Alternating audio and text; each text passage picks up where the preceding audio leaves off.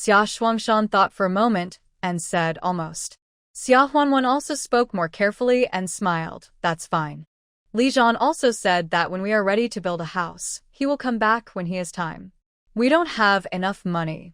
I will send him a telegram in 2 days and ask him to borrow some from his comrades in arms and bring it back. Xia Shuangshan and Lin Yiru were both against borrowing so much money, but they couldn't help, but they tried to persuade their daughter, but it was too easy to talk, so they didn't say anything. Everyone was talking, and the meal was over. Xia Shuangshan didn't delay and went to work in the fields under the sun. Xiaowen immediately stood up, tiptoed to collect the dishes on the table, and went to the kitchen to wash them. Lin Yiru snatched the bowl and smiled. Grandma, wash it. You take your brothers and sisters out to play. This child is so sensible that it makes people feel distressed. Xiaowen was a little at a loss. After a while, he obediently took the heartless Xiaowu and the ignorant Beibei to play. Xia Huanhuan watched from the side and always felt that this boy seemed to be worried recently. Lin Yiru had dinner and went to work. In the evening, the 3 little guys came back and Xiaowen put 3 wild duck eggs on the table. Xia Huanhuan was stunned. Xiaowu said proudly, Mom, brother took us to find wild duck eggs. Beibei also followed suit, raised his smiling face and said excitedly, Well, wild duck eggs. Xia Huanhuan frowned. Most wild duck eggs are found in the reed marshes by the river. If you are not careful in such a place, you may step on air and fall into the river. After adopting the 3 little guys, this is the first time she is really angry. She glanced at Xiaowen, then said to Xiaowu and Beibei in a gentle voice, Xiaowu, Beibei, help Mom take this thimble to Chayan's mom's house and say that Mom is returning it to her. It was the first time that Xiaowu and Beibei were ordered around by their mom like their big brother. They felt very excited about growing up and immediately agreed to take the sewing box and ran out of the house with their short legs. Xiaowen looked up at Xia Huanhuan timidly, then quickly lowered his head. Although he was small, he could still feel that he had made his mom angry. But he really worked so hard and did so much work. Why was Mom still angry? If Mom was angry, would she not want them anymore? Xia Huanhuan picked up a thinner willow branch from the yard and held it in her hand, and asked with a cold face, Xiaowen, who told you to take your brother and sister to the river to touch wild duck eggs? Did I tell you not to go to the river to play? Xiaowen bit his lip and didn't say anything. Xia Huanhuan was even more angry. This little rascal was still resisting her passively. With a snap, the willow branch fell heavily on Xiaowen's back. At the turn of spring and summer, the clothes have become much thinner, and it still hurts a little, and more importantly, it feels wronged. Xiaowen looked up at Xia Huanhuan. There was no resentment in his eyes, but more of panic.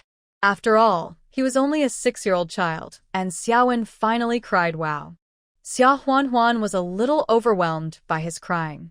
In the past, the 3 kids were sensible. At most they quarreled and fought with each other and cried, but she never hit anyone. Now, she actually beat such a small child to tears, and her heart was bursting with guilt. However, thinking about the many social news she had seen before the time travel and how many children fell into the water and drowned every summer, Xia Huanhuan still forced herself to harden her heart. Why are you crying? Are you feeling wronged? What if you 3 accidentally fall into the water and drown while touching the wild duck eggs? You don't learn well yourself, and you want to lead your younger brothers and sisters astray. How can you be a big brother? Xiaowen was scolded by Xia Huanhuan and dared not cry loudly anymore. Even if he tried to hold back his tears, his thin shoulders swayed, and his tears still fell. Xia Huanhuan couldn't bear it, so she sighed and said softly, Today is your 6th birthday. You are 1 year older. Why are you becoming more and more ignorant? Tell Mom honestly, why did you take your younger brothers and sisters to the river to touch wild duck eggs? Xiaowen said intermittently, Firewood is not valuable. I'm afraid that you will think, Ida, we are useless and don't want us. Wild duck eggs that are valuable. Xia Huanhuan was stunned, and then she felt sad and angry. This kid usually looks smart. Why is his head full of grass? What kind of mess does he think all day long? who said I would think you are useless and don't want you anymore. Xiao Wen continued. Li Sheng said that mom is pregnant, and when the baby is born, she will become a vicious stepmother and won't want us anymore. Xia Huan. Stepmother. She didn't marry their biological father, so she can never become a stepmother. However, Wang Guixiang's son said this because he probably listened to what Wang Guixiang and Li Chong said. Bah. If the top beam is not straight, the bottom beam will be crooked. Xiao Wen continued. I didn't believe it at first. But Mom, you want to build a new house. From now on, you won't live in my dad's house, and we will be even more useless. Xia Huan. When Xiao Wen saw that Xia Huan didn't respond, he thought that what he said was all guesses, and he felt even more sad and desperate. It seems that Mom really doesn't want them anymore. Xiao Wen wiped his tears, ran over, and timidly pulled Xia Huan's clothes and said sadly and pitifully, I didn't let Xiaowu and Beibei go to the river. I went to the river by myself. They didn't become bad. Can you just not want them? Just don't want me, okay? Xia Huan. Xia Huan sighed, raised her hand to wipe his tears, and then said gently, Who said I don't want you now that I have a baby? Your fourth uncle and I are going to build a new house because we will have little brothers and sisters in the future, and this place won't be big enough. When the new house is built, you and your brothers and sisters will have your own room. Also, in the future, you have to take your little brothers and sisters to play. It will be useful. Xiao Wen stared at Xia Huan in surprise. Really? Really? Xia Huan raised her hand and pinched his face hard and said angrily, Nonsense. Of course it's true. But if you dare to take your brothers and sisters to the river again, I'll show you how I'll deal with you. This matter came to an end. After a while, Xiao Wu and Bei came back. Xia Huan took advantage of their inattention to go to the kitchen, enter the space, and take out 3 cakes. She didn't dare to give them to Xia Shuangshan and Lin Yuru, fearing that she would be exposed. But children are easier to fool, so she told them that they were candies bought from the town, and they were fooled. The 3 little guys had never eaten such soft and sweet candies, and their hands and faces were covered with cream. The days passed quickly. Just like what she said to Shen Wanxiue and Yang Qiushi last time, Xia Huan no longer ran to the cowshed at night. Every few days, she asked Xiao Wen to send some food, meat, eggs, or ready-made delicious food. If someone saw them, she asked Xiao Wen to lie that he was out playing. Shen Wanxiue and Yang Qiushi also liked Xiao Wen very much, and asked him to bring back prescriptions and other things for Xia Huan. The bacon made from the wild boar and roe deer that Li Zhan had hunted during the Chinese New Year was almost all gone, but Xia Shuangshan would occasionally hunt wild rabbits and pheasants in the mountains, and occasionally wild roe deer. When there was no food, she would buy some pork and mutton to make up for it. Anyway, the quality of life had not declined much. The clothes, shoes, and hats prepared for the babies in her belly were also progressing steadily. After the crabapple and peach blossoms planted in the house bought in the county fell, it was now the best time for roses to bloom. Xia Huan still went to clean it regularly, ventilate it, and at the same time pay attention to whether there were signs of selling in the front and back. As for the materials regularly supplied to the textile factory and the wood processing factory, the categories have also been enriched, but the weather is hot and the food is not easy to preserve, so the corresponding purchase quantity is a little less, and the income can be 700 or 800 at a time. However, Xia Huan considered that her belly was getting bigger and bigger, so she planned to stop for a few months. Anyway, she was pregnant now, and she couldn't use all the money she earned for the time being. The textile factories and wood processing plants were worried about purchasing. Although there were abundant supplies in spring and summer, they had great demand. Where could they find supplies that were better quality and cheaper than here? In the blink of an eye, it was around grain in ear. The winter wheat in the fields was orange-yellow. It was time to harvest the wheat. Xia Huan had been pregnant for more than 4 months. Because she was pregnant with multiple babies, her belly was bigger than other pregnant women. She looked like she was 5 or 6 months pregnant. Wheat harvest, like spring plowing and autumn planting, was also the busiest time. Every household had to work hard to get a certain amount of work points. Xia Shuangshan was supposed to take on Xia Huan's share, But before he could take over, Li Zhan's comrade in arms who had come to help during the spring plowing came again. This time, together with Xia Shuangshan, they helped Xia Huanhuan for 3 or 4 days in a row. In addition to the required share, they also worked a lot more work points. Xia Huanhuan felt very bad. In addition to preparing lunch, she took out a big watermelon from the space and said that it was grown in her own private plot. She chilled it in the well and fished it out at noon and cut it to cool them down.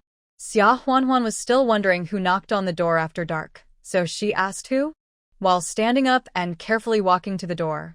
She is now 5 months pregnant, and her belly is more than twice as big as that of a normal 5-month pregnant woman. Therefore, every time she gets up and walks, she has to hold her waist with her hands, and her waist hurts so much. Xia Huanhuan didn't expect that being pregnant would be so hard. She secretly swore in her heart that after giving birth to this baby, she would never give birth again. Before she reached the door, she heard a low response from outside. "It's me." Xia Huanhuan was stunned for a moment. She naturally recognized this voice. But why did Li Zhan come back suddenly at this time? Thinking about it, her steps involuntarily quickened a few steps and opened the bolt of the door. Wasn't Li Zhan standing at the door? There was no change when he entered the house in the middle of the night on their wedding night. He still had an unshaven beard, but he was still so handsome that it infuriated everyone. On the contrary, he was now pregnant with a big belly and ate so much every day. He must be ugly. Xia Huanhuan's eyes were a little hot, and she couldn't help but mutter in her heart, "Is this guy so busy that he doesn't even have time to shave every day? He can obviously be but he has to have a rough style."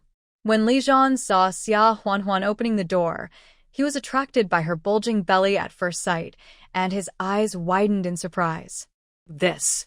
He remembered that when Sister Jiang from Brother Fu's family was 7 months pregnant, her belly was not so big. His wife is only pregnant for more than 5 months, right? Seeing him staring at her belly, Xia Huanhuan must think she is ugly. Humph, rascal. Who made her become like this? If he really dares to dislike her ugliness, she will beat him to death. Why did you come back suddenly at this time? Li Zhan came back to his senses and said with a smile, "A mission has just ended. The troops are resting in a temporary camp nearby and will go to Beijing in 2 days. I asked for leave to come back for 2 days. I will leave the day after tomorrow morning." When Xia Huanhuan heard this, she put aside the question of whether she was ugly or not. Leaving the day after tomorrow morning, that means she will only stay at home for 1 day and 2 nights at most. Suddenly, it felt that every minute and every second passed so quickly. Then coming quickly.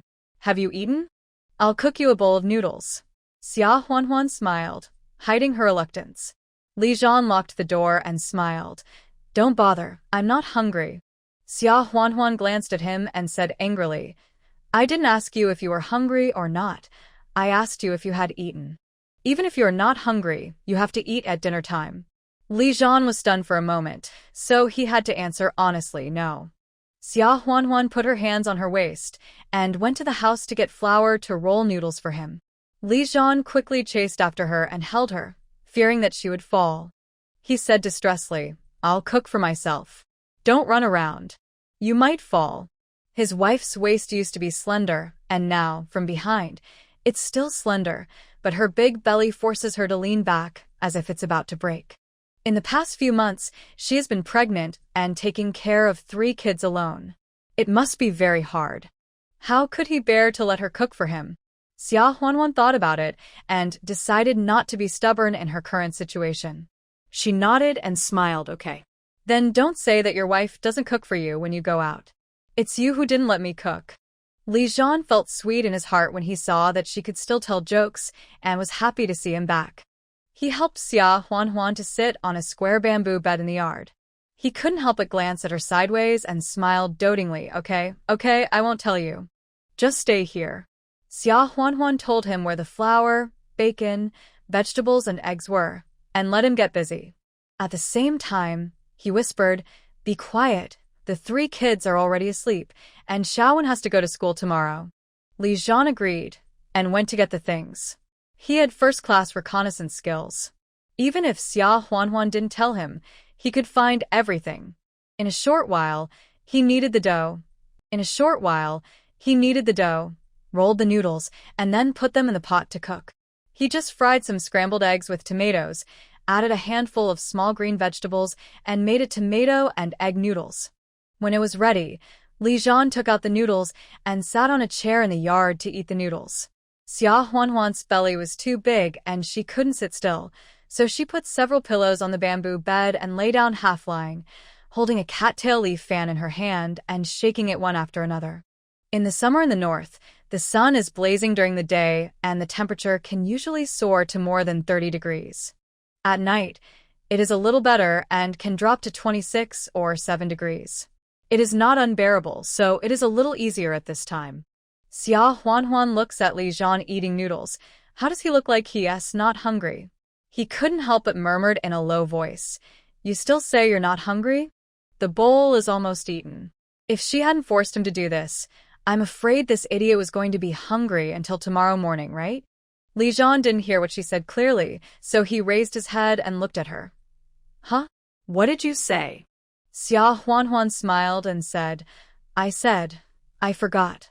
There is a watermelon at home. You should quickly put it in the water tank to cool down.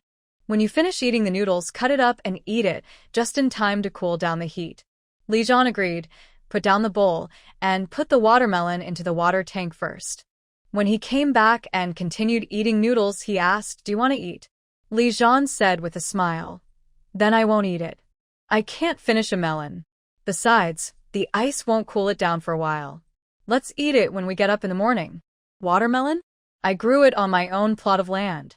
The riverbank land is really fertile, and there's a good harvest of vegetables and fruits. Zhan nodded and couldn't help but said, "Dear wife, thank you for your hard work." It is said that a good harvest is due to the fertilization of the land, but if the vegetable growers are not diligent, how can they have a good harvest? Xia Huanhuan was stunned for a moment before she came to her senses and quickly explained with a smile, "You mean the vegetable garden? After my parents found out about my pregnancy, my father helped water and fertilize it. I don't dare to take credit." After Zhan heard this, he felt grateful to Xia Shuangshan and Lin Yuru. "Fortunately, they take care of you, and I feel relieved." He knows his mother Lulan. If the family hadn't been separated at the beginning, Lulan would probably be able to do it. Let Huanhuan, who is pregnant, cook for her. It is impossible to take care of Huanhuan in turn. Xia Huanhuan thought about it. These days, corn has been planted, and there is a lot less farm work in the fields. Lin Yuru basically comes over in the morning, noon, and evening to help her cook. If it weren't for the parents of the original owner, she really doesn't know how hard she would have been. They were indeed sorry for the original owner, but they were definitely worthy of her. Xia Huanhuan was also grateful to them. After thinking about it, he smiled and said, "And your comrades, when they were planting peanuts and sweet potatoes, and when harvesting wheat, they came over and helped for several days under the bright sun. It's true. If you don't discuss it with me, you will owe me a favor. They are factory workers in the county. What will we do if we don't repay this favor in the future?" Of course, this is a joke. Although she is from a rural area, she is also a person with material resources and space. How could she not be able to repay the favor? When Zhan heard this, he became angry and said, "What?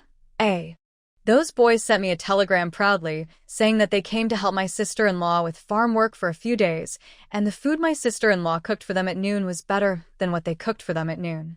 The food in the factory cafeteria is much richer, and they said that my sister-in-law is good-looking and capable. If she could eat such delicious food every day, they would be willing to come over and help her with the farm work." What a bunch of heartless rascals. I didn't eat much of the food cooked by my wife, and they even sent telegrams all the way to make me angry. Xia Huanhuan almost died laughing. She found that her Captain Rabbit was quite cute, especially when he was jealous. After Zhan finished speaking, he was still angry. Also, let alone the three of them, they actually promoted it to me. As a result, I received telegrams for half a month, all from those retired rascals. One, they all volunteered to help their sister-in-law with the farm work.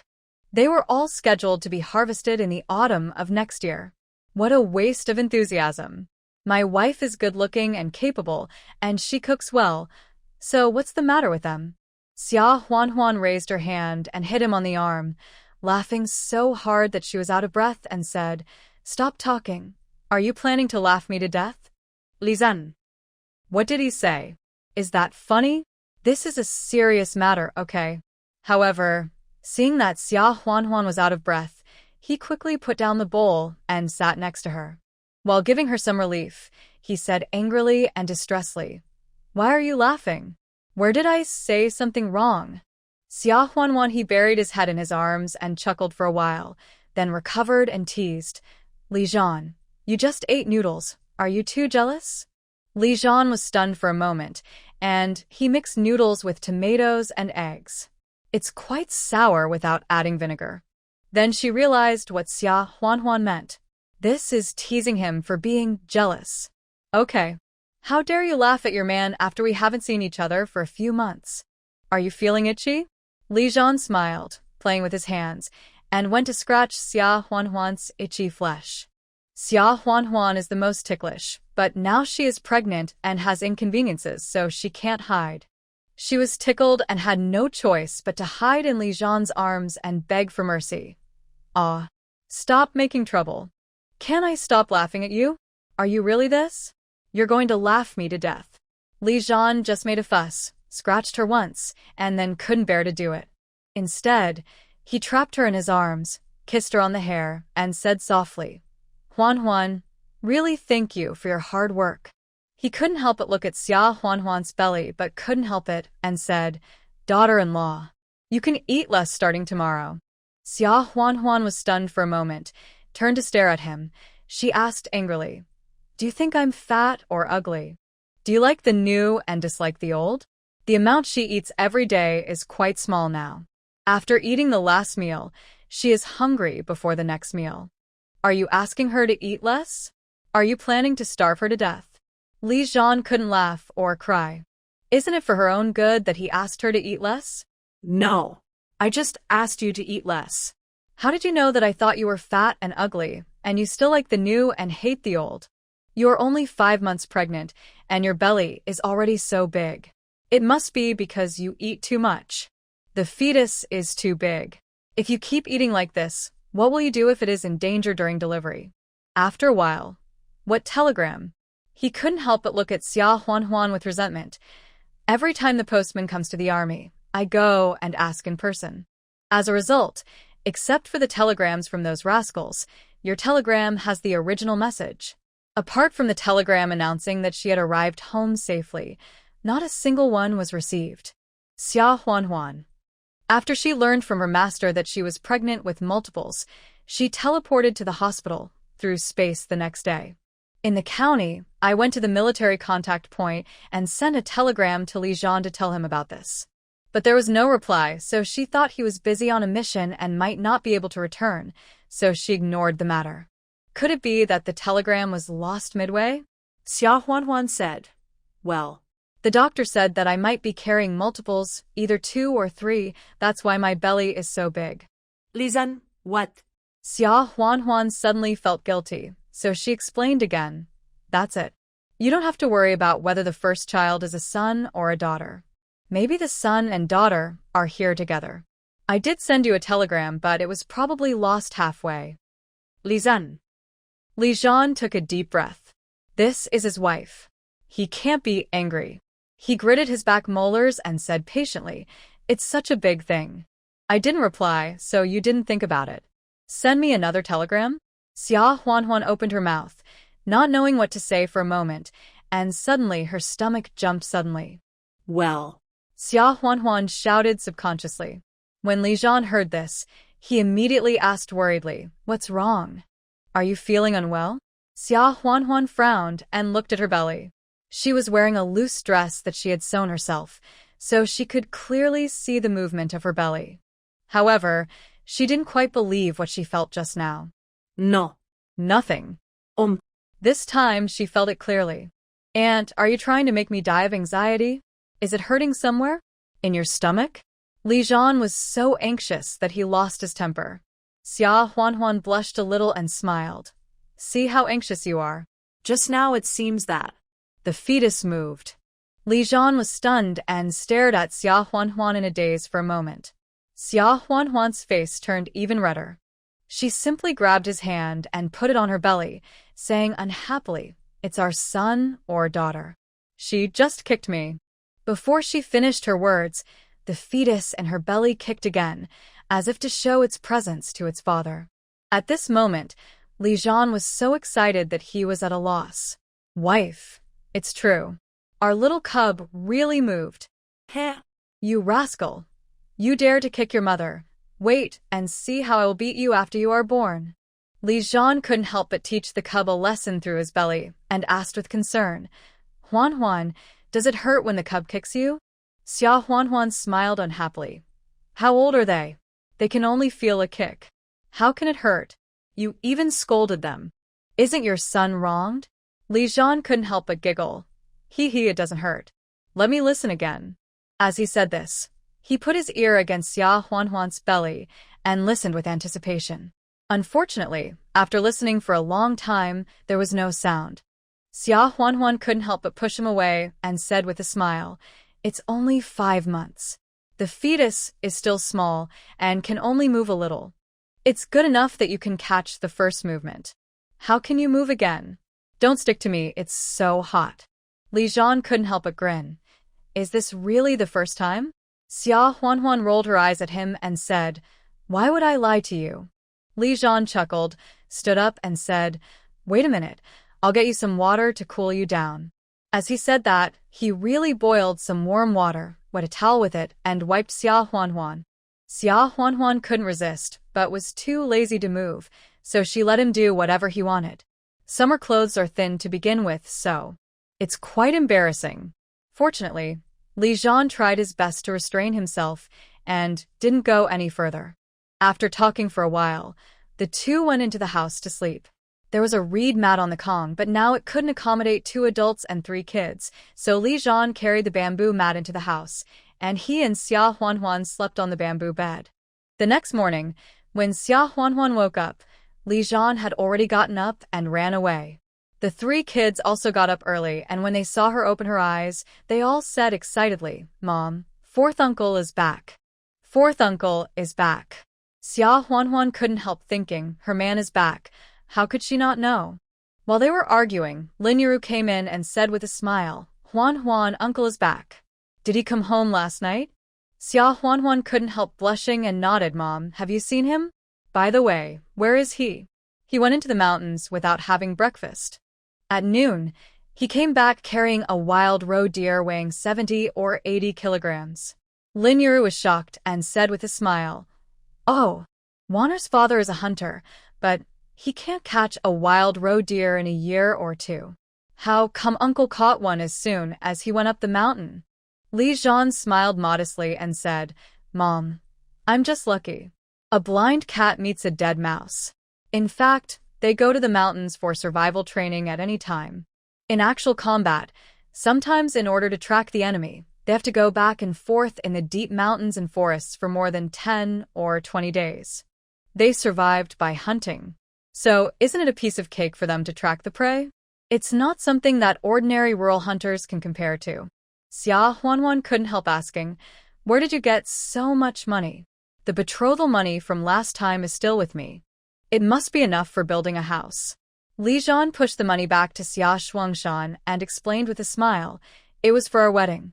Later, the old man in Beijing, my old leader, and Brother Fu's family in the southern military region also sent me gifts. I also borrowed some from my comrades. Dad, don't refuse this money. The family is building a house, and it's better to be prepared." Lin Yuru also said, "Aunt." "No, Li Zhan, most of your allowance has been sent back to Wanner. How will you pay back your comrades?" "Wanner's father often goes out to work as a bricklayer. In the past 6 months, we have saved about 20 yuan. You should take some back." After Xia Huanhuan told them about building a house that day, the two planned to use their savings to subsidize the cost.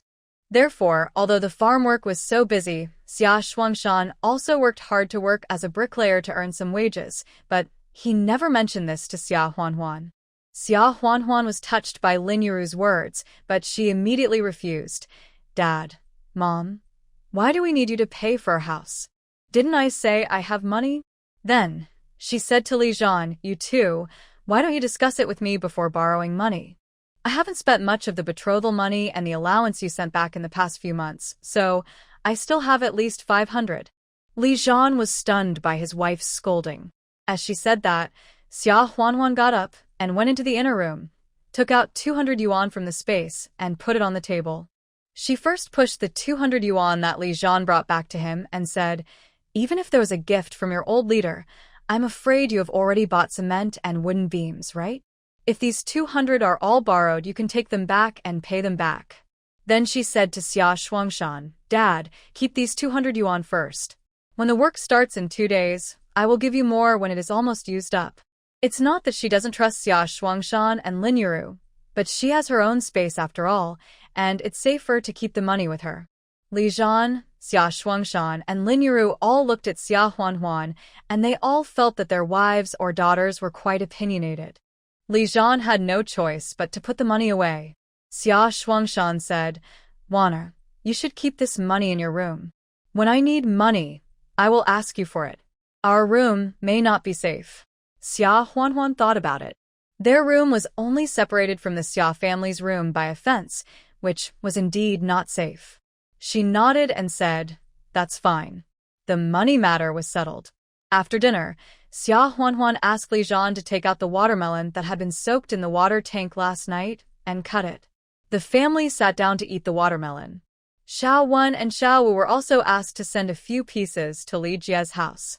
After eating the watermelon, Xia Shuangshan and Lin Yuru went to work in the fields. Li Zhan went to the commune and talked to Secretary Zhao and the village cadres about the house he was going to build in 2 days. Then he went home, thought about it, and said to Xia Huanhuan, Huanhuan, I left one hind leg of the wild roe deer I shot this morning for my parents, and I will use the rest first. Xia Huanhuan was stunned. She knew that Li Zhan went to the mountains to hunt early in the morning because he saw that there was no bacon at home. Why did he suddenly say he wanted to use it after it was just pickled? You want it? What for?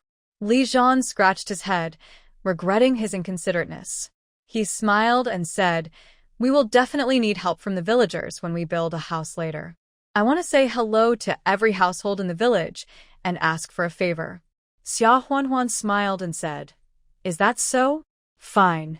You can take it and divide it among them. Li Zhan took down the hung pickled meat and cut it into small pieces weighing about 1 pound each with a knife. Xia Huanhuan looked at the hind legs he left behind and said with a smile, let's leave a hind leg for my third brother's family as well. My third brother and his wife have helped me a lot these days. Zhou Qiuhe didn't go to work during the busy harvest and planting days and worked at home. When she wasn't too busy, she would go to town. However, she still took the time to make a few small clothes and shoes for him. Li Jie also helped Xia Huanhuan with farm work for a few days with the comrades, Li Zhan asked. Li Zhan smiled and said, okay, I'll listen to you. Xia Huanhuan hesitated, but still asked, how about leaving a front leg for your second brother and mother-in-law? The parents that Li Zhan just mentioned should refer to Xia Shuangshan and Lin Yuru. Although Xia Huanhuan hated Lu Lan and Li Chang's family, they were still related to Li Zhan after all, and she had no right to ask Li Zhan to break off his relationship with them. Li Zhan looked back at her and smiled. I'll give them a few more pounds. If they give me another front leg, there won't be enough. After giving away the portion to be given away, there were still about 10 pounds of pure meat left, as well as stuffed blood sausage and meat sausage. Li Zhan was not in a hurry to deliver the meat. Now, every household should be working in the fields. Even if there are people at home, it is probably the women at home. It would definitely not be appropriate for a grown man like him to visit them. Li Zhan washed his hands and smiled. You stay at home. I'll go to the fields to work for half a day. Xia Huanhuan. Doesn't this guy know how to be idle? He came back for just 1 day, went into the mountains to hunt early in the morning, pickled meat in the morning, and just had a break in the afternoon, but he still has to go to the fields to do farm work? Doesn't he know how to talk to her at home? Xia Huanhuan said angrily, the family doesn't need you to earn half a day's work points. If you can't stay idle, Go to the vegetable garden and pick some cowpeas. The pickled cabbage we made 2 days ago is almost finished, so it's a good time to pick some more. You can help wash the vegetables at home and give a hand. Zhan scratched his head and smiled. That's fine. Then he took the bamboo basket. Xiao Wu and Bei Bei also clamored to go, and they both took their own small bamboo baskets over obediently. Zhan took them over. Cowpeas have a period of harvest in the summer, and basically you can pick a large basket in a few days. This time, too, it didn't take long to pick a basket. In addition, I dug some carrots, cucumbers, cabbage, green and red peppers, celery, etc.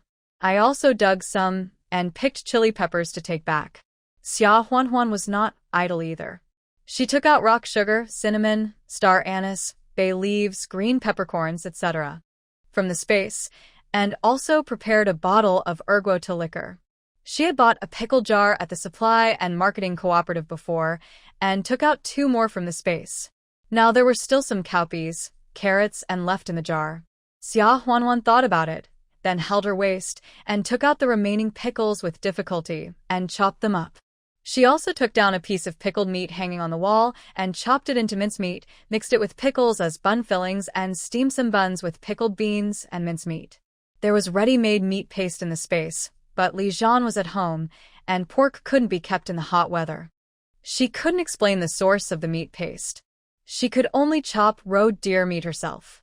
However, she cut the pickled cabbage and waited for Zhan to come back and chop the meat.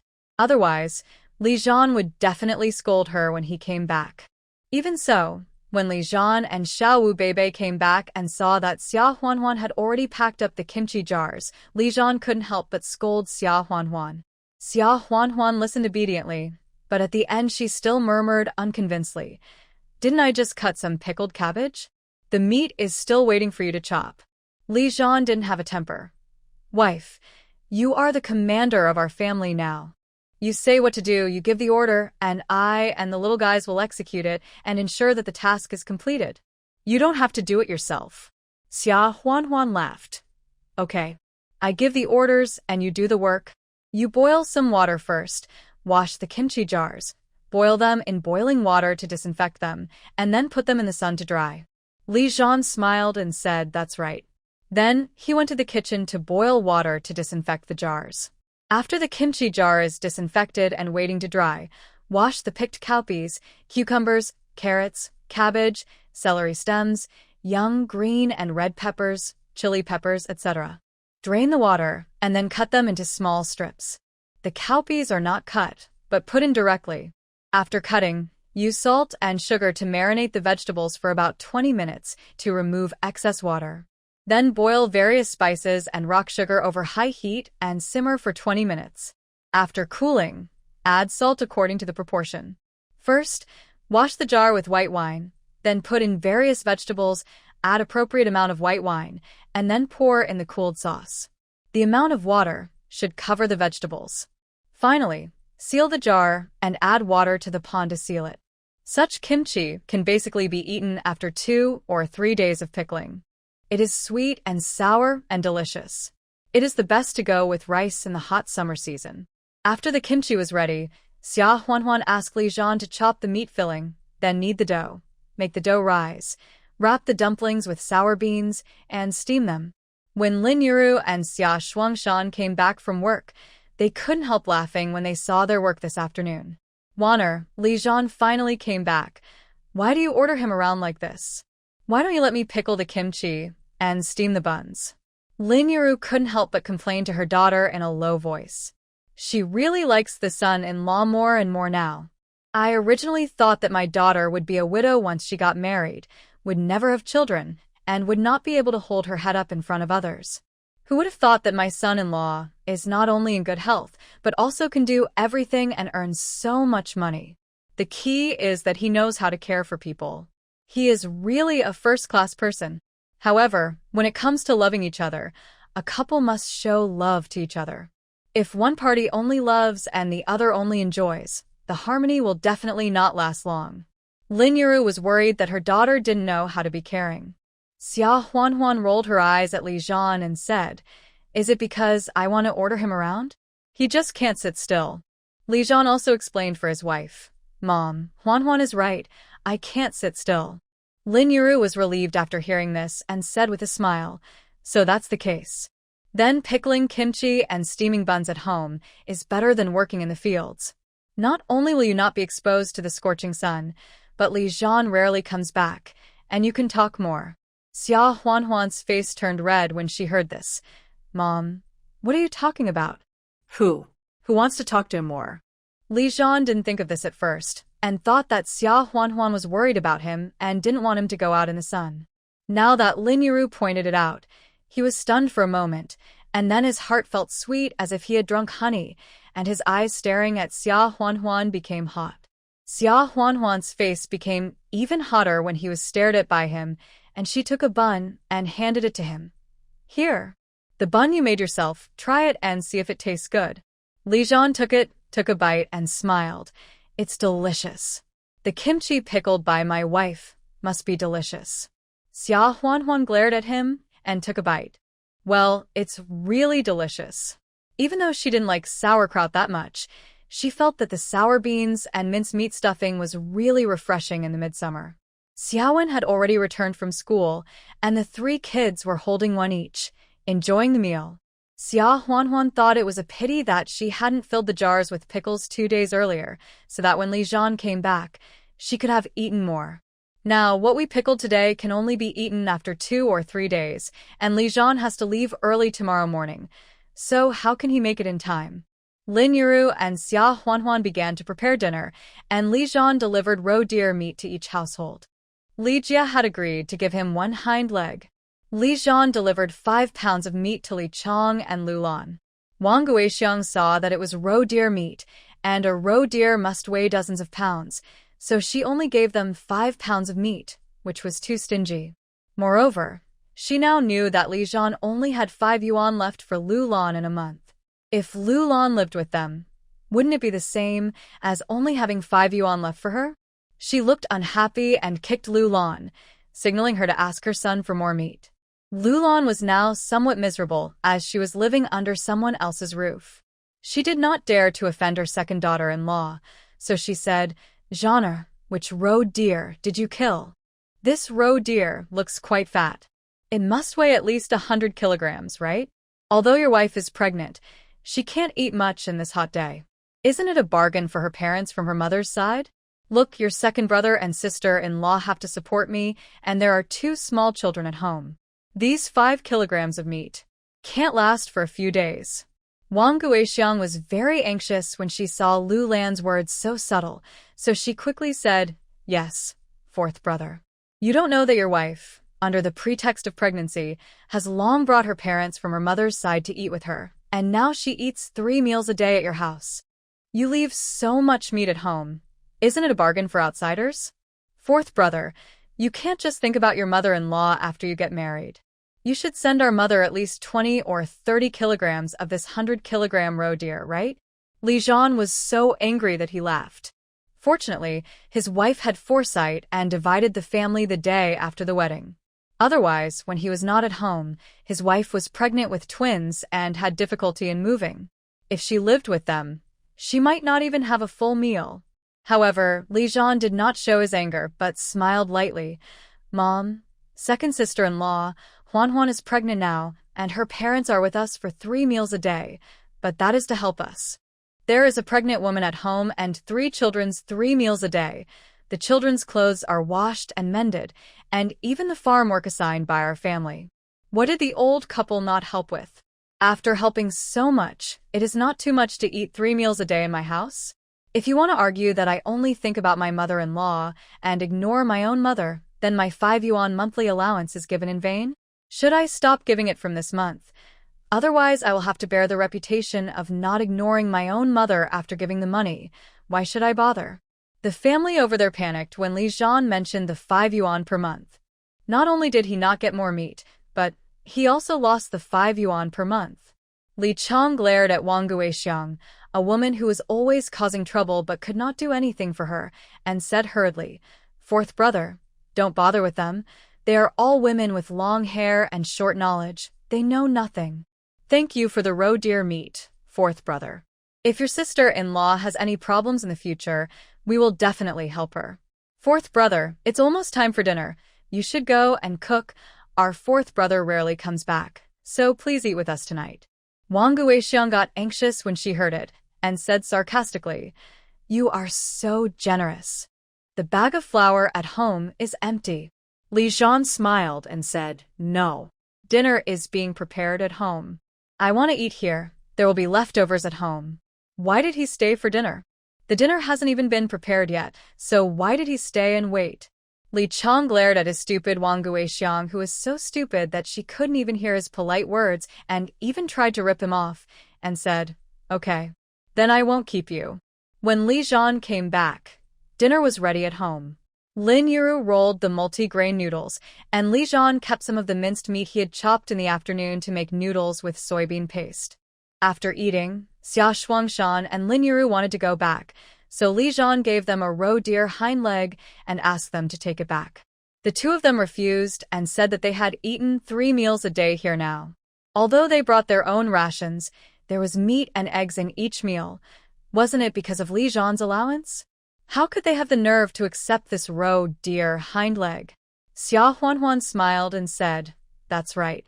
Although it can be eaten next year after being made into ham, there is no one at home all day over there, and it's probably going to attract thieves if it's hung on the eaves. If you don't want to take it back, then don't take it back. You can eat it the same way here." Li Zhan thought about it, and it made sense. There was no need to stick to this etiquette. After Xia Shuangshan and Lin Yuru returned, Li Zhan looked at the sky and said with a smile, "I'll go into the mountain again." Xia Huanhuan was stunned for a moment. Doesn't this guy know what tiredness is? Where does he get the strength every day? Why go into the mountain at night? Li Zhan said, "The roe deer meat has been distributed to the village. I'm going to the mountain to kill a wild boar and bring it back." Xia Huanhuan, "Can you kill a wild boar just because you want to?" Li Zhan smiled and said, "I had already marked it well when I went into the mountain in the morning. I know where the wild boar's nest is. Even if I drag a big wild boar back during the day, I will definitely share it with the village. We can't keep much at home. If I go to kill it at night and drag it back, no one will know." Xia Huanhuan didn't wait for him to finish and said directly, "No, I won't let you go. Even if you know where the wild boar's nest is, can the mountain at night be the same as the mountain during the day? What if she gets hurt by a wild boar? Besides, no supplies can compare to the time she and Li Zhan spent together. There's no shortage of meat at home. We have so many allowances and meat coupons. I can't spend them all on meat every day. If you go, even if you bring back the meat, I won't eat it." Xia Huanhuan couldn't help but get angry. Li Zhan saw that his wife was angry, so he had to give up the plan. "Why are you still angry? Isn't it okay if I don't go?" He naturally knew that the money and coupons he sent back were enough to buy meat, but now supplies are scarce. Sometimes even if you have money and coupons, you can't buy meat, so he thought about hunting another wild boar. At least you can eat until winter, just in case. But who told his wife not to let him? "Then I'll go boil some water for you. Wash up and go to bed." Seeing this, Xia Huanhuan smiled and said, "Wash the kids first, and I'll wash them after they go to bed." Li Zhan glared at her and said, "Don't I know yet?" Xia Huanhuan sat down and watched Xiaowen do his homework. They were all simple addition and subtraction and Chinese character dictation questions. She had taught Xiaowen some of them before he went to school, so he made almost no mistakes. When Xiaowen saw her coming over, he looked up and said proudly, "Mom, our teacher praised me today. We got first place in the exam." Xia Huanhuan smiled. "Really? First place? That's pretty impressive. But it would be even better to get first place in the final exam. You guys are going to have your final exam soon, right?" Xiaowen nodded and said, "Yes. There's still 1 week left, and it will be summer vacation after the exam." Thinking about the summer vacation coming soon, Xiaowen couldn't help but shine. Being confined in the classroom every day, even if he likes to study and has good grades, the child's nature of loving to play is still very strong. Xia Huanhuan smiled and couldn't help but frankly pour cold water on him. It's summer vacation, and there are summer homework. You want to have fun, but you're just dreaming. When Xiaowen heard this, his face immediately wrinkled into a bitter gourd. Mom, you can just let me be happy for a while, and you don't have to remind me right away. Xiaowu and Beibei were full of anticipation for going to school. They felt that their big brother was carrying a small school bag to the town every day, like an adult, which was very impressive. Mom, didn't you say last time that I can go to school this fall? Xiaowu asked excitedly. Mom, what about me? Can I go to school with my second brother? Beibei asked quickly for fear that he would be forgotten. Xia Huanhuan glanced at him and smiled. Yes. Xiaowu this fall. Beibei is still young, so he will go next fall. As she said this, she smiled at the corners of her mouth and couldn't help but gloat in her heart. Now they are clamoring to go to school, and they will cry when they go to school. While they were making a fuss, Zhan boiled the water, and then washed the 3 little guys one by one, and threw them on the bed. Then he went to boil another pot, and it was Xia Huanhuan's turn. Xia Huanhuan thought of the embarrassment of last night, and couldn't help saying, Tonight, I'll do it myself. Of course, Zhan didn't agree. After finally washing, the 2 of them slept on the bamboo bed. Zhan calculated the days, and couldn't help but look at her with burning eyes. He suddenly leaned close to Xia Huanhuan's ear and whispered, Wife, you are 5 months pregnant now, so it shouldn't have any effect. Xia Huanhuan was stunned for a moment and didn't react for a while. What do you mean by no effect? Zhan blinked and suddenly opened his mouth and bit her earlobe. His voice became more and more magnetic and low. It's between the 3rd and 6th months of pregnancy. It's possible that. As Zhan spoke, his hands were already moving on Xia Huanhuan. Xia Huanhuan's face flushed as she grabbed his hand. She asked angrily and amusedly, Who told you all these things? Zhan said, Third brother Fu said so. You saw him in the hospital the last time you went to Beijing to see me. Xia Huanhuan. What kind of a doctor is this? Why would he teach her man these things for no reason? Seeing that Xia Huanhuan didn't respond, Zhan called out pitifully, Wife, I'll be gentle. Xia Huanhuan heard Zhan's tone, and thinking that he would leave early tomorrow morning, and it was unknown when he would come back, she couldn't help but soften her heart and let go of his hand. Zhan didn't stop until the second half of the night. He got up and fetched water to clean Xia Huanhuan, and then went back to sleep for a while. Soon it began to get light outside. Zhan slept lightly and quietly got up and put on his clothes. Looking at Xia Huanhuan, who was still sleeping soundly, Zhan leaned over and kissed her on the lips with pity, not intending to wake her up. However, Xia Huanhuan was still thinking about Zhan leaving early in the morning, so she woke up immediately. Seeing Zhan dressed neatly, she felt a little desolate and asked softly, Are you leaving? Zhan knew that he had woken him up, so he had no choice but to smile gently and said, Yes. You are heavy now, so don't get up to see me off. I will go by myself. Xia Huanhuan didn't listen to him, but still struggled to get up, went to the kitchen to make him a bowl of noodles, sprinkled a handful of small green vegetables, and laid 2 eggs. Zhan wanted to do it himself, but Xia Huanhuan pushed him out. This time you come back, you must have a meal cooked by your wife, right? Zhan had to let her do it. After eating noodles, Zhan was about to leave, but he only allowed her to send him to the gate of the courtyard and no further. Xia Huanhuan also knew that he was afraid that he might fall or something when he came back from the village, so she didn't insist. This time, he didn't let him bring anything, so he packed all the remaining 4 or 5 steamed buns with sour beans and meat stuffing that he made last night. I also put a large bag of tomatoes and cucumbers in there for him to eat on the way. Arriving at the gate of the courtyard, Zhan looked at Xia Huanhuan somewhat reluctantly, sighed and instructed, Write me at least 1 letter every month in the future. If you don't have time, a telegram will be fine. I have already asked Secretary Zhao yesterday. If it is inconvenient for you to go to the town or county, just give the letter to Secretary Zhao, and he will ask the people who go to the county to do business to deliver it. You are not allowed to go without news for several months. Xia Huanhuan couldn't help but smile and said, I know. Zhan squatted down and said to Xia Huanhuan's belly, Little rascals, don't make trouble for your mother, do you hear me? Otherwise, when you are born, I will show you how I will deal with you.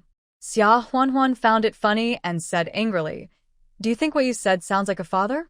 Zhan grinned, hugged Xia Huanhuan tightly again, and then said softly, "Wife, I'm leaving." Xia Huanhuan's nose suddenly felt sore.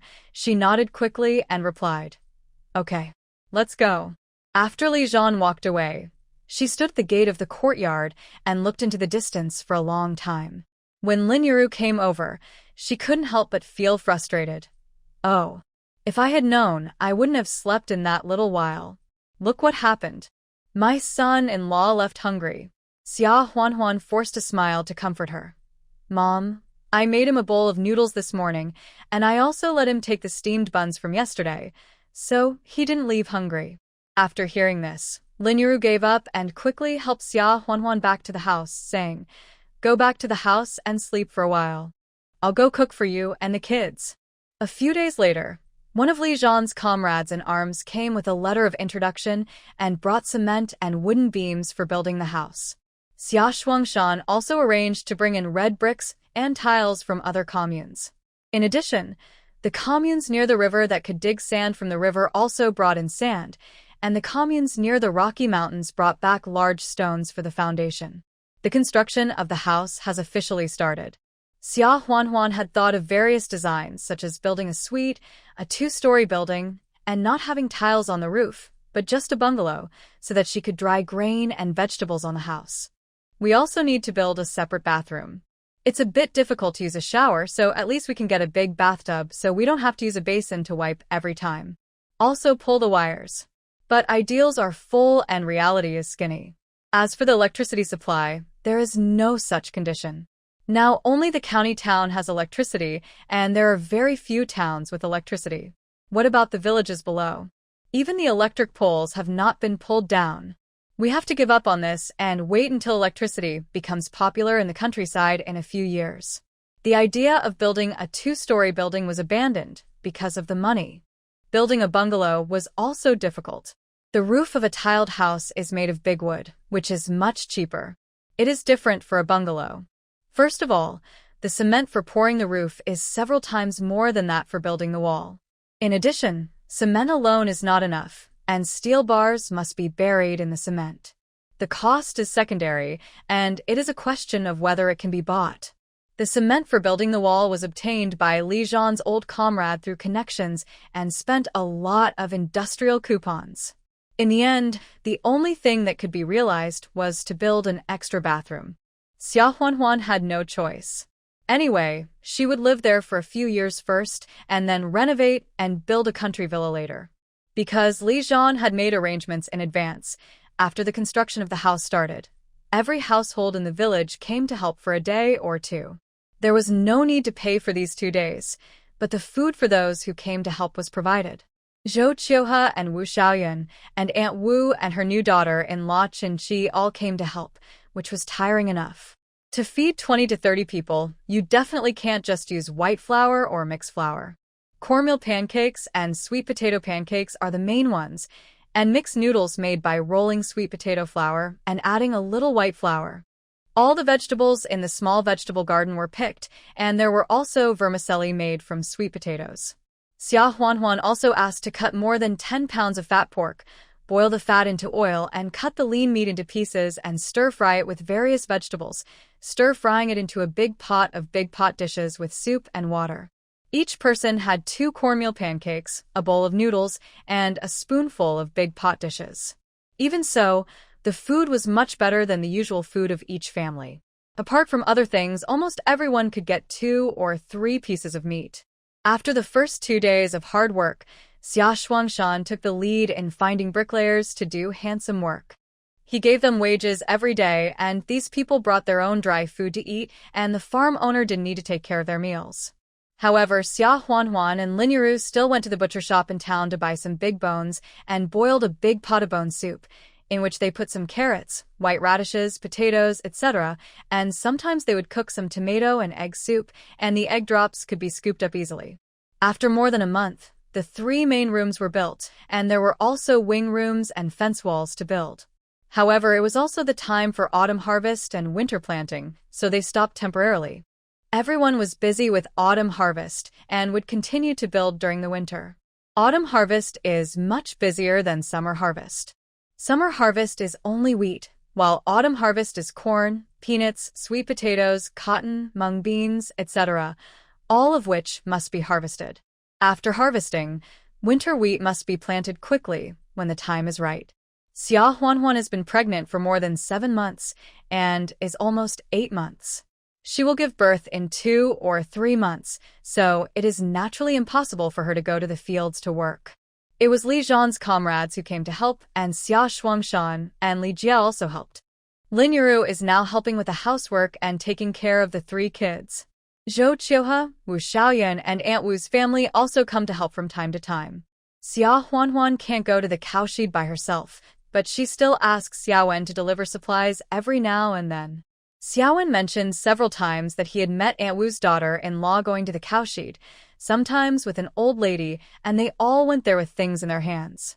However, he always waited outside and only went in to deliver things to Grandma Xin and Grandpa Yang after they walked away. Xia Huanhuan immediately remembered the old woman from the black market who she had met when she went to Aunt Wu's house for a banquet. She also remembered the sister Waner mentioned by the old lady. Doesn't Shen Wanshue's name have the word Wan in it? Later, she found a time to go there and mention the matter. Shen Wanshue did not hide it from her and said that the old woman's surname was Yao and her husband's surname was Chen. She was the nanny who took care of her when she was growing up in their family. After she came here, she took good care of her. Xia Huanhuan thought that the pair of jasper bracelets in her space should also be Shen Wanshue's things, so she told Shen Wanshue about it. Both of them sighed. It was hard to explain God's arrangement.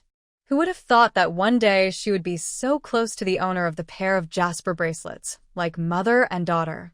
Xia Huanhuan planned to return the pair of jasper bracelets and the golden beast incense burner to Shen Wanshue, but was rejected by Shen Wanshue. Huanhuan, those things can come into your hands because of God's arrangement. Your care for me in the past 6 months cannot be compared with any other rare treasures. Just keep them. Xia Huanhuan thought for a while and didn't insist anymore. Give it to her now. It's not safe for her to keep it here. Yang Qiushi also came over to take Xia Huanhuan's pulse and check the fetal position. He smiled and said, "The fetuses are quite healthy and the fetal position is correct. They should be able to give birth smoothly. However, the conditions in the village are simple and you are pregnant with multiple fetuses. At home, there is still some danger in giving birth. There is a hospital in the county. You should ask the village to issue a letter of introduction and ask the family to send him to the hospital for delivery in advance." Shen Wanshue also said, "Huanhuan is from the army. Send him a telegram to discuss it and also ask him to report it to the army. The hospital will also take it seriously. This is a matter of life and death, so you can't be careless." Xia Huanhuan listened to them. Then he nodded and said with a smile, "Mom, Master, I'm also considering this matter. However, there are still more than 2 months until the due date. If you go early, let alone the money, the hospital may not be willing to accept it. I will open a letter of introduction in a little while." After Xia Huanhuan came back, she thought about discussing this matter with Lin Yuru and Xia Shuangshan the next day, and also wanted to write a letter to Li Zhan. I don't know if he will be able to come back when he gives birth. As a result, Lin Yuru did not come over early the next morning. She came over halfway through the morning, her eyes red from crying. Xia Huanhuan quickly asked what was going on. Lin Yuru was forced to smile at first, but then she couldn't help but lift the corner of her clothes to wipe her tears and said, "Wana, your father was taken away by the police early in the morning." Xia Huanhuan was shocked. "He was still here last night. I went back after dinner. Why did something happen so early in the morning?" Lin Yuru cried and told what happened. It turned out that last night, after Xia Shuangshan and Lin Yuru went back, Li Cuehua, her eldest son Xia Dezhuang, and her eldest daughter-in-law Lu Hongmei, who had not come out to be evil, blocked the door. Li Cuehua said coldly, "Second brother, second daughter-in-law, even if you are angry with your mother and me, it's been almost a year. Isn't it time to get rid of your anger? You have been helping your daughter for the past 6 months, and I am not angry either. What are you talking about? Now your eldest nephew's wife is pregnant. Your sister-in-law has to take care of her at home and can't do the farm work at home. From tomorrow on, you should come home and help with the farm work at home. Both Xia Shuangshan and Lin Yuru. I'm confused. It's been a year since we broke up with each other, and we've been living together forever. Where did this Li Tsuehua suddenly get the nerve to say these things? Before Xia Shuangshan and Lin Yuru could speak, Lu Hongmei smiled first and said, "Second brother, second younger brother, and sister. What do you mean? Our Xia family doesn't have men. Although you have no sons, your eldest nephew will definitely provide for you until you die." Yes. You said that you are devoted to helping Waner without any reservation. If you continue to help her, the child in her belly cannot be named Xia, right? Xia Shuangshan looked at the two of them coldly. Without a single glance or reply, she turned back to Lin Yuru and said, "Wan mother, close the door. I don't know whose dog keeps barking." Lin Yuru went to close the door. Li Tsuehua and Lu Hongmei were furious after hearing this. Xia Dezhuang moved his hand first, stepped forward and pushed Lin Yuru to the ground, pointed at Xia Shuangshan's nose and cursed, "Xia Lauer, don't be ungrateful. I'm giving you another chance. That money-losing girl of yours said that's not a nice thing to say. It's not a piece of meat from her body, and it has no blood relationship with you. You didn't help your serious nephew, but you were so busy trying to help an outsider. Back then, were we pitiful? Your son is dead, but you turned a blind eye and recognized that little rascal from nowhere and helped you hide it from everyone in the village. Now, I advise you to think carefully. Who should I help? Otherwise, I will go to the commune tomorrow to reveal that Xia Huan is not your daughter. I wonder if your daughter still recognizes you." As soon as he finished speaking, Xia Shuangshan punched her hard with her fist. Directly beat Xia Dezhuang over, and was so frightened that he was crying and howling on the ground. Xia Shuangshan didn't say anything, and just punched Xia Dezhuang hard, beating Xia Dezhuang to a bloody head. Xia Shuangshan then said, "Which of you dares to say a word that my daughter is not my biological child?" Try it. I, Xia Shuangshan, have no children anyway. If I don't even have a daughter, I will be a bachelor with nothing. Look at it. What can I do to your family? Son? Grandson? Let's see. Li Tsuehua, Xia Dezhuang, and Lu Hongmei were all frightened. No matter how good Xia Shuangshan was in the past, he had never hit anyone. But today he suddenly struck cruelly. This is so terrifying. Xia Shuangshan let go of Xia Dezhuang. Xia Dezhuang stumbled up and ran away.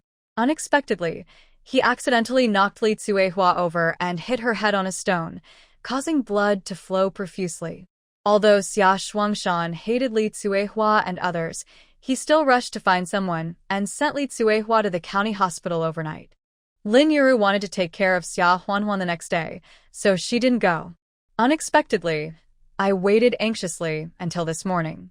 Xia Dezhuang and Li Tsuehua were bandaged and brought back by the villagers, but Xia Shuangshan was detained by the county police. Xia Dezhuang and Li Tsuehua, these two wolf-hearted people, are determined to send your father to prison. They insist that it was your father who beat them and even kicked their own mother over before knocking her down on the stone. Yes, your father didn't have any witnesses, so he was detained by the police. Huan, what do you think? Things are getting better now, and a grandson is about to be born.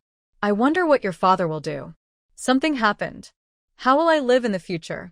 Lin Yuru cried in despair. However, she still didn't tell her that Xia Huan was not their biological child. Xia Huan also had a lawsuit on his head first, then forced himself to calm down and comforted Lin Yuru. "Mom, don't be anxious. It's impossible for the police to just listen to Li Tsuehua and Xia Dezhuang, and they will definitely investigate. Let's do this. I will go to Secretary Zhao first to find out if there is any new news, and then we will discuss it in the long term." After hearing this, Lin Yuru calmed down a little and said quickly, "Yes. Yes. Let's go find Secretary Zhao first." Secretary Zhao has been educated. Let's hear what he says. Lin Yuru is a typical rural woman with no opinion of her own and always listens to her husband. Xia Huan knows that if she is left to handle this matter on her own, she will definitely not figure it out, so she has to go on her own. Secretary Zhao certainly knew about the visit from the county police station. When he saw Xia Huanhuan and Lin Yuru coming over, he sighed and said, "Ah, look at what this has done. Xia Dazhuang is really a who in our commune doesn't know what kind of person your father is. I have already told the police at the hospital this morning.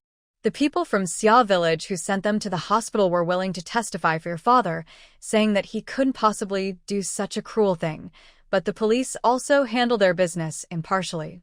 Xia Dazhuang went to report the case overnight, so they could only detain your father first. Don't worry, especially Li's wife. You're about to give birth, so nothing can go wrong at this time. I believe the police will definitely give your father justice." After hearing this, Lin Yuru couldn't help crying again because it seemed that Xia Shuangshan couldn't be released immediately. While persuading her, Xia Huanhuan said, "Secretary Zhao, thank you. But my mother and I can't calm down just waiting in the village. Can you help me get a letter of introduction so that I can take my mother to the county to inquire about the situation? It just so happens that the villagers say that my belly is so big that I may be pregnant with multiple babies. I am also afraid that if it is true, it will be somewhat dangerous to give birth in the village, so I am thinking of giving birth in the county hospital." Secretary Zhao listened and felt that she was right. Yes, giving birth in the county hospital is definitely safer. However, you are still 2 months away from giving birth, right? Will the hospital accept you? This, I have thought about it. I heard from Sister Zheng from the supply and marketing cooperative in the town that many people in the county have moved to the staff building built by the factory, and many of the old houses are empty. I thought about giving them some money and staying with my mother for a month or two, and then going to the hospital when the baby is about to be born. Now, my father has an accident again, so I thought about going to the county as soon as possible, and I can go there every day to inquire about the situation." Xia Huanhuan said. Secretary Zhao listened, but did not agree immediately. In this era, the flow of people is strictly managed. Villagers go to the county and stay there for several months. If they don't have a legitimate reason, he will issue a letter of introduction. If something goes wrong, he will be responsible. However, Secretary Zhao made a decision quickly. He nodded and said, "Okay, I will issue you a letter of introduction. But you have to promise me that you will not go to the police station to make trouble. Do you hear me? Otherwise, even I can't save you when the time comes." Xia Huanhuan reluctantly said, "Secretary Zhao, don't worry. Every grievance has its perpetrator, and we believe that the police will not wrongly accuse my father. We will just wait, and will definitely not cause trouble. It's just that the fields are busy with autumn harvest and winter planting now, and I'm afraid my family will." Secretary Zhao immediately said, "You don't have to worry about this. Your family is in a special situation now, and the commune understands." After getting the letter of introduction, the two came out, and Lin Yuru was still a little spineless. "Warner, are we really going to the county town? It will cost a lot of money to rent someone's house there, right? And your dad. Is your dad really okay?" Xia Huanhuan said, "Mom, don't worry about the money. I have it here. You were there that night, weren't you? The police can't just listen to Li Tsuehua, Xia Dazhuang, and Lu Hongmei. Tell the police what you saw." The police will definitely be able to tell who is telling the truth and who is lying." Lin Yuru nodded and couldn't help wiping her tears, and said, "Warner, Mom is useless. You're pregnant, and Mom still lets you worry about these things." Xia Huanhuan comforted Lin Yuru a few more words and walked back home. Xia Huanhuan went to Zhou Qiuhe's house again and asked Li Jie to take some time out in the next 2 days to borrow an ox cart from the village to take her and Lin Yuru to the county town. Li Jie also heard about Xia Shuangshan's situation and agreed without saying anything. The next morning, Xia Huanhuan and Lin Yuru took some daily necessities, got on the ox cart, and asked Li Jie to drive to the county town. As for the 3 little kids, Xia Huanhuan left enough money, food, and eggs for Zhou Qiuhe to take care of them for a few days. The 3 little kids were very worried when they heard that their grandfather had been arrested. Now that their mother was gone, although they knew that they were not abandoned, they still couldn't help crying for a long time before being taken back to the house by Zhou Qiuhe. Xia Huanhuan couldn't help but feel sad when she heard the 3 little kids crying so sadly. In fact, it's not that they can't live in the house in the county town, but she can't make no preparations at all. Moreover, Lin Yuru is distracted by Xia Shuangshan's matter now, and I'm afraid she may not be able to take care of her, let alone 3 little kids. She can only let Li Jie send them over after Xia Shuangshan is released. Xia Huanhuan asked Li Jie to drive the ox cart to the house she bought in the county town. She told Li Jie and Lin Yuru that this was a telegram she had sent to Li Zhan before, telling her that she wanted to give birth in the county hospital. Li Zhan asked his comrades in the county town to help rent a place for her, which cost 10 yuan a month, 20 yuan for 2 months. The key and address had been sent to her a few days ago. Li Jie and Lin Yuru had no doubts. After the door was opened, the 3 of them went in. Li Jie and Lin Yuru were stunned by this quaint courtyard.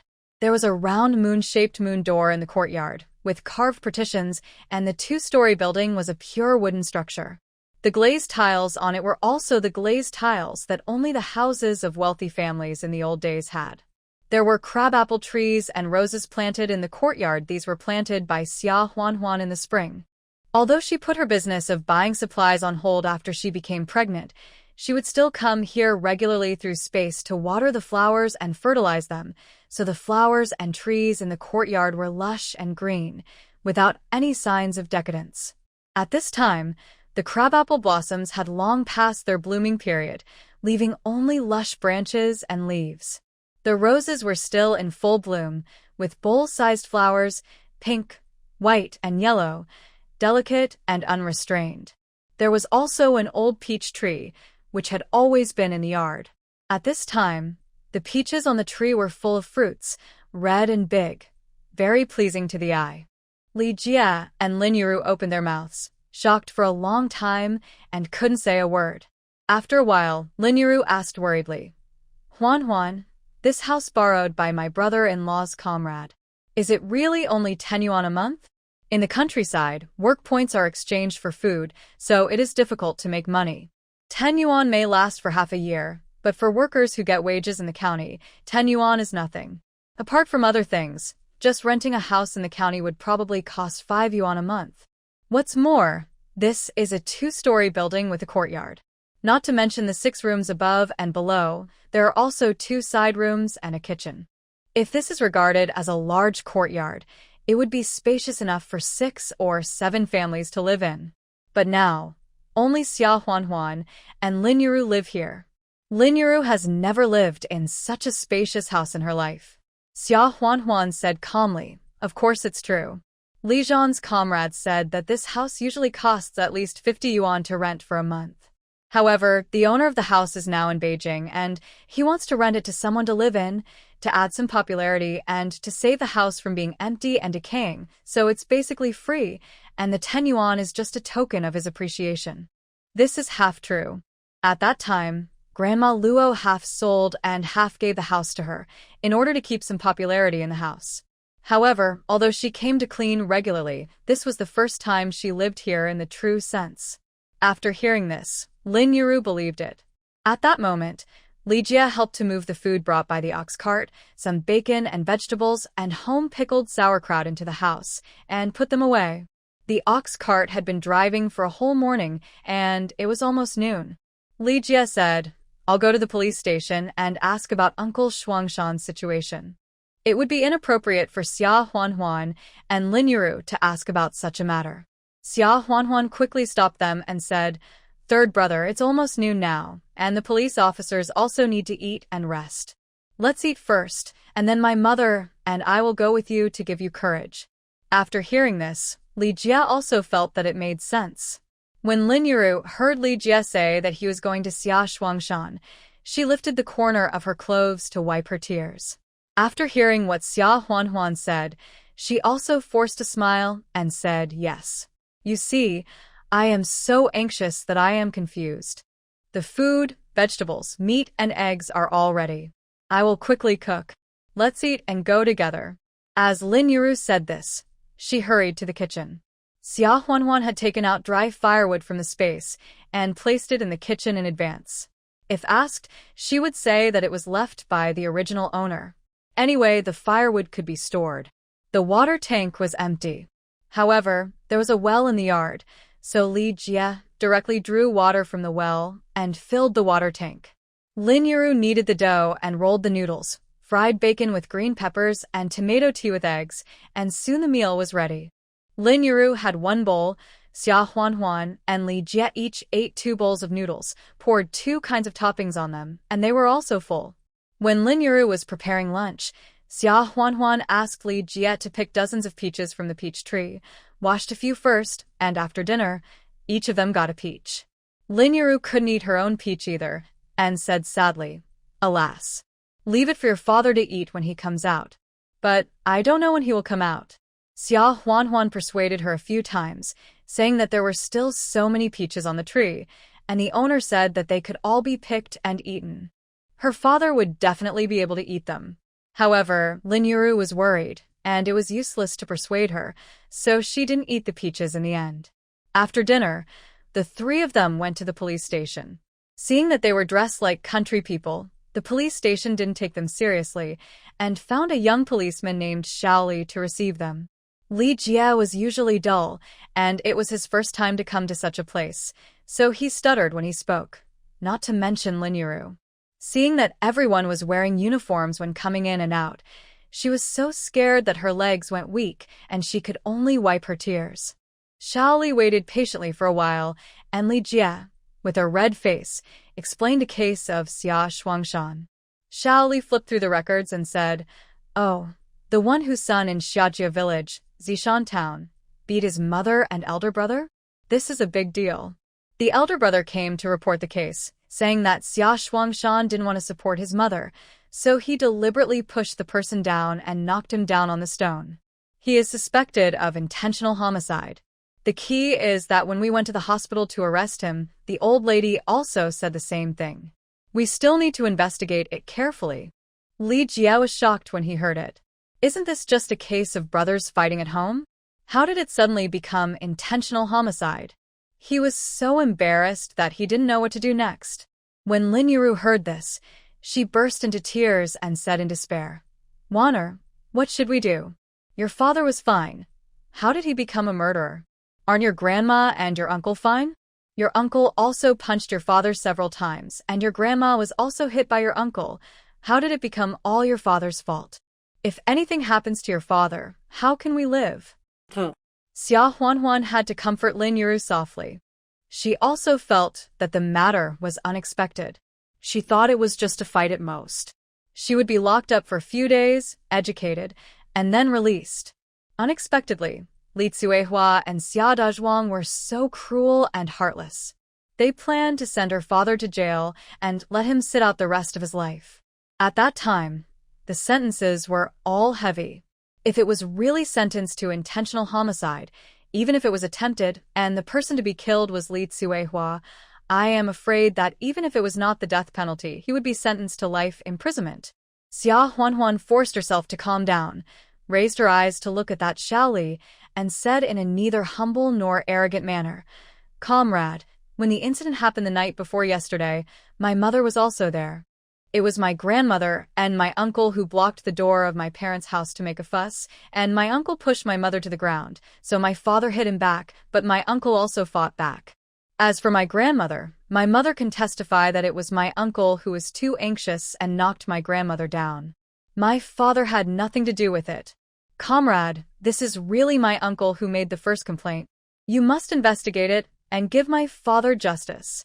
That Shaoli raised his eyes to look at Xia Huanhuan and was a little surprised that this young wife was not panicked in the face of such a situation, and she didn't stutter when she spoke. She explained the matter concisely and clearly, and was calmer and more capable than the farmer just now. Moreover, she is really handsome. Alas, I know you are anxious. But we have other cases to investigate, and to handle your case, we need to send police officers to the countryside to record confessions and testimonies. How can it be done so quickly? Don't worry, we won't wrongly accuse good people, and we will definitely find out. I can only trouble you to go back and wait patiently. Although he felt reluctant, it was the fact that he was just a small police officer and couldn't really help. Lin Yuru and Li Jie looked at Xia Huanhuan somewhat helplessly. Xia Huanhuan knew that there was no way out. They were powerless now, and even if they were peasants from the countryside, they would not be in a hurry to handle your case. They could only wait. Let's go back first, and come back tomorrow to ask. If there is no progress in one day, we will come for another day, and there will always be progress. Xia Huanhuan said softly. If there is really no progress after waiting for a few more days, or if things develop in the worst direction, there is no way to care about anything else. They can only tell Li Zhan to see if he has any way to go. Li Jie and Lin Yuru had no other choice but to go back. Lin Yuru seemed to have lost half of her soul, and she walked lightly. Seeing this, Xia Huanhuan could only try her best to hold her back to prevent her from walking into the middle of the road and colliding with cyclists. After returning to the residence, Li Jie sat there woodenly for a while. Since he could not help much, he stood up and said he wanted to go back. If the borrowed ox cart is not returned, the farm work will be delayed, which is definitely not acceptable. After hearing this, Xia Huanhuan quickly put all the peaches that Li Jie had picked on the ox cart and asked him to take it back and give a bag to the kids. Li Jie quickly refused. At that time, even food was in short supply and fruits and the like were out of the question. Such big, sweet and red peaches were sold in the supply and marketing cooperatives, but they cost only 20 or 30 cents per pound, or had to be exchanged for the same amount of grain. Who could afford to eat them? They were all just angry. Xia Huanhuan did not allow him to refuse. Third brother, our 3 little ones are still at your house. If you take them back, they can also eat them, right? If you don't take them back, I will feel even worse. Besides, there are so many on the tree. If you don't pick them, they will rot after a while. Li Jie accepted it. He said, you have to buy everything here. I will send you some vegetables from the vegetable garden in a few days. Don't spend money. Xia Huanhuan nodded gratefully. Li Jie went back, and the mother and daughter lived here temporarily. The house was big enough for sleeping, and the bedding was all new that Xia Huanhuan had taken out of the space before. She said that it was left by the owner, and let them use it at will. Lin Yuru was not in the mood to distinguish these things now, so she responded in a daze. However, when it came to cooking at mealtime, Lin Yuru still remembered that her daughter was in a heavy body and was about to give birth. Only at that moment could she concentrate on cooking. Xia Huanhuan knew that it was useless to persuade her. I can only try my best to keep an eye on her and prevent her from getting into trouble. The mother and daughter lived in the west room among the 3 main rooms on the first floor. After dinner the next day, Xia Huanhuan said goodbye to Lin Yuru and went to the police station again. Lin Yuru wanted to follow, but was stopped by Xia Huanhuan. Mom, don't go. Have you forgotten that you were almost hit by a bicycle yesterday? If you follow, I will have to take care of you. Don't worry, I will be more careful alone. Lin Yuru lowered her head guiltily and had to give up. The police station still sent Shaoli from yesterday to receive the call, but still to no avail. Xia Huanhuan went again in the afternoon. Shaoli lost his temper. Comrade, you're not planning to come twice a day, once in the morning and once in the afternoon? You are pregnant, your belly is so big, and no one is here with you. What if something happens? Xia Huanhuan looked at him and said sadly, Comrade Public Security, I can't do anything. My father doesn't come out for a day, and my mother can't even eat. It's only been 2 or 3 days, and she is so thin that she can be blown away by the wind. When I went back yesterday, I was almost killed by a bicycle on the street. The car crashed. In a few days, I am afraid that my father will be fine, but my mother is worried to death. You said that I am the only daughter of my parents, and my husband is a soldier, and is not at home all year round. The one who came yesterday was my husband's 3rd brother, and he has his own family to take care of. I am the only one left in this family. If I don't ask in a hurry, who will take care of it? I can't watch my parents being wrongly accused to death, right? It was said with deep emotion, and Xia Huanhuan was beautiful to begin with, and the beauty's sorrow made people pity her. So Comrade Shaoli felt tight in his heart and couldn't bear it. Hey, you go back first. I will help you report to the higher-ups. Comrade Shaoli had no choice but to continue to urge his superiors. Xia Huanhuan also knew that it was useless to urge him, so she planned to go back first. Anyway, she would come tomorrow. Shaoli stopped her again and asked, Hey, wait a minute, you just said that your husband is a soldier? Xia Huanhuan looked back at him and nodded a little blankly. What? What's the matter? Of course, she deliberately revealed this matter. Many of the police officers in this era are retired soldiers who have changed jobs. She is also taking a gamble, but she doesn't know if it will work.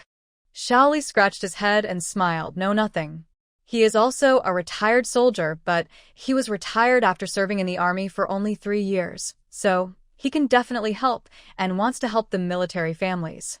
However, he told his superiors about this matter, but he doesn't dare to guarantee whether it will be useful or not, so it's better not to say it. When Xia Huanhuan left, several plainclothes officers were dragging a man in his 50s or 60s in and passed by her. Xia Huanhuan was preoccupied and didn't notice it. However, a man who came in after the plainclothes officers recognized her at once and couldn't help but feel puzzled. Shouldn't she be in the countryside? Why did she come to the county police station? Jiang Hai had been out on field duty for almost a month, running to a city in the south to hunt down the leader of the trafficking gang who had escaped last time. Finally, it was Yan Haotian, the local troop stationed there, and the local police who jointly rounded up and captured this fugitive with ammunition and extremely vicious. Of course, it was no accident that Yan Haotian showed up. Last time, after Yan Haotian asked Jiang Hai to investigate the abduction and trafficking of him, Jiang Hai had been keeping an eye on him. This time, someone anonymously reported in the middle of the night, allowing them to directly wipe out the gang that had been rampant for more than 10 or 20 years from a way they had never thought of. Unfortunately, the leader ran away. However, Jiang Hai still found out a lot of cases of abduction and trafficking of women and children in Mo County over the years from the second leader, and it is very likely that there was the case of Yan Haotian being abducted and trafficked that year.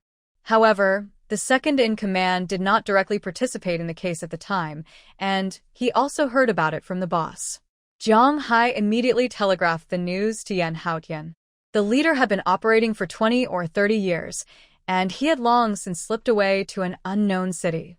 The clues to where the leader had fled to were all due to Yan Haotian's investigation, using part of the troops. When Yan Haotian found out, the leader had just used gold to buy a boat ticket for smuggling and was about to flee to the port city. Unfortunately, he was caught at the last minute and escorted back to his hometown. Jiang Hai planned to interrogate this man suddenly. Yan Haotian was not a police officer, but he was waiting for the results here. Although the times are different, the hearts of parents are the same. Although there are families whose children have been abducted and give up after searching for a while, there are also parents who come to ask about it every once in a while. They should find as much as they can. When Shaoli saw Jiang Hai coming in, he quickly stood up and greeted him. Captain Jiang. Jiang Hai happened to be a veteran, so Shaoli went up to tell Jiang Hai about Xia Huanhuan. Captain Jiang, there was a case here a few days ago. It was Xia. Jiang Hai was escorting the prisoner back by train. He hadn't slept for several days and was anxious to interrogate the prisoner. He turned around and glared at the young man who had just started working and said, "What case do you have? Wait until I finish interrogating this criminal suspect." When Shaoli heard this, he shrank his head and didn't dare to bother her any more about this matter. Yan Haotian knew that interrogating a prisoner was not an easy job and that the results would not come out in a short time, so he could not be impatient. However, he was quite concerned about Xia Huanhuan. It's been less than a year since we last met. How come this girl is pregnant? She was so pregnant, but she was still wandering around the county town alone? The point was, what was she doing at the police station? However, he didn't have time to ask the people in the institute why she came, so he raised his long legs and chased after her. You can ask the reason later. The most urgent thing is to follow her first and not let anything go wrong on her own. Yan Haotian was anxiously looking for Xia Huanhuan, but he couldn't help feeling indignant in his heart.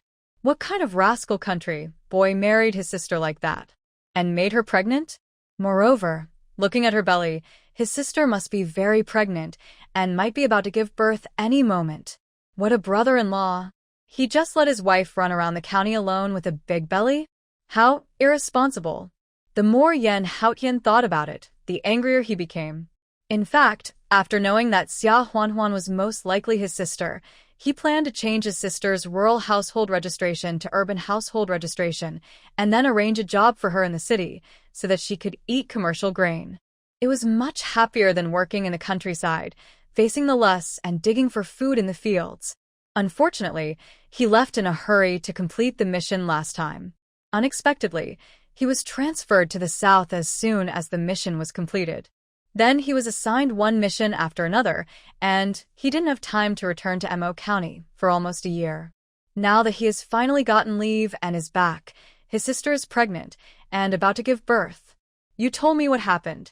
Yen Haotian made up his mind that if his brother-in-law was too bad, he would make his sister divorce him no matter what. At worst, he would raise his nephew or niece, and his allowance would be enough. In short, don't let the girl suffer any injustice. Yen Haotian quickly caught up with Xia Huanhuan and saw her slowly walking towards the old town of the county. After walking for an unknown amount of time, Xia Huanhuan finally stopped in front of a courtyard and knocked on the door. Lin Yuru came over to open the door, and after hearing what Xia Huanhuan said, she burst into tears again. Xia Huanhuan had no choice but to comfort her. Mom, don't be sad. The police will definitely handle this impartially. I've been running around all day and I'm hungry. Please make me a bowl of noodles. She didn't really want to eat noodles, but only when she cooked for her could Lin Yuru be a little distracted and not cry so much. Yen Haotian looked at Lin Yuru with a complicated expression. Xia Huanhuan called her mom. Was she her mother-in-law? Or mom?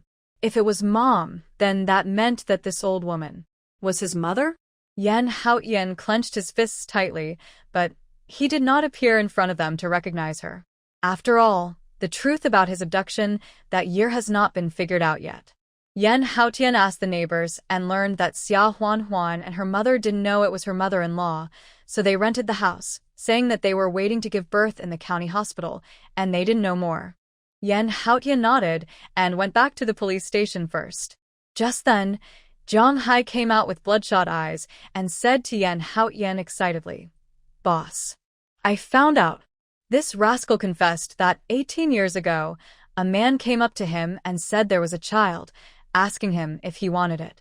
He nodded immediately and asked the man to bring the child over, handing over the money and the child. When the child was brought over, he remembered clearly that the man called the child Shout Eon, and there was a birthmark on the child's leg. Because of this birthmark, he gave the man 10 yuan less. Boss, the details match. Yen Haotian was shocked and raised his hand to pat his cheek. Like Zhang Hai, he took the green train to the prisoner back all the way, and he hardly slept for 2 days and 2 nights. Now he heard that the matter he had been investigating for several years had a clue, so he was naturally nervous and excited. He did have a birthmark on his leg. Moreover, after being sold, he was stimulated and had a stress reaction, and his memory was fuzzy. He only remembered that his name was Xiaotian, so his adoptive parents gave him his current name. Anything else? The man who sold him called him Xiaotian, which meant he must be an acquaintance. Who? Was he? Could it be his biological parents? In that era, which rural family had enough food? Moreover, most families had children one after another. Sometimes they couldn't afford to raise them, so they found someone to give them away. It was a very common thing. Of course, there were also cruel parents who sold their children directly. The reason why he had been suspicious for so many years was because of a detail that he remembered very clearly. His father bought him a candied haws, and he was happier than during the Chinese New Year. Then, he woke up from an ox cart with the candied haws, and there were a few unfamiliar children beside him. 2 fierce men whipped them with whips, told them that they had been sold by their families, and told them not to cry, otherwise they would be whipped to death. Yen Haotian closed his eyes for a while, and when he opened them again, his eyes had regained the decisiveness and calmness that he had trained for many years in the military career. Zhang Hai was hesitant to speak, but still said, "That rascal also said." He can remember it so clearly. There is another reason. It is very likely that the man who sold the child is the child's father, because the child looked up and called the man dad. He had just entered this business at that time, and he was willing to sell a child who was 4 or 5 years old. It was the first time he saw it, and he has always remembered it. Yan Haotian's body swayed, and Jiang Hai hurriedly asked, "Boss, are you okay?" Yan Haotian quickly covered up his gaffe and whispered, "I'm fine." If the man who sold the child that year appeared in front of him again, would he still recognize him? Jiang Hai frowned slightly. "Boss, I think let's forget about it. Don't pursue it.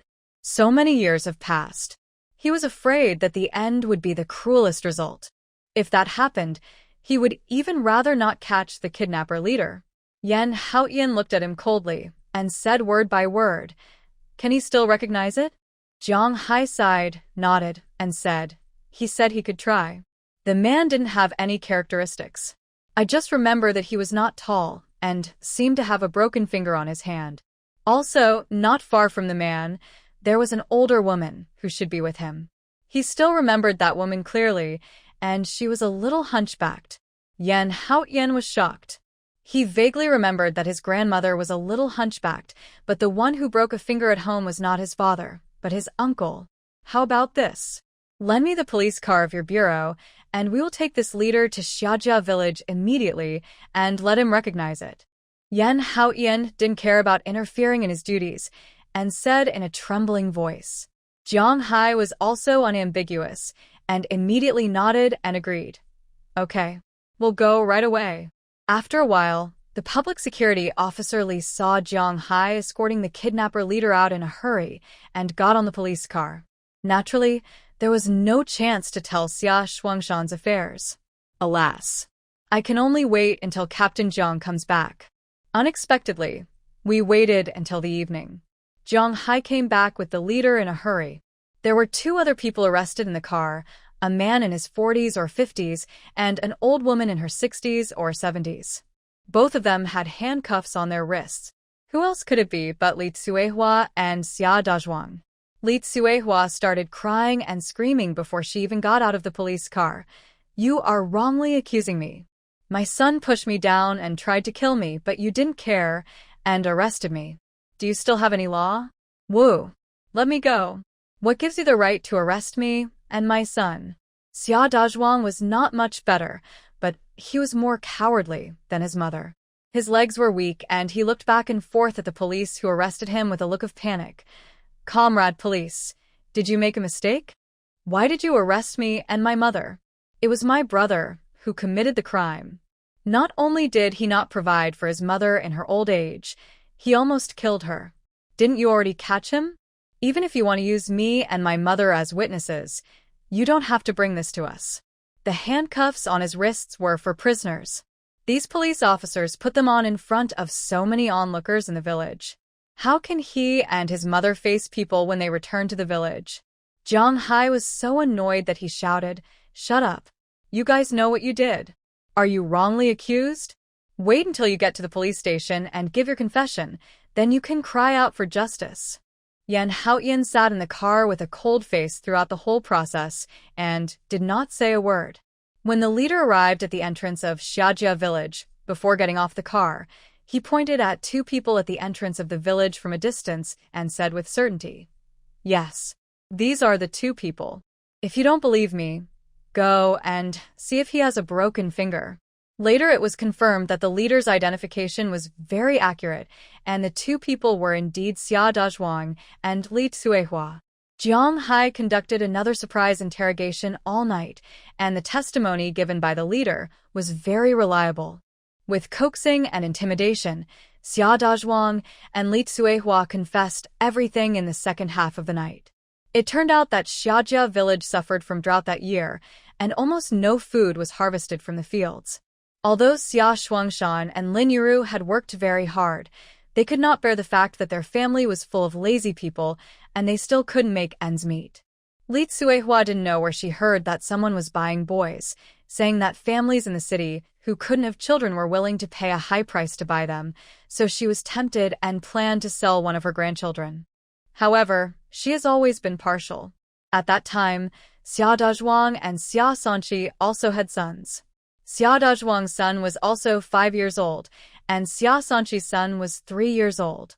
She couldn't bear to give up either, so she set her sights on Xia Shuangshan's son. However, she also knew that no matter how filial her second son was, She would never agree to give her son away, so she and Xia Dezhuang thought of a way. That day, Xia Dezhuang took advantage of Xia Shuangshan and Lin Yiru working in the fields and used the bait of buying candied haws for Yan Haotian to secretly bring Yan Haotian to the traffickers. After returning, he asked Lu Hongmei to pretend to run home in panic, saying that she saw Yan Haotian playing by the river and accidentally fell into the river and was washed away. In order to avoid being exposed, he deliberately used candied haws to coax Yan Haotian and asked him to call him dad, so the traffickers misunderstood. Xia Dezhuang never dreamed that it was his action of asking Yan Haotian to call him dad that left a deep impression on the human traffickers, so much so that they could still remember him clearly almost 20 years later and recognized him at once. During the interrogation by Jiang Hai, Yan Haotian went to see Xia Shuangshan. They drove a police car to Xiajia village. The villagers of Xiajia village thought they were here to investigate the case of Xia Shuangshan's arrest, so they all surrounded them and begged them to prove Xia Shuangshan's character. Comrades in the Public Security Bureau, it is impossible for the second son of the Xia family to do such a thing. We are from the same village, and we have been watching for many years. Li Tsuehua is really partial to her. Even so, after her second son broke off the relationship with her, he still gave her 1 yuan a month for retirement. It is impossible for the second son of the Xia family to do such a thing. That's right. If you say that the eldest and third sons of the Xia family can be driven out, I believe it a little bit. I think it's obvious that Xia Dezhuang saw that the second son of the Xia family and his wife broke off the relationship with them, and the family lost 2 old oxen to work for them. The second-rate lazy man and his family didn't earn enough work points to eat, so he was angry and deliberately falsely accused the second son of the Xia family. Yan Haotian didn't know until then that Xia Shuangshan was in the police station. Xia Shuangshan had been locked up for a few days, with a scruffy beard, and looked very embarrassed. Seeing that the person who interrogated him was a young police officer whom he had never seen before, he did not care and continued with the same words as before. Comrade police, I really did not push my mother down. It was my eldest brother who knocked her down accidentally. Yan Haotian did not want to care about this matter. Anyway, Jiang Hai would definitely handle this case during the interrogation. He looked quietly at the gray-haired man in front of him. In his vague memory, his father was tall and big, and always put him on his neck to ride a big horse. He would always look up at him in admiration. Nowadays, Xia Shuangshan is not as tall as himself, and his face is full of wrinkles. Years of hard work have made him look very old. However, his attitude is still simple and unpretentious. In this respect, he is many times better than that of Xia Dezhuang. Yan Haotian felt as if a ball of cotton was stuffed in his throat. He was silent for a while, then he asked, "We checked your family's household registration information and found that you had a son who was reported dead by drowning more than 10 years ago, right?" Xia Shuangshan didn't expect that after more than 10 or 20 years, someone would suddenly mention their dead child. He was stunned, and his lips began to tremble. Seeing that he didn't answer, Yan Haotian didn't ask any more questions. He had checked this household registration change record before and was not unfamiliar with it. Yan Haotian continued to ask calmly, "Do you still remember that you promised your son that you would buy him candied haws on his birthday? Did you buy it for him?" Xia Shuangshan looked as if he had seen a ghost. He stared at Yan Haotian with a pale face, his lips trembling even more. Suddenly, turbid tears welled up in his dry eye sockets. A grown man suddenly covered his face and started to sob. How could he not remember? He promised Xiaoyan that he would buy him candied haws on his 5th birthday. However, when he kept 1 cent from the money he earned from odd jobs, Li Tsuehua scolded him for being selfish, saying that his family was almost starving to death, yet he still embezzled 1 cent. At that time, 1 cent could buy a pound of sweet potato noodles, which was enough for a day's food for the whole family. He was stupid enough to hand over the 10 cents and break his promise to his son. He thought, after the famine, when his family was no longer hungry, he would buy 2 for his son. It was the same. Because of this, his son was angry with him and didn't talk to him for several days. Less than half a month later, the child fell into the water and drowned. He died without ever eating the candied haws he longed for. My poor child. He died without ever eating the candied haws he longed for. Why didn't I buy it for him? I really regret it. Xia Shuangshan cried and banged his head against the table.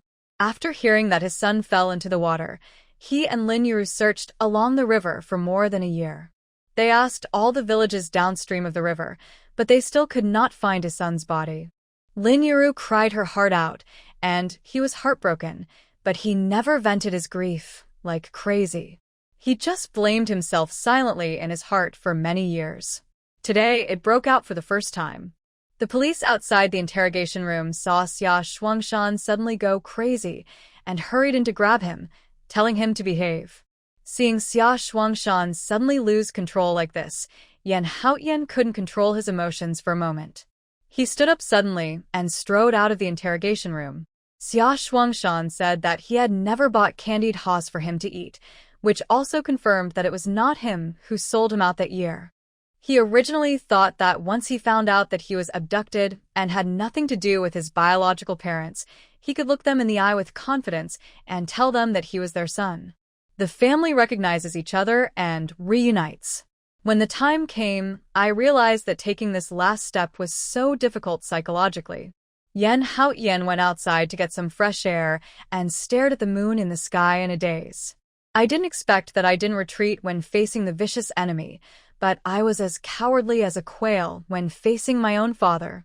Yan Haotian couldn't help but sigh with both anger and amusement, and decided to wait for some time until he had calmed down and made mental preparations before talking about the matter of recognizing his relatives. Xia Shuangshan was taken back to the detention room by the police, and he was still crying with regret.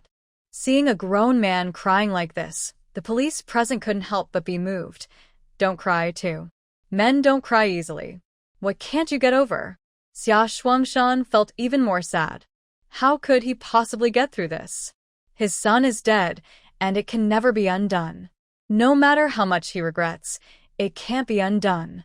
Candied haws. Candied haws at 1 cent each. Why didn't he buy them? Xia Shuangshan cried until the late night before he fell into a drowsy sleep. But after sleeping for a while, he suddenly woke up, sat up in bed, and without caring about anything else, rushed to the door like crazy and shouted loudly, "Comrade! Comrade!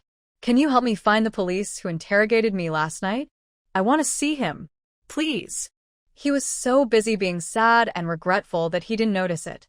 Just now, he suddenly remembered the incident of the candied haws from almost 20 years ago. How could that young policeman know so much about it? Could it be that his son is still alive? That young policeman is his son. The police officer on duty was woken up by the noise and was very annoyed. He ignored him and scolded him. "Why are you making a fuss? Your case has been investigated, and we should be able to let you go tomorrow morning. Just bear with it for a few more hours." Xia Shuangshan was anxious. "No. Public security comrade. I really have something important to ask that public security officer. I kowed out to you." The police were helpless and said, "That wasn't our police.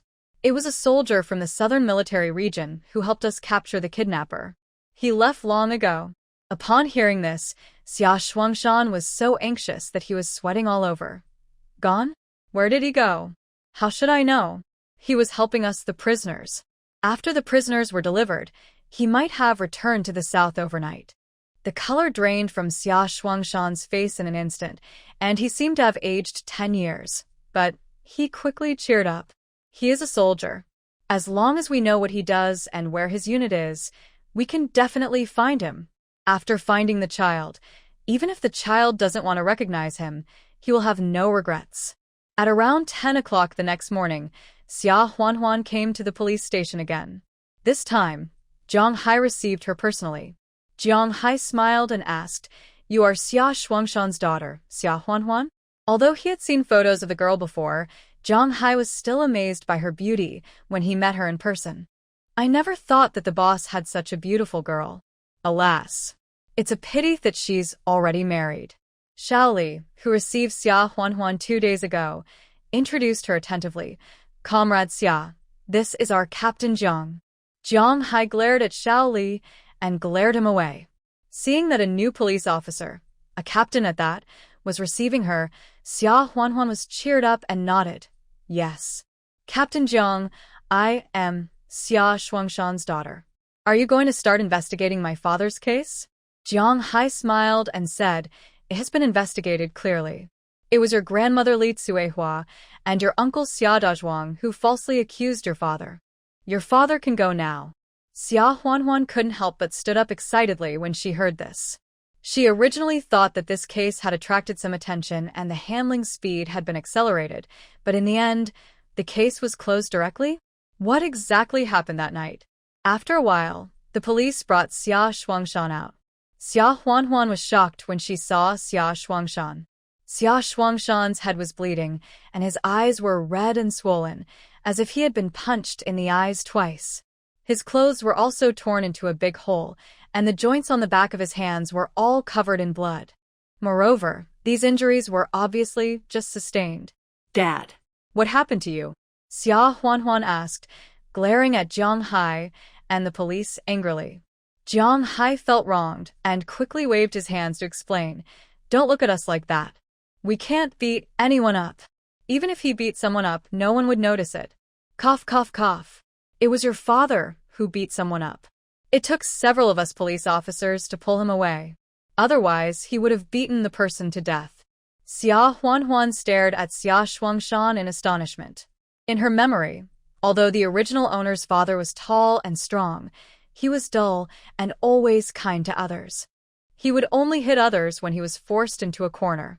The last time Xia Dazhuang was beaten was because Xia Dazhuang and Li Tsuehua were such bad guys. How come? He would actually beat someone up in the police station, in front of so many police officers? The key point is, Xia Shuangshan beat someone up in the police station, and the beating was probably quite severe, but the police actually turned a blind eye and did not pursue the charge of fighting against him, and even let him go? Wasn't this the style yesterday? What on earth happened this night? Jiang Hai sighed and said, Your father beat up your uncle again, and your grandma was also slapped twice.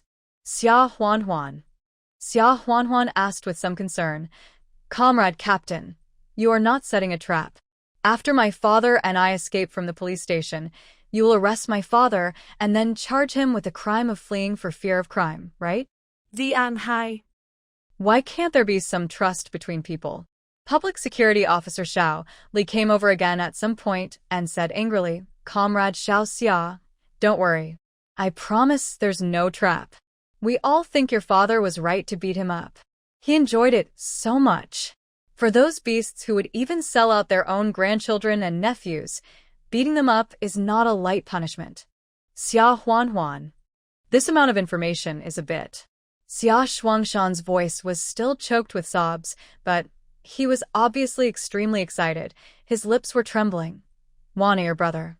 Maybe he is still alive. Xia Huanhuan widened her eyes. She remembered that the original owner had an older brother, but when he was 5 years old, he accidentally fell into the water and drowned.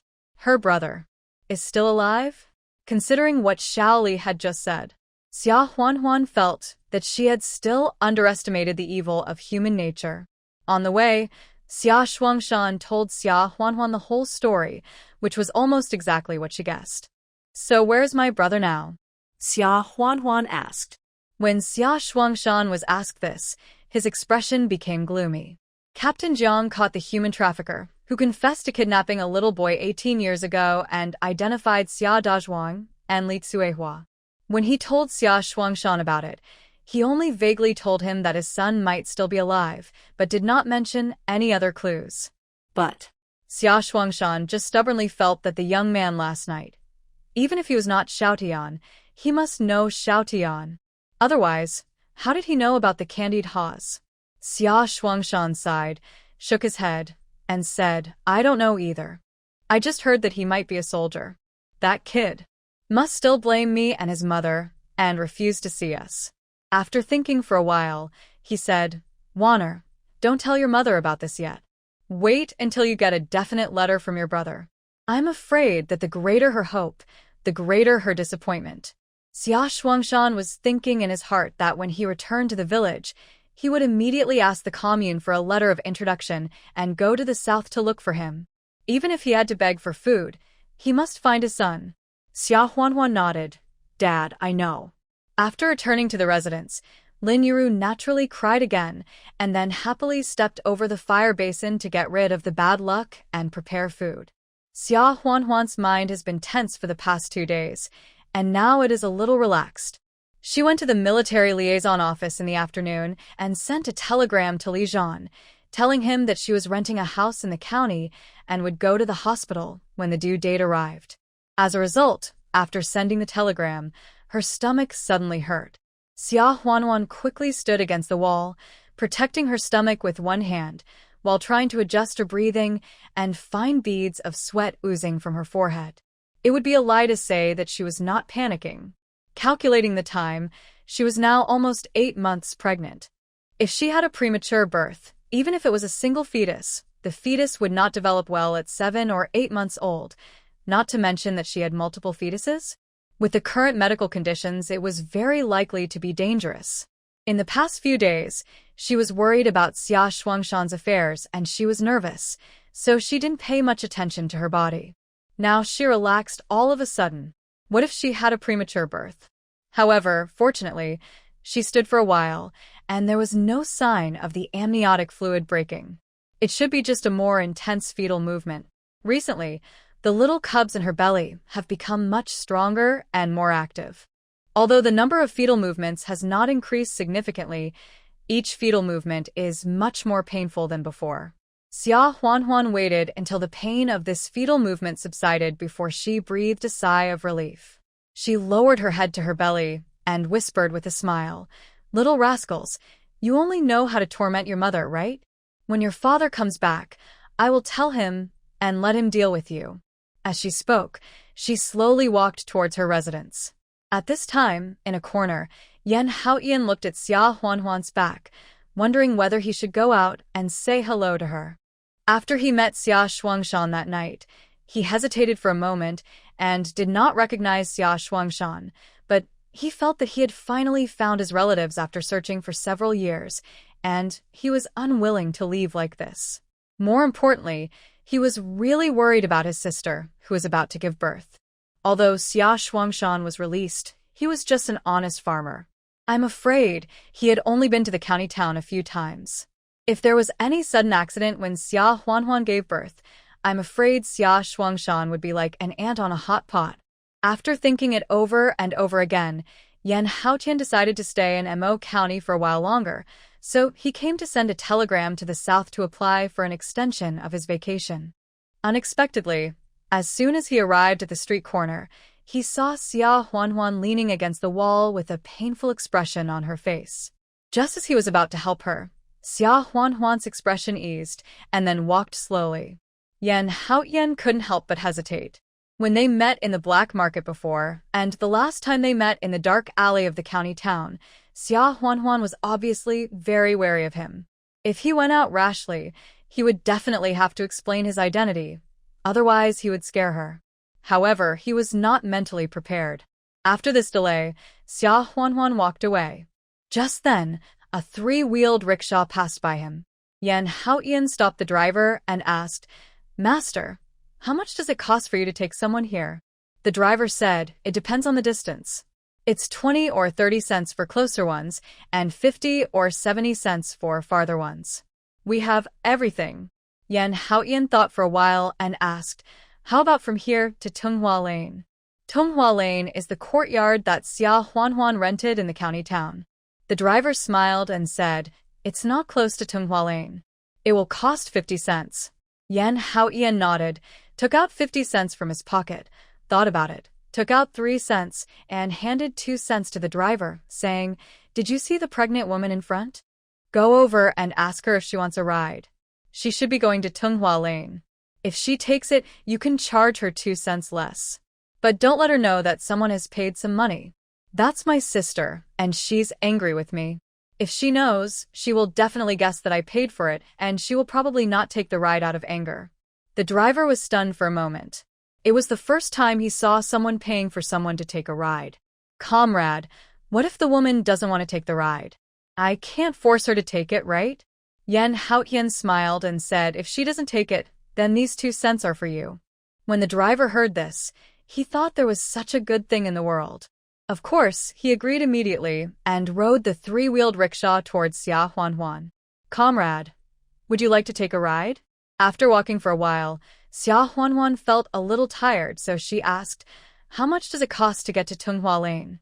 The driver did not tell the truth because of Yan Haotian's instructions and smiled. It was originally 50 cents, but since you are A and pregnant, I will give you 20 cents off. Just give me 30 cents. Xia Huanhuan was stunned for a moment. Is there such a good thing in the world? Although she can afford 50 cents, who can be so expensive? So she smiled and said, okay. Master, please be steady on the road. I can't stand the bumps.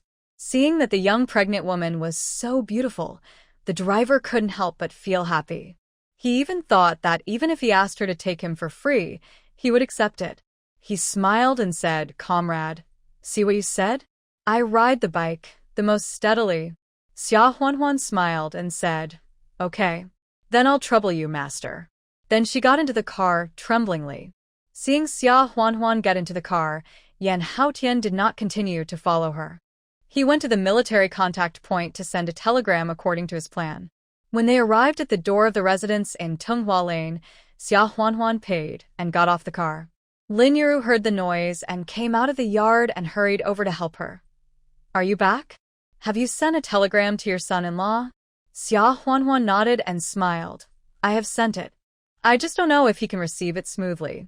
The unit where Li Zhan belongs to the military district of Beijing City, but it is different from other units with permanent garrisons. It is an independent regiment with strong mobility. There are not many people, but each of them is an elite. Any one of them can be a company commander or battalion commander in an ordinary unit. Most of the tasks they perform are confidential or urgent tasks, so their whereabouts are often uncertain, and sometimes they have to cut off all contact with the outside world in order to perform their tasks. For example, more than a month ago, she sent a telegram to tell him that the family had started building a house. Li Zhan only received it half a month ago and sent her a telegram back. This time, she didn't hold out much hope. Even so, Xia Huanhuan couldn't help but hope that Li Zhan could come back before the children were born. The master said that the possibility of triplets was greater. If he missed it, he would miss the birth of 3 children at once. Besides, it was quite a headache to name the children. She had been thinking about it for several months, but she was not good at naming and couldn't come up with anything satisfactory.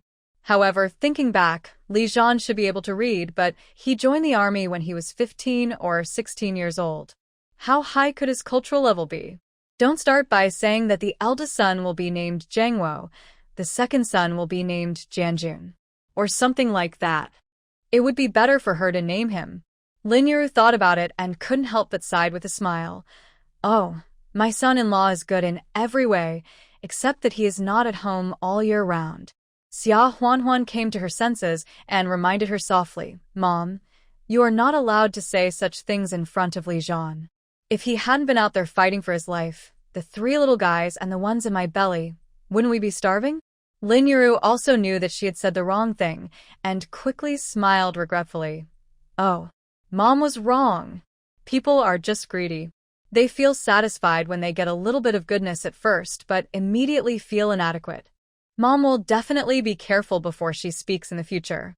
She couldn't help but look at Xia Huanhuan with a smile and said, Look at you. Didn't Mom just say something wrong about him? Look how distressed you are. Xia Huanhuan couldn't help blushing. Lin Yuru sighed and said seriously, but a couple should think about each other like this so that they can stay together forever. Xia Huanhuan's face was still a little hot, and she smiled, Mom. Don't say these things, it's so corny. By the way, where's my father? Why don't I see him? Lin Yuru remembered and smiled. Oh, I was so busy talking to you that I forgot about it. Your father went back to the village after lunch. He said that the commune is now busy with autumn harvest and winter planting. He has delayed his work points for several days. If he doesn't go back and work more, he may not get much grain when the autumn harvest is over, and this winter will be difficult. Xia Shuangshan had another meaning, which he didn't reveal to Lin Yuru. He planned to go to the south to find his son after the autumn harvest and when he was not busy in winter. In the past, he was fine at home in winter. Winter was the time when everyone was rebuilding their houses or repairing pigsties and cow sheds. He could go out to do some work and earn a few dollars a day, so even if the food he got was not enough, he would have money to buy. Or he could go hunting in the mountains and eat meat from time to time. If he went to the south this year, the travel expenses alone would probably cost a lot. If there was not enough food in winter, there would be only Lin Yuru and her daughter with 5 or 6 children at home. Wouldn't they starve? Therefore, he could only work hard to earn work points in the past few days to get more food. Lin Yuru didn't know that her son might still be alive. She was happy that Xia Shuangshan was fine. Alas. Your father is destined to be a hard worker and can't stay idle. But it's good for him to go back. We live in this county town and have to spend money as soon as we open our eyes. If he is idle at home alone, it will cost one more person's food and money. I don't know if his injuries are healed. How will he eat when he is alone at home? Xia Huanhuan could hear Lin Yuru's worry. She thought for a moment and said with a smile, Mom, calculate the time. I'm less than 8 months old. Originally, because of Dad's matter, I came to the county town early. Now that my dad has been released, I thought I should go back to the village first. After half a month, when the autumn harvest and winter planting are finished at home, our family can come over and bring the 3 kids with us. We can live in the county town peacefully and wait for me to give birth. Otherwise, not only will you worry about both ends, but I will also have to trouble my dad or third brother to send us food and vegetables. Lin Yuru's first reaction was to shake her head quickly. How can that be? Didn't the doctor say that you have multiple babies and may give birth prematurely? Just spend the money in the city, and it's safer to live closer to the hospital. Xia Huanhuan talked for a long time. She was really fine, and asked her not to worry. However, Lin Yuru was rare in her persistence on this matter. She would rather spend money in the county town than go back. No. No matter how important it is to earn work points and food for the family, it is not as important as giving birth to a child. Your father is so old, can he still starve himself? Seeing this, Xia Huanhuan no longer insisted. She actually really wanted to go back and live here for another half a month, and it was not just for Xia Shuangshan or Lin Yuru. When she was in the village before, she either sewed clothes and knitted towels, or made tofu, sprouted bean sprouts, pickled sauerkraut, etc. Her hands were always busy, and she also felt that the 3 little kids were too noisy, so she just wanted to have a few days of peace and quiet. As a result, after living here for a few days, it was quiet for her and Lin Yuru alone, but it was too quiet. Instead, she missed the lively days in the village. However, there was enough room here, and after the autumn harvest, she would let Xia Shuangshan bring the 3 kids to live together, and she could endure this half a month. The discussion of this matter came to an end, and Lin Yuru asked Xia Huanhuan to go back to the house to rest. You haven't had a good sleep these days because of your father's affairs. You have been running around outside. You should go to sleep for a while. Xia Huanhuan was really tired, so she nodded and smiled. Okay. I'll go to sleep for a while. Lin Yuru waited for Xia Huanhuan to fall asleep and started to get busy. She was absent-minded for so many days and didn't do any housework. Now she cleaned the house inside and out, drew water from the well in the yard, and washed all the clothes she had changed. She took some sour beans from the pickled vegetable jar, went to the county butcher shop to buy a pound of meat, chopped it into meat stuffing, and planned to make dumplings for Xia Huanhuan. Xia Shuangshan and she originally planned to save more than 20 yuan to subsidize Xia Huanhuan to build a house, but Xia Huanhuan didn't have it. This time when she came to the county, Lin Yuru brought all of it.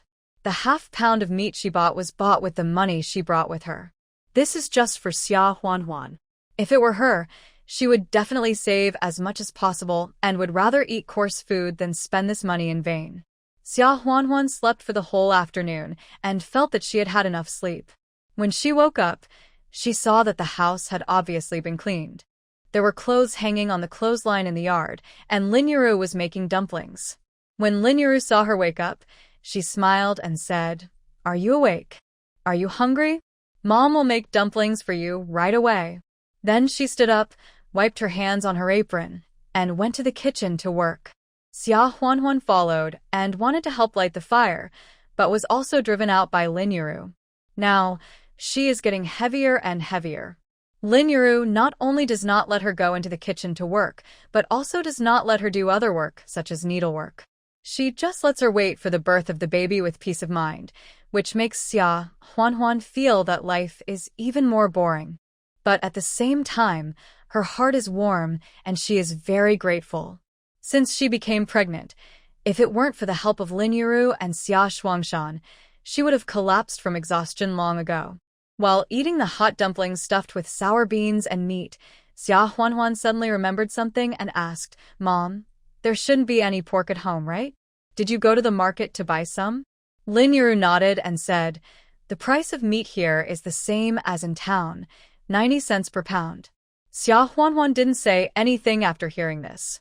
After dinner, she took out 2 big unity notes and gave them to Lin Yuru. "Mom, take these 20 yuan first. I neglected it. We live in the county town. If our family is short of anything, we have to spend money to buy it. I also forgot to give you money." Lin Yuru insisted, "Mom has money. What's wrong? The meat bought with your mom's money doesn't taste good, or what? Why are you so awkward?" After hearing this, Xia Huanhuan didn't insist and smiled. "Okay. Then I will spend my mom's money with peace of mind. However, if you don't have enough money, you must tell me. Li Zhan has so many allowances every month. It's much easier than you saving money. Don't save money for us. There is no need to divide it too clearly at this moment, which will hurt the relationship and make them alienated. Give them the money later." Moreover, there was also the matter of her brother, who might still be alive.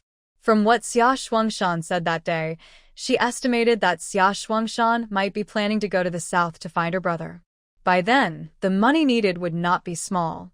It would be the same if she returned it to them at that time. The next day, Xia Huanhuan, accompanied by Lin Yuru, went to the hospital and asked the doctor to check again. The doctor confirmed that everything was fine and there was no major problem. He asked them to go back and wait for the birth. The mother and daughter settled down in the county town temporarily and waited for the birth.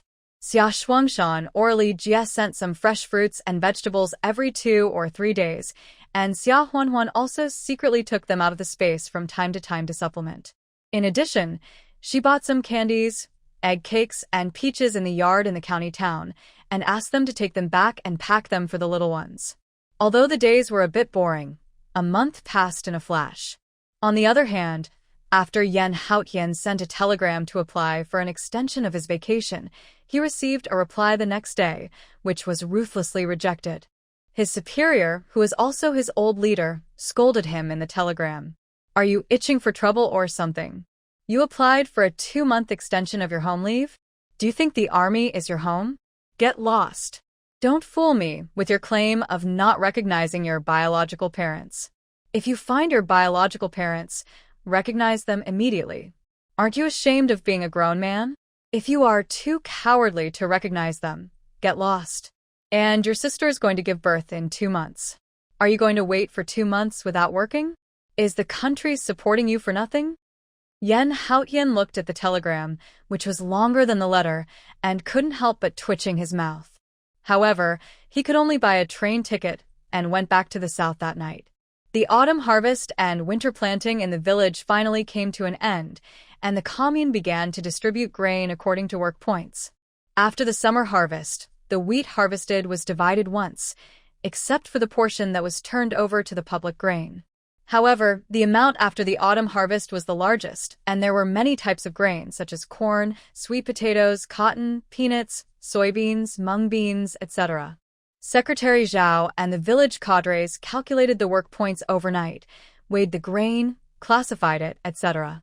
After a few days, they still kept the portion that was turned over before distributing it to each household.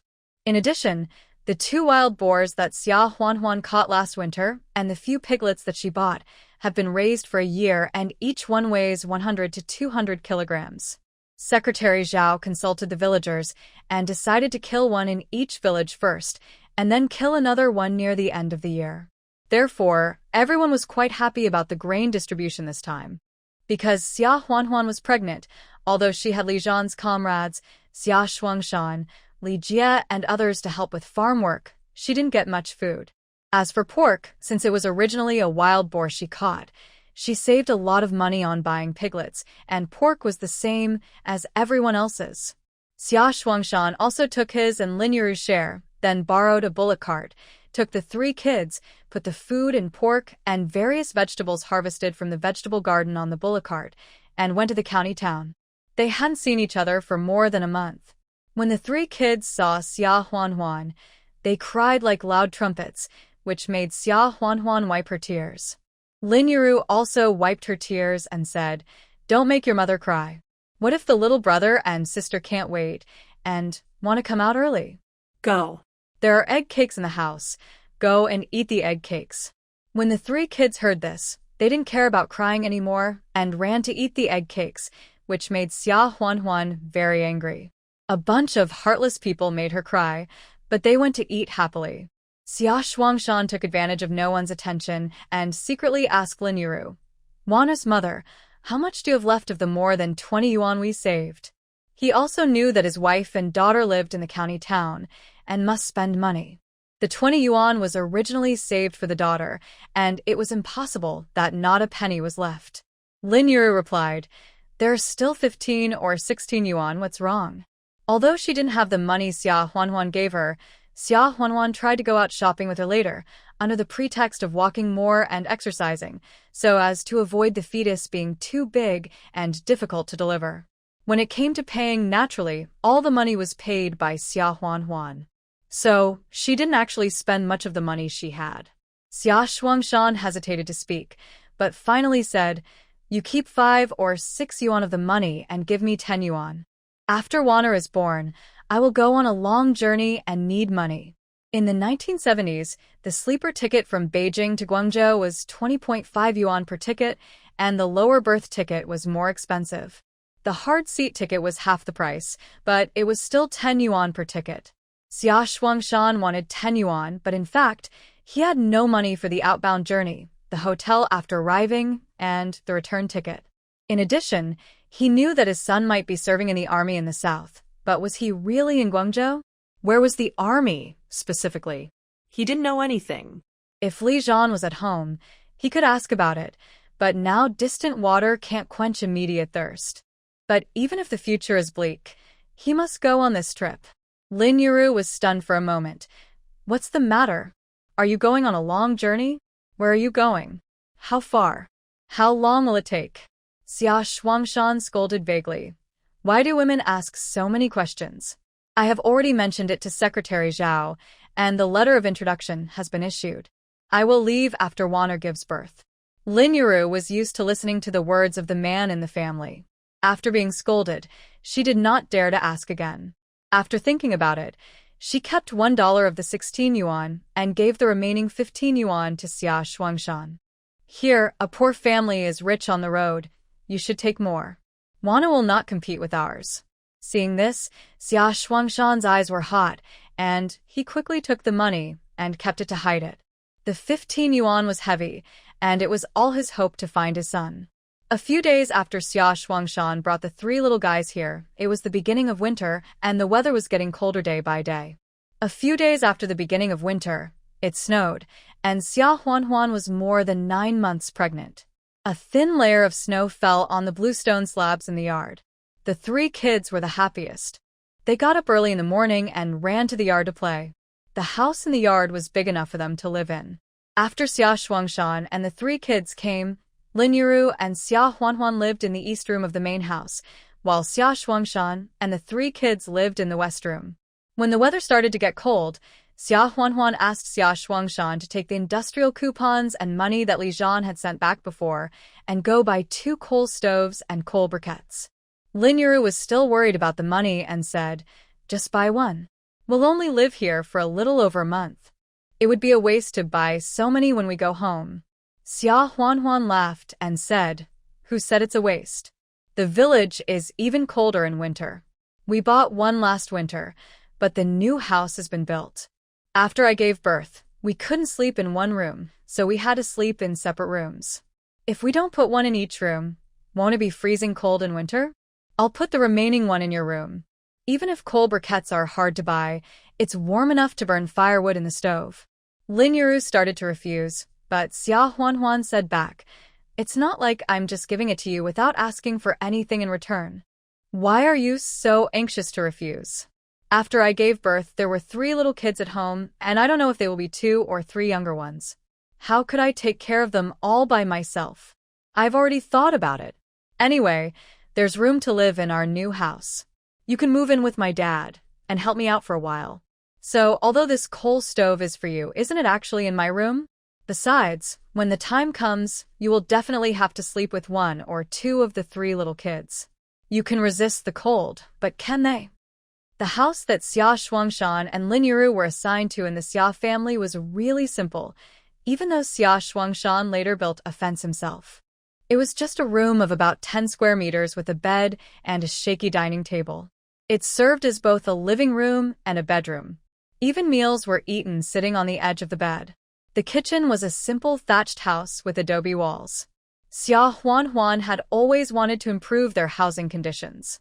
However, if a wife's parents live with her son-in-law in the countryside, they will be laughed at by others, so she never made it clear. But after she gave birth, Lulan's character was obvious to everyone in the village. She gave birth to multiple children, so if she brought her parents over to help her for a while, no one would gossip. Of course, it was impossible to give up the house in Xia village, otherwise it would be cheap for other Xia family elites. So they still let them lock it up and go back to live there from time to time. Lin Yuru had nothing to say, but she still felt sorry for the money. Alas, it's too expensive. A coal stove costs 15 yuan, and industrial coupons are required. 15 yuan took your father and I half a year to save.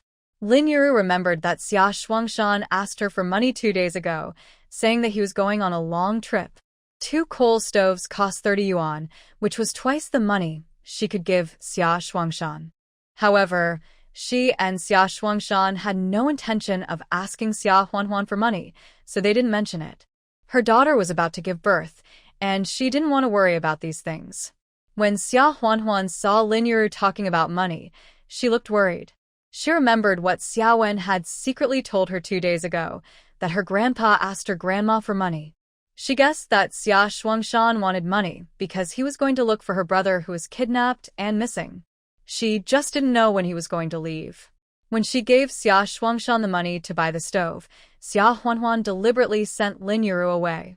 After she gave Xia Shuangshan 30 yuan and the industrial voucher, she took out another 100 yuan and said softly, "Dad, take this 1 yuan too." Xia Shuangshan was stunned for a moment and subconsciously wanted to refuse. Before he could speak, Xia Huanhuan said, "Dad, don't be so quick to say no. Let me ask you, are you planning to go to the south to find my brother without telling my mom? I heard from Xia Wen that you asked my mom for money. When you go out, you should bring more money with you so that you can at least have money for accommodation and meals, right? Otherwise, the 15 yuan my mom gave you may not even be enough for the round-trip fare. Do you plan to sleep on the roadside and beg to find my brother?" Xia Shuangshan couldn't help looking embarrassed when he saw that his daughter had seen through the thing he had intended to hide. He chuckled twice and said, You guessed it? Alas. I also know that you are about to give birth. When I leave, you and your mom will be left at home. It must be difficult. But your brother has been away for more than 10 or 20 years. If he is still alive, I would like to go find him." As he spoke, the eyes of a grown man were still red. Xia Shuangshan said quickly, "But Dad will definitely wait until you give birth and send you and the cubs back to the village safely before leaving." Xia Huanhuan smiled and said, "Dad, I didn't argue about this. I know you can't let go of my brother. Otherwise, you wouldn't have given you this 100 yuan, right?" In fact, after she heard Xia Shuangshan say that her brother might still be alive and might be serving in the army in the south, she sent a telegram to Zhan, wanting him to find out if he knew about the situation in the south. Unfortunately, including the last telegram she sent, Zhan never replied. Xia Shuangshan was extremely anxious and would definitely not be able to wait, so she could only ask him to bring more money so that he could have a better time on the road. Xia Shuangshan nodded and choked up, saying, "Alas, this money is a loan from Dad. I will pay you back when I make money in the future." Xia Huanhuan smiled and said, "Look at what you were talking about. It's been almost a year. You and my mom have taken care of me and built a house for us. You have not been idle for a day. If we really settle the accounts, I am afraid that this 100 yuan I paid you back is too little." "Dad, you said you would pay me back in the future. Are you speaking in a sarcastic way? Do you think I didn't give you enough?" Xia Shuangshan laughed at it and said, "You kid, you always have a lot of crooked logic." Xia Shuangshan took the money to buy a coal stove and stuffed the 100 yuan that Xia Huanhuan gave him into the pocket on the chest of his patched old Zhongshan suit. The county town is not big, but the supply and marketing cooperatives that sell all kinds of things are now concentrated in the staff building. Xia Shuangshan went through the old city, which is equivalent to crossing the county town, and he just passed the railway station in the center of the county. Xia Shuangshan was thinking of going to the train station to ask about the train schedule to Guangshi, the ticket price, and how many days in advance to buy tickets, so that he would have a good idea in his mind, and leave immediately after Xia Huanhuan was born. Because there are textile factories and wood processing factories in Mo County, finished cloth and processed wood must be transported to other places by train for sale, so the train station is not small. In addition, there are many foreign workers here, which makes the train station always bustling and very lively. Bustling, it is chaotic. As soon as Xia Shuangshan entered the train station, he was spotted by a gang of pickpockets. They have been entrenched in crowded and noisy places like train stations for many years. Who is not vigilant and who is a big fat sheep can be seen at a glance. Although Xia Shuangshan's clothes are patched, he looks like a mud leg from the countryside, but it does not prevent him from carrying a huge amount of money. Apart from other things, the nervous expression on Xia Shuangshan's face and the small movements of trying to protect his chest pocket intentionally or unintentionally betrayed him completely. The pickpocket gang had their own method. First, they found someone near Xia Shuangshan, who suddenly cried out in despair that his money had been stolen, prompting Xia Shuangshan to check if his money was still there. After they determined where he had put the money, the next step was easy. They sent a skilled pickpocket to gently bump Xia Shuangshan's shoulder, then pretended to apologize. In just 1 or 2 minutes, the money in Xia Shuangshan's pocket was theirs. Xia Shuangshan was still unaware of this, and went to the ticket office to queue up and ask about the ticket. "Comrade, how much is a hard seat ticket to Guangzhou?" "A hard seat will do. If you don't have one, a standing ticket will be fine." The conductor didn't even look at him and asked coldly, "A hard seat ticket is 10 yuan and 22 cents, and the standing ticket is the same price. Which day do you want to buy the ticket? Give me the letter of introduction and the money." Xia Shuangshan was embarrassed by the question. "I don't know yet. It will probably be half a month or a month later. I don't have the letter of introduction with me." The conductor turned around impatiently when he heard it. "You don't even know which day you want to buy the ticket, and you don't have a letter of introduction. Why are you coming here to ask? You are delaying other customers from buying tickets. Don't blame me for reminding you. It's almost the end of the year, and tickets are hard to buy. Hurry up and make a time before coming back." It was Xia Shuangshan's first time to buy a train ticket, and he didn't dare to ask any more questions. He agreed timidly and quickly gave up his seat to the people queuing behind him. As soon as he came out, he remembered that he should ask if he could buy the ticket in advance, a few days in advance. This was what Xia Huanhuan told him. If he bought it in advance, he could buy a hard seat. Otherwise, the price of a hard seat and a standing ticket would be the same. It was a big loss just because he bought it late. It would take more than 30 hours to get to Guangzhou. Who could afford a standing ticket? Xia Shuangshan hurried back and wanted to ask one more question. Unexpectedly, in just a minute, the people in the queue behind him started to scold him for cutting in line, and the ticket seller was also indifferent to him. Xia Shuangshan blushed and explained awkwardly, Comrade, I just queued up. I just want to ask one more question." The ticket seller was impatient and immediately screamed, "I don't care if you have queued before. If you are out of the queue, you have to queue again. Peasants are peasants, and they have no manners wherever they go." Xia Shuangshan felt aggrieved and angry, but he finally held back and turned away. The city dwellers eat the food grown by these country folks, and they don't have to worry about starving all year round. but in the end they still have to look down on them. The unfairness of this world has never disappeared. Xia Shuangshan left the ticket office, and then he heard the money on his body. He hurriedly felt his pockets, but it was empty. The 30 yuan he needed to buy a coal stove, the industrial coupons, and the 100 yuan Xia Huanhuan gave him were nowhere to be found. Xia Shuangshan felt dizzy all of a sudden. His face turned pale, and his legs and feet were weak. With trembling hands, he hurriedly took off his patched clothes and felt all the pockets on his clothes. But where could he find it? He even didn't know when he lost his money. 130 yuan. He worked for a year and only saved 20 yuan. 130 yuan would take him 6 or 7 years to earn. More importantly, that was the money he needed to find his son. Now that the money was gone, how could his son find it? Xia Shuangshan suddenly stood there in a daze as if he had lost his soul, and then suddenly fell to the ground with a thud. At this time, a tall figure had just returned to the door of the ticket office and was looking inside, as if looking for someone. When he heard the noise and looked over here, his heart tightened, and he pushed away the others and rushed over. What happened? I don't know. I just saw him searching his pockets in a hurry, and then he fell head first. Oh. Maybe the money on his body was stolen by a pickpocket? I heard that there was also a person who fell headfirst after his money was stolen 2 days ago, and he died. Hurry up and pinch his renjong to save him. Oh. Those pickpockets are really evil. The man who rushed over saw clearly who was lying on the ground unconscious, and his body shook violently. Then he didn't care about hesitation and awkwardness and pushed away the people around Xia Shuangshan and then pinched his renjong while pressing his chest hard, trying to save him.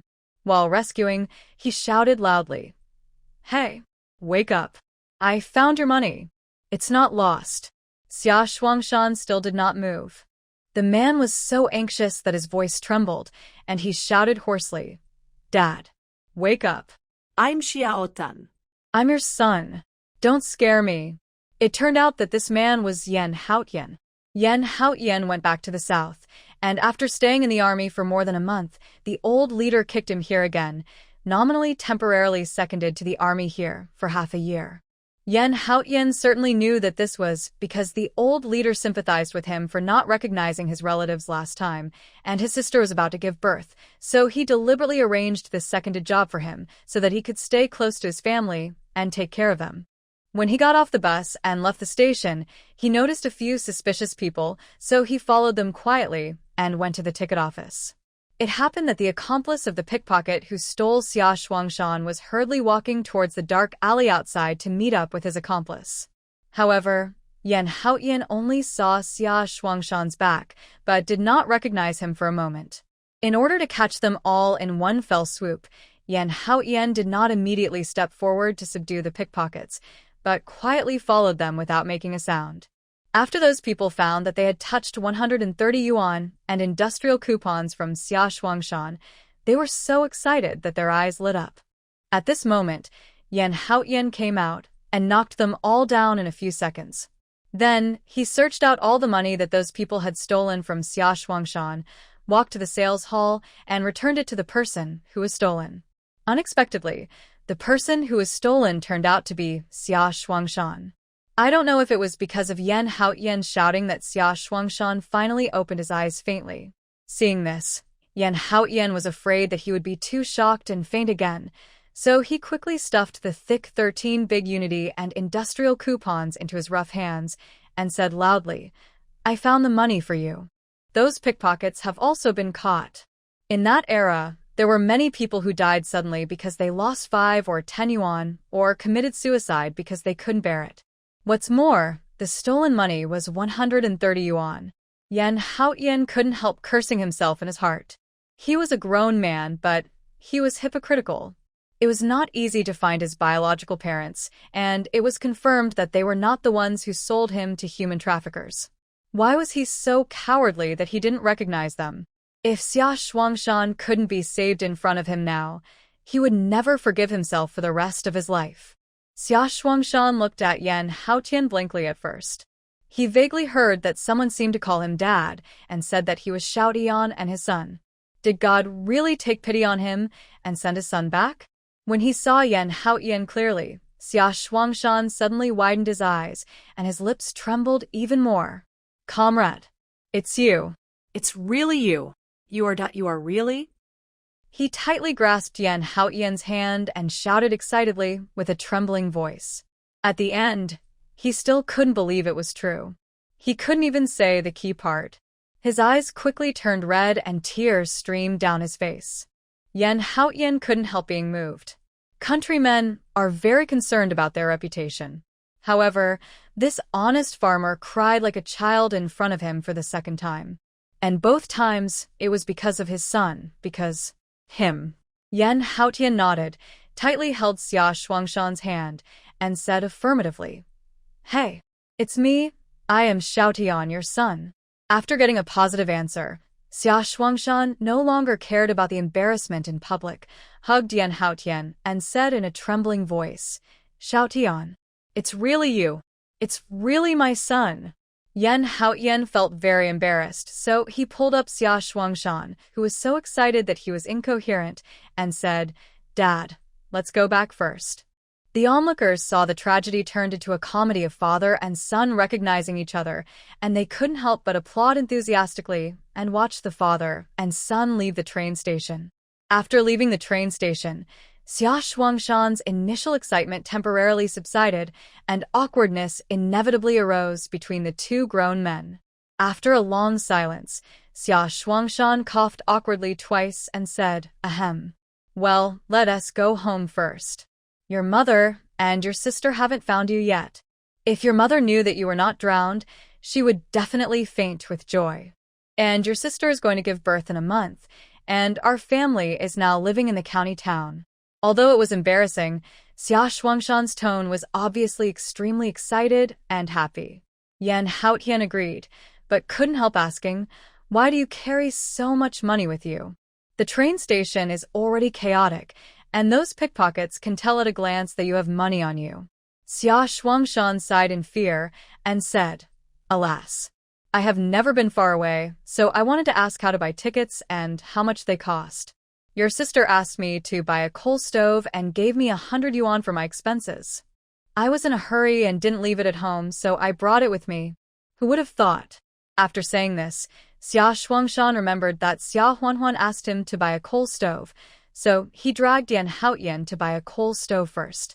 Two grown men, especially father and son who had not seen each other for many years, could not immediately talk to each other about their recent situation like women. In the awkward silence, they bought the stove and returned to Tunghua Lane. As soon as they arrived at the entrance of the lane, they saw Lin Yuru rushing out with a panicked look on her face, knocking anxiously on the door of the family next door. While knocking, she shouted loudly, "Is anyone there? Please open the door. My daughter is about to give birth. Can you help me find a car to take my daughter to the hospital? Is anyone there?" It happened that the family was not at home today. Lin Yuru knocked for a long time, but there was no response. She was about to cry. Xiaowen also ran out. She didn't cry even after falling down. She immediately got up and knocked on another door, also crying loudly, "Please save my mother. My mother is about to give birth. Please help take my mother to the hospital." In the room, Xia Huanhuan covered her stomach, sweating all over her head and her face pale. Her stomach was tightening and painful, and the pain was getting stronger and stronger. Even compared with the most intense fetal movement in the past, it was not of the same level of pain. Xiaowu and Beibei surrounded her and couldn't help crying loudly in fear. Xia Huanhuan didn't even have the strength to comfort them that she was fine. After the snow, she actually planned to wait for Xia Shuangshan to buy the coal stove, and then she would go to the hospital to wait for the birth. Otherwise, if it snowed again, the road would be even more difficult to walk on. If she slipped and fell, it would be a big deal. Who would have thought that before Xia Shuangshan came back, she suddenly started to have abdominal pain and contractions? The only thing to be thankful for was that the amniotic fluid should not have broken yet. Otherwise, it would be too late to rush to the hospital. But even so, Xia Shuangshan was not at home, and Lin Yuru and the three little kids had no way to deal with it. Xia Huanhuan even began to consider whether to teleport directly to the hospital through space. No. Wouldn't she be dissected like a little mouse? All the people living in this area had moved away, so Lin Yuru and Xiaowen knocked on several doors, but couldn't find anyone, and they were almost crying in anxiety. Xia Shuangshan and Yan Haotian rushed over to ask what happened. After listening to Lin Yuru's words, the two rushed into the house to check on Xia Huanhuan. Yan Haotian calmed down a lot. He made a prompt decision, removed the door panel at home, and then laid a quilt. He carried Xia Huanhuan to the door panel and wrapped her in the quilt. He was afraid that she would fall when he carried her, so he tied her up with ropes several times. He and Xia Shuangshan carried Xia Huanhuan to the hospital one after the other. At the same time, Yan Haotian turned to Lin Yuru and said, "Mom, go to the police station quickly and tell them that Yan Haotian asked you to find them. Ask them to drive over to Tunghua Lane. The county hospital is also in the new urban area where the staff buildings are concentrated. If they just walk, Xia Huanhuan will give birth on the way." Lin Yuru was stunned for a moment after hearing Yan Haotian's address to her. She felt that something was wrong, but in panic, she didn't realize what was wrong for a while, so she nodded desperately, then turned around and rushed to the police station. Before Xia Shuangshan was arrested, she had been to the police station, so she knew the way and soon ran there breathlessly. Now it was related to the safety of her daughter and grandchildren. She didn't care about being afraid of those in uniforms. She rushed in and grabbed a young policeman, shouting breathlessly, "Comrade, please save my daughter." Coincidentally, the policeman who was caught was Shaoli, but he didn't remember Lin Yuru anymore. He had to support her and asked with concern, "Andy, don't worry. Take a breath first. What happened to your daughter? Is she in any danger?" Lin Yuru still couldn't control herself and cried anxiously, "My daughter is about to give birth. Please." She recalled what Yan Haotian told her, asking her to say that it was Yan who asked her to come and find him, asking for a car. Yan. She was so anxious that she couldn't remember it at all. Lin Yuru burst into tears. "Car. Can you send my daughter to the hospital?" Shaoli heard her speak in a disjointed and chaotic manner, but he could tell that she was having a difficult birth or something, so he quickly asked, "Annie, is your daughter having a difficult birth? Where is the place? I'll go ask my superiors." Although their police station was equipped with a police car, it was only used when there was a major criminal case arrest mission, and most of the time, everyone rode bicycles to perform official duties. Shaoli had only been in the police station for a few months, so he naturally had no right to decide whether the car could be used. When Lin Yuru heard that she had to ask for permission from her superiors, she cried even harder, but she still choked up and said, "My daughter is in Tunghua Lane." When she said this, Jiang Hai, who had not paid attention to this place and was on his way to the train station to catch a group of pickpockets who were busted by someone, stopped and asked suspiciously, "Tunghua Lane. Are you Xia Huanhuan's mother?" Jiang Hai didn't recognize Lin Yuru, but although Yan Haotian went back without recognizing his relatives last time, he still asked Jiang Hai to help secretly look after his sister and parents, so he naturally knew the address where Xia Huanhuan settled in the county town. When he heard the three words Tunghua Lane and recalled the information he had just heard casually, such as about to give birth and sent to the hospital, he immediately associated them. Lin Yuru was stunned for a moment and quickly nodded. "Yes, comrade. I am Xia Huanhuan's mother. It was Comrade Yan. Comrade Yan, who asked me to come. Please save my daughter." Jiang Hai heard. "Yan what? Could it be that the boss is back again? Anyway, even if it is an ordinary pregnant woman with dystocia, they can help, and they must help. What's more, it is the boss's sister who has dystocia. If he doesn't care, how can he face the boss later?" He was not vague and said, "The rest of you continue to go to the train station to catch pickpockets as planned. I'll be back soon." As he said, he took Lin Yuru to the police car in the station and went straight to Tunghua Lane. At the same time, Yan Haotian and Xia Shuangshan had already carried Xia Huanhuan out of Tunghua Lane. Snowflakes began to fall from the sky again. In addition to the snow that fell the day before, there was a lot of snow on the road, and it was very slippery. No matter how anxious the two were, they didn't dare to walk too fast, for fear that they would slip and fall accidentally. It's not a big deal for them, but Xia Huanhuan will be in big trouble. However, even though they walked slowly, the three kids could hardly keep up. Xiaowen held Xiaowu in one hand and Beibei in the other, and the three kids followed behind breathlessly, falling down from time to time. Xiaowu and Beibei were crying out of fear, but Xiaowen whispered a few words to them and they didn't dare to cry even after falling down. They just tried their best to catch up with their mother. Xia Huanhuan was covered in sweat, and the contractions were getting more and more intense. She tried her best not to scream out in pain. As he looked back a little, he saw the three little kids were getting farther and farther away. He was anxious and said with all his strength, "Dad, slow down, the three little kids are still following. I can still hold back if I lose them in a while." Xia Shuangshan and Yan Haotian looked back and saw the three little kids. They couldn't help but said anxiously, "Oh, how come these three little ancestors followed us? Where can I take care of them?" Xia Shuangshan turned around and yelled, "Xiaowen, take your brothers and sisters home and wait. Your mother and I will be back soon."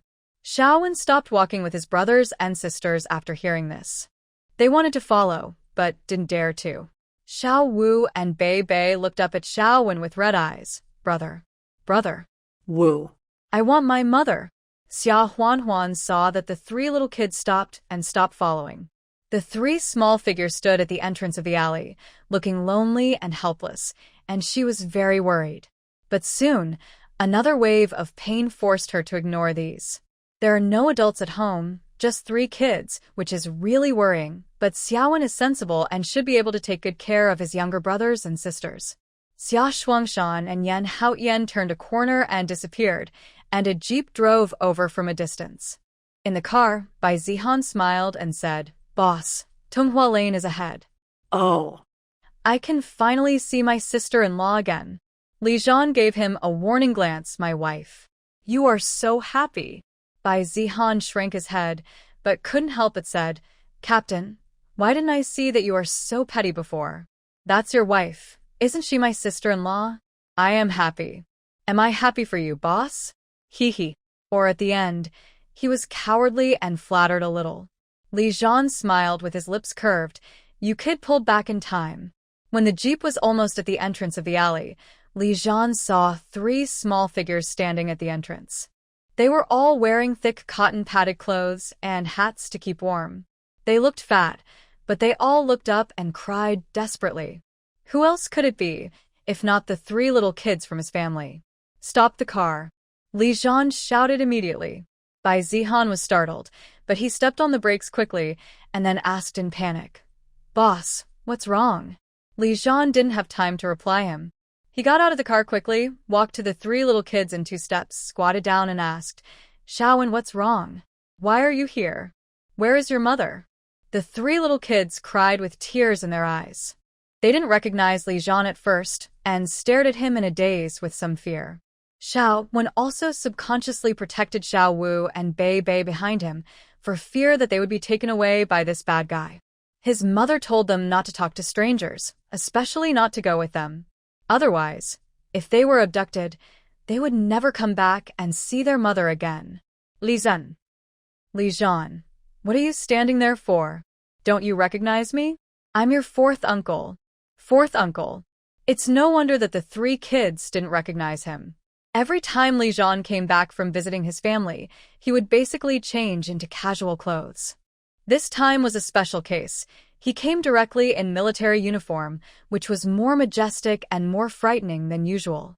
Xiaowen recognized him, and tears burst out in a flash. Fourth uncle. It's really fourth uncle. Fourth uncle. My mom is going to give birth to a brother or sister, and my grandfather and an uncle are carrying my mom to the hospital. Fourth uncle, please go and save my mom. Wow. Xiao Wu and Bei Bei saw that their eldest brother was crying like this, and they also opened their throats and cried. Wow. Mom. I want mom. Li Zhan was shocked. His wife's due date should be about 20 days away. How could it be so early? He stood up suddenly, and at the same time, he noticed a series of footprints on the snow. Zhan also got out of the car and asked in shock, "Is she going to give birth? Isn't there still more than 20 days left?" This time, the army happened to pass by here, so Zhan wrote a report and applied for the use of the army's jeep, intending to send Xia Huanhuan to the hospital for hospitalization and delivery. Although the hospitalization fee is not small, it is much more reassuring in the hospital. Unexpectedly, it was so many days earlier. Zhan didn't care about anything else, and got in the car as soon as he turned around, yelling to Zhan, "You help take care of the 3 little guys. I'll go after your sister-in-law." As he said that, he stepped on the accelerator and drove away, leaving Zhan behind. Zhan, "But hey, this car is not too small, let me get in too." Unfortunately, the car had already driven away, and he was the only one left to be a nanny. Zhan was a single man who had not yet married, so how could he have any experience getting along with children? He turned his head and looked down at the 3 little guys, and then tried to show a smile that he thought was very friendly and gentle. Xiaowen protected his younger brother and sister, and took a step back cautiously and fearfully. Zhan. The jeep followed the footprints on the snow and almost turned a corner when they saw the backs of Yan Haoyan and Xia Shuangshan. Who else could it be, if not their wives? Zhan's heart tightened, but he still tried to stay calm and slow down the car, for fear of scaring them and causing them to fall accidentally. He drove a little ahead, stopped, got out, and rushed over quickly. Xia Huanhuan was resisting another wave of uterine contractions, and she couldn't help but think of Zhan. After all, it is her first time giving birth, so of course, she wants her man to be by her side. Especially at this time. But it seems that Zhan will miss the birth of their child. When Xia Shuangshan saw the jeep stopped, he was overjoyed and quickly said, "Comrade, can you please help me?" Before he could finish his words, he had already recognized Zhan. Zhan nodded, glanced at Yan Haotian behind him, and then said, "Dad. It's me. How is Huanhuan?" As he spoke, he walked over and immediately grabbed Xia Huanhuan's hand. He looked down at Xia Huanhuan with concern but infinite tenderness and whispered softly, "Wife. It's me. I'm back late." As he spoke, he deftly untied the ropes on her body. The door panel is so long that it definitely cannot fit into the car, so the person has to be carried into the car individually. Xia Huanhuan's face turned pale with pain. She vaguely heard Zhan's voice and looked over blankly. When she saw Zhan's face clearly, she burst into tears and complained in a sobbing voice, "Zhan, you rascal. Why didn't you reply to the telegram? Why did you come back just now?" As she said this, she was so angry that she punched him weakly with her fist. Zhan untied the rope, picked up his wife, and walked towards the jeep, while softly apologizing. "It's my fault. I'm back now. Don't rush to beat me. Wait until you give birth. You can beat me as you like." Yan Haotian and Xia Shuangshan followed closely. Seeing Xia Huanhuan tightly holding onto Zhan's clothes, Yan Haotian immediately got into the driver's seat, then turned around and said, "I'll drive. You take care of Huanhuan in the back." Having said that, he turned around and asked Xia Shuangshan to quickly get on the passenger seat. The jeep started immediately and drove towards the county hospital. Fortunately, we had a car and were able to get her there in time. As soon as she arrived at the hospital and was sent to the delivery room, her water broke. Zhan, Yan Haotian, and Xia Shuangshan, 3 grown men, were waiting outside the delivery room anxiously. Listening to Xia Huanhuan's painful screams coming from the delivery room, they were as anxious as ants on a hot pan. After a while, the female doctor who was in charge of the delivery came out and asked, "Who among you is the pregnant woman's family member?" The 3 of them recognized each other at the same time. "It's me."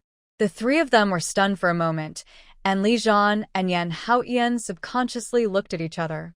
Yan Haotian had naturally guessed that Zhan was his sister's husband. However, brothers are naturally picky about their sister's husbands. Apart from anything else, his sister almost gave birth on the way, and this brother-in-law rushed back. How unreliable. But Li Zhan is still confused about Yan Haotian's identity. Who is this man? He can drive a jeep, so he shouldn't be a country boy. He can't be the helper that Xia Shuangshan found in the village. Could he be interested in his wife and wants to steal her away? In short, they dislike each other. The female doctor was confused and had to ask again, who is the pregnant woman's husband? This time Li Zhan quickly responded, Doctor, it's me.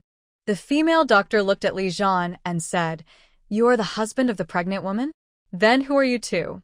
Why are you here to have fun? Xia Shuangshan was an honest farmer. He did not dare to talk back when he was scolded. He said in a low voice, I am my daughter's father.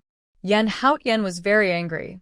Why is the husband of a pregnant woman important? The pregnant woman's brother is also important. I'm her brother. Doctor. The doctor looked at Li Zhan and said, There's nothing wrong with your wife.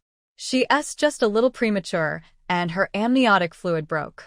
But the fetus is in a very good position and should be able to give birth naturally. Don't worry. After hearing what the doctor said, the three grown men couldn't help but breathe a sigh of relief. Then Li Zhan looked at Yan Haotian warily. Huan's brother? When did his wife have a brother? When he was wondering, several other people rushed over. Wanner's father. Is our Wanner okay? Did she give birth? Lin Yuru rushed directly towards Xia Shuangshan. At the same time, Zhang Hai and Bai Zihan followed with their three little boys. After Lin Yuru asked, she realized belatedly that Li Zhan was standing next to Xia Shuangshan, and she couldn't help but widen her eyes. Aunt. No, Li Zhan. You came back? Li Zhan nodded and said yes. Mom, I'm sorry, I came back late. Huan is fine. The doctor just said that she should be able to give birth naturally. Lin Yuru's nose was sore, and she nodded continuously. Oh, I'm glad you came back. At this time, the three little guys also rushed over, but they didn't cry or shout. They just ran over and hugged Xia Shuangshan and Lin Yuru's thighs respectively, and looked up timidly at Li Zhan, Bai Zihan, and Zhang Hai, who suddenly appeared. Boss. I'm sorry, I didn't make it. Zhang Hai called to Yan Haotian. Yan Haotian nodded and said, It's okay. At this time, a nurse came out and said with a smile, It's born. As soon as these words came out, a group of people surrounded them. Is it born? How is my wife? Is she okay? How many are there? Boys and girls? The young nurses were frightened by the scene. Whose family is having a baby? 4 grown men came in a flash, some in military uniforms, some in police uniforms. Moreover, whose family is having a baby? They asked how many are there right away? Don't they usually just have one? Zhang Hai and Yan Haotian were also a little confused. They only knew that Xia Huan was pregnant, but they didn't know it was multiple babies. Bai Zihan was better, knowing that his sister-in-law was probably pregnant with multiple babies. How many can there be, if she is just one? Boys. As soon as the words fell, another nurse ran out excitedly, shouting, It's born. It's born again. Twins. Is it a boy or a girl this time? Boys. Other patients, doctors, nurses, etc. in the hospital couldn't help but look over to see the big scene in the delivery room and the birth of twins. Oh my! Twins. And they're both boys. This is so irritating. Oh. My wife just gave birth this morning and weighed a ton. I'm so envious. What does a ton mean? Some people didn't understand. Ha ha ha. It means she gave birth to a girl. Isn't a girl worth a fortune? Isn't 1,000 pounds a ton? Ha ha ha. So that's how it is? This is too mean. The onlookers were discussing the matter enthusiastically. Li Zhan paced back and forth, feeling excited, nervous, and a little lost. His wife gave birth to twin sons. Why are they all sons? Didn't they agree to have a daughter? There was no other sound coming from the delivery room, and everyone thought it was twins. Li Zhan asked nervously, Comrade nurse, can I go in and see my wife and children? Xia Shuangshan and Lin Yuru also hurriedly said, Yes. We also want to go in and see my daughter. Just as the nurse was about to agree, another older nurse who looked like the head nurse poked her head out and said, Why are you coming in? There's still one baby that hasn't been born yet. Why are you coming in to make trouble? Why don't you two come in quickly? I told you to announce the good news, but you're just lazing around outside? The last two sentences were obviously addressed to the two nurses. Everyone, except for a few people who were prepared, widened their eyes in shock. Wow. I thought they were twins, but they turned out to be triplets. This is so rare. What? Triplets? This is really rare. I've never heard of this before, even at my age. A glimmer of hope rose in Li Zhan's heart. This last one must be a girl, right? After thinking about it, Li Zhan couldn't help but hold the head nurse and said, "Comrade, my wife is in there. I'm really worried. Can you let me go in and accompany her?"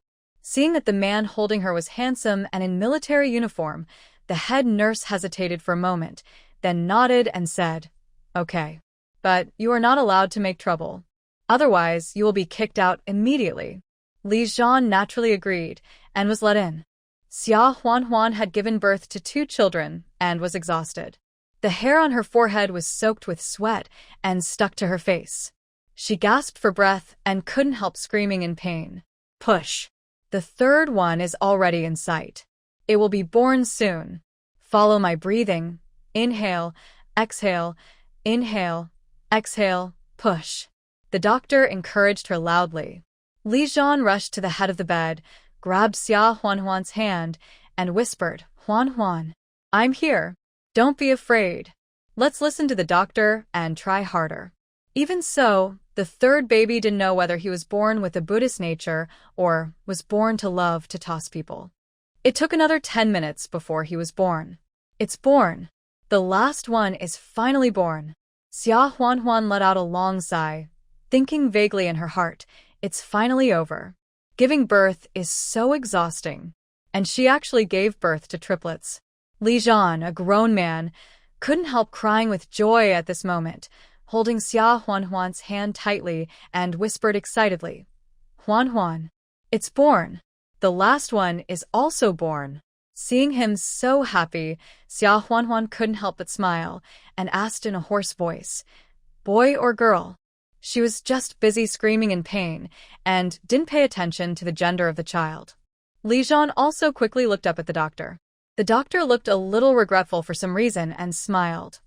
"Oh, this third child is a boy. It seems that if you still want a daughter, you have to work harder." Xia Huan. All 3 are boys. This probability is too high, right? At least give me a daughter. Li Zhan couldn't help feeling a little disappointed, but it was soon overwhelmed by the joy of being a father. He smiled gratefully at the doctor, and all the nurses. "Thank you. 3 sons is 3 sons. We'll work our daughters later." Xia Huan. She knew it. Thinking about the hardship of giving birth just now, Xia Huan was so angry that she punched Li Zhan weakly and said angrily, "If you want to give birth yourself. I won't give birth." Li Zhan looked at her lovingly and didn't refute her, but he didn't agree either. He raised his head and changed the subject. "Doctor, can we hug the children?" The doctor smiled and said, "Of course." A nurse had already come over with 3 small babies. The eldest was given to Li Zhan, and the second and third were placed in Xia Huan's arms. Xia Huan looked down at the 3 little ones born from her belly, and then she couldn't help but frown in disgust, saying, "So ugly." Li Zhan also thought it was ugly, but he certainly couldn't say it now, so he smiled and said, "What's ugly? They look a lot like the 2 of us."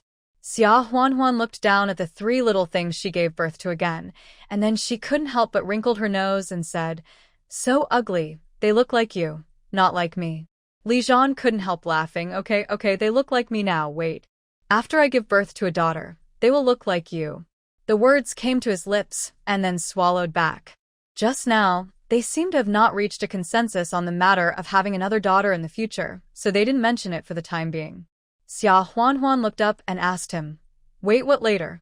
Li Zhan smiled and evaded, "Wait until they grow up, and then they will look like the 2 of us." Xia Huan couldn't help laughing. The 3 little kids clenched their fists, closed their eyes and opened their mouths, crying desperately. They looked very energetic, but they were so small that people were afraid of hurting them when they held them in their arms. The doctor smiled and said, "Newborn babies all look like this. They will open their mouths in 2 or 3 months, and they will look good then. Then he said, pregnant women should take a rest and stay in the hospital for half a day for observation. You can go home almost a day. Xia Huanhuan was stunned for a moment. Can she go home now? Don't have to stay in the hospital for a few more days? Li Zhan was also a little worried. His wife just cried so hard. Can she really be discharged today? The doctor glanced at them and smiled. All 3 kids were born naturally. Half a day of observation is enough. Don't worry too much. The 2 of them felt relieved. Xia Huanhuan and the children were sent to the ordinary ward. The people waiting outside the delivery room were allowed to go in to see the children. Lin Yuru and Xia Shuangshan carefully held a child each, smiling from ear to ear. Oh my, these 3 little guys really look like their parents, so handsome, Lin Yuru said with a smile. Several grown men who came over to look Yan Haotian, Bai Zihan, and Jiang Hai couldn't help but mutter in their hearts, they are so ugly, like little old men. How can they look alike? Even Yan Haotian, who didn't like his brother-in-law, had to admit that his brother-in-law was indeed handsome and upright, and his looks were definitely worthy of his sister. Bai Zihan was eager to try, and finally, it was his turn to hold the last-born child. While gently shaking his body, he moved to the bedside and grinned. Sister-in-law, I am an uncle now. Hee hee. The eldest brother, although a little ugly, don't mind, I heard from my mother that I was also very ugly when I was born. Before he could finish his words, he was kicked by Li Zhan. Bai Zihan, are you itching for trouble? You are ugly, but what is ugly about my son? Bai Zihan quickly dodged opening the door. Xia Huanhuan couldn't help but said, Hey, why did you kick me when I didn't agree with you? I'm holding my nephew. Li Zhan took the child back in a bad mood. Don't let him fall. Xiaowen, Xiaowu, and Beibei also rushed to the bedside. Xiaowen was fine because he was tall enough. Xiaowu and Beibei stood on tiptoe and couldn't help shouting excitedly, Mom, we want to see our little brother. We want to see our little brother. Xia Huanhuan saw that even the 3 little guys came and couldn't help but laugh and cry. Why did she make such a big noise when she gave birth to a child? Fortunately, there were no other patients in the ward, otherwise, the whole room would definitely be complained for disturbing the public. Li Zhan squatted down and let the 3 little kids look at the 3rd child in his arms, and said with a smile, Look, this is the little brother. Xiaowen, Xiaowu, Beibei, you will be big brothers and big sisters in the future. Beibei was the happiest. Her little face was as red as an apple, and she asked in a baby voice, 4th uncle, Beibei is really a big sister? Li Zhan smiled. Of course. And she is the big sister of 3 little brothers. Beibei was so happy that she couldn't help jumping a few times and raised her little fleshy hand to pull the little kid's hand. Unexpectedly, her fingers were unconsciously grasped tightly in the palm of the little kid's hand. Beibei's glasses widened, and she couldn't help but jump with excitement. Mom. The younger brother is holding Beibei's hand. Xia Huanhuan couldn't help laughing. Although Jiang Hai also wanted to hug the triplets, his relationship was more distant after all, so he didn't go forward, but smiled to Yan Haotian. Boss, I'll go back first. There are still cases to deal with in the station. Xiaoxia's sister will be discharged in the afternoon. I will drive over to pick her up in the afternoon. Yan Haotian thought about it and decided not to keep Jiang Hai busy because of personal matters, so he nodded and said with a smile, Yeah. He should be discharged in the afternoon. But you don't have to come. There is a jeep here. My sister and the guys can take the jeep and the others can walk back. By the way, I caught a few pickpockets at the train station and tied their hands and feet. They are over there. Did you receive the letter? He had previously asked someone to help him report the case to the police station. Jiang Hai couldn't help laughing when he heard it. So it was you, boss, who arrested him. Got it. I'm going to handle this case. I'll be leaving first. Jiang Hai said hello to Lin Yuru and said with a smile, Annie, everything is fine here, I'll go back first. Lin Yuru hurried over when she heard it and said gratefully, Comrade Public Security, thank you so much. I'm sorry to bother you to drive us here. When you are free in 2 days, please come to our house for dinner. Jiang Hai waved his hand and said with a smile, Auntie, you're welcome. It's our duty to help the people when they are in trouble. Then he left. Xia Huanhuan noticed the situation at the door, and then she couldn't help but be shocked. She had a terrible stomachache before, and she didn't notice it at all, nor did she recognize it. Now she realized that the person who came home and sent her to the hospital with Xia Shuangshan was actually Yan Haotian. Since she was saved by Yan Haotian once in the county town a year ago, she has never seen him again. She thought that she would not sell supplies in the town or the black market in the county town in the future, so it would be unlikely that they would have any intersection. Unexpectedly, they would meet again under such circumstances. Xia Huanhuan was in a complicated mood.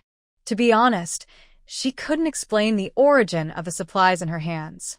This person approached her and her family. Could he have some intention? Lin Yuru now had time to notice Yan Haotian's existence. Seeing that he was so familiar with Zhang Hai must have helped partly for the sake of this young man, so she smiled and said to Yan Haotian, "This is Comrade Yan, right? Thank you too. If it weren't for you, I don't know what my daughter would have become today. If you are not busy, don't rush to leave. Come to my house for a simple meal." Yan Haotian smiled, scratched his head, and couldn't help but glance at Xia Shuangshan. He had called her mom before, but Lin Yuru was probably worried about Xia Huanhuan's safety and didn't notice it. But now, if he was asked to call her mom directly, he couldn't do it for a while. Xia Shuangshan also coughed twice in embarrassment. Although he wanted to tell Lin Yuru immediately that the young man in front of him was their son who they had miscalculated for many years, he was afraid that Lin Yuru would get emotional and lose control. This is a hospital. If he made too much noise, he would be kicked out of the hospital. After thinking about it, he decided to wait until he got home, so he said, "Comrade Yan, it's a long story." He turned to Yan Haotian and said, "You must come to my house and stay at home tonight. There is room." Yan Haotian also guessed Xia Shuangshan's idea, so he smiled and said, "Okay. I just have to go to the ministry. I'll report to the new unit first, and then go there in the evening." His brother-in-law and Bai Zhan, who looked like his brother-in-law's comrade in arms, were here, so it didn't matter whether he stayed or not. Moreover, we should give Xia Shuangshan some time to let him give Lin Yuru some information first. After Yan Haotian left, Lin Yuru couldn't help but complain to Xia Shuangshan. "Look at you. There is a place to live at home, but do you know Comrade Yan? Why did you invite him to live at home?" Xia Shuangshan glanced at her and scolded, "You are a woman. What do you know? I will tell you when I get home." Xia Huanhuan observed for a few more hours, and after the doctor confirmed that there was no problem, he was going back. Lin Yuru and Xia Shuangshan had already gone back halfway and brought the square little swaddling clothes, belly bands for children, small clothes, etc. that had been prepared before, and wrapped up the 3 little kids before leaving the hospital. Zhang Hai came again in the afternoon, and 2 cars took everyone back to Tunghua Lane. Lin Yuru still wanted to keep Zhang Hai for dinner, but was rejected by Zhang Hai on the grounds that he had official business. After Zhang Hai left, Lin Yuru began to make dinner. Li Zhan and Bai Zhan and Comrade Yan will also come to eat in a while. Besides, Xia Huanhuan just gave birth, so she needs to supplement her nutrition. This meal must be rich. Lin Yuru sent Xia Shuangshan to the vegetable market to buy fish. Remember to buy Crucian carp. It should be a bigger one. And tofu. Crucian carp and tofu soup for our daughter to produce milk. And buy a few more pounds of pork because my son-in-law is here tonight and we have to entertain guests, so we can't be too shabby. After hearing this, Xia Shuangshan didn't mention Yan Haotian first and went to buy fish and meat. Lin Yuru started to wash and pick vegetables. Bai Zhan was a very outgoing person, so he rolled up his sleeves to help with the work and talked to Lin Yuru from time to time, which made Lin Yuru laugh. Xiaowen, Xiaowu, and Beibei were still surrounding the 3 little brothers, reluctant to leave, but they were caught by Lin Yuru and came to help wash the vegetables. In the room, Xia Huanhuan was half lying on the bed, and the 3 little boys were sleeping in a row beside her, with only their little heads exposed. Perhaps they were tired of crying and finally fell asleep. Li Zhan sat by the bed, looking at his wife and his 3 sons lovingly, and couldn't help but hold Xia Huanhuan's hand in his palm. "Wife, thank you for your hard work." Xia Huanhuan was so scared that she quickly put her hand to her mouth and scolded softly. Keep your voice down. It's been making noise since it was born, and it's been several hours. It just fell asleep and calmed down for a while. Don't wake me up again. Li Zhan scratched his head aggrievedly. He wasn't very loud. However, Xia Huanhuan couldn't help being happy that Li Zhan could make it back. She held his hand and couldn't help laughing. You didn't reply to the telegram or the letter. I thought you wouldn't be able to catch up with them when they were born. Fortunately, you came back. Li Zhan remembered that he saw her being carried by Xia Shuangshan and Yan Haoyan on the road during the day. Her little face was pale with pain in the wind and snow. He is still scared until now. It's a good thing I came back in time, otherwise it would be so dangerous. You have come to the county. Why didn't you go to the hospital earlier? It doesn't cost much money. Xia Huanhuan sighed. I was planning to go to the hospital after Dad came back with the coal stove. Who knew that these three little rascals couldn't wait for such a long time? Li Zhan couldn't help laughing. They're your children. How can a mother call them little rascals? Xia Huanhuan rolled her eyes at him and couldn't help asking, Hey, have you thought of any names for them? Let me make it clear first. Names like Jiangwo and Jianjun. There can be several people with the same name in any village. I don't agree with it. Li Zhan scratched his head. Although what he thought of in his mind was not Jiangwo and Jianjun, it was almost the same style. He didn't dare to say it out loud for fear of criticism. He could only smile guiltily. I thought about it, but I haven't thought of it yet, and these three little rascals caught us off guard. Xia Huanhuan couldn't help twisting Li Zhan's arm. Li Zhan hissed in pain and said with a smile, I can't stop thinking about it tonight. Why are you pinching me? Don't you feel sorry for your man? Xia Huanhuan blushed. I don't feel sorry. Besides, I pinched you not just because of your name. Why did you scold them? You just scolded me. Don't scold them anymore in the future. Li Zhan. These three little guys were just born. He already felt that his wife's love was taken away, and he was a little jealous. As he was talking, the three little guys woke up somehow, clenched their fists, and started crying. Li Zhan no longer cared about being jealous. His heart was filled with the love of being a father. He quickly patted their swaddling clothes and coaxed them. Xia Huanhuan didn't have much experience either, so she took one of them into her arms and rocked him gently. Oh, don't cry. Don't cry. Darling, why are you crying all of a sudden? Lin Yu walked in and said with a smile, Are you awake? Let me see if you peed or pooped. As he spoke, he quickly unwrapped the three little kids and looked at the diapers inside. They were dry and nothing unusual. They didn't, or so they must be hungry. Xia Huanhuan was very nervous and asked a stupid question. Hungry? What should we do? Feed them something quickly? Li Zhan. Lin Yu smiled and said, Wana, are you confused? Such a young child must be drinking milk. Xia Huanhuan was stunned for a moment, and then her face turned red all the way to her ears. This. Li Zhan was still waiting beside her. Seeing that she was embarrassed, Lin Yu smiled and said, Silly girl, what's there to be embarrassed about? Every mother has to go through this. Feed them quickly. I'll make you a cushion carp and tofu soup tonight. It will help you produce milk. Having said that, he went out to do his work. Xia Huanhuan glared at Li Zhan. You should get out too. What are you standing there for? Li Zhan touched his nose and said with a smile, I don't need to go out. It's not like I haven't seen it before. Before he could finish his words, Xia Huanhuan threw a small pillow at him. He could only laugh and say, Okay, can I go out? Li Zhan came out to help Lin Yu prepare dinner. Lin Yu couldn't help but refuse. Li Zhan, what are you doing out here? You should stay in the house with Wana. Comrade Xiao Bai and I are busy with the three kids, so we have enough manpower. Li Zhan felt bitter, but he couldn't admit in front of Bai Zihan that he was driven out by his wife, so he smiled and said, She's fine alone, I'll go in and see her in a while. I'll help you for a while. Then he rolled up his sleeves and started to pick vegetables. It was already the 10th month of the lunar calendar, and most of the vegetables in the village's small vegetable garden had been pulled up and replanted into cold-resistant white radishes and cabbages, potatoes, and spinach. There were also winter bamboo shoots, but they couldn't be picked in the county town now, so there were only 3 or 4 fresh vegetables. However, in spring and summer, Xia Huanhuan and Lin Yiru boiled fresh spring bamboo shoots, beans, etc. in water and dried them. Now, they can be soaked in hot water and cooked. In a short while, Xia Shuangshan bought 2 kilograms of pork, a large crucian carp weighing more than 2 kilograms, and a piece of old tofu weighing 1 kilogram.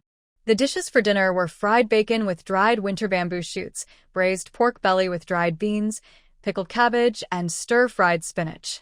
There is also a steamed pork with rice flour. Sweet potatoes and potatoes cut into large pieces are placed under the bowl. The seasoned pork belly wrapped in steamed pork flour is placed on top and steamed. The fat is slowly steamed out and seeps into the sweet potatoes and potatoes below. In the end, the meat is fat but not greasy, and the sweet potato and potato pieces are fragrant and tasty. It is a dish that is only served when it comes to very important guests. The last one is crucian carp tofu soup. Scrape the scales of the crucian carp, cut it open, and then cut it into large pieces. Fry it with oil first, then add hot water and stew it directly.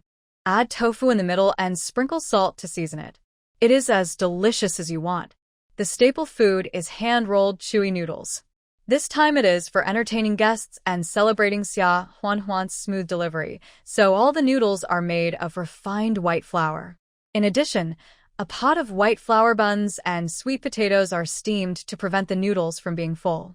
Xia Shuangshan watched Lin Yiru busying around and took the opportunity when her hands were empty to tell her that Yan Haotian was their son. After hearing this, Lin Yiru was stunned for a moment. Then her eyes suddenly widened. She staggered 2 steps and rushed to Xia Shuangshan, holding Xia Shuangshan's clothes tightly with both hands, and asked in a trembling voice, "Waner." "Wanered her father. What you said, is all true. You didn't lie to me?" Xia Shuangshan nodded. His eyes were a little hot. "Why would I lie to you? Do you remember that year when Xiaotian turned 5? I didn't buy him a candied Haws. Didn't you blame me?" Xiaotian remembers everything. He is not our son. How did he know about this? Lin Yiru was stunned. Then her legs softened. She fell directly to the ground and burst into tears. Suddenly, she remembered that when Yan Haotian and Xia Shuangshan came back together and wanted to send Xia Huanhuan to the hospital and asked her to go to the police station to find someone to help, he called her. Wasn't it, Mom? Why didn't she notice it at that time? When Xia Shuangshan asked Yan Haotian to sleep at home tonight, why did she still complain about Xia Shuangshan, saying that he brought people home casually? That was her son. She thought he had fallen into the water and drowned. How come she didn't recognize him at first sight when she saw him? How could she be such an incompetent mother? Xia Shuangshan, you rascal. Why didn't you tell me at the beginning? I thought he was a stranger, and I didn't want him to sleep at our house at night. Xia Shuangshan pulled Lin Yiru up and sat on a chair in the yard, and said, Hey, didn't I find a chance to tell you? Just now in the hospital, if I told you, you would cry like this and we would be kicked out of the hospital? Li Zhan and Bai Zihan heard what Xia Shuangshan said and saw Lin Yiru crying with joy, and they sighed and came forward to persuade her. Mom, this is a good thing. Don't blame yourself too much. Yes, Auntie. This is a great thing with double happiness coming together. You should be happy. Li Zhan looked up and said to Xia Shuangshan, Dad, take Mom into the house to rest for a while. The leftovers from dinner will be enough for me, Lao Bai, and the 3 little guys to help. When Lin Yiru heard this, she immediately wiped her tears with her hands, stood up, and said, How can that be? This is for my daughter and my son. My son's first meal home. How can it not be made by me as his mother? You all don't need to help anymore. I can do it alone. As she said this, she wiped her tears and went back to the kitchen to busy herself. Li Zhan and Bai Zihan tried to help but were driven out. Li Zhan went into the house to see if Xia Huanhuan had finished feeding the baby. He saw that she had already done so, and he felt a little disappointed. The 3 little ones were quite well behaved. They fell asleep after feeding and didn't make any noise. Xia Huanhuan also heard Lin Yiru's movements outside, and she knew that her brother was still alive. Xia Shuangshan told Lin Yiru. However, it was still quite unexpected that Yan Haotian was actually her brother. Then he said, Did my father just tell my mother about my brother's matter? Li Zhan was stunned for a moment and asked, you know? Xia Huanhuan nodded and said with a sigh, my father originally said that he would go to the south to look for me after I was born. Now it's good. The family is finally reunited.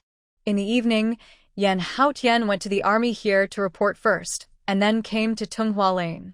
Lin Yuru heard the knock on the door and almost tripped in excitement. It was Xia Shuangshan who pulled her in time and didn't fall. She ran to open the door, and it was Yan Haotian.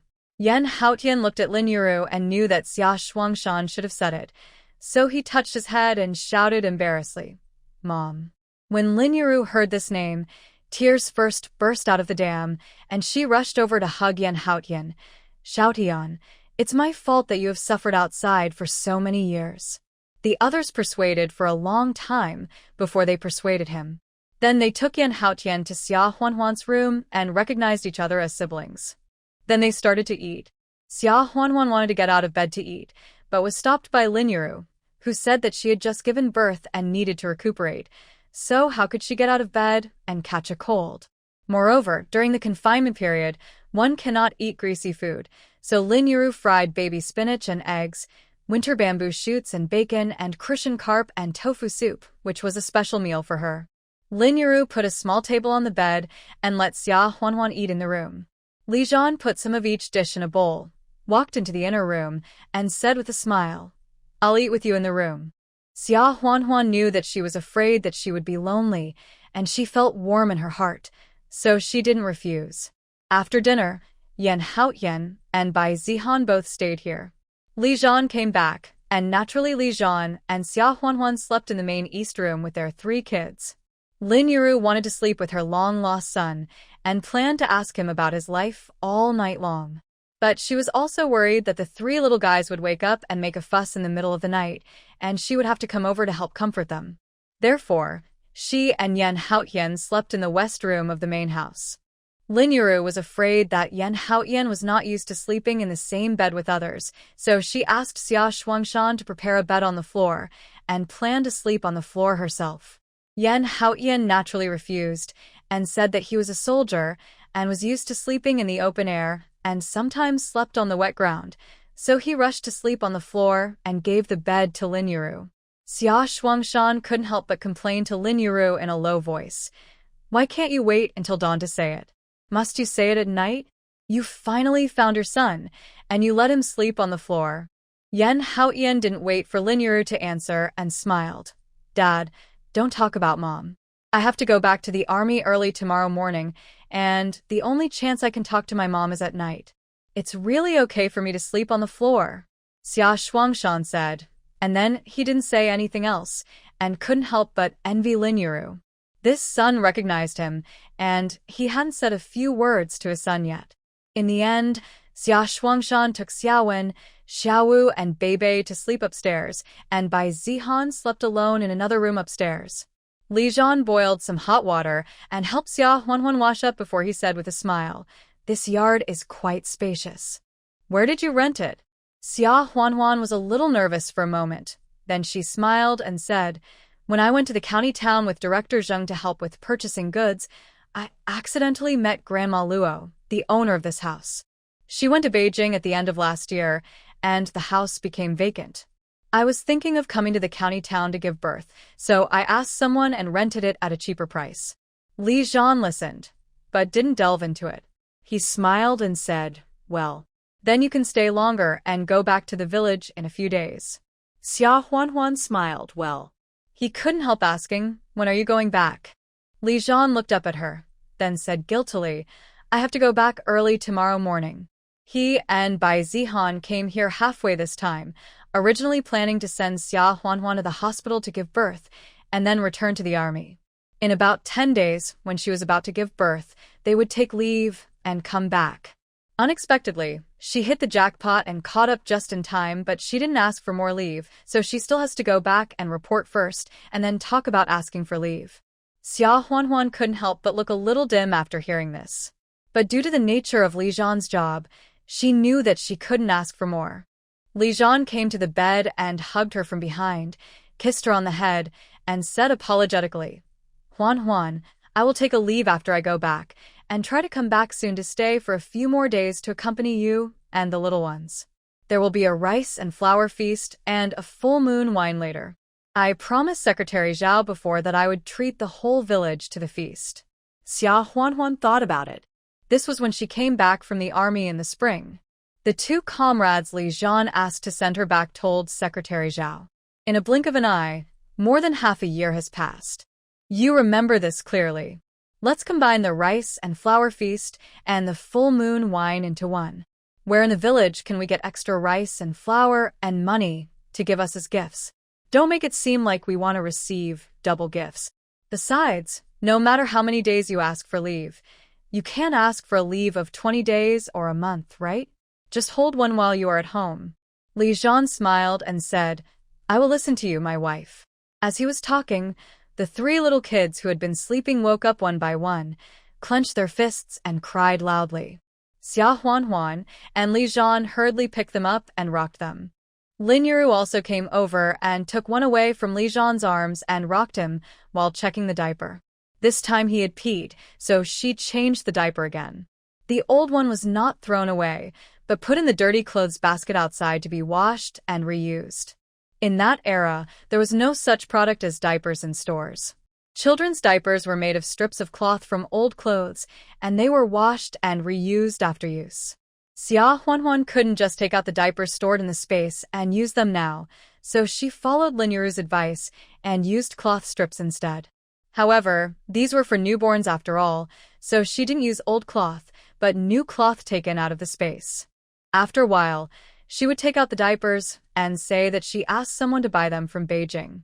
After changing the diapers, the three little kids cried for a while before they finally stopped. Xia Huanhuan carefully put the children back to bed and put them to sleep, and nervously adjusted their sleeping positions. She remembered that the baby's head shape had not yet been finalized in the first 3 months after birth. If they slept in the same position all the time, such as lying on their backs, they would most likely have 3 flat backs of the head, so they should be careful to let them sleep on their sides or on their backs in turn. Li Zhan was also quite nervous. The kid was so tiny, and his arms seemed not even as thick as one of his fingers. He was really afraid that he might break something if he was not careful. Only after the 3 little ones fell asleep sweetly did Li Zhan and Xia Huanhuan go back to sleep. Xia Huanhuan had just given birth, so she definitely couldn't do that, but Li Zhan's hands were not idle either, so he just wanted to satisfy his urge. Xia Huanhuan blushed and pushed him away, saying, Why do you think about this all day long? Can't you just talk to me properly? Li Zhan leaned over and bit her lip, then said with a smile, You talk, I'm listening. It won't delay anything. Xia Huanhuan. They chatted incoherently and tossed around until midnight. Finally, the two of them felt sleepy and were about to fall asleep. The 3 little ones started crying again. Lin Yuru didn't sleep well either. She came over to check and said with a smile, I'm afraid they are hungry. The little ones have small stomachs and can't drink much milk at a time, so they need to be fed several times a day. Xia Huanhuan was still a little shy about feeding, so she let Lin Yuru go back first, and then glared at Li Zhan with a red face. Li Zhan looked innocent and quickly whispered, Wife, it's the middle of the night. You are not going to drive me out, are you? Xia Huanhuan. Seeing that he had taken off his sweater and was wearing only a shirt and a thin military uniform, she really couldn't bear to let him go out and get cold. So she picked up one of the little ones, dodged it for a while, lifted up her clothes to feed him, and asked Li Zhan to coax the other 2 first. After feeding the 3 little ones in turn, they coaxed them to sleep, and it was 1 or 2 in the morning. The 2 of them were a little tired, and they quickly lay down to sleep, and they didn't have any other thoughts. When it was 3 or 4 in the morning, the little ones woke up again. He changed her diaper again and coaxed her to sleep. It was already light outside. Li Zhan and Xia Huanhuan both had a dark circle on their heads, and they looked at each other sleepily. Li Zhan felt more and more guilty and sympathetic. It was only one night. In the future, he would definitely spend more time outside than at home. Xia Huanhuan was alone with 3 babies to feed, and she also had to take care of Xiaowen and the other 3 kids. Even with the help of Lin Yuru and Xia Shuangshan, it would still be difficult. Li Zhan gently stroked Xia Huanhuan's hair and said with a smile, "You sleep a little longer. If they cry again, I'll take care of them." Xia Huanhuan buried her head in his arms tiredly, closed her eyes, and tried to catch up on her sleep. At the same time, she had not forgotten that Li Zhan was leaving, and said vaguely, "You're leaving soon, right? I'll ask Mom to make breakfast for you. Don't leave on an empty stomach." As she spoke, her voice became softer and softer, and she fell asleep out of exhaustion. After a while, Lin Yuru came in quietly and asked in a low voice, "Are you asleep?" Li Zhan nodded and smiled. "Mom, I will trouble you and Dad to help Huan in the future." Lin Yuru hurriedly said, "Look at what you said. This is my daughter and grandson. If we don't help, who will?" "Don't worry. I'll go to make breakfast. I heard from Huan that you also have to go back to the army early in the morning. Eat first, and then leave." Li Zhan grinned and said, "Okay, thank you, Mom." After a while, the three little guys woke up again, crying. Xia Huan was woken up, but Li Zhan pressed her shoulders and said softly, "I will comfort her. You sleep a little longer. While he is at home, let his wife rest for a while." However, if it was one or two, it would be fine, as they could be held together and coaxed. But with three, one would lose the other. Li Zhan tried very hard to coax the two, but the other one was still crying. He coaxed the other two, but the other one started crying again. Xia Huan rubbed her eyes and sat up, smiling. "How can one person coax 3 babies at once? Let me hold one." After a while, Lin Yuru prepared the meal and asked everyone to get up and eat.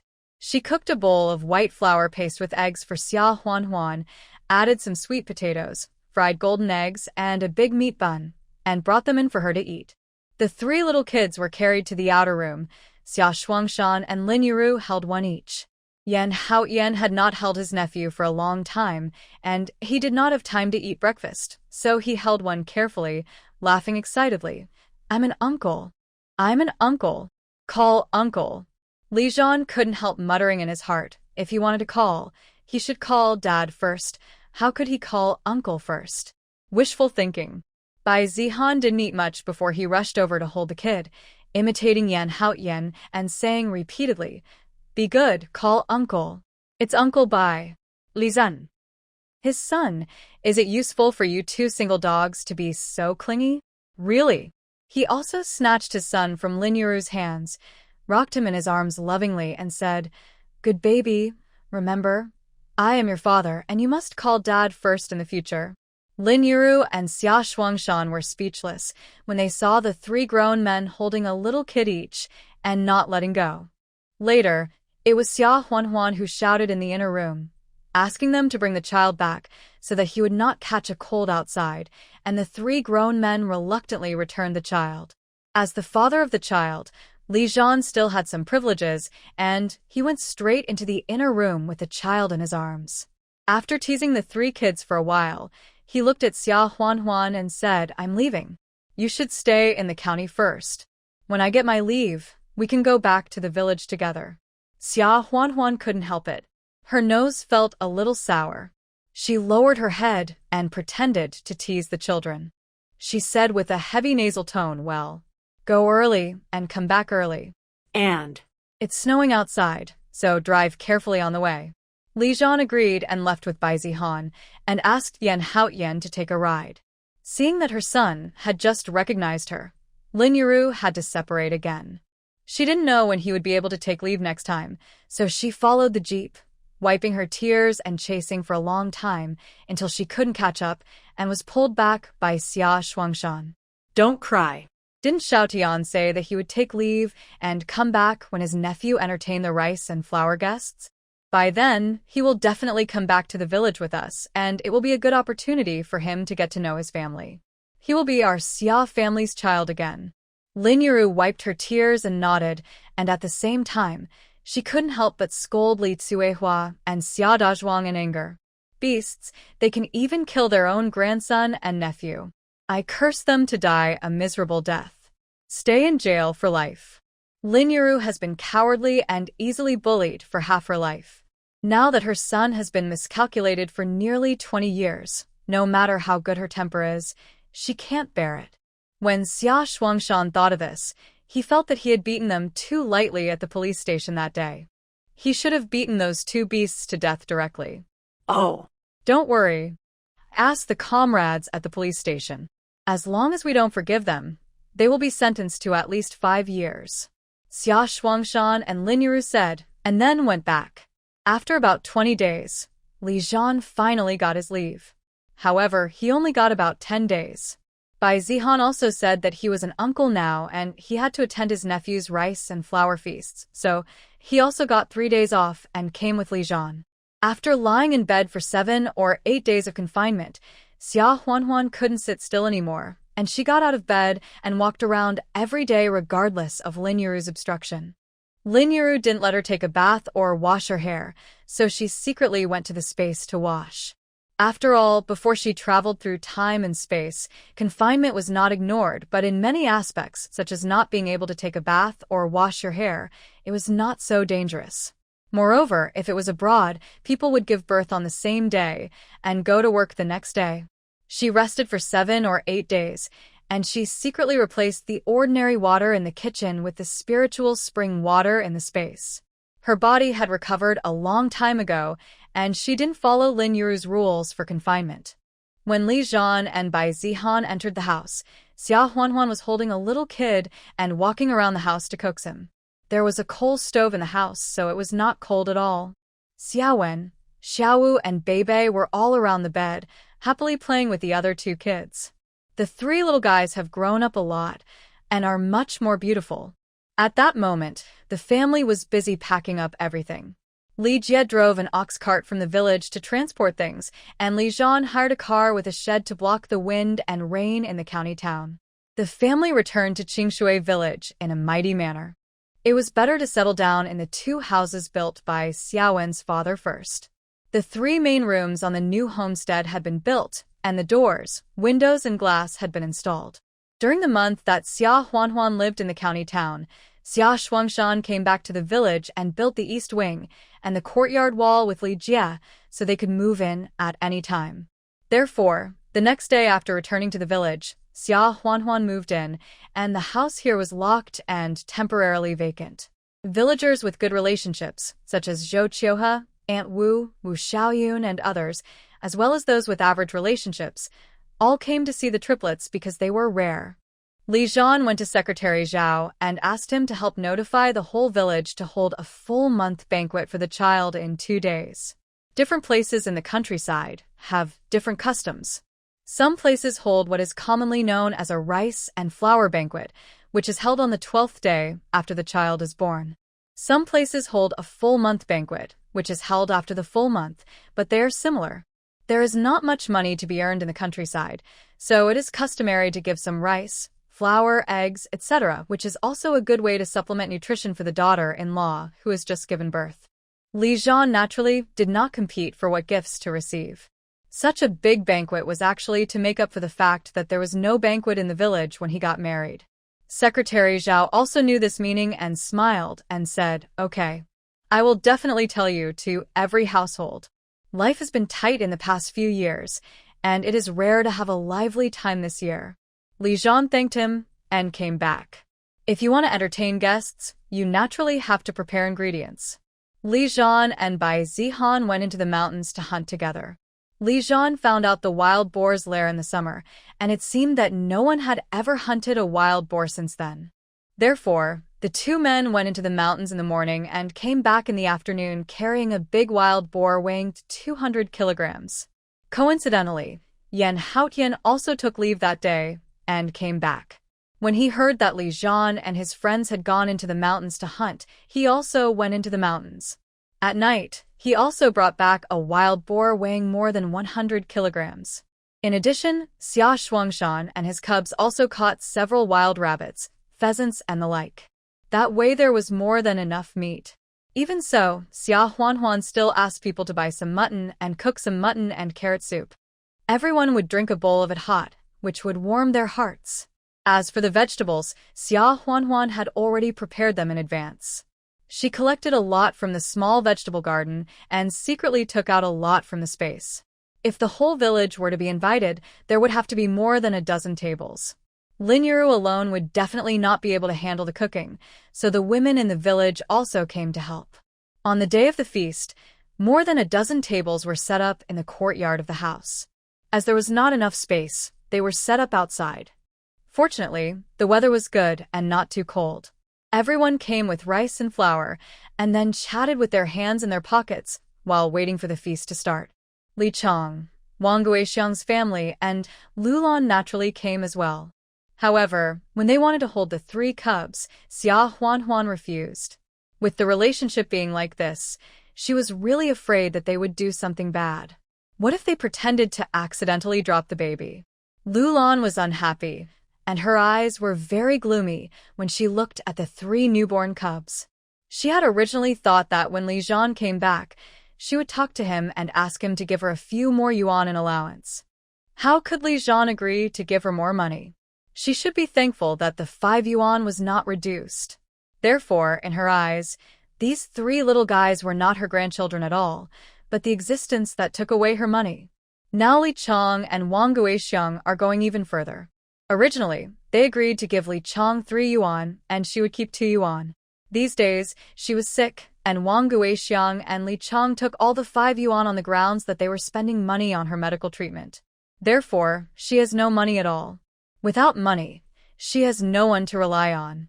She has to live according to Wang Guixiang's eyes. If she eats a little more, she will be scolded by Wang Guixiang. She doesn't even dare to eat her fill.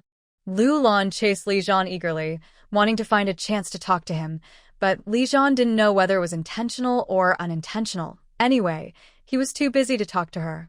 Lu Lan was so angry that her heart ached, but she still couldn't bear to eat. After all, if she didn't eat more at the table, she would go back hungry. The dishes on the table were quite rich. 2 big wild boars, cold mixed pig head and face, cold mixed pig ears, braised pork legs, steamed crispy spare ribs, braised pork belly, fat and lean meat slices with sweet potato cubes and soaked dried beans under them. The fat is not greasy after steaming, and it breaks into pieces with chopsticks. There are also fried pork liver with celery, fried large intestine with garlic sprouts, fried pork with cabbage, sweet and sour spare ribs, braised pork, fried eggs with leeks. Finally, there is a pot of mutton and radish soup so that everyone can eat a lot of mutton. Although the staple food is not pure refined grain, it is also mixed flour steamed buns and pancakes, and it is full. This meal has long exceeded the rice, flour, and coarse grains they brought as gifts. Therefore, the whole village praised Li Zhan and Xia Huanhuan. Look at the banquet they are preparing for their guests. The couple is so generous. After all, they have 3 big fat sons at once, so they should be happy. Zhang Laosan, look how capable you are. Don't you have 2 sons at home? Why haven't I seen you prepare such a generous banquet? That's right. Last time I went to Zhang Laosan's house for a banquet, there seemed to be only 1 meat dish, and it took me a long time to find a meat. Oh. Tell me, why can't we catch a wild boar? Look at them. Catching 1 is not enough, they caught 2. If I could catch 2, I would be so generous too. You are bragging again. If you could catch a wild boar, why wouldn't you hide it, for fear that others would know? The women are now envious of Xia Huanhuan. Alas, they are all women, look at the life they lead. When they entered the house, Lu Lan was so vicious that she refused to hold a wedding banquet for them. Look at what her husband did. He directly took his wife to the army to hold the wedding. Now that she has 3 big fat sons, he is treating the whole village to a banquet. I heard from Secretary Zhao that there is actually another layer of meaning behind this, which is to hold a wedding in the village. That's right. It's really enviable. If my man is 1/10 as good as Li Zhan, no 100th as good as him, I will be satisfied. Xia Huanhuan didn't eat much. She went to the kitchen, prepared some of each dish, put them in a bamboo basket, and sneaked out of the back door when no one was paying attention. She had noticed before that because the new house was close to the edge of the village, there were usually not many people. In particular, there was a hidden mountain trail behind the house, which could turn halfway and go directly to the cowshed. It would be much more convenient to visit Shen Wanqiue and Yang Qiushi in the future. Moreover, it was difficult to carry the 3 little ones to them for fear that they would cry, but in the future, They could also come over secretly under the cover of night. Xia Huanhuan asked Xia Shuangshan to leave a back door in the backyard, saying that it would be more convenient to go up the mountain in the future. Now they went out from the back door and secretly delivered the food to the cowshed. Xia Huanhuan usually did not have much contact with the educated youth point, so the educated youth from the educated youth point were not invited to the full moon banquet. As for the cowshed, Li Zhan's identity was there, so he could not be invited. He could only secretly send them some food. Shen Wanxue, Yang Qiushi, and several other people in the cowshed were sifting grass to feed the cows. The commune had a good harvest this year, and after paying the public grain, Secretary Zhao asked for everyone's opinions and reserved a portion of the grain that was to be distributed to each household according to work points to sell to the grain station. He also sold a big fat pig for 200 yuan and bought 2 calves. In this way, when the summer and autumn harvests come next year, there will be 3 oxen to pull the plow and cultivate the land, which will make life a lot easier. However, this will make the tasks in the cowshed a lot more arduous. Shen Wanxue raised her head with back pain and glanced at the new house of Xia Huanhuan's family from a distance, feeling a little anxious. After living together for more than a year, she has already regarded Xia Huanhuan as her own daughter. Now she only knows that she has successfully given birth to triplets, all of whom are big fat boys, but she hasn't had a chance to take a look at them yet. Unexpectedly, when she looked up, she saw Xia Huanhuan walking towards her with a basket. Shen Wanxue was so scared that she quickly put down the fork she was using to fork the fodder, ran out and pulled her to a secluded place, and whispered anxiously, "Why did you come here in broad daylight? What if someone sees us?" Xia Huanhuan smiled and said, "Auntie, it's okay. All the men, women, and children in the village are having a feast at our house, and the road leading to our new house is off the beaten track, so no one can see us. I thought that I couldn't invite you and the master to the feast, so I brought some food here to suit the occasion." Shen Wanxue was touched and had no temper. "Child, you are so busy at home today, and you still care about us. Come on. Come in with me, and sit down. I'll wait for a while to avoid being seen by others." After entering the house, Shen Wanxue couldn't wait to ask, "How are the 3 little ones? I heard that they are white and plump, like you and Li Zhan." Xia Huanhuan smiled and said, "They have grown up in the past 2 days and are a little better looking. When they were just born, they were skinny and small like 3 monkeys." Shen Wanxue was amused by what she said. "How can you say that about your own children? Newly born babies are like that." As she said this, she couldn't help but think of her own son. He was fostered in a farmer's house when he was just 3 days old. He didn't even see what he looked like when he grew up. However, she quickly forced herself to stop thinking about it. Xia Huanhuan gave birth to triplets. What a happy event it was. She was not Xianglin Sa. It would be so disappointing to mess up her own sad story. Xia Huanhuan said with a smile, "The 3 little ones are crying so hard that it's not easy to bring them here for you and the master to see. But you can come quietly from the cowshed at night and go to my house to see them. It's the same." Shen Wanxue couldn't help but feel happy when she heard it. "Can we really go over to see them? Isn't it too risky?" It's okay. "There are basically no people walking on this road from here to my backyard, and no one will pay attention to it at night," Shen Wanxue said with a smile. "Oh, that's great.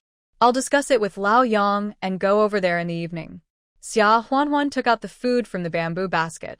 In addition to the food on the table, she also brought 2 kilograms of white flour, 2 kilograms of sweet potato flour, 2 kilograms of sweet potatoes, and 2 kilograms of pork so that they could cook and eat by themselves. Shen Wanxue didn't think him out of turn. These days, she received so many material aids from Xia Huanhuan, and she never spared any medicinal materials such as ginseng and angelica. That was a life-saving favor. How could she repay it with a few words of thanks? Xia Huanhuan smiled and said, "We have moved to the new house now, so we can have closer contact in the future. I will bring less each time to avoid danger." After talking for a while, Xia Huanhuan went back first. After all, there was a banquet at home, and Guang Lin Yuru, the 3 cubs, could not stand alone. She had been away for too long, which aroused suspicion. Shen Wanxue's heart moved, and she asked hesitantly, Huan, Li Zhan is also at home tonight, right? She had been thinking about taking a look at Li Zhan's appearance, but she never got a chance. At most, she could only look at him from a distance, but she couldn't see clearly. Although there was little hope, she would not be able to live without even this thought. Xia Huan smiled and said, yes. He finally got 10 days of leave, and he should be able to be at home during these days. Auntie, don't be cautious. I have told him about you and the master, and he has no objection to my relationship with him. We come and go here. Xia Huan thought that Shen Wanxue was worried about this, so she smiled and reassured. Shen Wanxue couldn't explain it, so she nodded and smiled. Oh, Auntie is not formal. Annie knows that he is a good person, otherwise he wouldn't have helped me carry water last time. Even if he is not her child, he can ignore her. He picked up the pole to carry water for her without saying a word. His character is beyond words. Shen Wanxue sent Xia Huan out, and after she was gone, she went back to sift fodder, fetch and feed water to the cows, and wash herself. After working for a while, it was time to eat. Shen Wanxue secretly distributed some of the steamed buns and meat dishes that Xia Huan had brought over to the people in the cowshed. She also gave some of the food and the like to each house in the evening. In the past 6 months, Shen Wanxue and Yang Qiushi have divided some of the things Xia Huan sent. On the one hand, the feeling of being a fallen person in the end of the world is on the one hand. On the other hand, the cowshed is so big. Even the people who lived here used to be educated and distinguished people. However, Shen Wanxue and Yang Qiushi were living alone.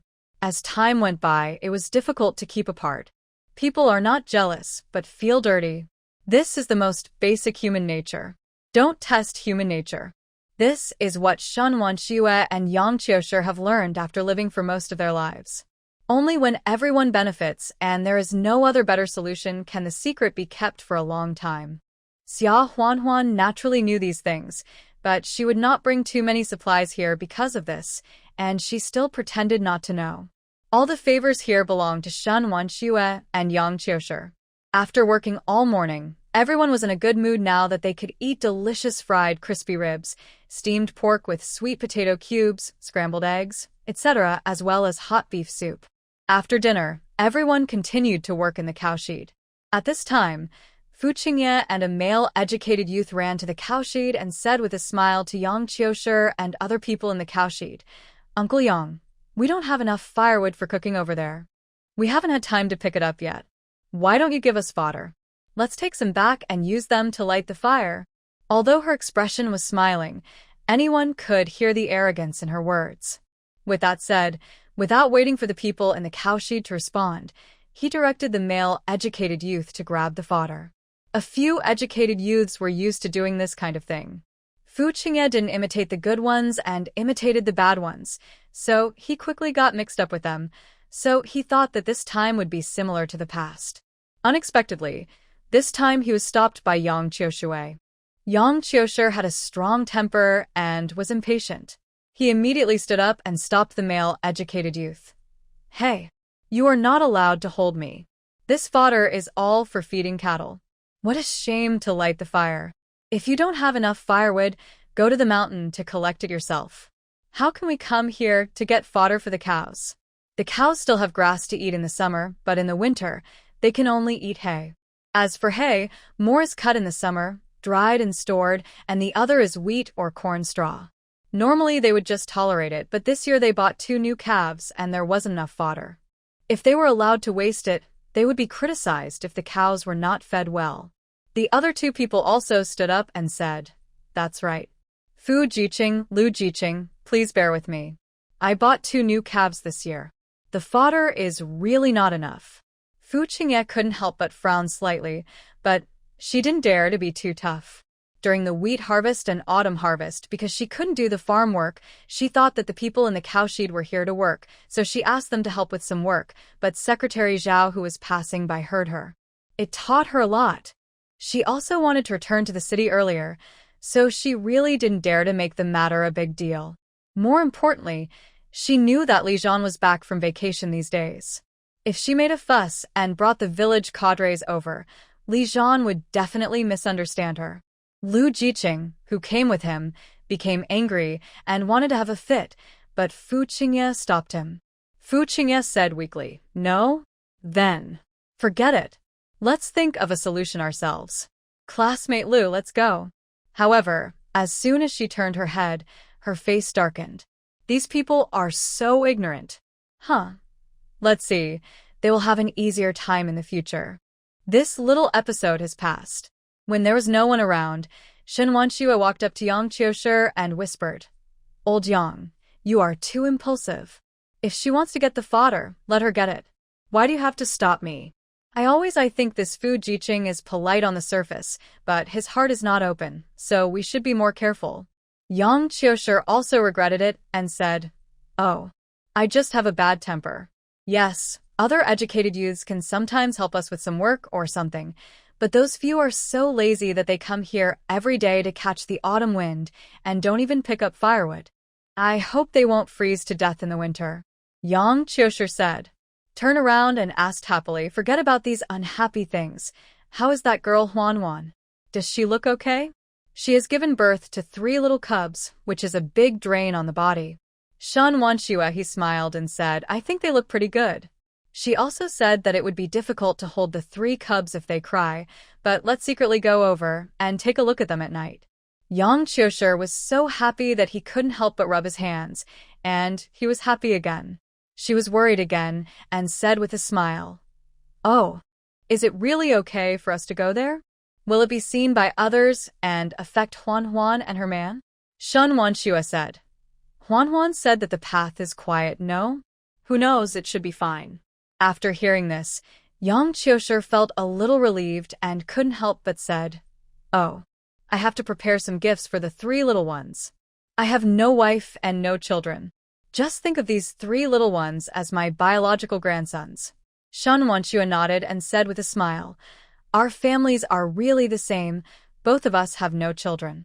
It must be a pity for God to meet this girl Huan. I sent a goddaughter over. From now on, I will treat the 3 little ones as my grandsons."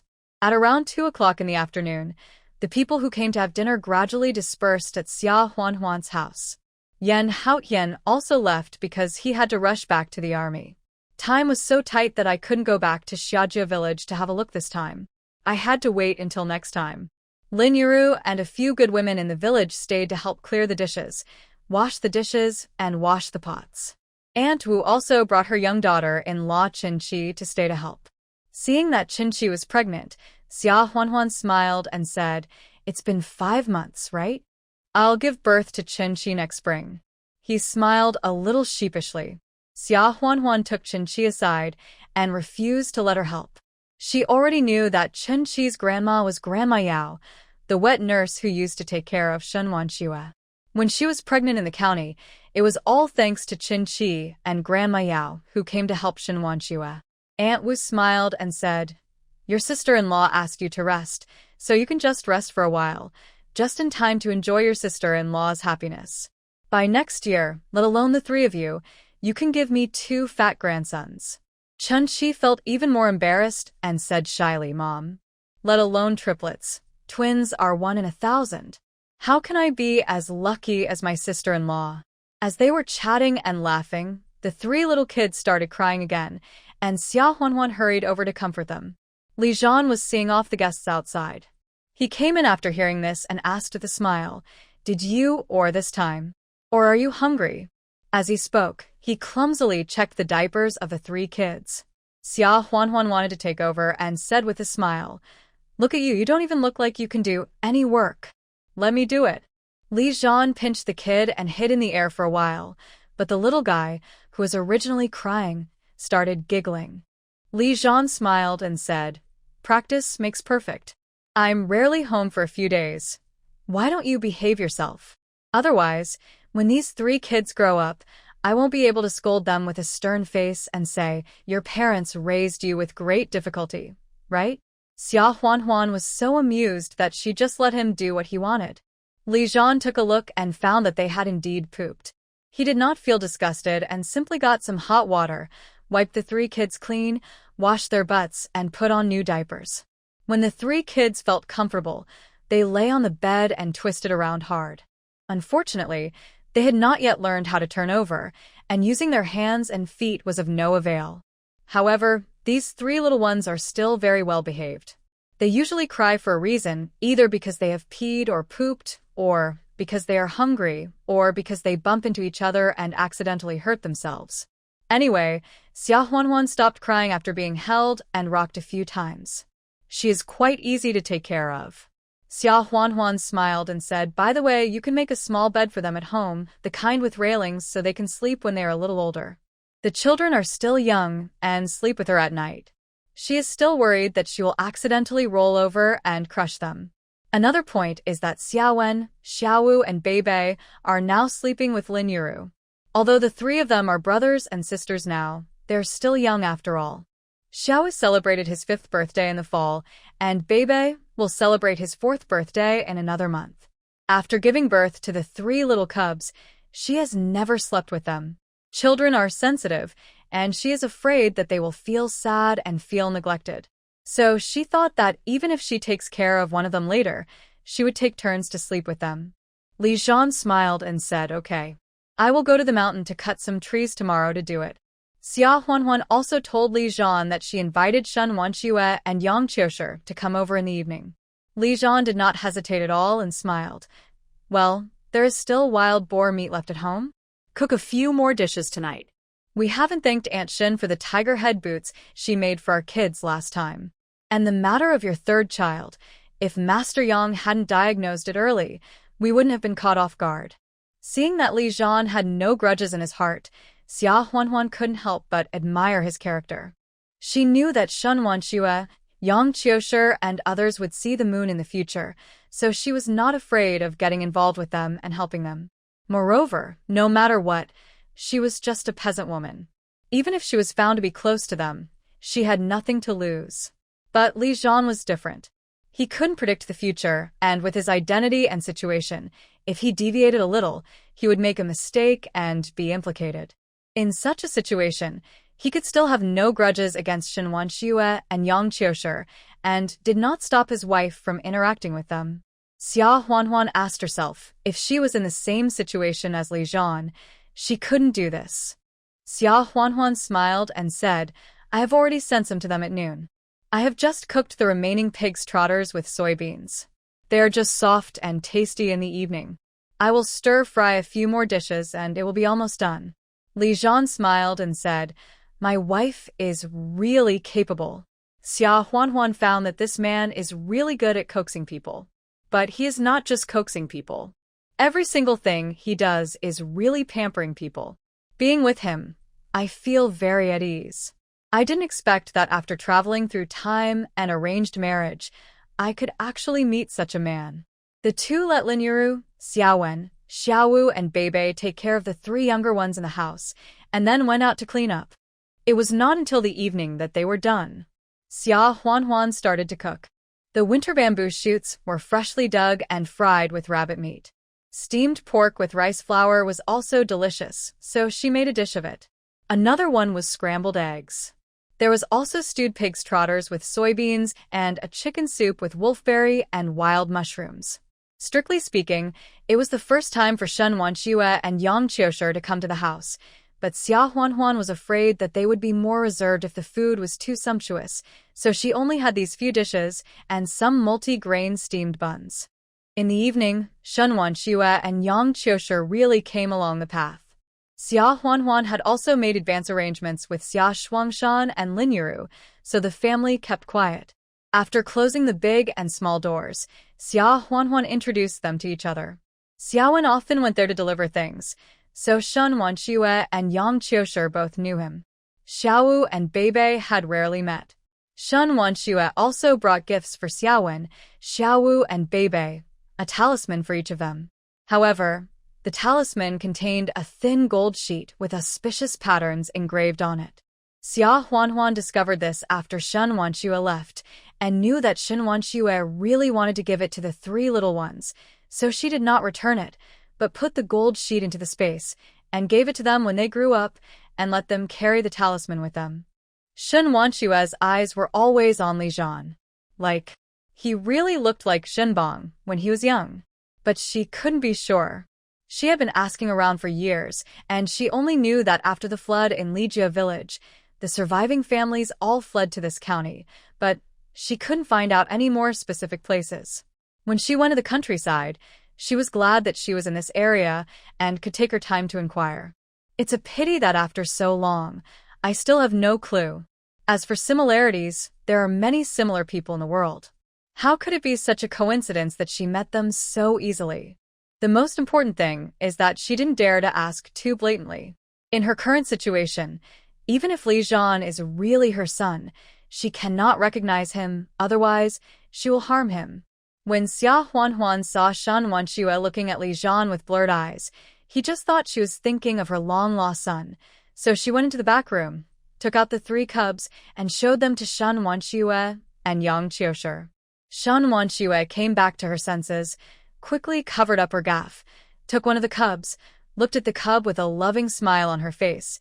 This little cub is so handsome, just as handsome as his father. Yang Qiushi also hugged the other one nervously and happily, smiling from ear to ear. Ouch. Call me Grandpa. I am your Grandpa Yang. Everyone sat down to eat. Shan Wanxue still couldn't hold it back and asked with a smile, "When was Zhan born?" Zhan said with a smile, "The first month of the year 1948. Shan Wanxue's heart sank with a thud, and she almost dropped the chopsticks in her hand. Her son was born in the winter of 1948, at the beginning of the year and at the end of the year, so the time didn't match up. Really? The first month's birthday is well-deserved."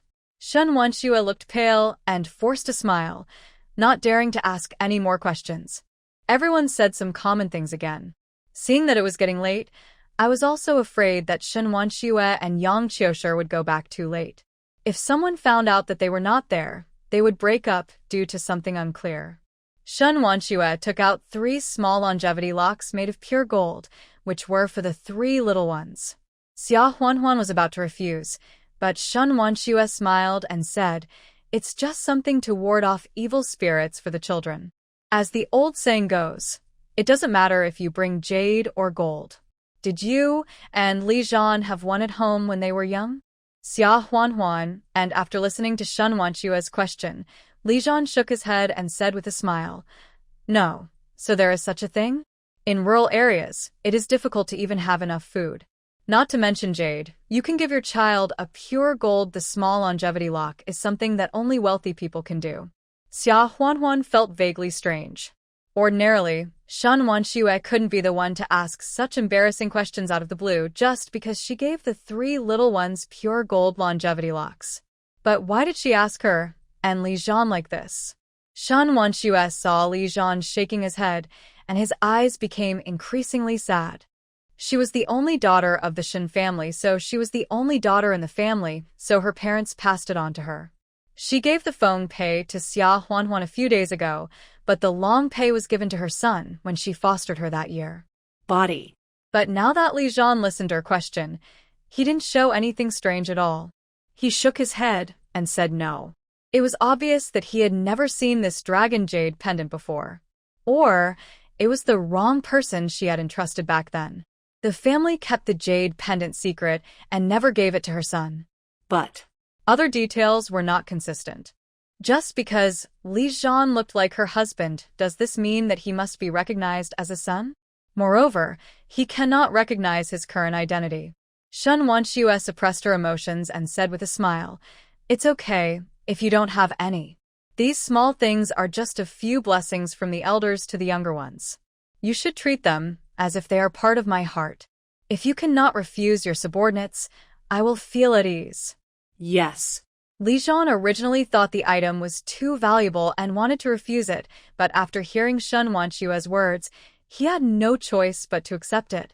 Yang Qiushi continued, "After the Shen girls have given gifts to the little ones, it's my turn. The master doesn't have anything good, just a few pieces of paper he brought from the city that are probably useless, so he just looks down on them. Give them as gifts." As he said, Yang Qiushi handed the 3 yellowed papers to Xia Huanhuan. Xia Huanhuan opened it and got a jump. I saw that these 3 useless pieces of paper were actually the property deeds of 3 shops. Moreover, it is the kind of house deed that is stamped and recognized by the country. These 3 stores are located in Beijing, Shanghai, and Guangzhou, respectively. They are all drug stores with a history of hundreds of years. Master, this is too expensive. How can the 3 little kids afford it? Seeing her refusal, Yang Qiushi couldn't help but blush and said in embarrassment, Huan, do you think the master is too shabby? This is for the little kids.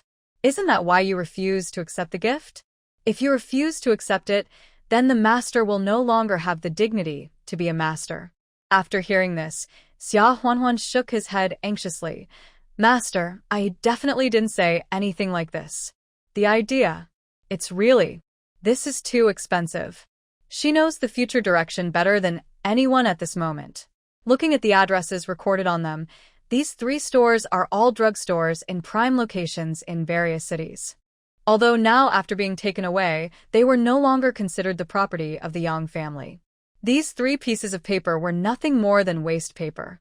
But in a few years, when the policy comes down and these things begin to be returned to their original owners, this waste paper will be more valuable than gold. Then accept it. Yang Qiushi interrupted Xia Huan's words and said categorically, I, Yang Qiushi, have no children. From now on, I will treat you as my goddaughter, Huan, and these little ones as my godson-grandsons. No matter how precious something is, can it be as valuable as my grandsons? When Xia Huan saw this, he was afraid that if he refused, he would hurt Yang Qiushi's heart, so he accepted it and said with a smile, Since the master said so, then I will treat the 3 of them. Thank you, master.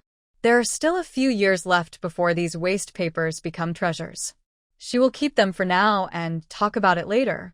When Yang Qiushi saw that the gift was given out, he was very happy. He really felt that the gift was shabby. Those pieces of paper were indeed valuable in the past, but now, they are just a few scraps of paper. He couldn't help but ask, By the way, have you given names to my god-grandchildren? They are screaming every day, so we can't just call them Debao, 2 treasures and 3 treasures, right? Xia Huan and Li Zhan couldn't help but look at each other. They had actually discussed the names several times. Unfortunately, they didn't want to mention their first names. They didn't even decide on their nicknames. They just decided last night that the nicknames for the 3 little boys would be, for the time being, we call them Debao, 2 treasures and 3 treasures. I didn't expect to be disliked by Yang Qiushi today.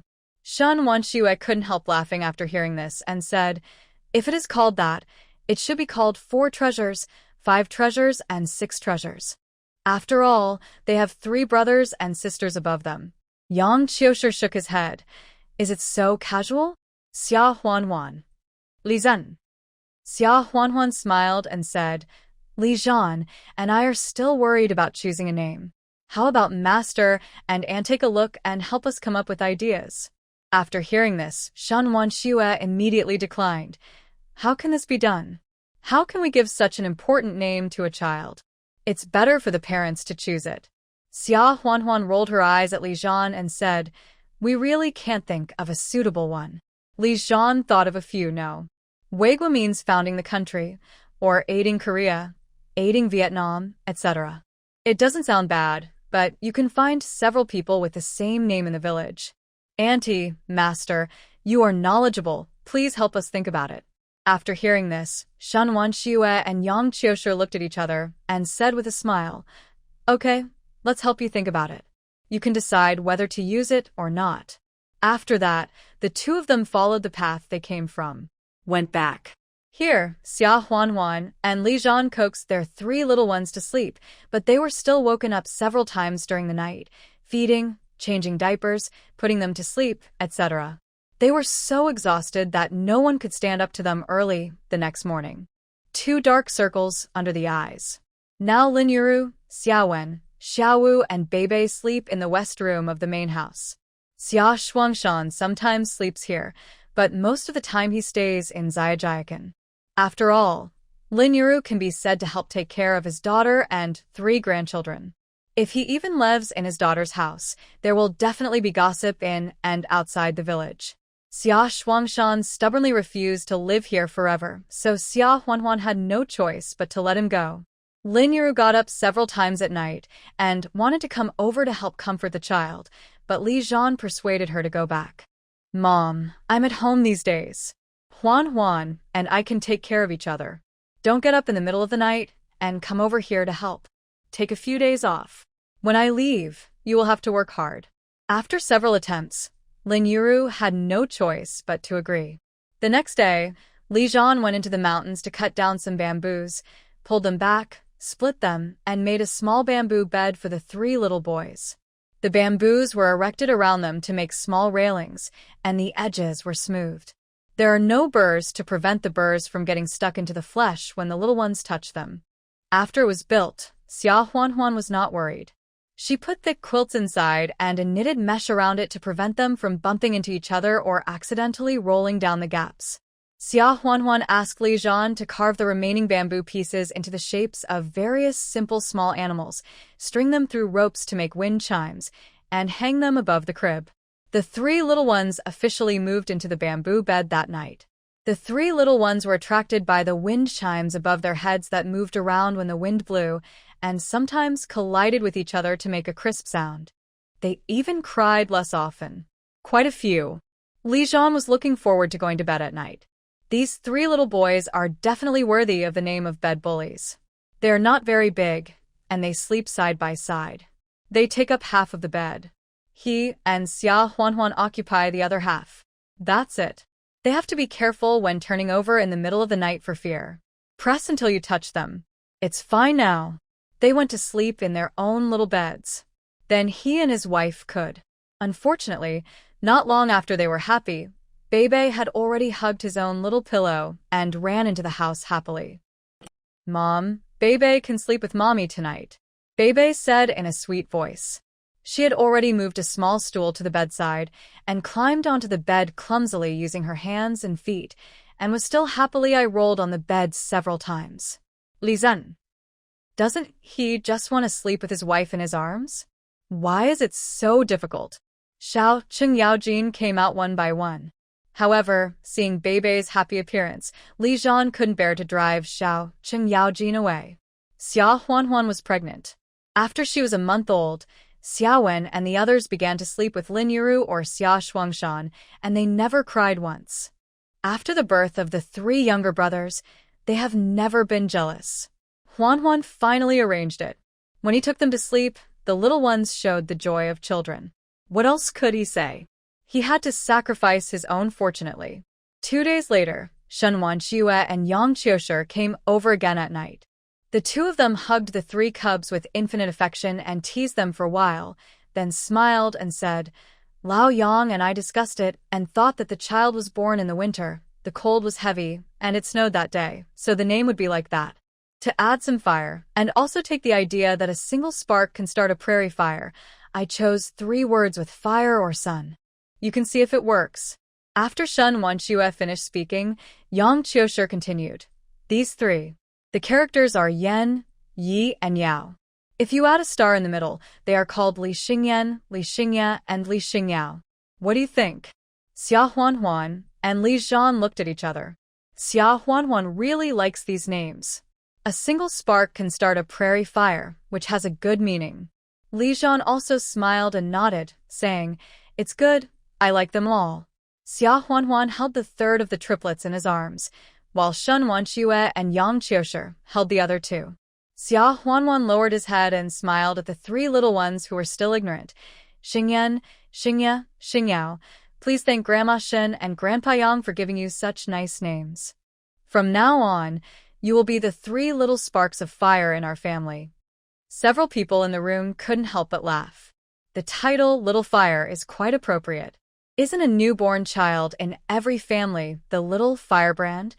The 3 cubs didn't know if they understood what the adults said, but they also kept laughing along with them, which warmed the hearts of several people. After sending Shen Wanxue and Yang Qiushi away, Xia Wen and the others came over to sleep with Xia Huanhuan again. Xia Huanhuan was going to call Bebe to come over to sleep, but was blocked by Li Zhan at the door. Li Zhan said with infinite resentment, The three little brats can take turns to have one night each. It should be my turn tonight, right? Xia Huanhuan was stunned for a moment, and then she met Li Zhan's burning eyes. She felt a little embarrassed, so she pushed him and said in a low voice, "You're such a grown-up, and you still compare yourself with a child? You are shameless." Ah. Before she finished speaking, Li Zhan had already grabbed her hand and forcefully pulled her into his arms. He leaned close to her ear and whispered unhappily, "You also know that I am such a grown-up now. I have finally come back for a few days. I know your body has not recovered yet. Can I do it to the end?" Although Xia Huanhuan had a natural birth, it had only been about a month, so Li Zhan didn't dare to do anything reckless. But if the three little ones who had begun to understand things were not around, he could be more extreme. Just as Xia Huanhuan was about to speak, she saw Bebe behind Li Zhan running towards her excitedly, holding a small pillow. Unfortunately, the door was blocked by Li Zhan, so Bebe raised her head and frowned and asked, "Fourth uncle, don't block the door. Bebe wants to sleep with mom tonight." Xia Huanhuan smiled and whispered, "If you can convince Bebe, I will agree to it." When Li Zhan heard this, his eyes lit up and he smiled. "You said it." As he said that, he turned around energetically, squatted down, and negotiated with Bebe. "Bebe, be good tonight and sleep with Grandma, okay?" Bebe tilted her head with a puzzled look on her face. "Why? Last night it was Big Brother. Today it's Bebe's turn." Li Zhan coughed twice and it was a little difficult to speak. "Bebe, look. You and the eldest brother and the second brother have all had their turns, but fourth uncle hasn't had his turn yet. It should be fourth uncle's turn tonight, isn't it, Bebe?" Bebe thought about it, and it seemed to be true. Li Zhan looked at the expression on the little guy's face and thought he was convinced, and he felt very proud. Unexpectedly, Bebe suddenly said, "That's not right. Fourth uncle sleeps with mom every night. Why do we have to take turns? Li Zhan, how can this sleep be the same as sleeping?" Li Zhan had no choice but to continue to fool him. "Bebe, look. Do you still want your mother to give birth to little brothers and sisters for you?" Bebe tilted her head and pouted as she looked at Li Zhan. She thought fourth uncle was a bit stupid. "Fourth uncle, you are so stupid. Didn't mom just give birth to 3 little brothers for us? Besides, what does it have to do with fourth uncle if mom wants to give birth to little brothers and sisters for us?" Could it be? Bebe suddenly widened her eyes and looked at Li Zhan. "Uncle, will you also give birth to a little brother or sister?" Li Zhan. This. How should he explain it? Xia Huanhuan almost laughed to death and suddenly felt a little sorry for Li Zhan, who was at a loss for words after being criticized. Xia Huanhuan could not bear it and squatted down, saying with a smile, "Bebe, be good, sleep with Grandma tonight and sleep with Mom tomorrow night, okay?" Li Zhan turned around and looked at Xia Huanhuan in astonishment.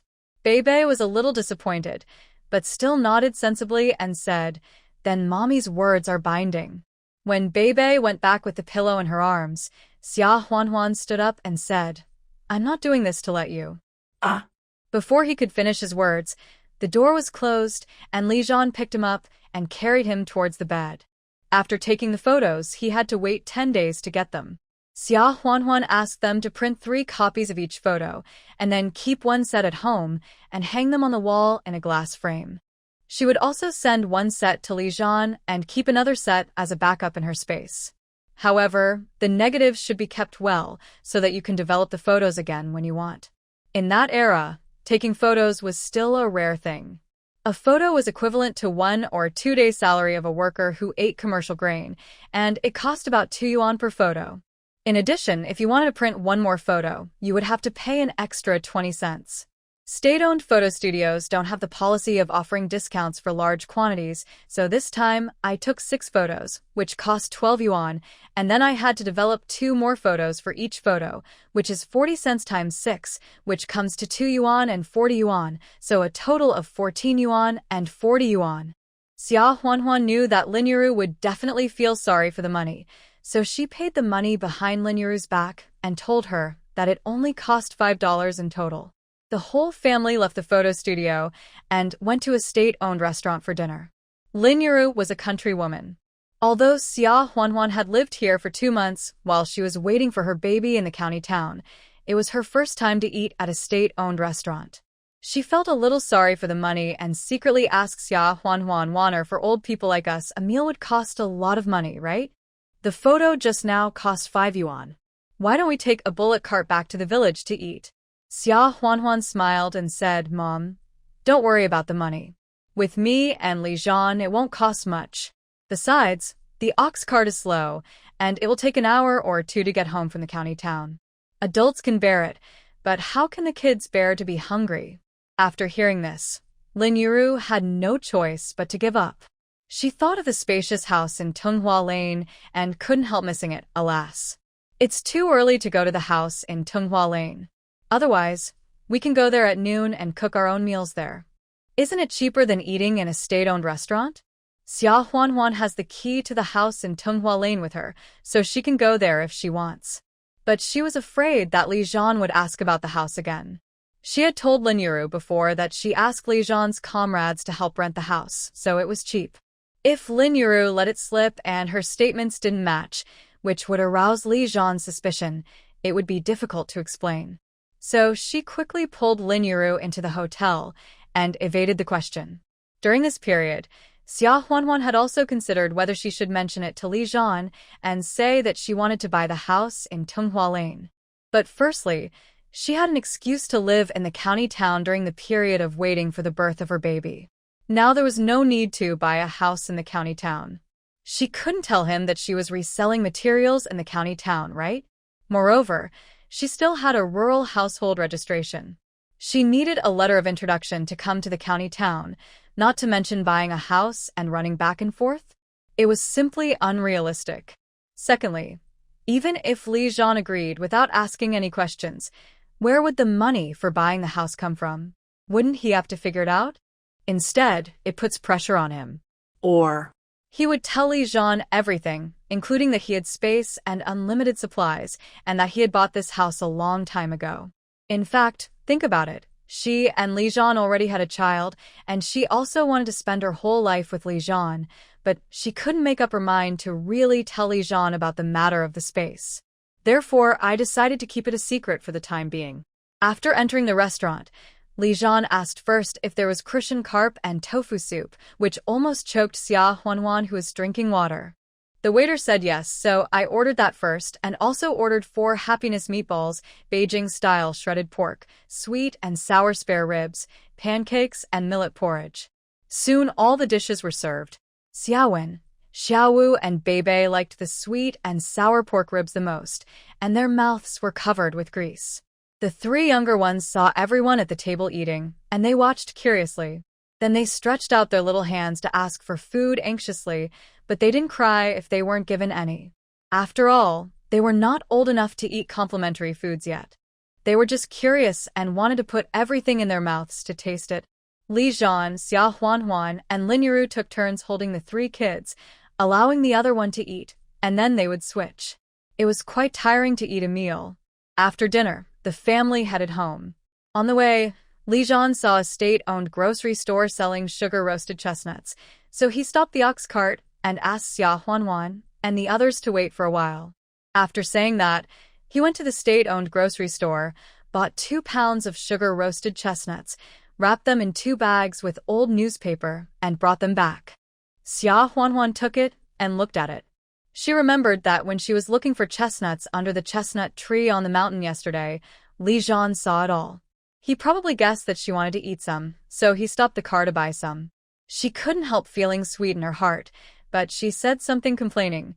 "We can pick chestnuts on the mountain ourselves, and we can fry them at home, but you just spend money recklessly." Li Zhan smiled and did not refute, saying, "Didn't we pick any this year? Let's go up the mountain to pick some next autumn and fry them ourselves. Try it while it's hot to see if it's sweet." Lin Yuru originally thought that chestnuts could be picked up in the village and on the mountain, and it would be a waste of money to buy those sold in the store. However, just as she was about to open her mouth, Xia Huan spoke first. When Lin Yuru heard this, she thought her daughter was blaming her son-in-law. Wouldn't this make Li Zhan feel cold? So, he didn't care about the money anymore and said quickly, "Wanner, didn't Li Zhan buy it for you and the kids? Why are you blaming him?" Although we can find some at home, they are definitely not as delicious as those in the store. It's worth spending money on it. After saying that, Lin Yuru turned to Li Zhan and advised, Li Zhan, don't take Wan'er's words to heart. Xia Huanhuan was peeling chestnut shells with her head down. At this time the shells had been cut with a knife before frying to make them more flavorful, so they were easy to peel, and soon she peeled out a bright yellow chestnut and stuffed it into Bei's mouth, and gave one to Xiaowen and Xiaowu respectively, letting them peel and eat them themselves. After hearing Lin Yuru's words, Xia Huanhuan looked up at Li Zhan and smiled slyly. Li Zhan understood it as soon as he saw it. His wife didn't really blame him for spending money recklessly. She just said what Lin Yuru was thinking in advance so that her mother wouldn't be able to say anything. Li Zhan suppressed his laughter and said, "Don't worry, Mom. She complains about me every day. I used to listen to her and let it go, but I really care about her." Xia Huanhuan was very satisfied with the effect of this method. This is what is called saying other people's words and leaving them speechless. It seems that this method can be used more often in the future. Xia Huanhuan peeled another one and put it into Li Zhan's mouth, laughing, "You are the only one who knows how to complain." Then, she handed one of the bags to Lin Yuru, asking her to eat with her, and also peeled some for the three little guys to eat. Seeing that his wife peeled too but didn't eat them herself, Li Zhan got in the car, took the two little guys from Lin Yuru's arms and held them one by one, and freed his hands to take out a chestnut, peeled it, and handed it to Xia Huanhuan for her to eat. Xia Huanhuan was still holding Yan Yan in her arms, so she lowered her head and took the chestnut directly from his hand. Her lips touched Li Zhan's hand, making Li Zhan's eyes burn. Xia Huanhuan didn't notice these things. The chestnuts were very fragrant, glutinous, and sweet. They were really delicious.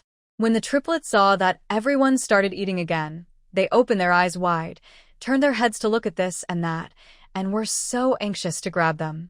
However, because their hands were too short, they couldn't catch them. Unfortunately, they couldn't speak yet, so they could only make meaningless shouts of "hmm" and "ah" to attract the attention of the adults.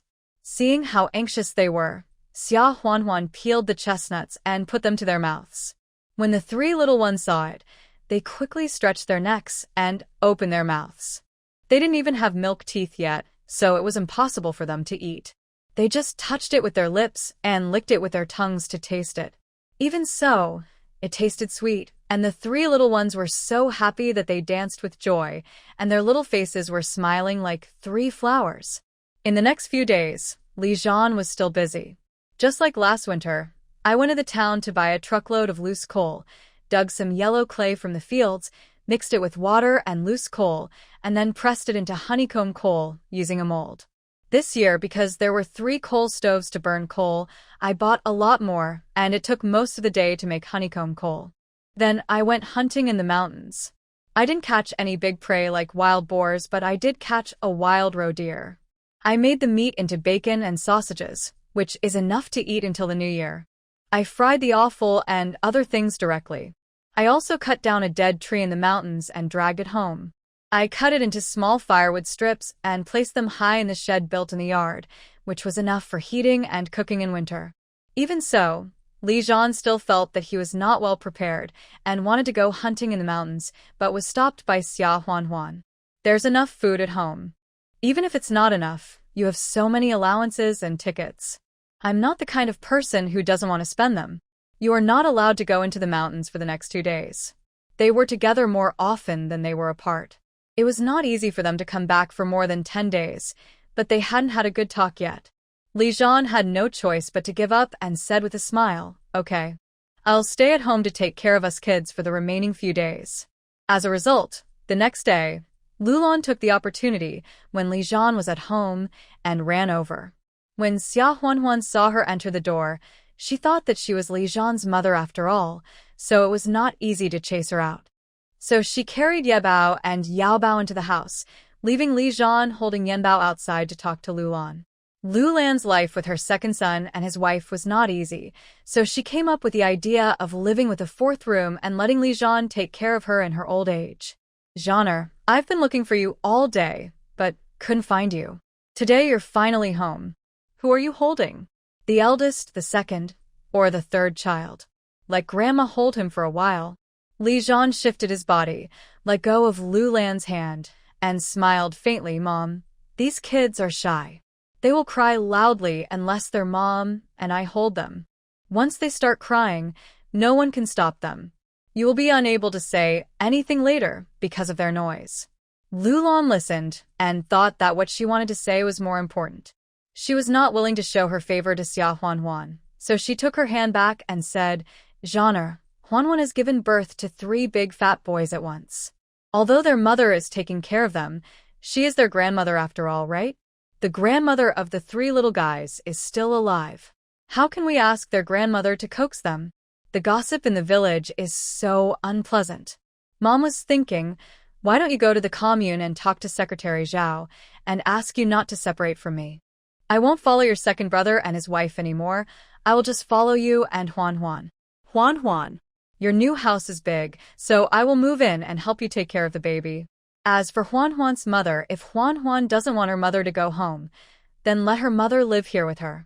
It won't cost much more food anyway. Mom used to be a little prejudiced against Huanhuan, but now I have thought it through. You have given birth to a child. What else can I be dissatisfied with? Zhan, why don't you discuss it with Huanhuan and see if it's okay? Although Xia Huanhuan went back to the house, she still paid attention to the movements in the yard. After listening to Lu Lan's words, she almost rushed out to curse. It sounds good to say that she wants to move in to help her take care of the baby. In fact, she didn't get the upper hand from Li Chang and Wang Guixiang, not to mention that she suffered, and she set her sights on her big enemy fourth son. From the tone, she hasn't moved in yet, but she already has the tone of the head of the family. What does it mean that if her mother doesn't want to go home, she can live here with her and it won't cost much food? Did she spend half a dime on food? What does the food in this house have to do with her? Moreover, she generously agreed Lin Yuru to live here, probably because she couldn't bear to leave her mother, the free and responsible nanny. After all, with Lin Yuru here, she can push the things of coaxing the baby and cooking to Lin Yuru, and even her own 3 meals a day can be ready-made. Xia Huanhuan didn't even have to think about it. If Li Zhan really agreed with Lu Lan, then after Li Zhan left, within a month, Lu Lan would have to ask her for Li Zhan's allowance and all the power in the family. Even if she didn't give it, there would be chaos in the future. In the past, she never mentioned Lu Lan in front of Li Zhan, let alone right and wrong. That's because she has never been completely sure of Li Zhan as a man. She holds this mentality, that is, if Li Zhan is too mama's boy, then she will find a suitable opportunity to divorce Li Zhan and live on her own. But now, with 3 children, her mood has naturally changed. Xia Huanhuan put Yabao and Yabao back on the crib, walked out, and said crisply, I don't agree. Li Zhan would most likely reject Lu Lan's request, but not 100%. What if he agreed, and she said she disagreed? Wouldn't Lu Lan have a handle and go out and say that she was disrespectful to her parents-in-law? Her son had agreed to let her live with him, so why would her daughter-in-law say she disagreed? Therefore, she had to make her attitude clear before Li Zhan made his attitude clear. If Li Zhan still agreed to Lu Lan moving in, then she would have to move out with the kids. When Lu Lan heard that her son hadn't expressed his opinion yet, Xia Huanhuan had expressed it first, but now she was asking for help, so she could only suppress her anger, and whispered as if she was bullied by her wife. Huanhuan, I know I treated you badly before, but I have changed. Just give mother-in-law a chance, okay? Even if you don't like me, Zhan hasn't said anything yet. You are so eager to say you don't agree. Isn't it putting Zhan in the middle of us and making him feel awkward? Xia Huanhuan sneered. Mother-in-law, you haven't even moved in yet, and you're already putting a hat on me.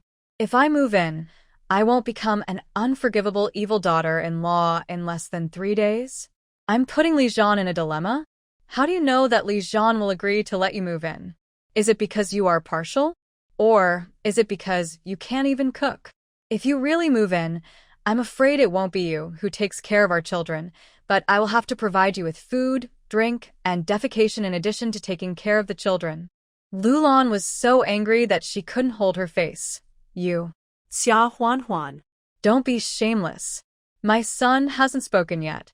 Is it your turn to speak? After saying that, she realized her loss of composure, and her heart skipped a beat, and she looked at Zhan. Zhan had a blank expression on his face. Tanya, Mom. Mom didn't mean that. Mom just thinks women should listen to men, and it's not good to be too opinionated. Zhan interrupted Lulan with a cold tone. Mom, I think let's forget about this. Even if Huan doesn't express her opinion first, I don't intend to agree. Taking care of 3 little kids is very tiring. Changing diapers, washing clothes, and cooking every day, I don't think you can handle it. Don't make Huan like the eldest sister-in-law and the third sister-in-law before, who will have to cook and wash clothes for you later. That would be counterproductive. Besides, I also know that you and Huan have different personalities. Even if Huan cooks for you, can you feel at ease? Lulan suốt đời. She still remembered clearly the time when Xia Huan took advantage of the fact that no one was around and pushed her down. If the meal was really cooked by Xia Huan, she would not be able to eat it with peace of mind. But she was unwilling.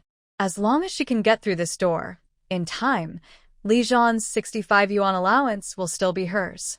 Xia Huan can also find a reason to force him to leave, and then find a stepmother for the 3 little guys. Tanya. Let's leave it at that. Mom, don't mention it again. Zhan didn't allow her to say anything else, and ended the discussion of the matter decisively. Lulan was really desperate now. She always thought that her 4th son Zhan was easy to control. When she told him to join the army, he would actually go to the battlefield in the south to fight. She heard that many people died there, and even their bodies did not return home. However, Zhan packed his bags and left without saying a word. Later, she wrote to him asking him to send the allowance back, and Zhan sent it back without saying a word. But now she just wants to live with him and let him take care of her in her old age. Why doesn't Zhan agree? After thinking about it for a while, Lulan finally decided to blame Xia Huan for the problem. Zhan became like this after marrying Xia Huan. It must be Xia Huan's instigation. Lulan hated Xia Huan to death. This little episode is over. Neither Xia Huan nor Zhan mentioned Lulan again. Soon the day arrived for Zhan to leave, but Xia Huan still prepared steamed buns with vermicelli and meat filling and sour beans and meat filling for him, and also baked a lot of pancakes for him to take with him. Thinking that he might not be able to make it back for the new year, he told Lin Yuru about it, kneaded the dough, made the dumpling filling, and made dumplings right away. There were 2 kinds of fillings, one with leeks and eggs, and the other with mushrooms and meat. In addition to eating the ones at home, a lot more was steamed, and asked Zhan to take some with him to eat on the road, or to eat after returning home. In addition, the sesame-filled dumplings were also eaten in advance, which made Beibei and the others very happy. Zhan carried Yebao, and Yabao back and forth, not feeling tired and reluctant to put them down. The next time he comes back, it will probably be a few months later. The 3 little ones must have grown up a lot. I don't know if they will still recognize him by then, and whether they will let him hold them. But now, the 3 little guys are very happy to be held by Zhan. The little hands tightly grasped Zhan's clothes. When she saw him, she couldn't help giggling. She even stretched out her little finger to poke the stubble on Zhan's chin. There was no sadness of parting at all. You have no conscience. Xia Huan used the roe deer skins she had plucked from hunting this year to sew a close-fitting vest for Zhan, and asked him to try it on. The size fit him well. It's quite warm. Lizangrinat. How could it not be warm if it was made by his wife? Xia Huan smiled and said, "It's good to be warm." After a moment of silence, she said, "The kids and I are at home, and we have enough food and supplies. We have enough money to spend. Don't worry too much." Zhan agreed, and also instructed, "As for my mother, just ignore her. If she comes to you again or goes to the commune to make trouble, just send me a telegram." Xia Huan also agreed. Zhan thought for a while and said, "Even if you have nothing to do, send me telegrams often. Tell me which brat made you angry, which brat always cries, etc. I will write it down in a notebook and deal with them when I come back." Xia Huan, who wanted to cry, laughed, How can you beat up the brats who are only a few months old? Zhan laughed. Anyway, I will keep a record first, and when they grow up and become sensible, I will teach them a lesson together. Xia Huanhuan couldn't help but roll her eyes at him and laughed. Really, is there a father like you? No words were spoken all night. The next morning, Zhan left before it was dark. Xia Huanhuan was sent to the village entrance, and then she reluctantly returned. A few days later, something happened in the village. Somehow, several pieces of fodder for cattle were lost in the cowshed. 2 new calves were bought this winter, and there was not enough fodder for them. This made the situation even worse. Yang Qiushi reported the matter to the commune, and Secretary Zhao was also very anxious. Everyone was so anxious that they held a meeting and asked everyone to contribute 1 yuan from each household to go to a state-owned livestock farm a little further away to buy some fodder for emergency use. However, no one was willing to do so. The matter of feeding the cows and watching the fodder was originally the responsibility of several people in the cowshed. They didn't keep an eye on the fodder and let it be stolen. Why should we pay too? That's right. No one's money comes from the wind. Why should we pay too? Whoever is willing to pay can go. Anyway, I won't pay. With that money, I can buy a pound of meat, which is better than anything else. The villagers are not well educated and don't have any prejudice against the people in the cowshed. But when it comes to money, farmers just dig for food in the fields all year round. Even if they sell grain, the price is very low due to the unified purchase and sale, which is not comparable to industrial products. If there is no way to make money, can't you just spend every penny? $1 is really not a small amount. Secretary Zhao has no choice. If the fodder is not lost, the cows are not eating enough, and there is no grass to cut in winter, then ask the villagers to buy it for money, and no one can say no. But now that it was lost, he couldn't force the villagers to pay, so he could only go to the cowshed himself, pay 5 yuan, and let the people in the cowshed look for themselves, and then collect 30 or 40 yuan together to buy fodder. If they really don't have it on hand, they can borrow from each other. If they have relatives in the city, they can also write a letter and ask the city to remit some money. After Secretary Zhao left, the cowshed was a little silent. If it were in the past, a few dozen yuan would not be a big sum for them, and anyone could take it out. But in their current situation, where can they get these few dozen yuan? Shen Wanxue had small yellow croakers in her hand, and she could still exchange one for a few dozen yuan. But she was also cautious not to say it directly on this occasion. Although the people in the cowshed also get along day and night, they are not close friends after all. If she really showed her wealth, it is hard to guarantee that there will be no trouble.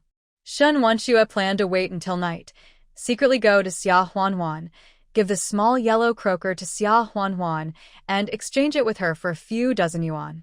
Alas, this matter is all Lao Zheng's fault. You said you were still on guard in the cowshed. How could someone steal the fodder? Now, it's like this. There are 7 of us in total. Even if we divide it equally, each person will have to pay 4 or 5 yuan. Where can we get it? Lao Li, who has always been stingy, couldn't help but complain. Yang Qiushi couldn't help but scold him after hearing this. Lao Li, What are you talking about? we are all together. Lao Zhang was unlucky that night. If it was you who was on guard, can you guarantee that you could keep a close watch? Another person said, Alas. If you ask me, it must be those educated youth who came over last time to ask for fodder as firewood. We didn't agree to give it to them, so they did something bad to us. Right. Why don't we go to the commune tomorrow to find Secretary Zhao and file a complaint against them and let those educated youth pay for it? Another person also said, Let's not do that. With our current status and situation, if we go and file a complaint, what if those educated youths turn the tables and say that we have received education but have not repented? Then we will be left with nothing to eat, right? Everyone heard this and felt that there was a risk, so they kept silent. Well, Let's see how much money we can pull together and see how much fodder we can buy. If it's really not enough, we can ask the commune to borrow some first and then pay it back next year when we earn work points. Shen Wanxue said. Lao Li looked at everyone and still couldn't help but said to Lao Zhang, Lao Zhang, this matter was caused by your carelessness. Don't you have a son in the city? How about you send a telegram to your son tomorrow and ask him to remit some money over? We will make up the difference, if there is any difference.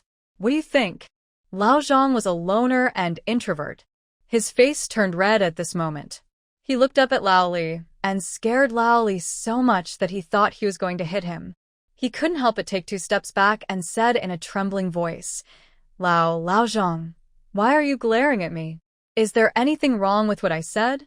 Ask everyone if they all think so. Lao Zhang lowered his head again and said in a muffled voice, I am responsible for my own actions. You don't have to pay for it. This whole of several dozen dollars. I will make up for it myself. If I can't make it up. Lao Zhang didn't say any more and suddenly stood up and went back to his room. Seeing this, the others dispersed. Shen Wanxue felt pitiful when she saw Lao Zhang like that, so after everyone else had dispersed, she took advantage of the darkness and went to the back door of Xia Huanhuan's house from the alley. After knocking on the back wall of the room where Xia Huanhuan lived, Xia Huanhuan knew that it was her or Yang Qiushi who had come. Xia Huanhuan went to open the door to the backyard and let Shen Wanxue in. He smiled and said, I was planning to go over to your side after I put the 3 little ones to sleep, but I didn't expect you to come over first. Shen Wanxue followed into the house, looked at the triplets who were already asleep, and smiled regretfully. Oh, if I had known I could have come here earlier, I could have hugged them. Again. He turned around and said, Oh. Madam, I came here tonight because I have a merciless request. After hearing this, Xia Huanhuan interrupted Shen Wanxue and said with a smile, Madam, please wait. As he spoke, he took out 20 yuan from his pocket and handed it to Shen Wanxue before continuing. I've also heard about the fodder being stolen. The commune asked you to raise your own money to make up for it. I'm afraid you and my master don't have any spare money. I originally planned to go over there in a while and send it to you. It just so happens that you are here, so I don't have to go and lie down. Xia Huanhuan figured it out. Wan Shui and Yang Qiushi each asked for 5 yuan, so 20 was enough. Let them keep the remaining 5 yuan as pocket money for emergencies. Shen Wanxue looked at the 20 yuan in front of her and was stunned, and then her eye circles turned red. In this day and age, 20 yuan is enough for a farmer to cover his expenses for a year. Even if Li Zhan has an allowance, the 20 yuan is nothing, but they don't owe her anything. She can't accept it with peace of mind if they give her 10 or 20 yuan for no reason. Huan, it's hard for you to even think of these things for me and Lao Yang. Shen Wanxue said movedly. Xia Huanhuan smiled and said, Auntie, it depends on what you said. Didn't you and the master already tell me that you regard me as your goddaughter and your little ones in my family as your grandchildren? Isn't it true that my goddaughter gives money to her godmother? Should it? Shen Wanxue nodded and said, Hey. But 20 is not enough. Lao Zhang said he could repair the hole alone, and the other 4, starting with Lao Li, would probably not come out. Money. The other 3, even if they are figured out, I'm afraid they either have some small ideas or are not strong enough. It would be good if one person can come up with a piece or 2. Lao Zhang probably wouldn't even be able to come up with 5 yuan. Adding this to the 20 yuan given by Xia Huanhuan, it didn't make up to 30 yuan and couldn't buy much fodder at all. Shen Wanxue found it hard to say it, but she still had to say it.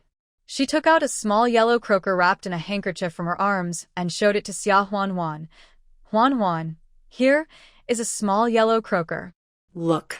Can you raise another 20 here? Xia Huanhuan was stunned for a moment. I realized that Shen Wanxue planned to spend all the 40 yuan alone, but she didn't agree with it. People's hearts are separated from each other.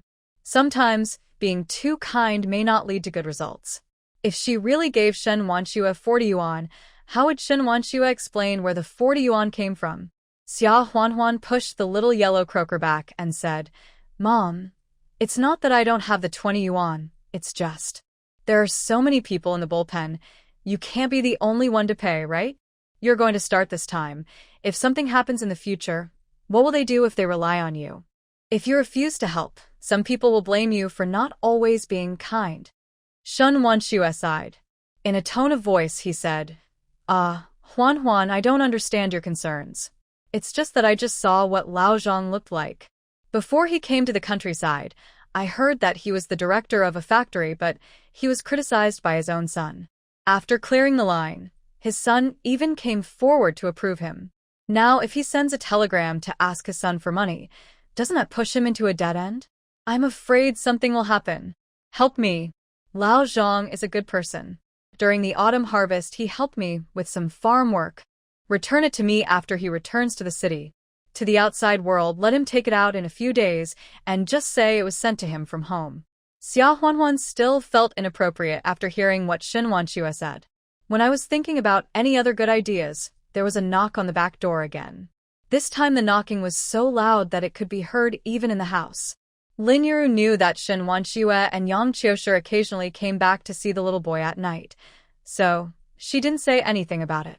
Xia Huanhuan and Shen Wanxue went over to open the door together and saw Yang Qiushi standing at the back door with an anxious look on his face, saying in a trembling voice, "Huanhuan, see if you have these medicinal herbs here. It's an emergency. This is to save lives." As he spoke, he immediately reported the names of several herbs and how many grams they required. When Xia Huanhuan and Shen Wanxue saw this, they did not dare to interrupt him. Xia Huanhuan silently remembered the name of the medicine reported by Yang Qiushi, then nodded and said, "I have it all here. Master, wait a moment, I will go to the house to get it." After saying that, he turned around and entered the back room. Eagerly next, he didn't forget to lock the door. There are only 3 little Zizi and Xiaowu in the room now. Xiaowu slept like a pig every night, so Xia Huanhuan had no choice but to take a risk and enter the space. Fortunately, everything in the space can be automatically adjusted to whatever she wants, and the amount is also the amount she wants. However, in terms of measurement, she deliberately did not weigh it accurately. Otherwise, if the medicinal materials were found in such a short period of time and the weights were exactly the same, they would definitely be suspected. After getting the medicinal materials, Xia Huanhuan took out a small scale for weighing medicinal materials that she usually kept at home. Here, Shen Wanxue waited until Yang Qiushi reported the medicinal materials before she dared to ask, "What's wrong? Did something happen to Lao Zhang?" Yang Qiushi sighed and said, "Oh, you can see it too? I'm just worried about him." I went to his room and took a look. Unexpectedly, I knocked on the door for a long time, but there was no reply, so I knocked on the door and went in. Lao Zhang was lying on the bed foaming at the mouth and taking medicine. After hearing this, Shen Wanxue felt sad in her heart. He was extremely anxious. "Oh, you are guilty. Lao Zhang is the same. Why can't you think about it so much? What obstacles are there that you can't get over in this world?" Yang Qiushi said. "Who says it's not the case?" Fortunately, he took the medicine. I am knowing what the poison is and what medicinal materials can cure it. We can only hope that time is running out and we can bring him back from. Alas, those people who steal fodder are really bad things. While he was talking, Xia Huanhuan came over with the medicinal materials, weighed them hurriedly, and asked Yang Qiushi to take them back. Shen Wanxue left after a while, fearing that she and Yang Qiushi would make too much noise and be seen. When things got to this point, Xia Huanhuan thought for a while and said, "Andy, you said that Lao Zhang's character is trustworthy, and I believe you. But if you take out 40 yuan at once, it's still too much. Let's do this. You can use these 2 lend 10 yuan to Lao Zhang and tell him that you and my master saved the private money. I will go to see Secretary Zhao tomorrow. My brother used to be a quartermaster in the army. He should be able to get some cheap fodder. 20 yuan. It's probably enough." After hearing this, Shen Wanxue couldn't help but widen her eyes and asked, "Huanhuan, are you telling the truth? Is 20 yuan really enough?" Xia Huanhuan nodded and said affirmatively, "Auntie, don't worry. It's just this time and we don't need much. My brother will definitely find a way. 20 yuan is enough." Shen Wanxue wanted to give the little yellow croaker to Xia Huanhuan, but Xia Huanhuan refused. "Auntie, you'd better keep it yourself. This 20 yuan is what I want to honor you and the master, and it can also be regarded as a thank you for naming our 3 little boys. What do the intellectuals call that?" "Run." "Right what?" Shen Wanxue said with a smile.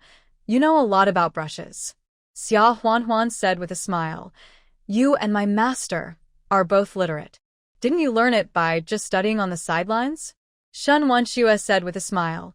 Even if you say so, you know that 20 or 40 yuan is too much for me and your master to put here. If the thief who stole the fodder comes into our house again and steals the little yellow croaker, it will be another disaster. Huan, just do it. I feel more at ease after hearing what she said. Still wanted to give the little yellow croaker to her, so she had no choice but to accept it. Anyway, she and Shen Wenxue and Yang Qiushi are indeed closer to each other now than they are related by blood, and there is no need to distinguish them so clearly. That night, because Yang Qiushi discovered it in time and administered medicine promptly, Lao Zhang saved his life. Yang Qiushi and Shen Wenxue didn't say anything about this matter. Others in the cowshed also slept deeply at night, and they didn't seem to notice. Shen Wenxue gave the 20 yuan to Lao Zhang, telling him that she and Yang Qiushi lent it to him and asked him to take it out in a few days, saying that it was sent to him by his son. She also said that she had heard from villagers before that there was a commune that sold fodder cheaper, and you could buy it for just 20 yuan. After hearing these words, Lao Zhang was moved to tears. His son disowned him and drew a clear line with him. He never cried, but became even more dull. Unexpectedly, from a stranger, I would receive life-saving kindness. The next day, Xia Huanhuan went to Secretary Zhao to tell him about the fodder. 2 days later, Lao Zhang brought 30 yuan to Secretary Zhao. In addition to Shen Wenxue's 20 and Secretary Zhao's 5 yuan, he also added 5 yuan himself. The next day, Xia Huanhuan went to Secretary Zhao and told him that her brother could get cheap fodder. She has high-quality fodder in her space, and there is no need to go to Yanhaotian to get it. Xia Huanhuan drove the bullock cart to a remote and uninhabited place, then entered the space, took out 8 bundles of good fodder, and placed it on the bullock cart. Such 8 bundles of fodder are made of peanut seedlings and high-quality forage mixed together. Normally, each bundle would cost 6 or 7 yuan per bundle. At most, you can buy 4 or 5 bundles for 30 yuan. Now, nearly half of it comes out to feed 3 cows, which is enough for the whole winter. Xia Huanhuan waited for another long time and saw that the time was almost up before driving the bullock cart back. The people in the cowshed were very happy when they saw that so much fodder had been brought back. But before leaving, Xia Huanhuan secretly told Shen Wenxue and Yang Qiushi to pay attention during this time. She always felt that this matter would not end like this. The fodder is useful for feeding cattle and sheep. Why would ordinary people steal it? Those who steal fodder are obviously just being evil. Now that the first time didn't work, I will definitely try again for the second time. Shen Wenxue and Yang Qiushi also understood Xia Huanhuan's words instantly and whispered, "Don't worry. We have already discussed it privately. We will take turns patrolling these days." The cowshed was happy, and the educated youth were a little bit happy. A few people over there saw that the cowshed had replenished all the stolen fodder, and they were very unhappy. The male educated youth, who followed Fu Qingye to ask for fodder last time, was named Lu Hao. He complained to Fu Qingye angrily. What a good thing like being able to buy fodder cheaply. They are really lucky. Humph. Let me take away 2 bundles in 2 days. How dare you not give them to us last time? Fu Qingye gave him a cold look and said, I advise you to give up this idea. I heard that people there are patrolling at night recently. Lu Hao is not convinced. Then let's just forget about it? Fu Qingye's eyes flashed coldly for a moment, and he said with a smile, What else can we do? How can you set fire to burn all the fodder and vent your anger? The speaker has a heart, and the listener also has a heart. Lu Hao's heart moved.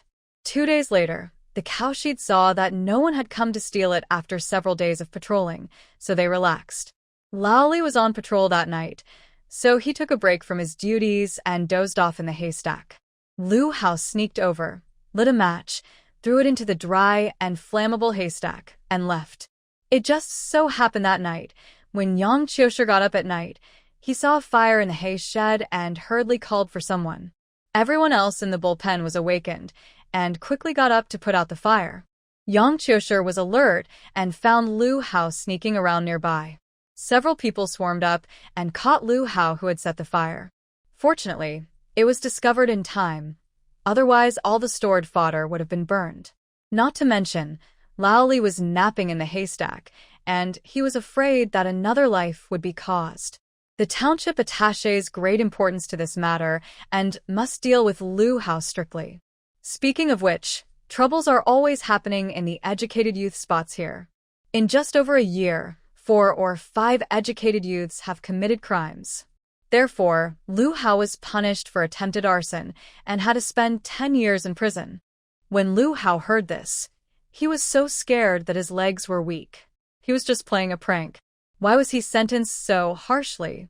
In front of the villagers and educated youths, Lu Hao pointed out that Fu Qingye had instigated him to do this.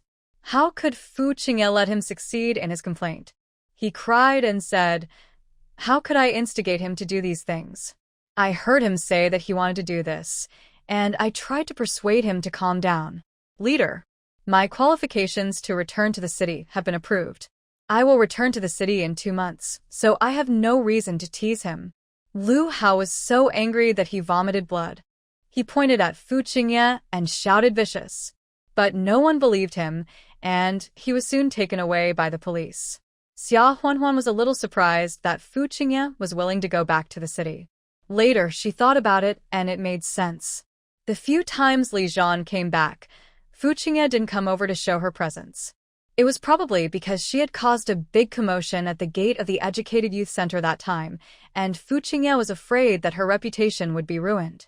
In this day and age, once a woman's reputation is ruined, her life is over. No matter how arrogant Fu Qingye is, he dare not ignore this point. However, Xia Huanhuan couldn't help but wonder, given the Fu family's background in Beijing, why didn't Fu Qingye return to the city earlier? Instead, he waited for more than a year and suffered a lot before returning. She could only explain that Fu Qingye was still unwilling to give up Li Zhan and refused to leave.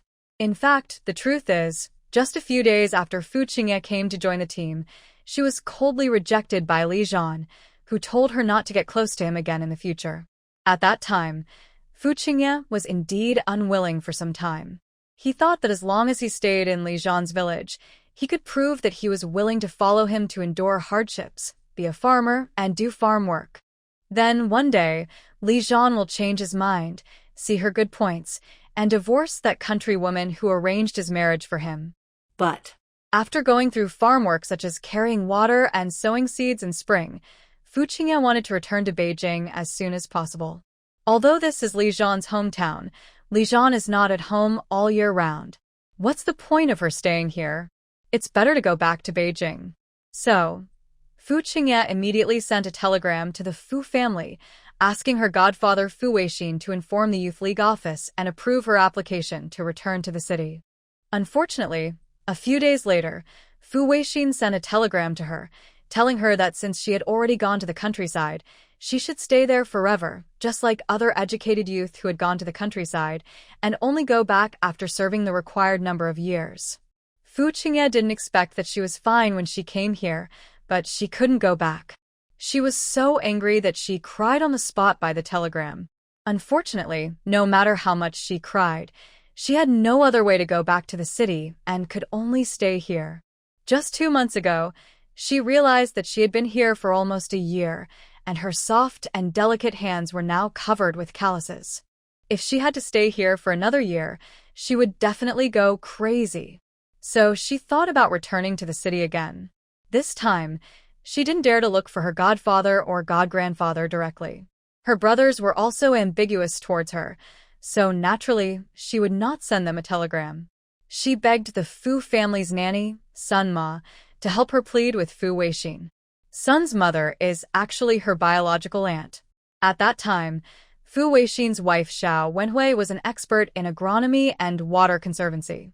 She often went to towns and villages to check the conditions of the river bends in each village and helped the village, which was still a mutual aid group at that time, to build water wheels and repair irrigation canals. In places where the water flowed fast, she also directly helped build a water wheel that was more than 1 person tall, using water power to replace manpower, irrigation, mills, etc., which could be much easier. Xiao Wenhui met Fu Qingye's mother in a certain village. Fu Qingye's mother was named Sun Kaiwa, and she was a widow. When Xiao Wenhui was repairing the reservoir in their village, Sun Kaihua was pregnant with Fu Qingye, a posthumous child. Xiao Wenhui often helped Sun Kaihua, and they became familiar with each other. Later, Sun Kaihua had a heavy bleeding during a difficult delivery. Xiao Wenhui hired a car to take her to the county hospital, but she still couldn't be saved. Only the child was saved, and that child was Fu Qingye. Xiao Wenhui heard from Sun Kaihua that she had no relatives and was also pitiful for the child who was born without a father or a mother, so she adopted Fu Qingye. After she finished her work in the village, she brought Fu Qingye back to the Fu family. Fu Weixin doted on his wife and naturally would not object to his wife adopting Fu Qingye. Although the three sons were more or less dissatisfied, they all said that they wanted a biological sister born by their mother, not a fake sister adopted, but they were still children, and their words were not taken seriously. Therefore, in the end, Fu Qingye was officially adopted.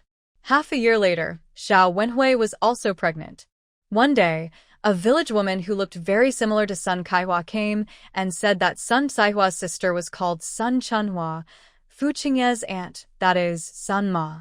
Xiao Wenhui originally thought that Sun Ma was going to take her sister's child away. It took a long time to understand that Sun Chunhua couldn't survive because of the famine in the village, so she asked Xiao Wenhui to find a job for her in the city. Because Xiao Wenhui was pregnant and she was Fu Qingye's aunt, she left Sun Chunhua in the Fu family to help and take care of Fu Qingye. Later, after Xiao Wenhui passed away, only the men were left in the Fu family, and Fu Qingye was basically raised by Sun Chunhua. Fu Qingye sent a telegram to Sun Chunhua, asking her to help plead with Fu Weixin to let her go back to the city. Sun Chunhua went to Fu Weixin and pulled Xiao Wenhui out, saying, "Commander Fu, Qingye is still passionate about going to the countryside to build the countryside. But she is a girl who grew up in the city after all, and it is normal that she can't stand the hardships in the countryside." She sent a telegram saying that she was sick and had no one to take care of her, so she wanted to go home quickly.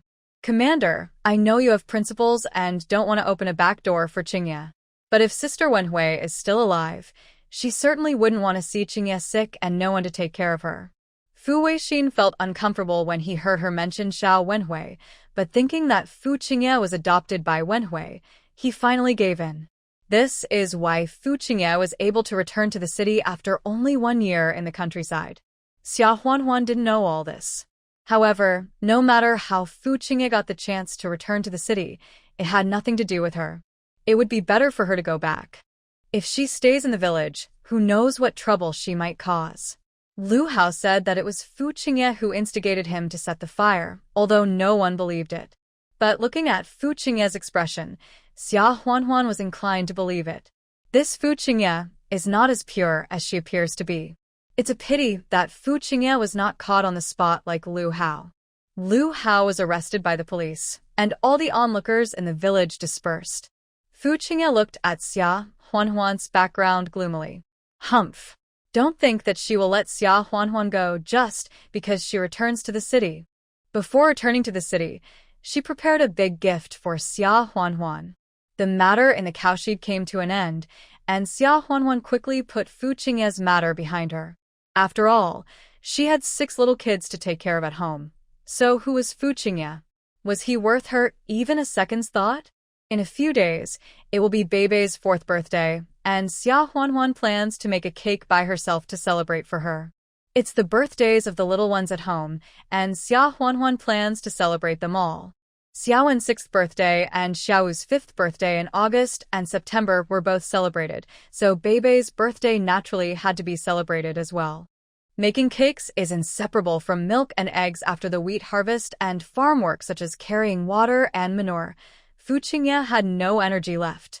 When they rushed over, they saw Lu Hao acting sneaky and immediately grabbed him while shouting loudly. Soon everyone else in the cowshed came out, and they worked together to put out the fire. Secretary Zhao asked cautiously, "Comrade, I want to ask why we suddenly want to check over there?" "Those comrades have been in our commune for a long time. They feed cattle and do farm work. They're also very active and responsible. There should be no problem." Unfortunately, Secretary Zhao's words were useless. A team leader named Lee came over and said, "Old secretary, there is no way you can tell me about this. We have received the letter, and we can't just ignore it, right? Let's check it out, so that everyone can feel at ease." Secretary Zhao had no choice but to take them to the east of the village. Xia Huanhuan was about to come to the commune. She knitted a new sweater for Li Zhan and a pair of boots made of roe deer skin. In addition, there were some dried red dates, peanuts, some winter bamboo shoots, and some wolfberries and wild chrysanthemums picked from the mountains that were dried and can be used to make tea. They were to be sent to Li Zhan. In addition, the 100-day photos of Yan Baoi Baoyao Bao were also taken and developed. Each of them had a single photo, and another photo of the three brothers was also to be sent. The three little guys are now more than 3 months old. They are beautiful and delicate, much more beautiful than when they were just born. Moreover, because they are identical triplets, they are growing more and more alike. Sometimes Xia Huanhuan can't recognize which one is which at once, so she puts different colored bracelets and small baskets carved from peach pits on their chubby little wrists to distinguish them. Li Zhan should be very happy to see their photos. The postman comes to the village every few days. He is coming tomorrow, so she doesn't have to make a special trip to the town.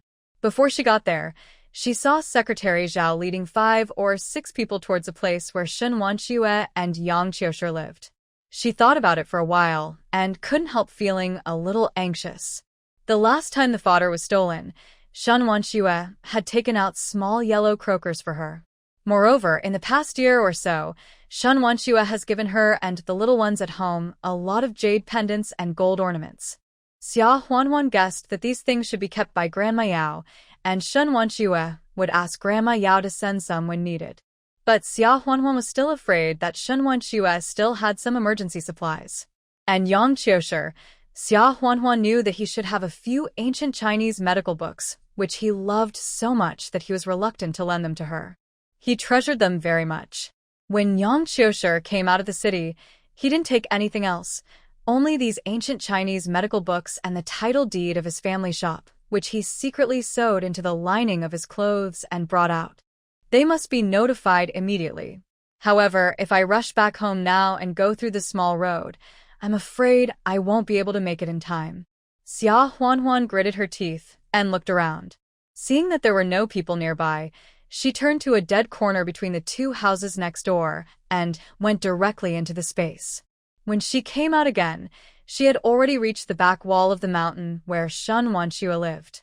Xia Huanhuan walked around the back wall and hurriedly walked towards Shen Wanxue's house. Fortunately, Shen Wanxue was in the house. Xia Huanhuan quickly explained the matter briefly. Shen Wanxue also got up from the bed and put down the work she was doing. She said anxiously, "I should be fine here, but it's old Yang's place."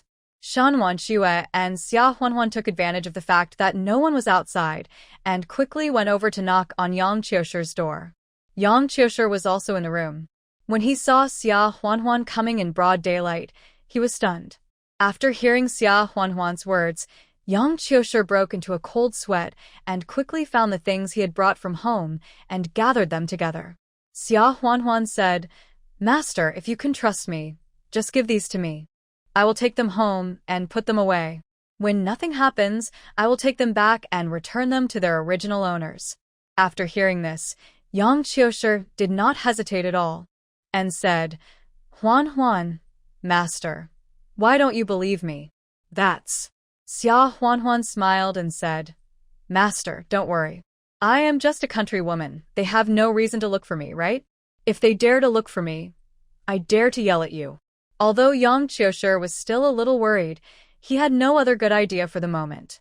Xia Huanhuan was better, so he wrapped all the things in a bag and handed them to Xia Huanhuan.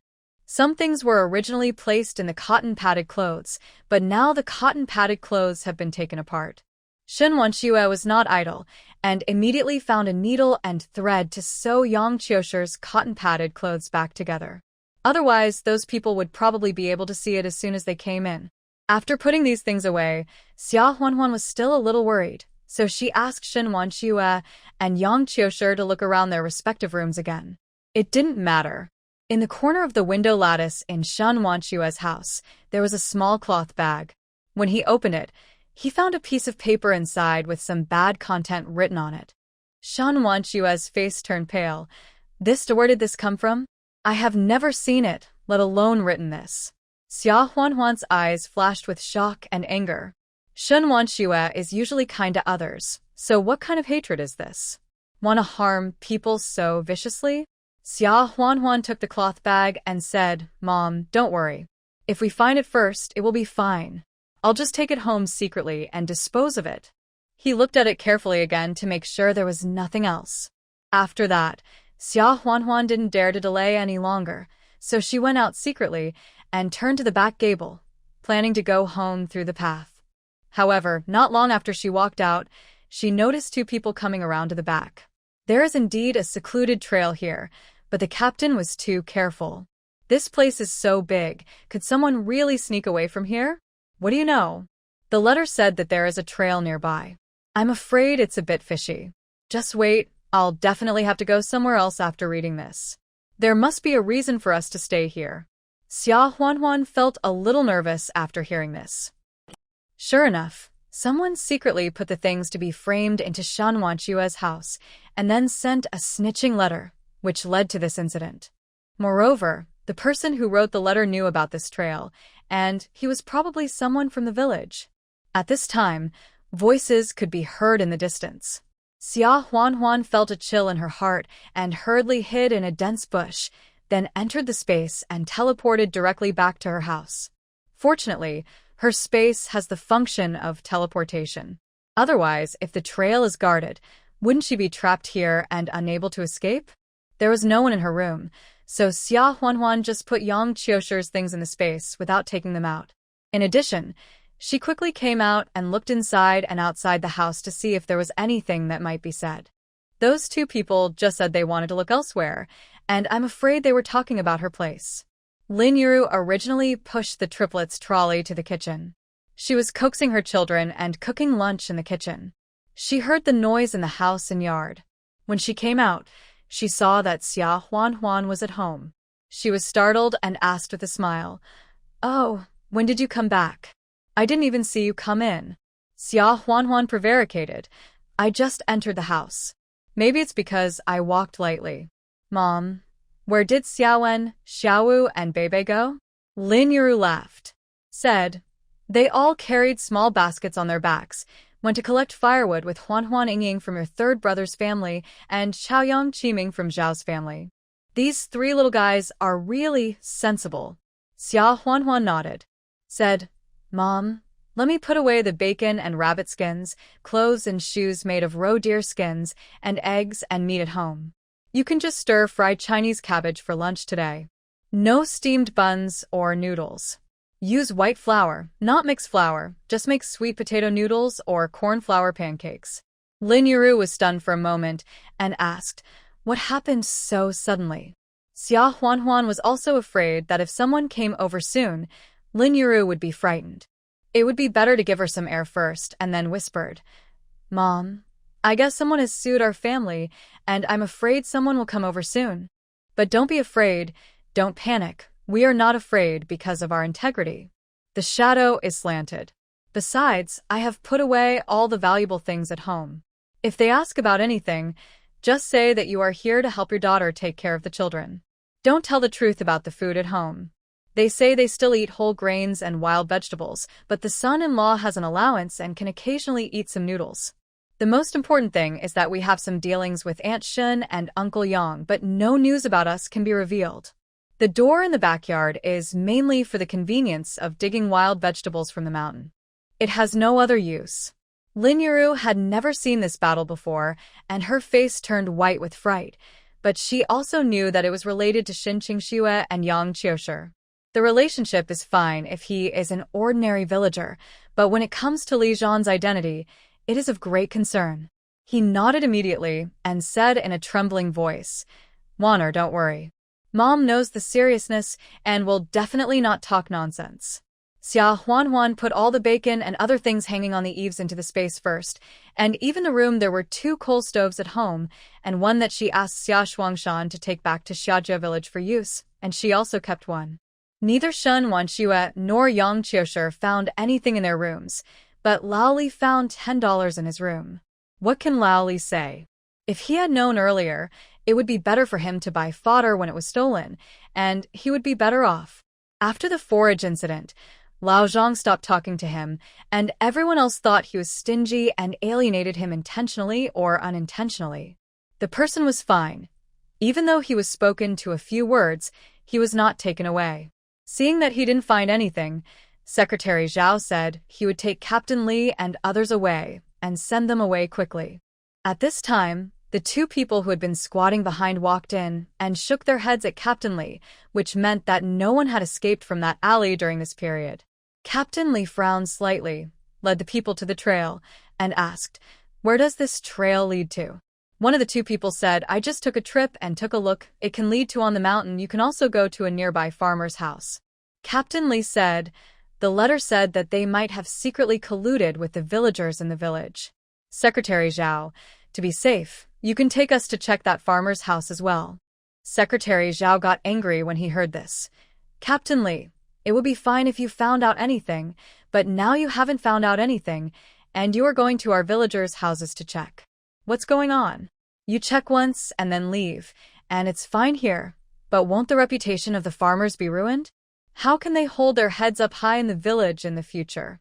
There is no smoke without fire, not to mention that it was reported that the county had brought people to check. They can tell you that there is something wrong even if there is nothing." When Captain Li heard that a small commune secretary dared to challenge him, he got angry immediately and sneered, "Don't be so arrogant to me. If there is nothing wrong with your members, are you afraid of being checked? If you are not allowed to check, then there is a problem. I have decided to check it today. Let's go." He immediately led his men to Xia Huanhuan's house. Captain Li is a sycophantic, bullying the weak and fearing the strong. Even if he has nothing to do, he will often go to various villages to take a look and ask for money. He also knows that these top figures in various industries in the city have a lot of good things on hand, and they have always made a lot of money. But this time, he only found 10 yuan. Of course, he was not willing to give up. Secretary Zhao was angry and had no choice but to follow him because he was afraid that if he didn't follow him, they would make more trouble, so he had to follow him quickly. Xia Huanhuan was not so easy to bully. If they wanted to investigate, they would be allowed to check in. Dream on. She blocked the door, with her hands on her hips, sneering, "You want to check my house? Why? I have 6 kids, and 3 of them are just over 3 months old. If they get scared and get hurt, will you pay for their medical expenses?" Captain Li saw that it was a very beautiful country woman blocking the door, and he felt a little itchy in his heart. He didn't expect that there would be such a beautiful woman in this village. If he found anything suspicious, arrested the person, and threatened him casually, wouldn't he be able to do whatever he wanted? With this dirty idea, Captain Li had to search. Secretary Zhao kindly reminded him what the man in this family did, but Captain Li didn't take it seriously. "This is outrageous. I will search your house today. Get out of the way. Otherwise, don't blame me for not treating you as a comrade and being rude to you." Xia Huanhuan sneered, "You can ask me to get out of the way. But I have to be frank. If you find anything today, I will let you deal with it without saying a word. But if you don't find anything, what will you say? Do you want you to ruin my reputation as a man?" Captain Li sneered, "What do you want?" Xia Huanhuan raised her chin and said, "Let me sign a document. If you don't find anything, you can go back and resign." Captain Li felt a little scared when he heard this. He had finally become the captain. The stakes were too high. Seeing his hesitation, Xia Huanhuan sneered, "What? Are you scared? If you are, get out of here. Don't get in the way at my doorstep." At this time, the villagers who came to watch the fun gathered around. Everyone couldn't stand the domineering look of Captain Li from the city and couldn't help saying, "That's right. If you don't dare to write, then get out of here. You think we country people are honest and easy to bully. Humph. Bullying someone because his man is not at home? If he doesn't dare to write a receipt, just break into Li Zhan's house, and I'll beat him to death. Let him taste how hard the fists of us countrymen are." Captain Li was provoked by this, And he was also thinking that no matter how powerful a country woman is, can she really turn the world upside down? Even if he wrote a receipt, if nothing can be found at that time, and then the receipt is snatched away, or if he refuses to admit it, what can she do to him? He sneered, I'm afraid? What am I afraid of? It's just a written document, isn't it? Just write it. Bring me paper and pen. Secretary Zhao immediately asked someone to go to the commune to get paper and pen. Captain Li wrote the document in a dog-like handwriting. After Secretary Zhao confirmed the content, Captain Li and Xia Huanhuan both put their fingerprints on it. Xia Huanhuan then opened the door and let them in. Yan Yan, Ye, and Yao Yao didn't know what happened, but suddenly they started crying. Lin Yuru hurried over to pick up Ye and Yao Yao, and Xia Huanhuan also walked over to pick up Yan Yan and coaxed her. Zhou Qiuhe followed in, took Yao Yao from Lin Yuru's arms, patted him and coaxed him, and couldn't help but whispered to Xia Huanhuan, Huanhuan, what did you say? How did you suddenly get into trouble with such a group of people? Xia Huanhuan also lowered her voice and said, it's not clear yet, but someone should be doing something bad behind the scenes and sending some letters out.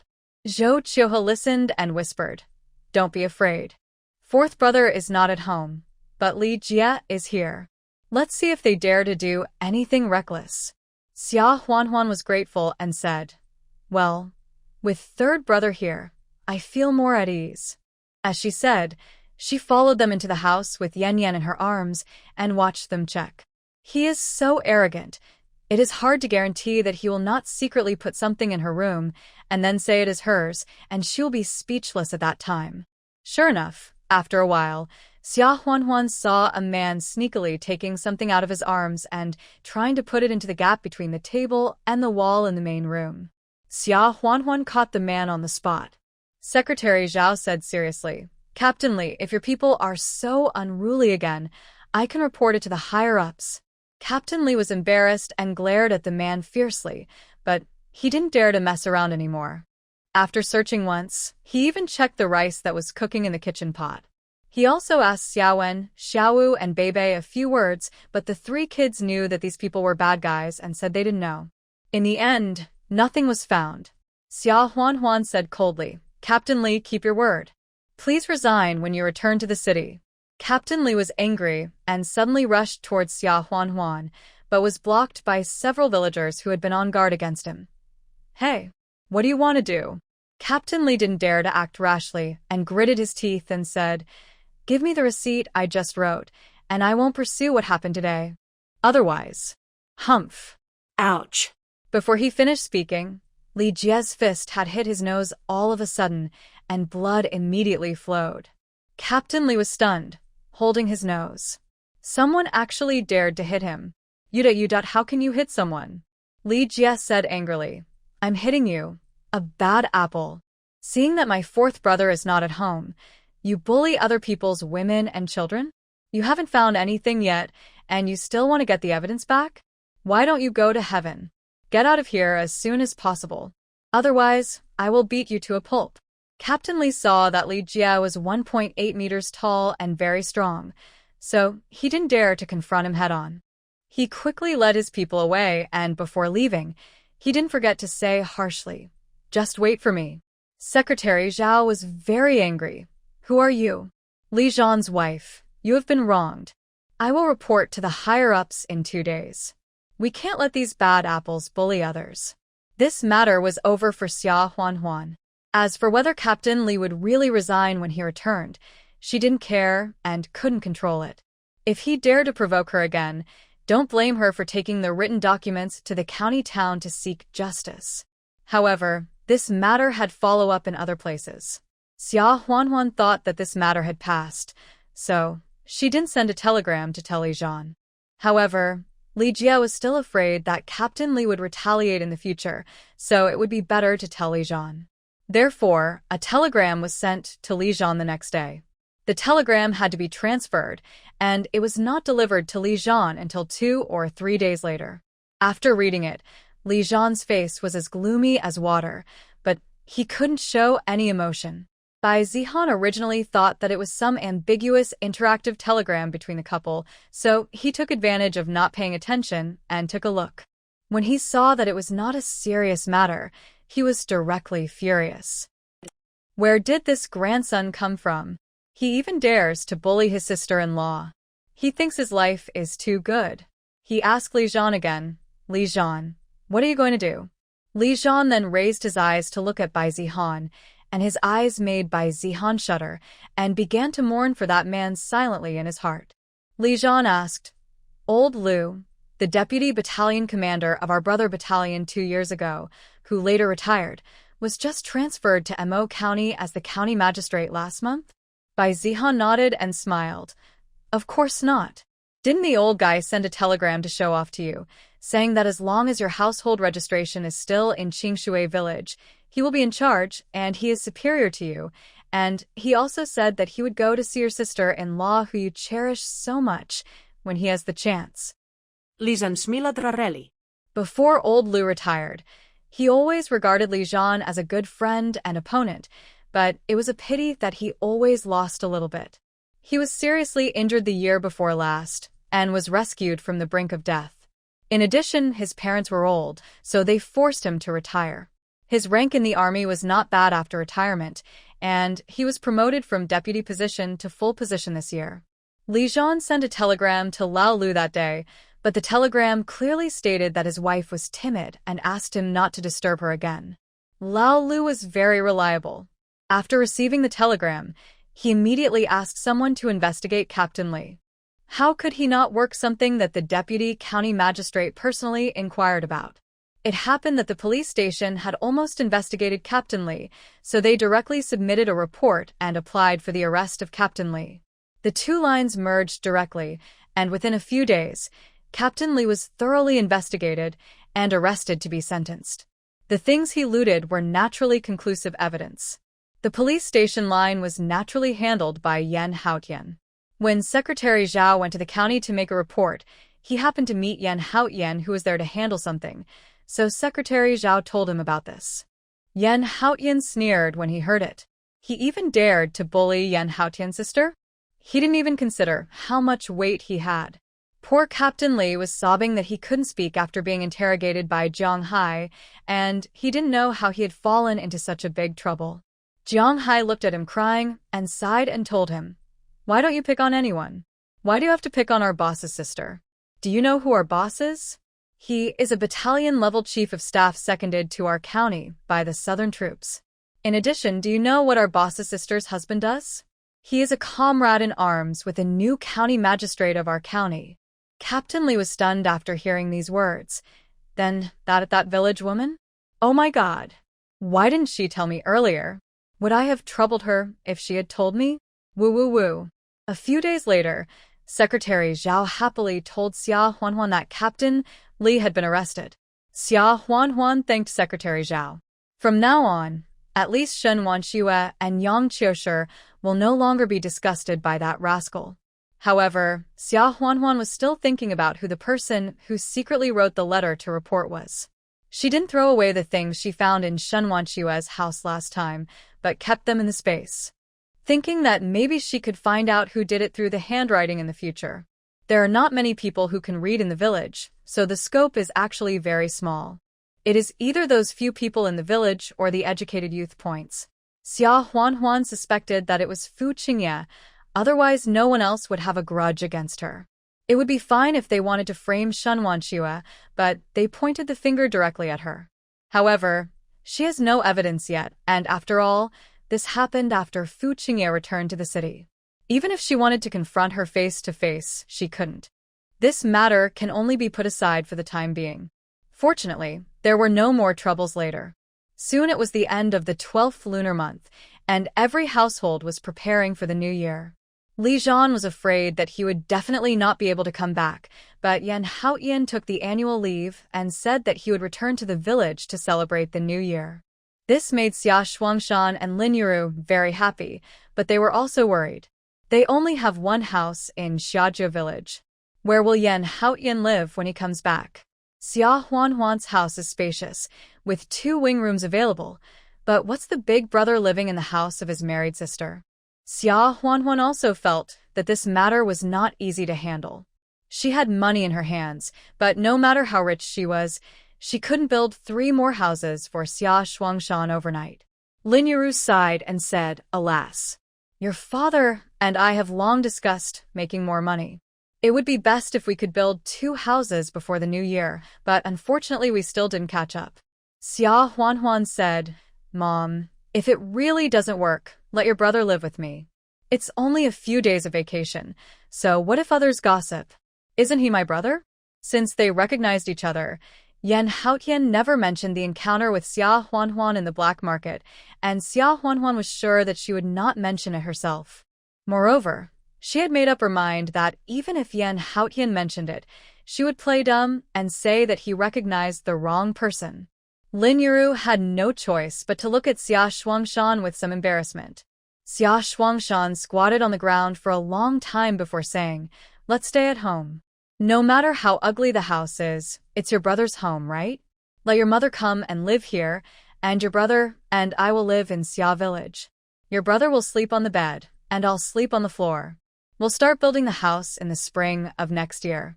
Xia Huanhuan knew that Xia Shuangshan was concerned about his reputation, so she didn't say anything and smiled. "That's fine. Li Zhan won't come back this year, so I'll go home too, and we'll have a reunion dinner at home." Lin Yiru knew that her daughter was trying to save face for them and didn't mind that their home was shabby, so she smiled and said, "Oh, your father, me, your brother, you, and 6 little guys, our little house can't accommodate them all." Xia Huanhuan smiled and said, "If there's no room in the house, let's sit in the yard. There's coal burning in the stove, and we can eat hot pot while roasting a fire and chatting about family matters." That's how it was settled. On the 26th day of the 12th lunar month, the commune slaughtered the big fat pigs weighing more than 150 kilograms raised in each village, and each family received about 4 or 5 kilograms of meat. Xia Huanhuan got less, only 2 kilograms after all. She didn't earn many work points all year. However, Xia Huanhuan didn't care. She took out a few more kilograms from the space, in addition to 2 kilograms of mutton and 2 large grass carps, and said that they were bought from the supply and marketing cooperative in the town. Now the weather outside is below 0, so the meat is hung outside to be preserved, and it will be used for hot pot after Yan Haotian comes back. As for the grass carp, Xia Huanhuan sliced the meat of one of the fish, then chopped it up, added starch, seasoned it with salt, sugar, soy sauce, etc., and beat it on the chopping board until the fish meat was sticky together. Then she boiled a pot of water, squeezed the fish meat out with the palm of her hand, scooped it out with a spoon, and threw it into the boiling water to cook. After a while, the white and plump fish floated to the surface of the water. Xia Huanhuan took out the fish and saved them first, so that they could be eaten in hot pot later. In addition, she made dumplings. The stuffing was diced mushrooms and bamboo shoots. The fat and lean meat were chopped into meat paste in a ratio of 3:7 and mixed with diced mushrooms and bamboo shoots as the stuffing. Because Yan Haotian came back, she didn't use mixed noodles, but only white flour dumplings. In addition, she steamed several pots of steamed buns with different stuffings. Meat buns are eaten by everyone in the family. Red bean buns, sugar buns, and red date buns are sweet, which is what the kids like. As the year was coming to an end, there was no more masonry work to do outside, so Xia Shuangshan took the kids to the mountains to hunt. They didn't catch any big ones, but they did catch a wild rabbit and a wild pheasant. It just so happened that the wild rabbit could be braised, and the wild pheasant could be boiled directly into chicken soup. As for the soup base for the hot pot, Xia Huanhuan planned to use fish soup. The meat dishes to be hot pot were pork, mutton, fish, and the Merlin luncheon meat taken out of the space. She planned to deal with the packaging in advance and say that it was sent by Li Zhan. The vegetarian dishes were white radish, Chinese cabbage, potato chips, winter bamboo shoots, and the wild mushrooms and fungus that had been dried before and soaked. In addition, Xia Huanhuan also used soybeans to sprout a lot of bean sprouts and made tofu, which could be used for both hot pot and stir-fry. As for the sesame sauce used as a dipping sauce, it was naturally sent from Jingshi. The preparations for the new year were proceeding in an orderly manner. Because Li Jie helped to take the lead in the last incident with Captain Li, Xia Huanhuan also took out a big wild rabbit from the space and sent it to Zhou Qiuhua, saying that it was caught by Xia Shuangshan in the mountains as a thank you gift. On the 27th day of the 12th lunar month, Xia Huanhuan said that she was going to the town to buy some wool and other things. Taking advantage of the fact that she had nothing else to do after the new year, she wanted to knit a sweater for each of the children at home to wear in the spring, and then she rode her bicycle out. Halfway through the journey, she took advantage of the fact that no one was paying attention and put the bicycle into the space, and she also went directly to the county town through the space.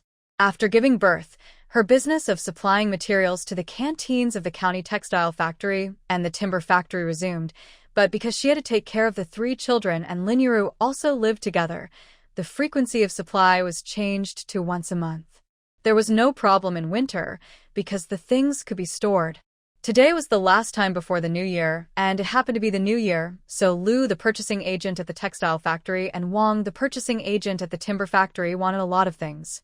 Xia Huanhuan prepared all the supplies at the old place first, and then waited for them to come and get them. This time, both sides asked for a big fat pig, 30 caddies of mutton, 30 caddies of beef, 10 caddies of bacon, 10 old hens, 300 eggs, 100 salted duck eggs, 200 caddies of white flour, 100 caddies of rice, and 20 caddies of dried goods such as mushrooms and black fungus.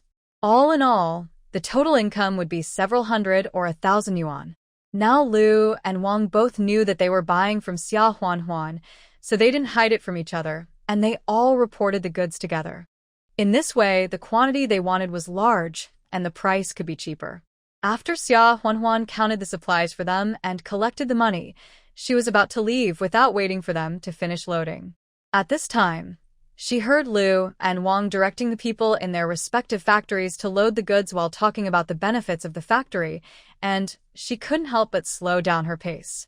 "Old Wang, how is your factory's bonus this year? How much can it be issued?" Lu asked first. Upon hearing this, Wang the purchaser could not help but sigh and said, "Oh, don't mention it. What about the bonus? In previous years, we had to work overtime during the new year. But this year, there is too much snow in the northeast and the raw materials from the logging site are stuck on the road and cannot be transported. Now we are almost out of wood. How can we work? If we wait a few more days, the whole factory will probably have a long holiday. Forget about the year-end bonus. I'm afraid we won't even be owed this month's salary." After Wang the purchaser finished complaining, he could not help but ask Lu the purchaser, "What about you? Your textile factory is not afraid of this, right? Your raw materials, cotton, etc., are all from the nearby communes. There should be no shortage of raw materials for the ones paid and sold, right? You have to work overtime during the New Year holidays, right? Anyway, it must be more profitable than our factory." Purchasing Lu also had a sad face. "You are wrong. Our factory is also short of raw materials. There are not many people growing cotton in our county, and we rely on the commune in Lin County for supply. As a result, the cotton in Lin County was bought by other factories at high prices in advance this year. I am afraid that we will also have to stop production. I heard that your factory director is reporting to the county and plans to cut down some trees in our county first as an emergency measure. I am afraid that your factory is better than ours."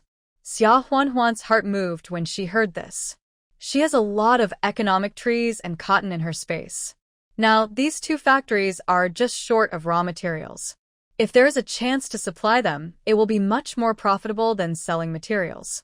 However, she did not rashly tell Lu and Wang about her thoughts immediately.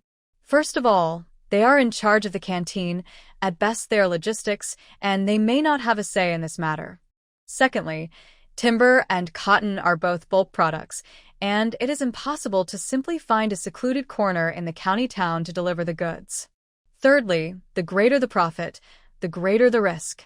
If she is caught, it is not a small matter like reselling some food supplies, but a big matter of reselling economic raw materials. If she cannot ensure that everything is foolproof, she would rather miss this opportunity. Therefore, Xia Huanhuan left without saying anything. She went to the house in Tunghua Lane first, and then went directly to the vicinity of the town through the space. She rode a bicycle to the supply and marketing cooperative in the town to buy some wool, and took out more from the space on the way, and then returned home. Yen Yen, Ye, and Yao Yao were crying for their mother, crying like a rascal, and Lin Yuru couldn't coax them. She picked up one and rocked him for a while, then put him down quickly and picked up another one, and coaxed him in this cycle. Xiaowen, Xiaowu, and Bebe were also anxious and surrounded the crib. Xiaowen was older and could hold one of them to comfort him for a while. Yay, good boy, you are a man. How can you cry when you want to? Be good, don't cry. Xiaowu and Bebe brought their favorite toys to their younger brothers to play with. Be good, little brothers, I will give you my favorite little wooden gun to play with. Please don't cry, okay? Be good, little brothers. And Sister Bebe. Sister Bebe will give you a handkerchief to wipe your tears, okay? However, the three little guys were obviously crying annoyed. Even with the little wooden gun and handkerchief, it was useless. They still clenched their little fists and cried Wawa in grievance. Xia Huan heard the crying from a distance and felt panic in her heart. She regretted that she had stayed in the county and town for too long. When Lin Yuru saw her coming back, she said, "Oh, you are finally back. The three little guys must be hungry and can't be coaxed. You should feed them quickly." Xia Huan took Yao Yao into the inner room to feed him. The little guy stopped crying after he had milk to drink. After feeding Yao Yao half full, she quickly fed Yen Yen and Ye. After a round of feeding, the three little guys' stomachs were rumbling. They were full and tired of crying. They clenched their fists and fell asleep leaning against their mother.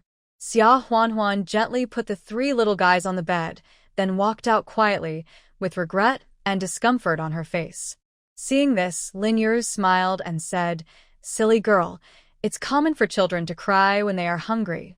In our village, sometimes we have to go to the fields to work, and there are many people who lock the kids at home and go out to earn work points while the kids are sleeping at home. There is nothing we can do about it. Don't feel too bad." After hearing this, Xia Huan had to smile and said, "Mom, I know." Lin Yuru smiled and said, "But you have enough milk. You can feed 3 little kids. It's rare."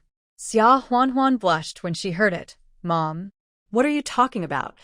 fortunately, Xiaowen, Xiaowu, and Bebe are still young and can't understand, otherwise it would be embarrassing.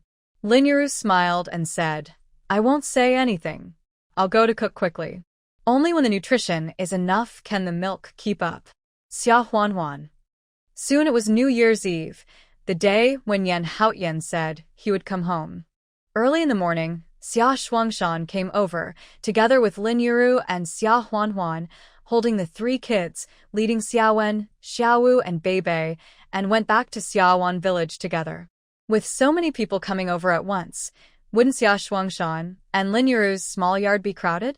After putting the 3 kids on the bed and letting Xiaowen, Xiaowu, and Bebe watch over them, Xia Huan and Lin Yuru went into the kitchen to prepare delicious food. The dumpling filling had been prepared in advance, just knead the dough and wrap it.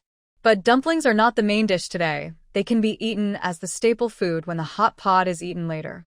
Mainly, slice the pork, mutton, various vegetables, fish, vegetarian meatballs, vegetarian dishes, etc., slice or pick and wash them, and prepare them in advance. In addition, he cooked a pot of delicious wild chicken soup with wild mushrooms, wolfberries, ginseng slices, etc. The rabbit was braised, and in addition to green onion segments and seasonings, potatoes were added to it. The dish was bright red in color and tasted delicious, making people drool. When the family was busy, there was a sound at the door. Everyone thought that Yan Haotian had arrived.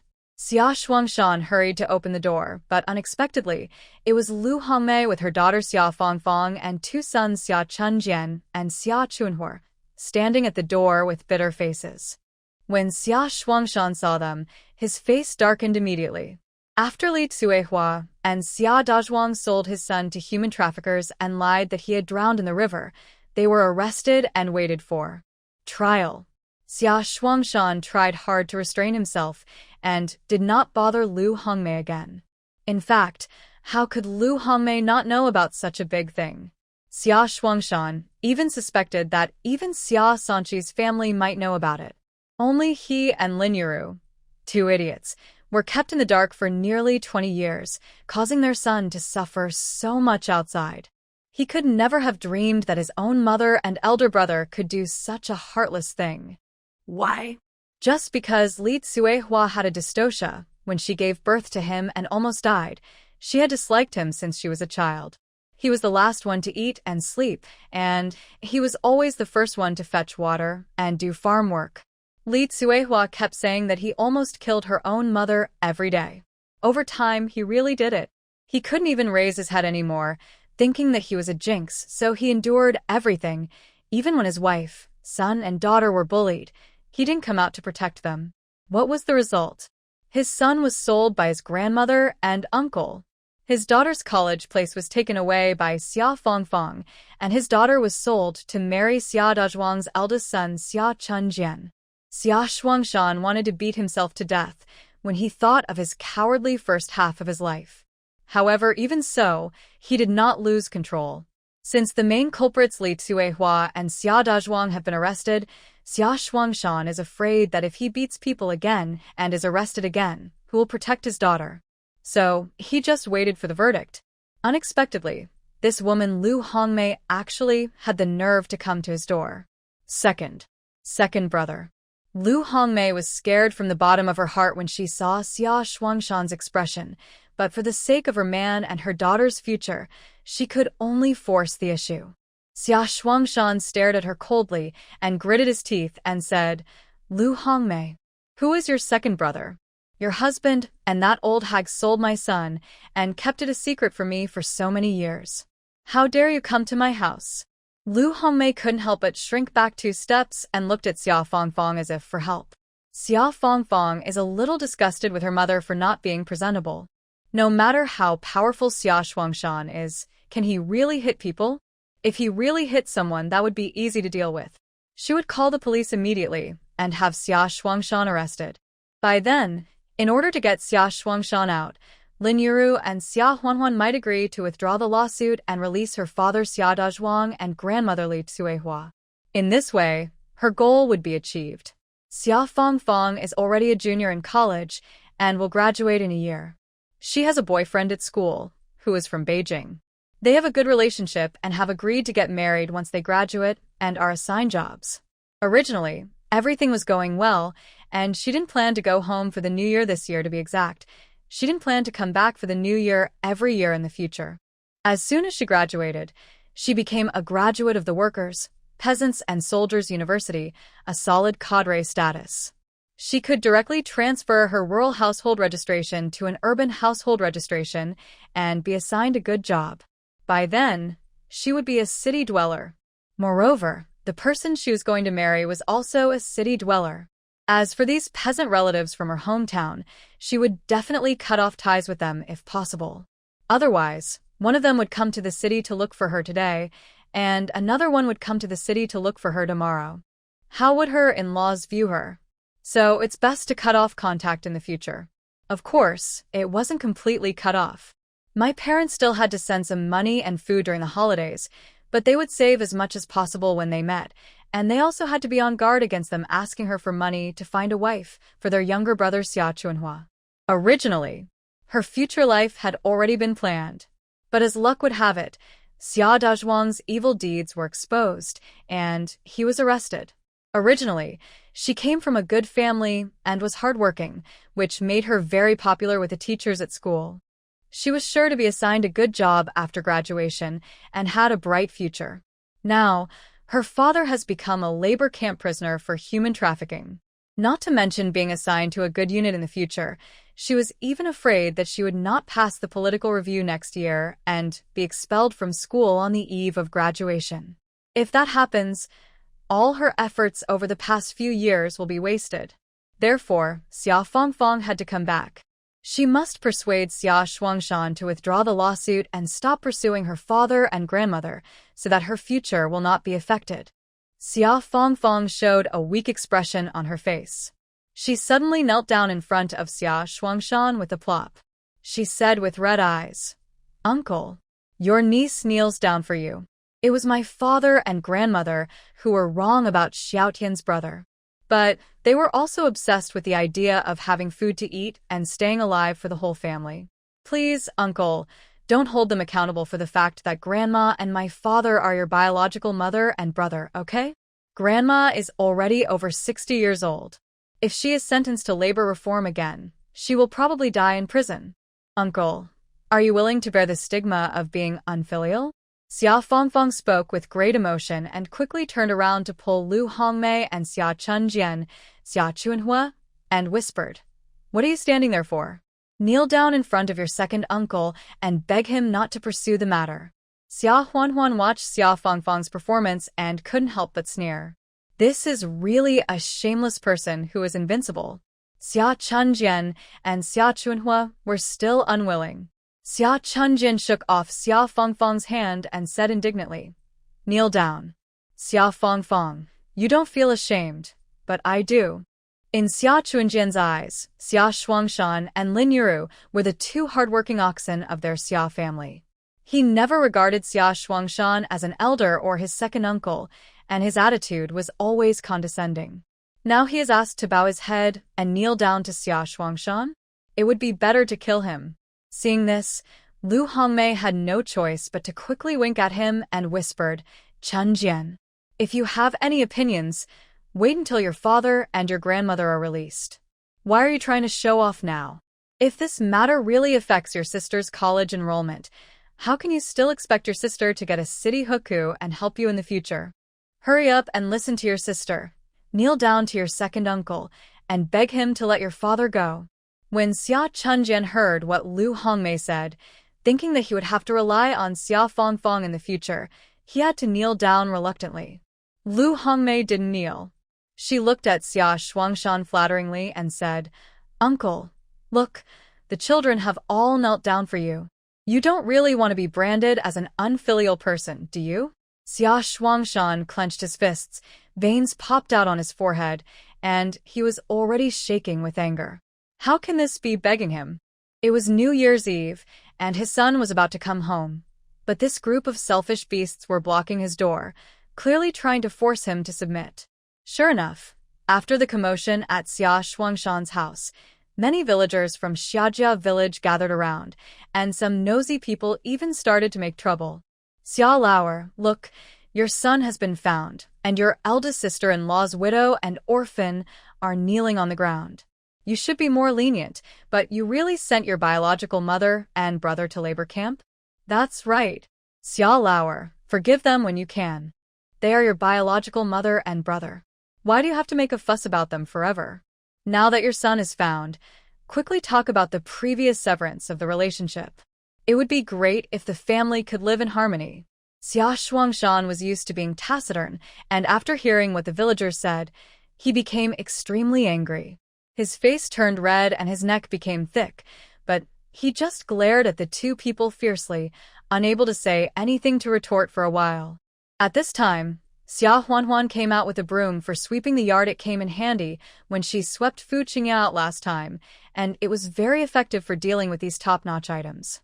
Without any prior notice, she swept the broom towards Xia Fangfang and Xia Chunjian, saying coldly, "Dad, why are there so many beasts kneeling at our door?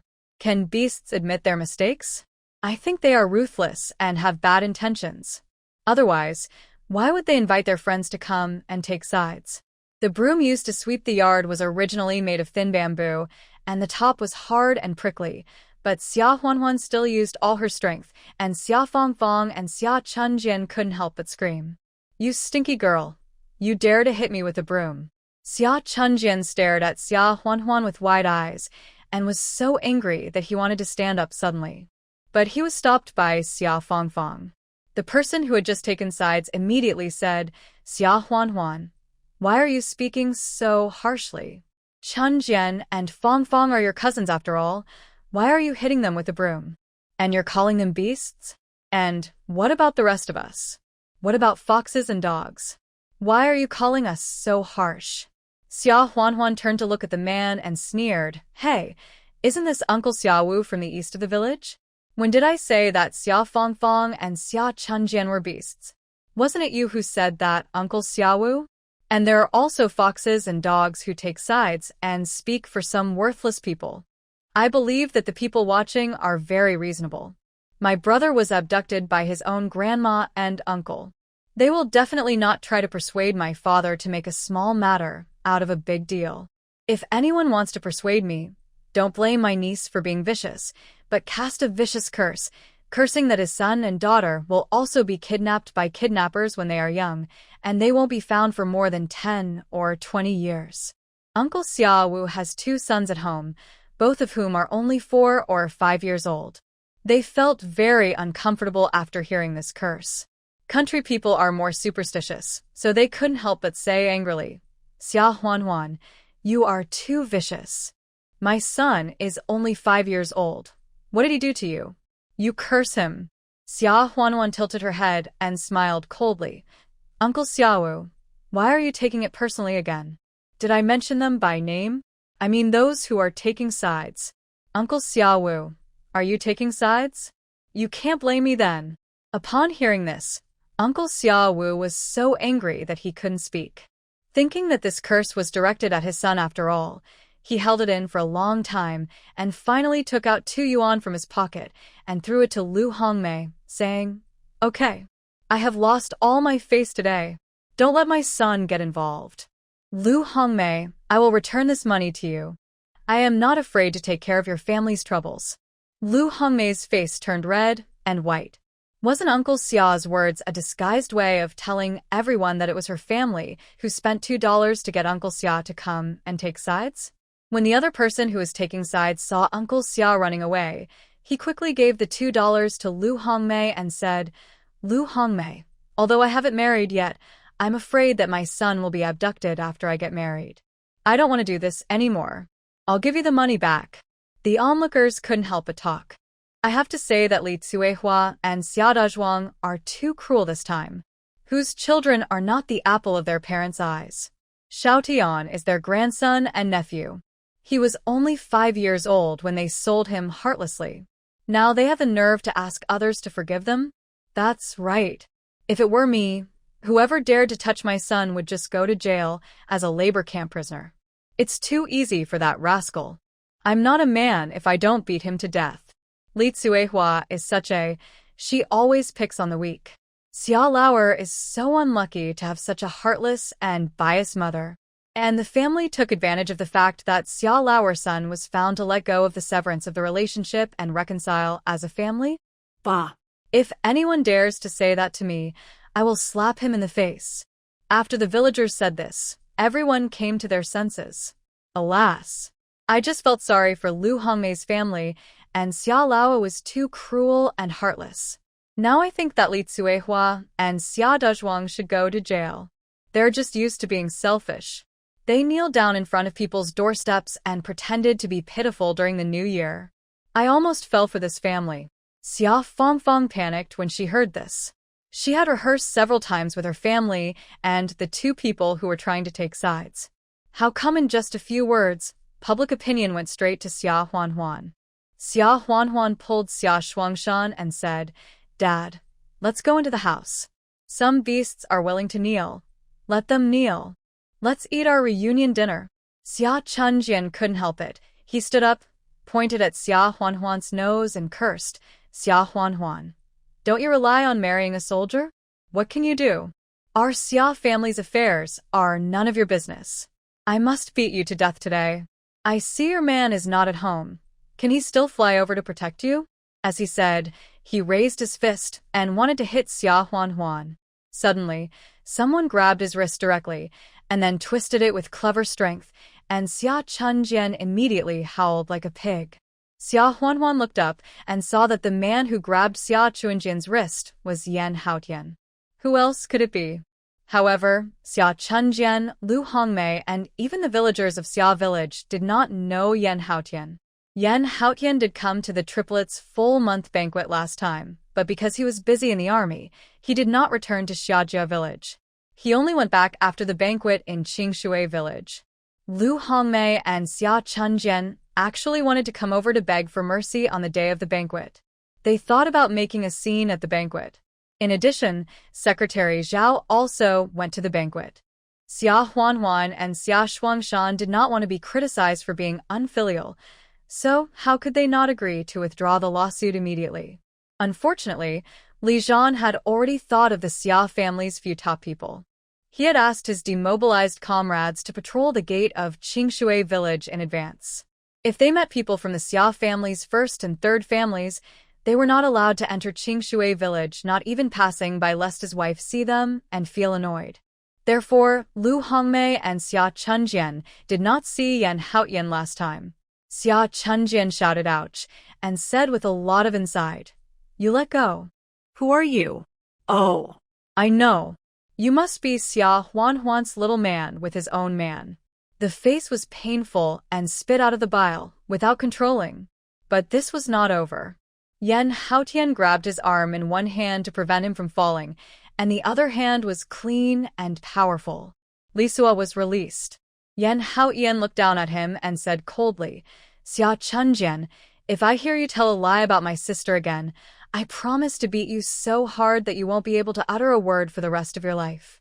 Xia Chunjian, Lu Hongmei, Xia Fongfong, and other villagers who were watching widened their eyes and looked at Yan Haotian in astonishment. so, you are. Xiaotian? The villagers asked hesitantly. Yan Haotian glanced at Xia Chunjian coldly again, which frightened him so much that he trembled all over. Then he retracted his gaze, looked around at everyone, and laughed loudly. "Hello, fellow villagers, you are right. I am Xiaotian, the son of Xia Shuangshan, who was abducted and sold to human traffickers by my grandmother Li Cuehua and my uncle Xia Dazhuang nearly 20 years ago. I believe everyone has seen what happened to my family, so I don't need to say more. Today, I will take advantage of the fact that everyone is here to say a few words so that everyone will not be fooled by some people and do bad things with good intentions. First of all, my father, Xia Shuangshan, had already signed a document in the commune to sever ties with Li Cuehua.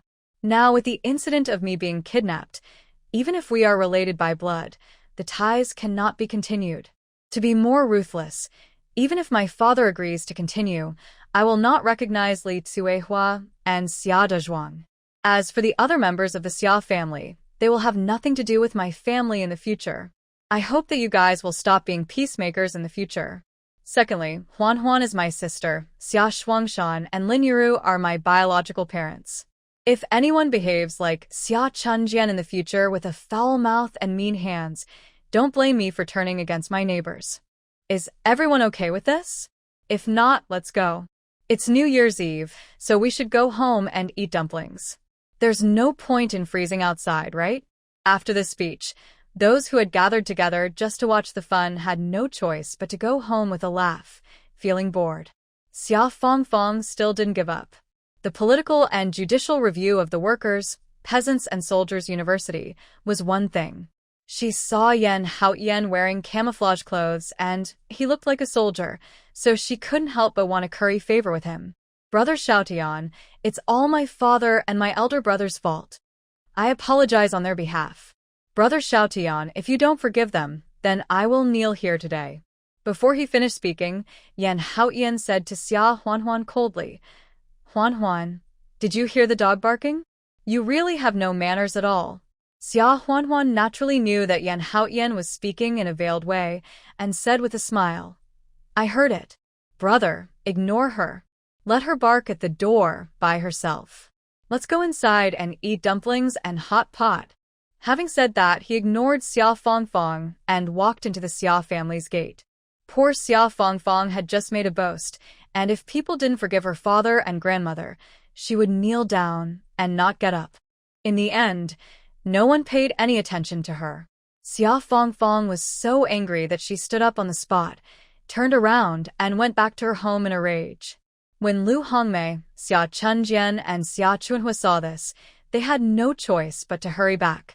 Xia Shuangshan and Lin Yiru finally came to their senses at this time, and hurriedly, both nervously and happily, invited Yan Haotian to sit in the yard. After everyone sat down, Xia Huanhuan added coal to the coal stove. The family gathered around the coal stove to eat fish soup, hot pot, mutton and pork, and boiled dumplings. While eating, Lin Yuru was afraid that the house was too shabby and Yan Haotian would dislike it, so she said, "Shouty on you. You still remember our house, right? You were born in this house. It's just, alas, your parents are stupid. They used to work like slaves for those heartless beasts. They've worked for 10 or 20 years, but they haven't renovated the house. It's still just this one room. You will sleep on the Kong tonight, and your dad will sleep on the floor. It's not easy for you to come back, so you must not go back to the army just because there is no room." Yan Haotian smiled and said, "Mom, don't worry. This is my home too. I've taken 3 or 4 days of annual leave. Where else can I stay if not here at night?" Xia Shuangshan and Lin Yuru felt relieved after hearing what he said. Xia Shuangshan said, "Your mother and I are saving money. Your sister also gave us 100 yuan the other day. When the spring comes next year, we will tear down the house and rebuild it. We will also build a brick and tile house with 3 proper north rooms and a courtyard wall. When the time comes, you won't be afraid of having no place to live when you come back to live." Lin Yuru also added, "When the new house is built, when you get married and bring your wife home to show me and your father, you won't be afraid that our house will be shabby." Yan Haotian couldn't help blushing a little, but fortunately he was thick-skinned and didn't see it, so he just responded vaguely. Then, he took out 200 yuan from his pocket and handed it to Xia Shuangshan. "Dad, this is what I saved from my allowance in the army, almost 200. You and my mother keep it and use it to build a house." 20 big unity bills were stacked together thick. Xia Shuangshan saw it and immediately pushed it back. "How can that be? We have money. Take your own money." Lin Yuru also quickly said, "Yes, Xiaotian, your father and I lost you, and we haven't compensated you yet. How can we ask for your money again? You will need a lot of money to get married in the future. I'm afraid your father and I can't help." But Yan Haotian forcefully stuffed the money into Xia Shuangshan's hand. "You take it. Don't worry, I have my own money. This is specially given for renovating the house, and there won't be so much in the future. Or, you are willing to take your daughter's money, but you don't want your son's money?"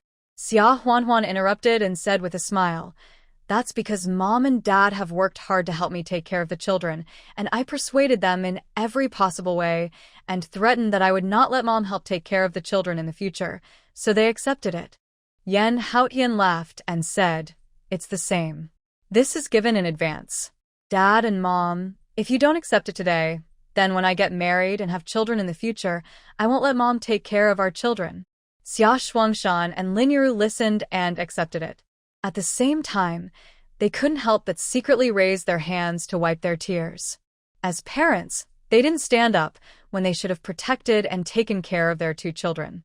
Now that they have finally stood up, the children no longer need their protection. Instead, they give back to them, which makes them feel even more guilty. Yan Haotian continued, "There is one more thing. It's about my last name. I know that this is something that is taken very seriously in our village. My adoptive parents passed away 2 years ago. Before they died, they told me that if I found my biological parents, they would let me change back to my original last name and not care about them. However, after thinking about it for a long time, I decided to keep the last name Yan for the time being. My adoptive parents don't have any other children, so they only raised me. If I find my biological parents, I will throw away their last name as if they had never existed." I would feel guilty about that. This is what I think. Before I get married and have children, my last name is Yan. When I have children in the future, half of them will be surnamed Xia, and the other half will be surnamed Yan. After the surname Yan is passed down, I will change my surname back to Xia. I hope you, Mom and Dad, will agree to this." Xia Shuangshan and Lin Yuru were excited when they heard this, and they nodded immediately and said, "They have raised our sons so well. What else can we expect? Besides, whether your last name is Xia or Yan, aren't you still our son?"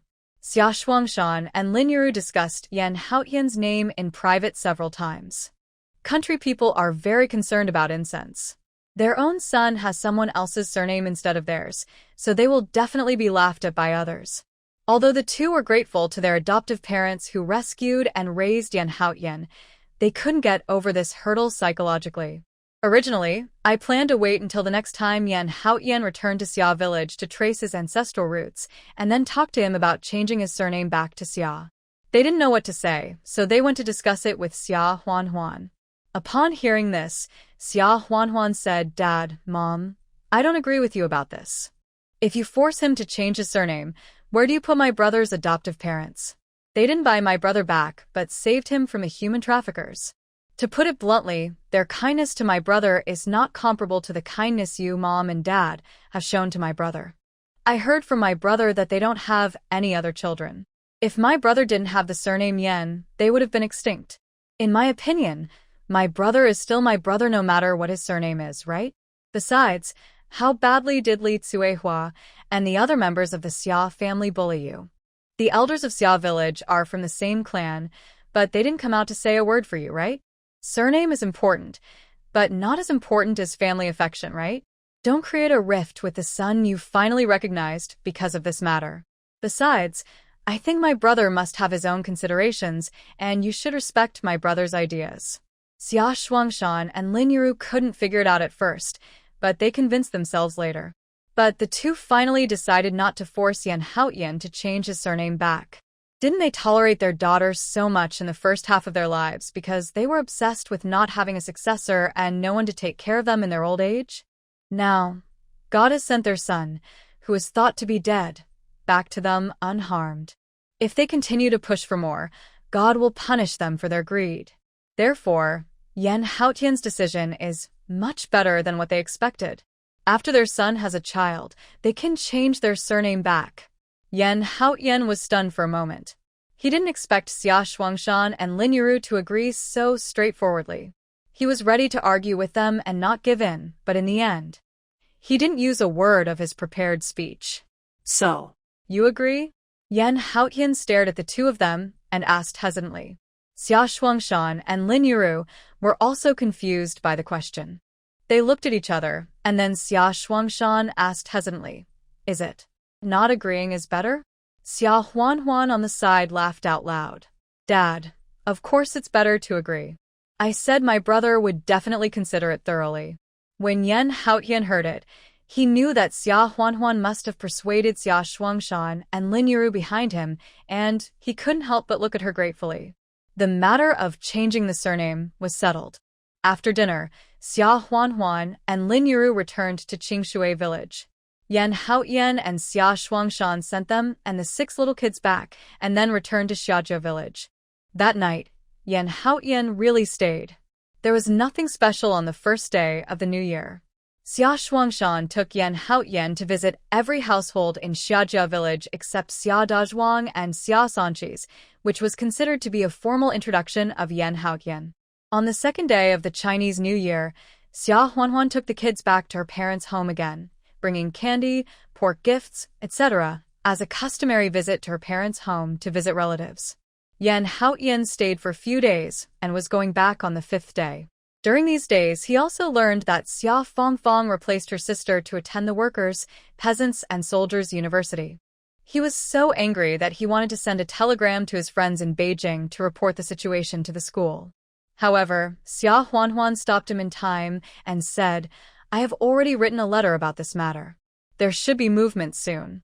Xia Huanhuan did not take the recommendation quota for the workers, peasants, and soldiers' college students seriously. In the years after the college entrance examination was resumed in a few years, those who were admitted to universities and graduated were the real pride of heaven, with high gold content. There are also many workers, peasants, and soldiers' college students who are the product of this era and are assigned back to agricultural stations after graduation. Of course, being able to change the household registration and eat commercial grain from now on is a real benefit. However, Xia Huanhuan looked down on it, but after all, it was something that belonged to the original owner. Xia Fangfang took it for no reason. So what? Where in the world is there such a good thing? She has always kept this matter in her heart, but there has never been a better time to deal with it. Now that Xia Dazhuang and Li Tsuehua's affair has been exposed, if she doesn't take advantage of such a good opportunity, will she just watch Xia Fangfang get the urban household registration that originally belonged to the original owner and become a worker that the original owner should have been? However, Xia Huanhuan did not personally write a letter of complaint to the school. There were more than one candidate for the recommendation to go to university that year. There was another candidate in the commune who was in high school and two who were in junior high school. Their families were all active workers, so the possibility of being selected was very high. However, the commune's cow was lost, which was such a big thing that it was related to the commune's harvest next year. The original owner risked his life to go into the mountains and searched for the cow in the mountains for 3 days before he found it with great difficulty. Although the other 3 candidates were unhappy, the great achievement of getting back the oxen could be said to have directly saved the commune from hundreds of yuan in losses. No one could argue with that, so they had to admit it. But the 3 families acknowledged the credit of the original owner. The Xia family arrogantly replaced Xia Fangfang to go to college under her name, and the 3 families always had a knot in their hearts, and they felt indignant every time they thought about it. When Xia Huanhuan held a full-month banquet for the triplets, it happened that there was a high school student in that family, whose surname was Zhu. He was related to the Li family, so he also came to the banquet. At the banquet, Aunt Zhu held Xia Huanhuan's hand and kept complaining for her, of course.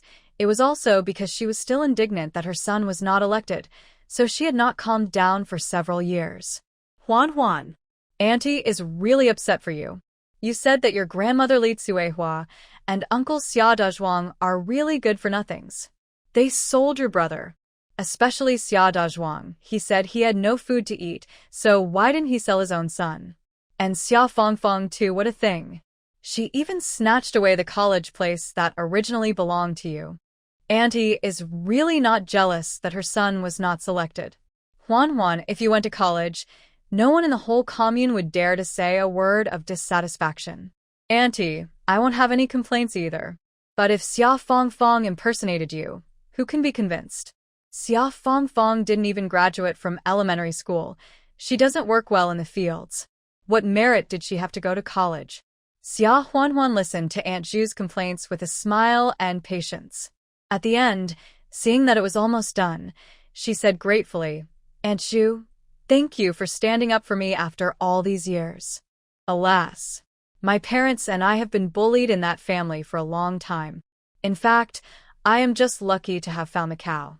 If we really talk about qualifications, how can I compare with brother Xiaopeng who has gone to high school? Li Tsuehua and Xia Dazhuang did it behind my and my parents' backs. After sending Xia Fangfang on the train, they said that they were the ones who made the decision for me to give up the quota to Xia Fangfang, who had already registered at Jingshi University. I was so angry that I cried on the spot. I thought to myself, even if I had to give up the quota, it should have been given to brother Xiaopeng, who is the most qualified, right? Brother Xiaopeng has a good education, and his family background is clean. 3 generations of poor farmers, no one has committed a crime and been imprisoned. Alas. When I think about it now, I am so angry that I cry. Brother Xiaopeng is Aunt Zhu's son. When Aunt Zhu heard Xia Huanhuan praising her son and saying that her son was the most qualified, she felt indescribably comfortable. She immediately held Xia Huanhuan's hand more affectionately and said from the bottom of her heart, Huanhuan, you are so nice to hear. Auntie is not bragging. How many people in this area can graduate from high school like your brother Xiaopeng? Even those educated youths from the city can only graduate from junior high school at most, right? Alas. Your Uncle Zhu and I are not like other ignorant people. We sold everything we had to support your brother Xiaopeng to go to college. Who would have thought that the school would not recruit students when he was about to take the college entrance examination? Later, I thought that your Uncle Zhu and I had good backgrounds, so we worked hard to make progress and strive for your brother Xiaopeng to become a worker peasant soldier. Speaking of this, Aunt Zhu's heart moved. Just now Xia Huanhuan said that her family had a good background, 3 generations of poor farmers, and no one had ever been in jail for committing a crime. Didn't Xia Dazhuang and Li Tsuehua commit a crime now? It's true that the Xia family used to be poor peasants for 3 generations just like her family. But now it's a different story. Huanhuan, you said. Your uncle and your grandmother committed such a heinous crime. They must be sentenced to labor reform. Doesn't that mean Xia Fangfang is the daughter of a labor reform prisoner? Then is she still qualified to go to college? Xia Huanhuan blinked her eyes and said in confusion, Aunt Zhu, how can I understand this kind of thing? But I guess it should be decided by the school, right? If the school doesn't know that her father has been sentenced, it shouldn't have any impact. When Aunt Zhu heard this, her heart couldn't help but beat fast. An idea took root in her mind, and she couldn't get rid of it. That night after the banquet, Aunt Zhu ran back to her mother's home in another commune, found an acquaintance who could read, and secretly wrote a letter of denunciation and sent it to the school where Xia Fangfang was studying. Even if she reports Xia Fangfang now, this spot will never be given to her son, but at least she can vent the anger that has been accumulating in her heart for several years. Xia Huanhuan observed Aunt Zhu's expression and knew that she would take action. Sure enough, I went back to my parents' home that night. A few days later, Xia Huanhuan went to the town again and asked Director Zhang. As expected, she heard that Aunt Zhu's brother went to the county with her purchasing truck and went straight to the post office after arriving. It is still unclear how effective the letter that Aunt Zhu asked her brother to send secretly was. But looking at Xia Fangfang's outrageous behavior on New Year's Eve, there must have been some influence. Otherwise, Xia Fangfang would not have knelt down and tried to use the village's public opinion to engage in moral kidnapping. However, we may have to wait until school starts after the new year to see whether it is truly effective. Xia Huanhuan was not in a hurry and just waited for the result. Yan Haotian stayed in Xia village until the 5th day of the new year. However, he was not idle these days and went into the mountains to hunt. There was another heavy snow on the first day of the Lunar New Year. All the animals in the mountains were frozen silly, but no big prey was caught, although 2 wild rabbits were captured. Naturally, these 2 were sent directly to Xia Huanhuan. Xia Huanhuan couldn't help laughing when she saw the hare. I always feel that all the wild animals in the mountains were caught by her family. It seems that she will have to go into the mountains these 2 days and secretly release some of the wild rabbits, pheasants, wild boars, etc. in the space into the mountains to prevent others from being unable to catch them and then coming back to envy her family. Then I couldn't help but think of Li Zhan. When it comes to hunting skills, Xia Shuangshan and Yan Haotian are both pretty good. At least once they go into the mountains, they almost never come back empty-handed. But if they compare with Li Zhan, they are definitely no match. Just think about it. Li Zhan always knows where the wild boars and roe deer lairs are and how many wild boars or roe deer are in the lairs. Then, when necessary, he will raid the lairs directly. But they won't kill all the fish in the pond and catch the whole family. At most, they will catch the fattest one. If he had come back during the Chinese New Year, I'm afraid what he would have brought back today would not be a wild rabbit. Yan Haotian was quite smug. He grabbed the 2 rabbits' ears and asked for credit to Xia Huanhuan and Lin Yuru. Mom, Huanhuan, these are the wild rabbits I caught in the mountains. I braised them tonight to satisfy my family's cravings. If you can't finish them, make them into bacon and enjoy them slowly. Xia Huanhuan saw that he looked like he was about to praise me and tried hard to hold back her laughter. Lin Yuru took the hares and said with a smile, "Oh, these 2 hares are quite big, but there is no need to make them into bacon. They're only a few pounds of meat.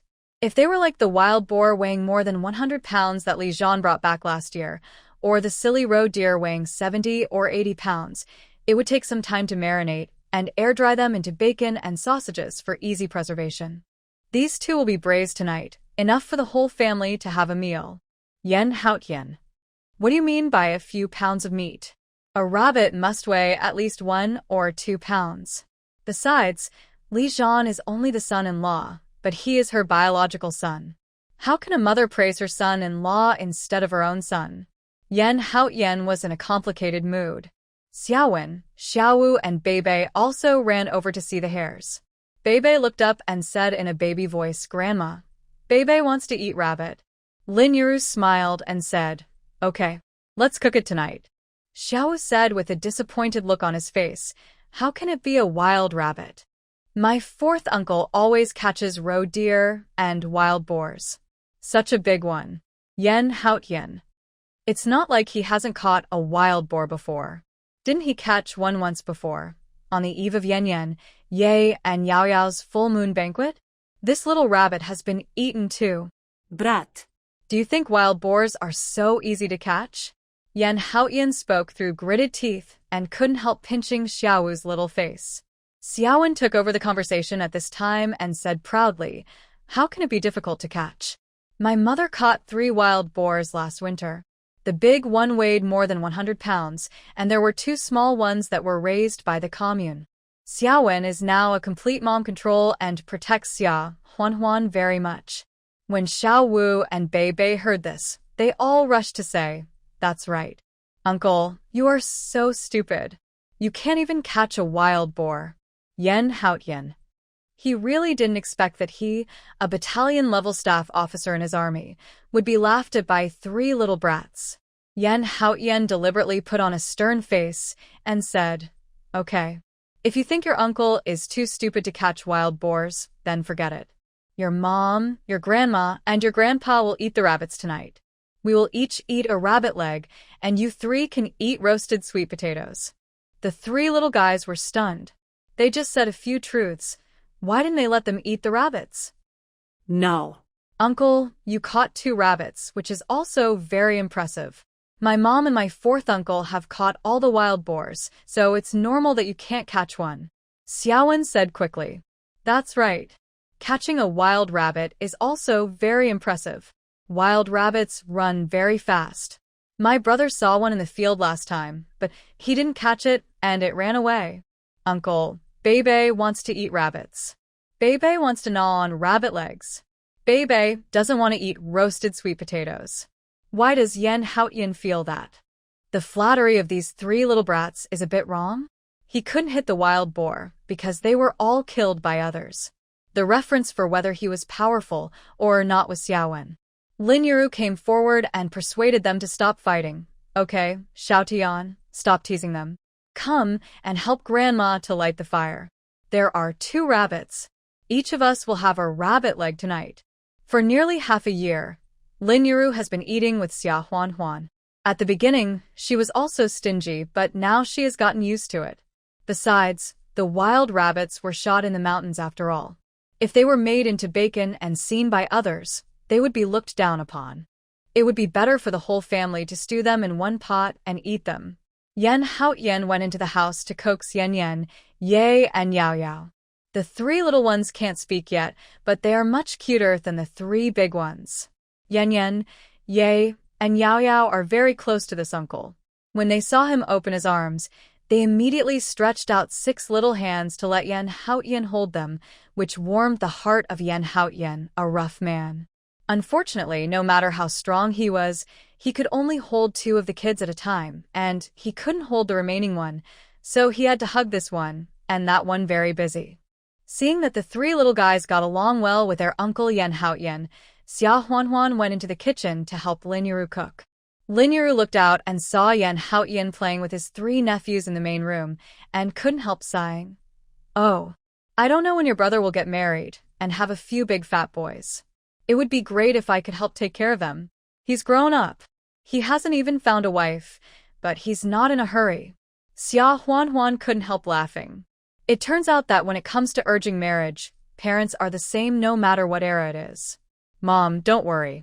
After all, my brother's adoptive parents are from the city, and my brother has a city hukou, and his position in the army is not low. If he wants to find someone, isn't it easy?" As they were talking, dinner was ready. A large pot of braised rabbit meat. First stir-fry sugar color with rock sugar. Then put the rabbit meat into the pot. Add water, soy sauce, and other seasonings, and simmer. During this time, add large pieces of potato cubes and soaked dried beans. Simmer for about an hour on low heat, and then turn to high heat to reduce the sauce. The rabbit meat is stewed, and each piece is red and shiny, making people drool at the sight. In addition to the rabbit meat, there is also a fried tofu, a plate of winter bamboo shoots and bacon, and a plate of baby spinach. There is also a plate of steamed dumplings with wild mushroom meat filling. Xia Huanhuan uses sesame oil, vinegar, and light soy sauce to make a dipping sauce for dipping. The staple food is steamed buns and cornmeal sweet potato porridge, which is enough to fill you up. Xia Shuangshan also came over in the evening, and the meal was considered rich and sumptuous. Before eating, Xia Huanhuan saved some of the prepared food. intending to send it to the cowshed to Shen Wanxue and Yang Qiushi in the evening. During the Chinese New Year, Shen Wanxue and Yang Qiushi were also given about a pound of pork, so they were asked to make some dumplings stuffed with meat, which was also considered celebrating the Chinese New Year. How many dumplings can be made with a pound of meat? Fortunately, Xia Huanhuan thought about it and secretly sent some of the delicious food she made. In addition, she saw that the cotton in Shen Wanxue and Yang Qiushi's cotton-padded clothes and quilts was old, so she took out some cotton and ducked down from the space and replaced the cotton in their clothes and quilts. Duck down is light and warm. When mixed with cotton to make quilts and cotton-padded clothes, it is less bloated than using new cotton completely. People can tell at a glance that it is new cotton, and it is thin and light. In addition, the outer cloth and quilt cover are still old, so others can't tell anything. This year can be said to be the fullest, warmest, and most comfortable year for Shen Wanxue and Yang Qiushi since they were put under the quilt. On the first day of the Lunar New Year, both of them gave red envelopes to the 6 kids. However, Xia Huanhuan knew that they didn't earn their money easily, so she didn't ask them to give more, just 50 cents each. Xia Shuangshan and Lin Yuru also gave 1 yuan each, and Yan Haoyan gave 2 yuan each. In addition, Xia Huanhuan herself gave them 1 yuan each. She gave 50 cents to Xiaowen, Xiaowu, and Beibei respectively, and asked them to go to the village store to buy candy during the New Year. The village store would also buy more candy, and fruit leather that children like. She saved the rest for them first, and gave them to the 6 kids when they grow up. On the 5th day of the Lunar New Year, Yan Haoyan returned to the team, saying that he should be able to come back again during the Lantern Festival. He was sent here by his leader for half a year this time. In fact, half of it was for work needs and half of it was to let him get to know his family and spend more time with them, so it was a little easier to take leave. After seeing Yan Haoyan off, Xia Huanhuan took advantage of the Lantern Festival to supply the textile factory and the timber factory with goods, mainly glutinous rice flour, black sesame, peanuts, red beans, pig fat, and other materials for making Lantern Festival dumplings. The sugar was still not sold. However, the quantity required this time was obviously much less. Upon inquiry, it turned out that the 2 factories had changed their production to every other day due to the shortage of raw materials, which was actually a disguised suspension of half of the production. The canteens of the 2 factories were still open. The factories were not far from the staff and family buildings. Even if they did not work, everyone would still take their aluminum lunch boxes to get food to eat at home. But because of the half-stop production, they received less salary. Many people did not dare to eat 3 meals a day in the canteen as before. They just cooked at home to save money. Wang, a buyer from the wood processing factory, said, "Oh, our factory director is almost going bald because of this. He is now reporting to the higher authorities to see if we can cut down some trees from the barren hills in the communes under our county and send them to the factory for emergency use so that we can pay the full wages. Otherwise, everyone will be restless." When Lu Tsigo heard this, he couldn't help but feel envious. "Oh, it's not bad that you want wood. I see that there are a lot of trees in our county, but they're not as old and strong as those in the forest farms in the northeast, but at least they can solve the urgent problem. Our factory can't buy cotton. We have to wait for the next season of cotton to grow and harvest, which will take a year. If our factory has to work half-time for a year and get half the salary, it will drive people to death." After hearing these words, Xia Huanhuan was still cautious and didn't tell the 2 of them that she had a way to get wood and cotton. After the materials were handed over, Xia Huanhuan went back to the house in Tunghua Lane and cleaned it inside and out. While she was working, she heard movement on the wall. Ouch! Ouch! "Is there anyone? Help!" It sounded like an old woman's voice. When Xia Huanhuan heard this, she didn't care about anything else and hurried over to knock on the door and asked, "What's wrong? What happened inside? Is it Aunt He?" When she was waiting for the birth of her baby in the county, Xia Huanhuan noticed that the people living in the front and back entrances of Grandma Luo's house had almost moved out, and the doors of every house in the compound were locked. At least, in that month or so, Xia Huanhuan had seen an old lady named He, but she only came to stay for 2 days occasionally. Otherwise, when she suddenly gave birth prematurely, Lin Yuru and the 3 kids went out to find someone to help, and they wouldn't have called someone for a long time. The old man inside heard Xia Huanhuan's call and immediately said, "It's me. The door is not locked. Just come in." I fell and can't get up. Ouch. Xia Huanhuan had to push the door open quickly, only to see Aunt He lying on the ground with her legs spread out, unable to get up for a long time. Xia Huanhuan hurried over to help the person up and asked, "Auntie He, are you in pain anywhere? Do you want me to take you to the hospital?" Auntie He waved her hand and said, "It's nothing. It's an old problem with my waist. As I get older, my hands and feet aren't as flexible as before. I couldn't get up after falling down. It's a good thing you're at home." When Xia Huanhuan helped her up, she had already roughly felt her bones and knew that she was indeed not broken or anything, so she didn't force her to go to the hospital. Aunt He recognized her and asked with a smile, "Your daughter is the distant niece of Mrs. Luo next door. She asked you to come and look after the house from time to time, right? Didn't you come here to give birth before the new year?" Xia Huanhuan smiled and said, "Aunt He, you have a good memory. It's me." Aunt He sighed and said, "Oh, this area is really declining. Everyone has moved out to live in high-rise buildings. With fewer people, the houses are dilapidated, right? I can't get a single person for a long time. If it were 20 years ago, the people living here would have been all the rich and powerful people in the county. Home. When old lady Luo was here, I lived here and could talk to her. After she left for Beijing, I was the only one left, so my son took me to live with them in the building. How can that building compare to the comfort of my own little courtyard here? But there is no other way. When you get old, don't you have to follow your son? I just came here today to pack up my things. In the future, I'm afraid I won't have the chance to come back and live here." Aunt He looked at the little courtyard where she had lived for more than 20 years with infinite reluctance and continued. Xia Huanhuan's heart moved. She had promised Grandma Luo before that she would definitely buy back the entire Luo residence. Now that everyone in the front and back houses has almost moved out, it should be an opportunity. Therefore, she gently asked Aunt He, "I want to ask you something. If you don't live in this house anymore, will you sell it?" Aunt He was stunned. Buying and selling houses was still a rare thing in this era. In rural areas, the village would allocate residential land, and people would build houses by themselves. In the city, they would wait for the unit to allocate houses. The front and back houses originally belonged to the Luo family. They were allocated to the factory by the government more than 20 years ago when Aunt He's husband worked at the lumber mill. The factory then distributed them to the families of workers with housing difficulties. The other families who had already moved out of the yard were also former workers at the lumber mill. Seeing Aunt He's confusion, Xia Huanhuan quickly said, "Aunt He, I didn't buy this house myself. Did you know that this yard was originally the house of my aunt and uncle? My aunt has always wanted to buy back all the front and back houses. Before she went to Beijing, she told me to ask if there was a chance.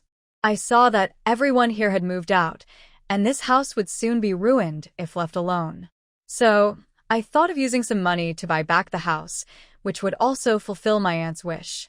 Aunt He nodded and said, "That's right. This house originally belonged to the Luo family. Back then, Mr. Luo was generous and donated the house for free. Come, share it with everyone. Now that everyone has moved into the new house, it is only right that this place be returned to the Luo family, as it is now vacant." Xia Huanhuan felt a little hopeful when she heard this, and hurriedly said with a smile, "Aunt He, the saying is to return it, but since my uncle donated it back then, it is actually everyone's house. If we want it back, we must pay to buy it. Aunt, if you have this intention, that's great. You name a price. My aunt left me some money before she left. I will collect some money and give you the money. You just need to give me the title deed. The title deeds here are all made and issued by the government after the founding of the People's Republic of China. Holding a title deed means that you are the owner of this house.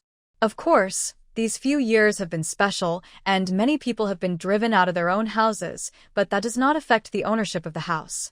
After these years, whoever it is, as long as there is a valid certificate, it will be returned to the original owner."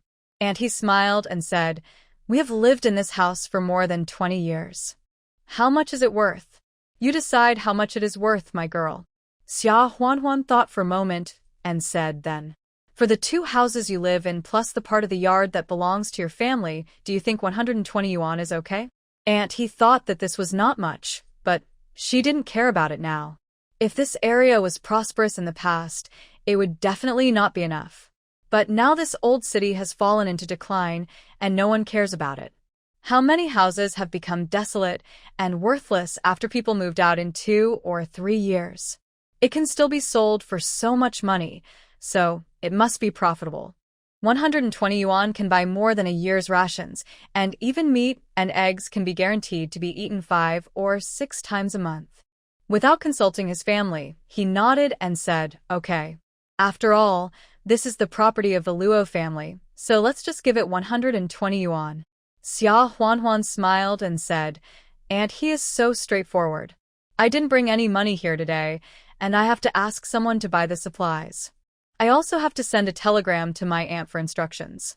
We will hand over the money and the house deed in 5 days. As she spoke, Xia Huanhuan remembered something and said, Aunt He, I have another favor to trouble you. Do you recognize the original residents here? I see that their houses have been empty for more than half a year. If they're willing to sell, I will ask my aunt, and we can buy them back together. She has the pensions for several children issued by the state, as well as the monthly subsidies, so she should be able to make up the money. The elderly are nostalgic. When they're old, they can no longer reunite with their families. They think that they should reunite with their families in the house, which is also the appearance of the children when they left home. And he heard this and thought of Mrs. Luo's 3 sons and 1 daughter, none of whom came back after leaving home. She sighed and naturally had no doubts about Xia Huanhuan's words and where she got so much money to buy a house, so she immediately promised. How can you not recognize them? There are several new families who have moved into the same building as my son. Don't worry, my girl, I'll go ask for you. They must be willing too. The matter was settled. Xia Huanhuan talked for a while before returning to the house, or she went directly home through the space. Lin Yuru took the 3 little ones to visit Aunt Wu's house. It happened that the 3 little ones were hungry and started to make trouble, so they came back pushing the cart. The cart was made by Zhan when he made a small bed for sleeping last time. It was smaller than the bed, and there were baffles around it, covered with cloth, and lined with cotton to prevent hurt when bumped into. The triplets couldn't be carried out, so they had to be pushed in a cart. As soon as she entered the house, she saw Xia Huanhuan washing red beans in the yard, and she smiled and said, You got up just in time. The 3 little ones are just hungry. You should feed them quickly. You should use these red beans to make glutinous rice, right? Xia Huanhuan smiled and said yes. The Lantern Festival is coming soon. Isn't my brother coming back? Just like last year, we will make some black sesame and red bean fillings. Lard is ready. I went to the town to buy glutinous rice flour and sugar 2 days ago. Everything is complete. Lin Yuru took over the job and smiled and said, Why not? You should feed them quickly. I'll do it. Xia Huanhuan pushed the 3 little ones into the house, and then picked them up one by one to feed them. It is estimated that the daily diet is sufficient. Although the triplets are already 3 months old, her milk is still sufficient. After a while, the 3 little ones were full and burped on the bed, laughing at Xia Huanhuan. Lin Yuru came in and said with a smile, Look at how happy they are. They just cried so loudly that they couldn't be comforted. Xia Huanhuan picked up Yan Yan and coaxed him for a while, then picked up the rattle to tease Ye and Yao Yao, and said with a smile, These 3 little guys are good in every way, and they don't make trouble. They just don't like to drink milk powder and insist on me feeding them. They will make trouble when they are weaned later. Lin Yuru said with a smile, Don't underestimate the children. They can still distinguish good from bad. Their mother's milk tastes good, so of course they don't want to drink milk powder. Xia Huanhuan disagreed and said with a smile, They're spoiled. Starve them twice, and they won't be picky. That being said, can you bear to starve them? Xia Huanhuan also laughed when she heard it. She really couldn't bear to do it. Now, when she goes out, she has to calculate the time and must make a quick decision and come back before the 3 little guys cry out for hunger. She was delayed for a while today, and they cried like this. She was so heartbroken. After feeding the 3 cubs, Xia Huanhuan asked Xiaowen and others to help look after the younger brothers and then went to make glutinous rice with Lin Yuru. While they were busy, a villager passed by and came in and said, "Li's wife, there is a package sent by Li Zhan at the commune. Go and get it." Xia Huanhuan listened, agreed, washed her hands, and went to the commune to get it. Li Zhan sent 2 complete mink skins, both of which were tanned, and a large bag of pine nuts, which were also roasted, as well as a remittance slip and a letter. The letter said that the last photo had been received. He also told Xia Huanhuan to remember to take a single close-up photo and send it to her when taking photos of the cubs for 100 days. Xia Huanhuan laughed. It was only 2 months since the last photo was taken. How could there be any changes? Why take photos? However, Xia Huanhuan still kept this in mind. Looking down, it wrote about the mink skins sent this time, and asked her to use it to make the bed, which was very warm. The pine nuts were eaten as snacks. The rest was just a brief mention that they were probably on a mission in the northeast. But there was no mention of when they could come back. Xia Huanhuan felt somewhat disappointed. She had not felt it before, and was secretly happy in her heart. Although she was forced to marry after crossing over, fortunately her husband was a soldier away from home all year round, and he would probably only come back a few days a year, which would not affect her comfortable life in the space. Now that she is a child, she can't help but miss him. Now there is no phone or mobile phone, and we rely on telegrams and letters to communicate. Sometimes 2 letters go back and forth, and it takes half a month, or even 2 months. No wonder people wrote, in the past the journey was long, the letters were slow, and there was only enough time to love one person in a lifetime. With this communication speed, isn't it enough to love only one person? Xia Huanhuan sighed, folded the letter, and put it in the space. She touched the mink fur that was sent to her again. The fur was so soft that it felt like it was greased, and very comfortable. It was a bit of a waste to use mink fur to make a bed, but Xia Huanhuan didn't dare to make it into a coat to wear outside, as it would be too ostentatious, so she spread it on the small bed where Yan Yan, Ye, and Yao Yao slept, which was also the right size. The soft fur touched the white and tender skin of the little cubs, which was obviously very comfortable. The 3 little cubs turned over and played more vigorously than before. The 3 cubs can't sit yet, but they have been working hard to learn to turn over. When they can't turn over, they will be anxious and shout, "Oh, oh," to attract the attention of adults and help them. At night, Xia Huanhuan found paper and pen and wrote a reply to Li Zhan. The content was all trivial family matters, telling him that the 3 cubs have learned to turn over and are not very noisy, but they are 3 little foodies and need to be fed several times a day. Xiao Wuchuan is also going to school. She has already made a school bag for him, but Bebe also clamored for it, so she made it for her in advance and will use it next year. He also told Li Zhan about Xia Fengfeng's matter. Soon it was Mid-Autumn Festival, and Yan Haotian came over as expected, bringing some candies and other things, and also brought a lantern for each of the kids. Xiaowen's was a pony, Xiaowu's was a lamb, and Bebe's was a monkey, corresponding to their zodiac signs. Lanterns are made of paper with a little kerosene and wick inside, so they can be lit. The 3 little guys couldn't wait for it to get dark so that they could go out and play with their lanterns. The 3 little guys Yan Yan, Ye, and Yao Yao stared at the lanterns in the hands of the little brothers and sisters, shouting And oh, over and over, pointing with their little fingers, as if they wanted something.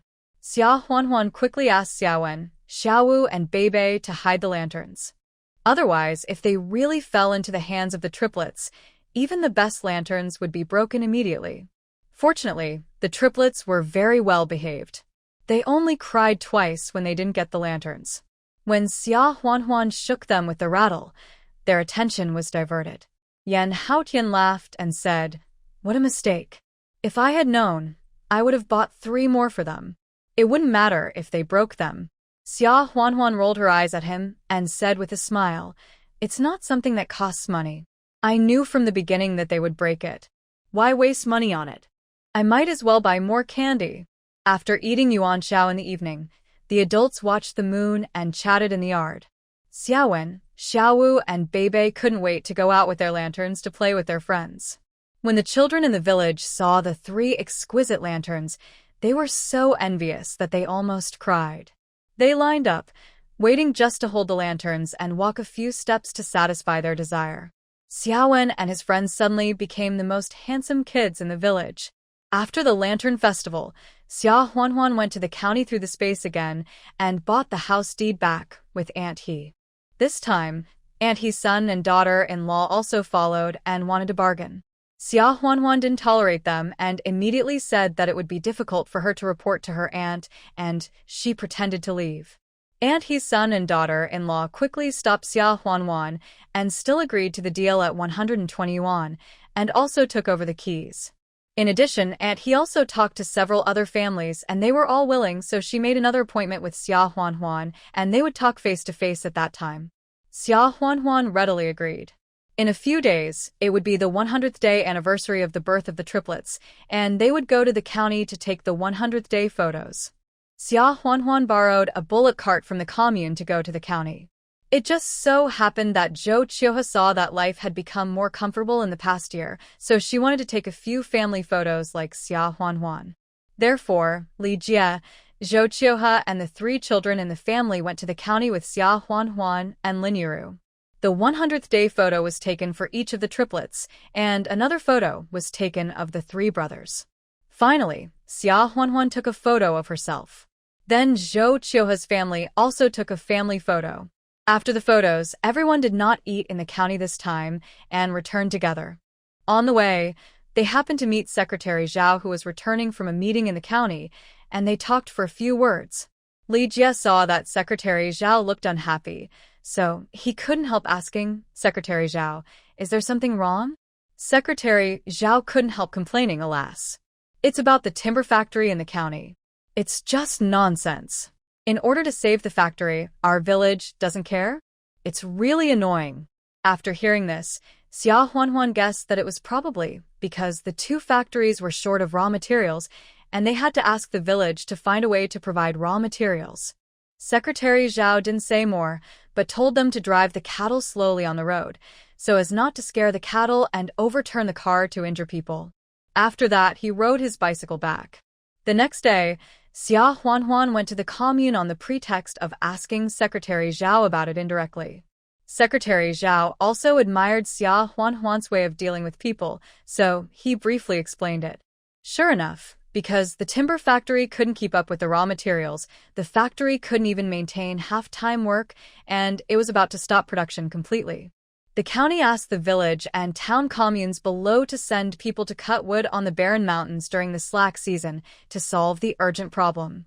It's not completely free, but the money given to buy wood is not much, probably not enough to share the work. In addition, there is the matter of cotton. When the snow melts in spring, wood from the northeast can also be brought in. The shortage of cotton is not so easy to solve. The county made a suggestion. When the communes planted the land, they should plant more cotton on the basis of ensuring the grain output. At that time, the textile factories would buy it at a price slightly higher than the purchase price in previous years. However, the county did not dare to make a final decision on this matter. It still depends on the opinions of each commune. After all, what is most lacking now is food. If everyone rushes to plant cotton, won't there be famine? Xia Huanhuan couldn't help but frown. Secretary Zhao, I'm a woman, and my words may not be right. But let's not talk about the barren mountain behind us. When there was not enough food, and when there was a shortage of food, how many people did it feed? If we cut down all the trees, how will the wild rabbits, pheasants, wild boars, and the like survive? In the future, when there is really no food, we will not be able to dig up wild vegetables. Moreover, without the trees, if it rains heavily, the rocks and soil on the mountain will slide down, and our village will suffer. And there is the matter of cotton. If there is not enough food, will everyone use the money from selling cotton to buy food? Secretary Zhao sighed. Oh. Who said it wasn't? You are young and have not experienced it. As early as 30 years ago, there was a village not far from here. It was cold in winter, and every household in the village rushed to cut down the trees on the mountain. They cut them down and burned them themselves, or carried them to the city to sell them. As a result, when the summer rainstorm came, didn't there happen a landslide? Half of a village was buried. We from other villages went to help rescue people. I will never forget the tragic scene we saw. A cotton can be sold for money, but in the years of famine, no matter how much money you have, you can't buy food. Xia Huanhuan thought for a while and said, Secretary Zhao, I know this is not what I should say. Why don't we wait 2 or 3 days before telling everyone in the commune about this logging matter? Let's see what other communes are doing. Besides, the weather is getting warmer now. Maybe the wood trapped on the road by the heavy snow can be brought in? Secretary Zhao nodded and said, I think so too. Let's delay it for a few days.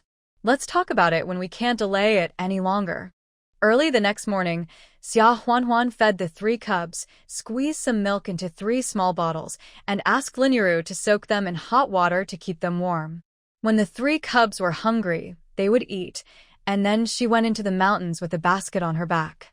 She first released a few wild rabbits, pheasants, wild boars, and other animals in the space. There were only 2 wild boars and a little more wild rabbits and pheasants, about 10 of each. She couldn't release too many. If anyone who came into the mountains could easily catch them, wouldn't the villagers go into the mountains every day to catch them? That would be counterproductive. After releasing the wild animals, Xia Huanhuan went directly to the county through the space. She had actually been hesitant about whether to do the cotton and wood business. After all, the risk was too great. The black market for food, eggs, meat, and a small amount of cotton was just a small business, and many old women in the countryside, who had never seen the world, went there. If they were really caught, at most they would be given a few words of advice, and their supplies and money would be confiscated. But for large quantities of cotton and timber, they are directly connected to the factories.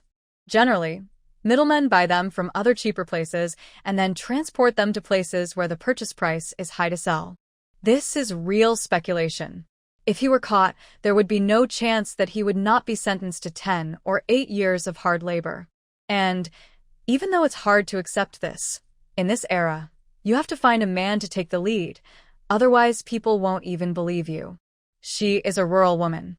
Even if there is space, if she rashly tries to get there, she might not only fail to make money, but become cannon fodder instead. Therefore, Xia Huanhuan remained cautious and did not take any action.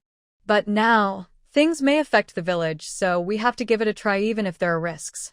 At worst, if there's danger, she can just hide in space. She shouldn't be caught. Xia Huanhuan plans to use cotton as a breakthrough point. Timber logs are large and heavy. Even if there is a black market transaction, it cannot be in the city or town. It must be traded directly on the spot or in the wilderness. She had no way of getting in touch with him. But it's different with cotton. Cotton is also sold on the black market for grain and supplies. Although not as much is sold as at the cotton stations, there are still second-hand dealers who come to buy it in small quantities. For example, in the current situation where textile mills are short of cotton, I am afraid that all the cotton at nearby cotton stations have been sold out, and the probability of those people buying it in small quantities on the black market is much higher. Xia Huanhuan had been hanging around the black market from time to time in the past few days, and had basically locked onto 2 people who specialized in collecting cotton. Their bids were obviously much higher than those of people who bought cotton for their own use, so for several consecutive days, they almost bought all the cotton in the black market. This time, Xia Huanhuan painted her face dark, with many wrinkles on the corners of her eyes and forehead. She wore a cotton jacket with embroidered slanting collar and a green headscarf, looking as rustic as possible. In addition, Xia Huanhuan deliberately spoke in a hoarse voice and swore in her heart that this time her disguise would never be exposed again. After confirming it again, she walked towards the 2 people who were collecting cotton. Both of them were wearing worn-out Zhongshan suits and liberation caps with the brims pulled down, so their faces could not be seen clearly. Xia Huanhuan didn't beat around the bush and asked directly in a low voice, "Comrade, I heard that you get paid a lot for collecting cotton?" The 2 looked Xia Huanhuan up and down, then nodded and said, "How much do you have?" "We charge you $1.04 per pound." Xia Huanhuan quickly calculated in her mind. The purchase price of cotton in recent years is 1,800 caddies per ton, which is 90 cents per caddy, almost the same as the price of meat. The general price on the black market is 1.2 yuan. However, the county textile mills are short of cotton now, and if they sell it privately to the textile mills, they can at least reach the price of 2 yuan per catty. Giving 1.5 yuan is not a small amount. After all, they are the ones who bear the bulk of the risk. Xia Huanhuan nodded, indicating that she was satisfied with the price, but for the sake of the subsequent transaction, she still needed to shock the other party as soon as she opened her mouth. Therefore, she lowered her voice and said, "I have about 1,000 catties." The two were shocked when they heard it. They are not new to the world. This year's cotton shortage is not just a problem for a textile mill in Mo County, but also for several surrounding counties. If you go to the cotton station and take a look, I'm afraid that 200 catties of cotton can't be spared now. Otherwise, they would not have run to such a small black market to buy cotton from farmers or individual residents in the city. After carefully looking Xia Huanhuan up and down again, both of them were a little unconvinced. "Auntie, if you have nothing to do, go somewhere else. We are busy here." Xia Huanhuan. Okay, at least it proves that her disguise was successful this time. Xia Huanhuan cleared her throat and continued to speak in a rough voice. "Why would I lie to you? I only have about 5 kilograms in my hand now. If you don't believe me, I'll show you." As she spoke, Xia Huanhuan lifted the cloth covering the basket she was carrying. Wasn't there white and soft cotton underneath? The two still didn't believe it. What are they doing? Professional middlemen who have traveled to several nearby counties. Now, they can collect 50 kilograms of cotton a day, which is already top-notch. What about 1,000 kilograms? "Auntie, you have 5 kilograms. Let's weigh it, and we'll collect it. Don't tease us about 1,000 kilograms." As he spoke, one of them was about to come over to take Xia Huanhuan's basket. Xia Huanhuan stepped aside and didn't let the two of them touch each other. She said, "If you don't keep your word, ask your boss behind you for me." The two looked at each other, a little undecided. Xia Huanhuan said, "How about this? I will sell you these 5 kilograms of cotton today, and you go back to ask your boss for his opinion. Now there is a shortage of cotton in several nearby counties. Your boss shouldn't want to miss such a great opportunity to make money, right? I will come again at the same time tomorrow. If your boss is not interested, then I will have to find someone else." Seeing this, the two of them agreed for the time being. "Okay, let's go back and tell him." Although the lady in front of them didn't look like she had 1,000 kilograms of cotton, she sounded so confident, so they should go back and tell him to let the boss decide. At that moment, the 5 kilograms of cotton that Xia Huanhuan brought were weighed, and 7 yuan was paid to Xia Huanhuan. Xia Huanhuan didn't say anything more and left. At the same time the next day, when Xia Huanhuan came again, she saw the two people from yesterday and another man dressed similarly sitting in the shadows. Seeing Xia Huanhuan coming, the two people from last night turned around and said something to the man, and the man stood up and walked out of the shadows. Xia Huanhuan found that the man was not short, so she looked up at him fearlessly. She knew that these people were walking in the gray or even black area, and if she showed even the slightest fear, she would be eaten up without leaving any residue. The man squinted his eyes and observed Xia Huanhuan for a while before asking, "Do you have 1,000 kilograms of cotton?" Xia Huanhuan nodded and said affirmatively, "I do." The man nodded and said, "It's not convenient to talk here, let's change places." As he said that, he led people to the other end of the black market. Xia Huanhuan did not move. The man turned around and looked at Xia Huanhuan inquiringly. Xia Huanhuan said, "We can change places, but it can't be the place you choose. Of course, you probably don't feel at ease with the place I choose. So it has to be the place we choose together. She is a woman, is she going to die? Dare to follow 3 grown men?" The man cast an approving look at Xia Huanhuan. For people in their line of work, caution always comes first. "Let's choose together." "How do we choose?" Xia Huanhuan said, "Let's each say a place name nearby, and then choose a place between 2 places." The man thought about it and smiled. "Why don't we each pick 3 place names, and then randomly choose 2 from the 6 place names?" If Xia Huanhuan was a bait sent by someone, then it would still be unsafe for her to choose a place name. Xia Huanhuan nodded, without any objection. The two of them said 3 place names respectively, and finally decided on a place in the old city.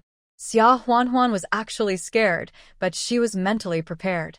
Even if she couldn't beat them, she should still be able to hide in the space and time. When they arrived at the place, there happened to be a tea house nearby, so they went into the store. The man looked at Xia Huanhuan carefully again, and then he said, "When can you deliver 1,000 kilograms of cotton?" Xia Huanhuan didn't beat around the bush and said, "If you really want it, it can be delivered tomorrow." "What's the price?" "Just follow yesterday's price. Tomorrow we will pay the money and deliver the goods. 1,000 kilograms, $1.04 per kilogram, that's 1,400 yuan. Over the past year, Xia Huanhuan has made a total of 850 yuan from selling supplies, plus the money Li Zhan gave Lu Lan in the past few years, and the allowance Li Zhan sent her every month. After deducting the money for building a house, the money given to Xia Shuangshan, the money for buying a house, and the money she usually spends, there is still about 5,000 yuan in the space. 1,400 yuan from her perspective as a time traveler is really not much. But in this era, she has only saved 5,000 yuan in more than a year. Now a transaction is 1,400 yuan, which is actually a very large number. After all, the average monthly salary of a factory worker is only 30 or 40 yuan now. Even if it is calculated at 40 yuan, 1,400 yuan is the total salary of a worker for nearly 3 years. The man opposite saw Xia Huanhuan face such a huge transaction of 1,400 yuan without changing his face, and couldn't help but admire him in his heart. Even he, who has been in the black market for several years, a transaction of 1,000 yuan online? It's not uncommon, but it's rare. After a long silence, the man said to his companion, "Xiao Zhao, go get a basin of water from the boss." Xia Huanhuan frowned slightly. Whether this man agreed to the deal or not was just a matter of one sentence. Why did he need water? His companion was obviously confused, but he didn't dare to ask and went obediently. After a while, a basin of hot water was really brought and placed on the table. The place where they sat was originally in the corner, and there was a curtain separating them, which was relatively hidden. The man looked at Xia Huanhuan and said, "We can do the deal. But it's too insincere to show a disguise, right? If you are willing to wash your face and show your true face, I will agree to do this deal." Xia Huanhuan was a little depressed. Logically speaking, her disguise should be very successful this time. At least the other two didn't see the flaw and asked her to call him Annie. Seeing that she didn't move, the man made a gesture of invitation, which was considered as urging her. Xia Huanhuan raised her head, looked at him calmly, and said, "If that's the case, let's be frank. What's your last name? Do you have a letter of introduction that can prove your real name? If not, you have no right to ask me." The man laughed. "I just want to see what you really look like. I didn't check your household registration, did I? Your request is to check my household registration directly, right?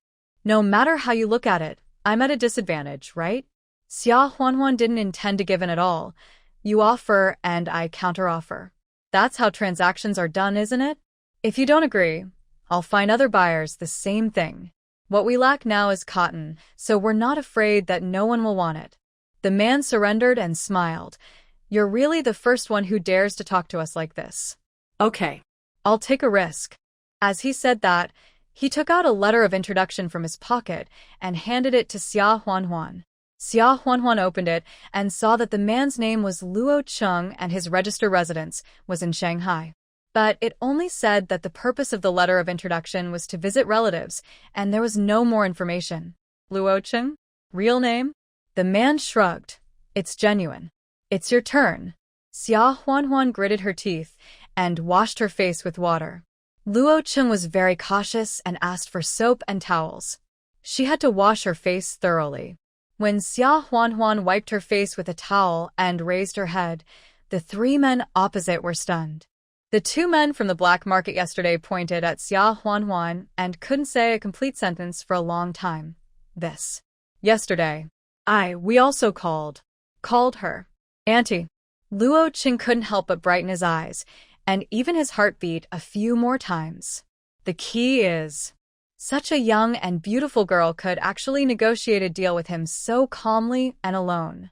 Luo Cheng felt moved. Xia Huanhuan was not reserved and said calmly, "Now you have seen my true face. Give me a definite answer whether you will do this deal or not. If not, I will find someone else." Luo Cheng immediately said, "Yes. Of course." He and Xia Huanhuan agreed on the time and place of delivery, which was the next day, at the foot of a barren mountain where few people would pass by, and then they dispersed. The next day, Xia Huanhuan went to the county in advance through the space, then took out a bicycle from the space, rode the bicycle to the place, looked around the environment, and after confirming that there was nothing fishy, she took out 1,000 kilograms of cotton from the space and arranged them neatly, waiting for Luo Cheng and his friends to arrive. After another hour, Luo Cheng brought 4 or 5 people and drove a Jiefeng brand heavy truck, which stunned Xia Huanhuan. This speculator dared to drive a big truck so high profile? She thought that at most a few ox carts would come to load the goods.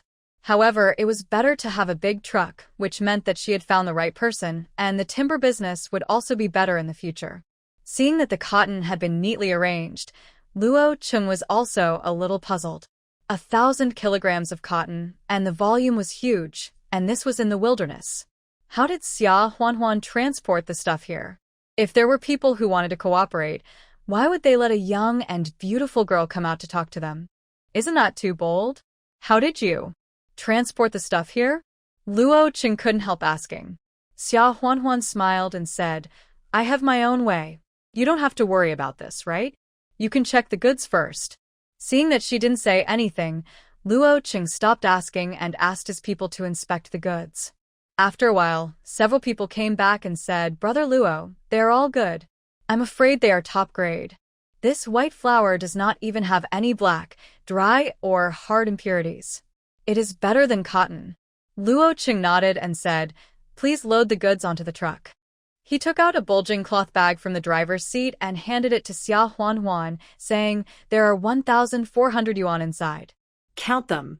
In this era, the 500 yuan note had not yet been issued. The largest denomination was 10 yuan, commonly known as the Great Unity. 1,400 yuan meant 140 pieces, a thick stack. Xia Huanhuan counted them casually and put them directly into her pocket. Luo Cheng, can you give them the minimum respect for 1,400 yuan? Xia Huanhuan said, "Since you have received the goods, I will leave first. Goodbye." After saying that, she turned around and was about to leave. At this time, Luo Cheng suddenly rushed to her quickly, opened his hands to block her way, and smiled a little bit rogue. "Why are you in such a hurry? Don't you have a car? I'll take you to the county, and we'll have a meal by the way." The other people who were originally carrying the goods also stopped at this moment, looking at this side, and some of them even whistled to make trouble. Xia Huanhuan's heart trembled, and a cold look flashed in her eyes. The situation she was most worried about still happened. This Luo Cheng, who looked upright, turned out to be a black-hearted person. Was he planning to take people, money, and goods? "No, I won't go back to the county town, and I'm not hungry." Xia Huanhuan retreated, glancing around, judging the situation, while her hand had quietly reached into her pocket and touched the anti-wolf stun gun inside. She had learned a profound lesson from the last time Su Jiyuan attacked her, so this time, including the day before yesterday and yesterday, she kept the stun gun on her body, just in case. "I didn't expect it to be used." Xia Huanhuan took a step back, and Luo Cheng took a step forward, finally pressing against the car door. "Well, if it doesn't work, I can escape to the car in a while, or drive the truck away directly. Anyway, she has learned manual transmission, and how to drive a big truck should be similar, right?" Luo Cheng put one arm against the car body, lowered his head and smiled. "If you are not hungry, let's go for a walk in the county town and eat when you are hungry." Xia Huanhuan took a deep breath and said as calmly as possible, "Luo Cheng, we have settled the money and goods, and no one owes anyone anything. It is a bit unreasonable for you to stop me from leaving. Just tell me, what do you want? You can't take the goods but don't want to pay, right?" Luo Cheng blinked and smiled. "That's not the case. It's just that I let you make so much money, it's not too much for you to have a meal with me? What I want is obvious. I want to be with you. Before she finished speaking, Xia Huanhuan suddenly attacked, first raising her foot and kicking hard between Luo Cheng's legs. Luo Cheng really didn't expect that a delicate girl would suddenly do such a cruel thing. Although she dodged reflexively, she still didn't dodge completely. She was kicked and covered her mouth with her hands in pain. Xia Huanhuan didn't give him a chance to breathe, and the electric shock device in her hand had already greeted him directly. Ugh. Luo Cheng's body trembled with the electric current, and then he fell to the ground uncontrollably. Brother Luo! Brother Luo! You woman! How dare you hit my brother Luo! As they said that, 4 or 5 people rushed towards Xia Huanhuan together. Xia Huanhuan took a deep breath and prepared to meet the enemy. Although she had an electric shock device and had never wasted her fists and feet, after all, it was 1 against 5, and it might not be easy to win. A fast runner swung his fist at Xia Huanhuan. Xia Huanhuan dodged sideways and then threw him over his shoulder neatly. The man fell to the ground with a clang, and he cried out in pain. At the same time, a suppressed roar suddenly came. No one is allowed to do it. The other 4 people stopped their actions immediately, firstly because of this roar, and secondly, they were also shocked that Xia Huanhuan, a delicate woman, could knock down a man. This. Luo Cheng stood up and scolded his men first. You guys attacked a woman, and several of them came together. Aren't you ashamed? The key is that he hasn't hit her yet. The man who was thrown over his shoulder also got up and lowered his head with some shame like the others. Luo Cheng turned around and stared at Xia Huanhuan in shock. Okay, this is really a rose with thorns. Xia Huanhuan didn't expect that Luo Cheng could stop his men from hurting her after being beaten by her, and she couldn't help but feel a little surprised. Luo Cheng frowned and looked at Xia Huanhuan, sighed and said, I actually just want to date you. Why did you beat me up without even listening to my words? Xia Huanhuan. Was that a sign of wanting to date her just now? He was a complete ruffian. How could she not misunderstand? Xia Huanhuan said firmly, forget about dating. I have a man and I have 3 children. Luo Cheng widened his eyes in shock this time. After a long time, he asked with infinite regret, really? Is it true? Xia Huanhuan said seriously. Why would I lie to you? Luo Cheng frowned and looked at Xia Huanhuan for a long time. After making sure that he didn't see that she was lying, he sighed and said straightforwardly, alas. It's a pity that I'm a step too late. Forget about dating. You go. Or, if you trust us, I will drive you to the county and you don't have to go to dinner. Xia Huanhuan was stunned. She didn't expect this man to give up so simply. Moreover, he didn't fight back after being beaten by her, and he also stopped his own people. It seems that there is no problem with his character. The timber business can be discussed. Xia Huanhuan said, no need. I have a bicycle, and it's faster to go back directly from here than to go around the county town. Then she asked, is this your car? Luo Cheng heard the question and grinned. How is that possible? Can a private person afford such a car? That's true. Xia Huanhuan realized that she asked a stupid question. In this era, even small businesses are not allowed. How can a private person afford such a heavy truck that probably costs several thousand yuan? Even if they can afford it, what do they buy it for? Only the government can afford it. But, Luo Cheng added, I can use it any time. Do you have anything to haul? Just ask, I'll help you. Although they can't be together, after all, he can make at least 600 yuan by reselling this 1,000 kilograms of cotton. Xia Huanhuan brought him such a big business, so it's okay for her to help haul something. Xia Huanhuan smiled and said, that's not the case. But if you have a car, I have another business here. The profit should be a little bigger, but I don't know if you dare to do it. Luo Cheng was stunned. The girl in front of him was no more than 20 years old, and she was dressed like a country girl, but she casually brought 1,000 kilograms of cotton to the man and threw him over her shoulder. Just now, he was touched by something and immediately felt numb all over, and he couldn't even stand. Now, you say there is a business that is more profitable than the sale of 1,000 kilograms of cotton? Dare. Tell me what business. Luo Cheng agreed immediately. Xia Huanhuan said, there is a prerequisite. You are not allowed to ask me where the things here come from, and you can't check secretly. Otherwise, there will be no next cooperation in the future. Do you agree? Luo Cheng naturally nodded in agreement. Xia Huanhuan smiled and said, okay. Let me ask you first, do you have any acquaintances in the forest farm in the next county? Luo Cheng was stunned for a moment and shook his head subconsciously. No. But, he immediately added, if you need it, you can have it within 3 days. Xia Huanhuan smiled. She just needed someone to open up these connections that she couldn't show up. It seems that Luo Cheng is the right person. That's good. Isn't the lumber mill in the county short of wood now? I have a batch of logs here, but there is no proper way to sell them to the lumber mill. If it goes through the forest farm, it will be legitimate. However, I would like to state first that I am only responsible for supplying logs, and you have to go through the subsequent procedures and ways by yourself. For the price, I only want the current market price, and the transaction will only be once.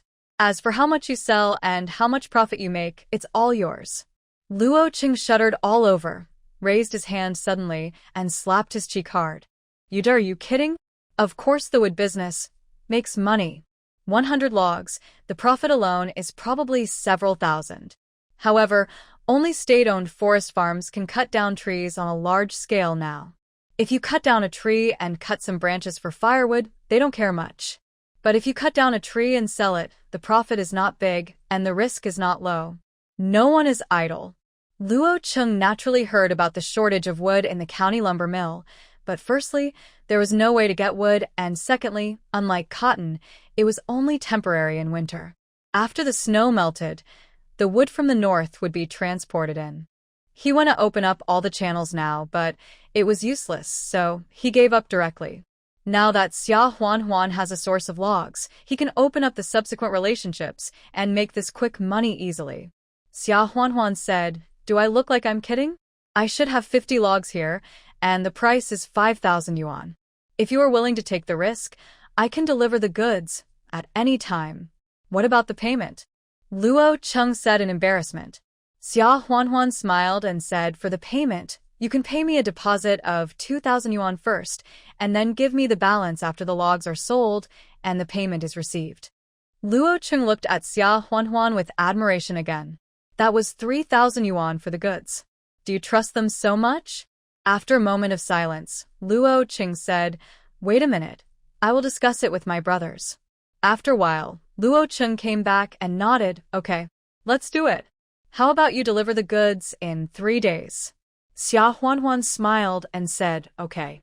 This matter was settled. 3 days later, Xia Huanhuan took out 50 logs from the space in advance at the agreed place and waited for Luo Cheng to receive the goods. No matter how heavy the things in the space are, she can move them at will, but once the space is created, they will restore the same weight and volume as the real things. Therefore, after Luo Cheng looked at the neatly stacked logs, he concluded that Xia Huanhuan must have other helpers behind the scenes. However, he and Xia Huanhuan agreed not to ask about the source of these materials, so he did not ask. Xia Huanhuan put away the 2,000 yuan deposit. Luo Cheng smiled and said, we will be in the previous tea house in a week, and I will give you the remaining 3,000.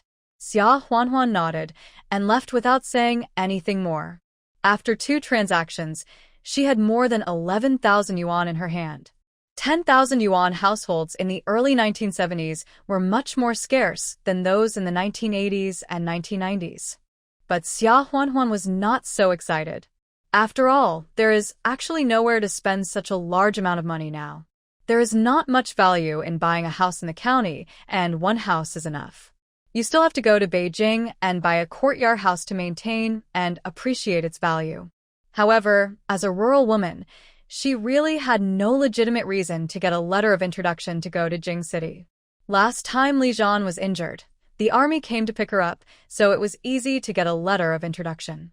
But now, although Zhan is affiliated with the military district of Jing City, he is not stationed in Jing City all the time, so it is not reasonable to say that he went to visit his relatives. I can only wait for an opportunity. A few days later, when I met Secretary Zhao again, Secretary Zhao smiled and told Xia Huanhuan that the plan to let the commune go to the mountain to cut wood was cancelled. He said that the forest farm next door had transferred a batch of logs from other places for emergency use. If there is no problem, it should be able to hold on until the logs in the north are connected. It seems that the textile factory has also collected a lot of cotton from various channels, which is enough for the time being. Anyway, both factories have resumed production now. During the spring plowing, it is still better to plan according to the proportion of previous years. Xia Huanhuan knew that Luo Cheng should have done it smoothly. This Luo Cheng's ability to do things is really good. When the restrictions are lifted in the future, if there's a chance, they can cooperate again. However, she had no plans to do deals like these two in the near future. The risk was too great. She had enough food and clothing, and she had 6 children to take care of at home. If they were really caught, what would they do? When Luo Cheng paid the 3,000 yuan to Xia Huanhuan, he also tentatively asked Xia Huanhuan if she had any intention of cooperating again. He always felt that the relationship behind Xia Huanhuan was not simple, and that she could get more than just the 1,000 kilograms of cotton and 50 logs this time. If they could cooperate for a long time, the money would come much faster. Xia Huanhuan rejected him directly. No. Let's talk about it later. When there are other legal opportunities, you should be careful too. Getting caught is no joke. Luo Cheng saw Xia Huanhuan open her mouth to care about her, and the little thoughts that he had suppressed started to stir again. He asked unwillingly, "Are you really married? And you have 3 children?" Xia Huanhuan understood his thoughts as soon as she heard it, and immediately said seriously, "Really? The child is more than 3 months old." What else can Luo Cheng say, except sighing? However, he still gave Xia Huanhuan an address, so that if she still has business to do, she can send him a telegram. Xia Huanhuan accepted it, but did not give him her address information. Luo Cheng opened his mouth, but did not ask for it. This matter was over. Xia Huanhuan had been running around for these 2 transactions during this period. Now that she was finally free, she tried not to go out, coaxing Yan Yan, Ye and Yao Yao at home, and also preparing 3 meals a day, reviewing Chinese medicine books, planting medicinal herbs in the space, and learning to prepare them. She has now mastered a lot of the 4 basic methods of observation, smell, questioning, and palpation. She can correctly diagnose simple colds, rheumatism, fever, stomachache, and other diseases. Even Yang Qiushi praised her rapid progress. Time soon arrived at the beginning of the 2nd lunar month. After the waking of insects, the commune held a spring plowing mobilization meeting as usual, and the spring plowing of this year began. Last year, there was good news about private plots. This year, there is also good news, that is, every household is allowed to raise chickens and ducks as well as piglets. In the past, these were all raised by the commune, and there were special people who fed pigs, chickens, ducks, and collected eggs, etc., and earned work points. Now, every household is encouraged to raise them. Of course, in name, they are still raised collectively by the commune. After they are raised, 2/3 of them will belong to the commune and must be handed over. Work points will be calculated based on quantity and quality. The remaining 1/3 will belong to each household. Naturally, everyone praised this policy. In the past, when it was not allowed to raise eggs at home, the commune had to share the eggs, and there would definitely not be enough to share, so they could only buy them with money or exchange them with grain. Now, if I am allowed to raise them myself, 3 hens can lay 3 eggs every day, so I can keep 1 for myself. How great! After everyone had left, Xia Huanhuan went to see Secretary Zhao. She wanted to open up a small pond on the wasteland by the river to grow lotus roots and raise fish. Secretary Zhao, this doesn't count as chickens, ducks, geese, or pigs. Can we raise them? My family has to pay for the fish fry and lotus roots, and when we harvest them, we will distribute them to everyone. I just think that the water in our river is clear and in good condition. It would be a pity to waste them. Secretary Zhao nodded and smiled. You are still quick-witted. Why didn't I think of this before? Let me ask the higher-ups for instructions first, and after approval, I will find a few strong laborers to build a lotus pond. Fish fry and lotus roots. It's better to buy it from the commune. Your home is close, so you can take care of it more in the future. Xia Huanhuan laughed and said, Secretary Zhao, even if I had a sudden idea, it might not be successful. If I do it according to the commune's affairs now, I'm afraid that everyone's expectations are too high. If there is a poor harvest in the future, everyone will probably blame me. So, Secretary Zhao, as long as you agree, I can build a lotus pond, plant lotus roots, and raise fish at my home without the commune's efforts. It's just that it's more difficult to dig lotus roots, so I'm afraid I'll need everyone's help. Xia Huanhuan built a lotus pond, of course not for the commune, but mainly because she wanted to eat lotus roots. Lotus roots stewed with pork ribs, lotus root stuffed with meat, fried lotus root boxes, etc. Just thinking about it makes her drool. But for more than a year, no one in the county or town has sold them, so she can only grow them herself. It's also convenient to take out the ones in the space. If the commune comes forward to build a lotus pond and buy fish fry and lotus roots, then the whole village will be watching, and she's afraid that people will gossip if she wants to dig a few sections to eat. It's different if you grow your own crops. It's the same as raising chickens and ducks. Her family can get a share. In this way, even if someone complains, she is right. Secretary Zhao was deeply moved and said, Li Zhan's wife, your selfless spirit deserves praise. Xia Huanhuan interrupted him and said, Secretary Zhao, don't say that.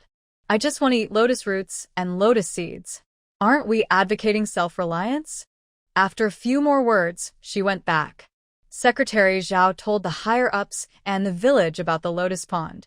The higher-ups advocated this kind of selfless dedication, so naturally, there was no objection.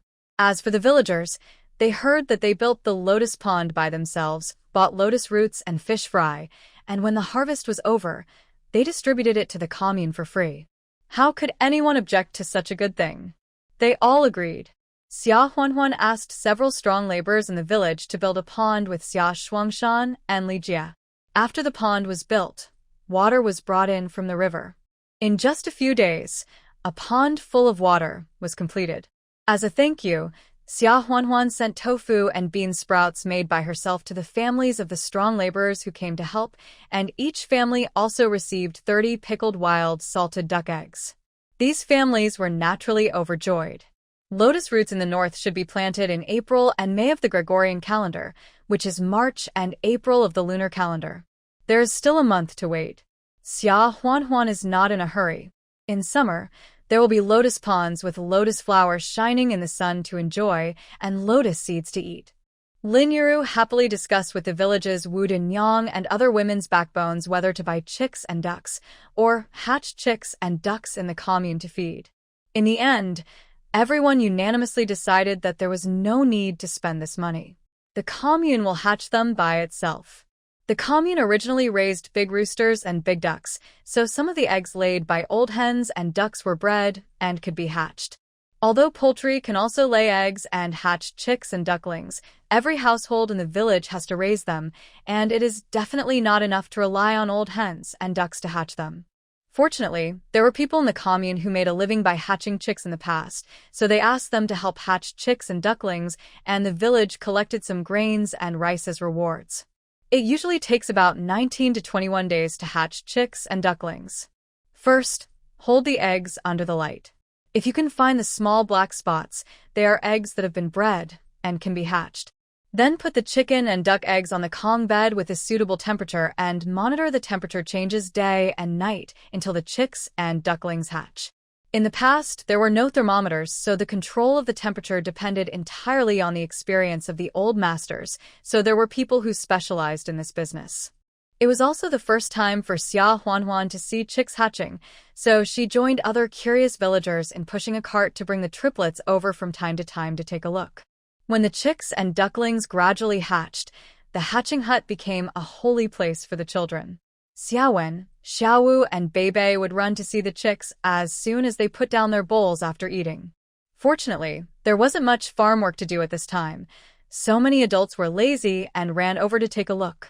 In the last few days, on the Kong bed, goose yellow chicks and ducklings used their little red beaks to chisel open the shells and staggered out. The little kids in the village were so excited that they went crazy. Xia Huanhuan also picked up Yan Yan, Ye, and Yao Yao one by one with great interest and let them see. When the three little ones saw the chicks and ducklings for the first time, they opened their eyes wide in surprise and shouted "Oh!" and "Oh!" while stretching out their little hands as if they wanted to touch them. Xia Huanhuan didn't dare let them touch the public chickens and ducklings. A 4-month-old baby has quite strong hands. If you accidentally grab something too tightly and kill the chicks or ducklings, it will be very troublesome. But at night, she would still secretly take out the little chicken from the space and let the three brothers touch it as much as they wanted, making them so excited that they danced with joy. As for Xiaowen, Xiaowu, and Beibei, she no longer dared to take out things from the space for them to eat or play with for no reason. Fortunately, the chicks will be distributed to everyone in a few days, and it will be the same if we observe them closely in a few days. When the chicks and ducklings are almost hatched, they were distributed to every household in the village, and each family took 3 or 5 chickens home to feed according to their own situation. Raising chickens and ducklings also requires food and feed, so no one dares to be greedy, otherwise the loss will outweigh the gain. Xia Huanhuan asked for 3 chicks and 3 ducklings each. Together with the 5 that Lin Yuru received from Xia village, there were a total of 8 chicks and 8 ducklings. There is no need to raise piglets. They are dirty and tiring. It is better to just spend money to buy them and eat them. Xia Shuangshan had already made cages for chickens and ducks out of bamboo, so he didn't have to worry about the chickens and ducks running around in the yard and defecating everywhere. Xiaowen, Xiaowu, and Beibei became the main force in taking care of the chicks and ducklings at home. Every day they scrambled to cut cabbage leaves and other things to feed them, and sometimes they even caught earthworms to feed them. Xia Huanhuan didn't want to discourage their enthusiasm, so every time she saw them catching earthworms, she would hide far away, afraid. Soon after bringing the chicks and ducklings home, it's time to plant lotus roots and release fish fry. Xia Huanhuan wrote a letter of introduction and said that she was going to the county to buy it. In fact, she took the letter of introduction to buy back the remaining rooms and yards in the front and back of the Luo family's house. Then on the way back from the county town, he took out lotus roots and fish fry from the space and said he bought them. 2 days after the lotus roots were planted and the fish fry were stocked, Secretary Zhao suddenly sent someone to call Xia Huanhuan over. Xia Huanhuan agreed to go over. Secretary Zhao pointed at the 2 men in Zhongshan suits and said, "Li Zhan's wife. These 2 are comrades from Beijing Workers, Peasants and Soldiers University. They want to investigate the child trafficking of Xia Fengfeng's father and grandmother and whether her impersonation is true." Xia Huanhuan's heart trembled, knowing that the letter that Aunt Zhu had asked her brother to secretly send out had worked.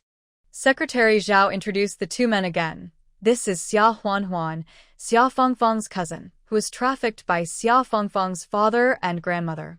This is her brother." Xia Huanhuan nodded. The 2 men asked Xia Huanhuan a few questions. Xia Huanhuan did not exaggerate and told the truth. The truth alone was enough to make people indignant. The 2 were shocked and speechless when they heard it.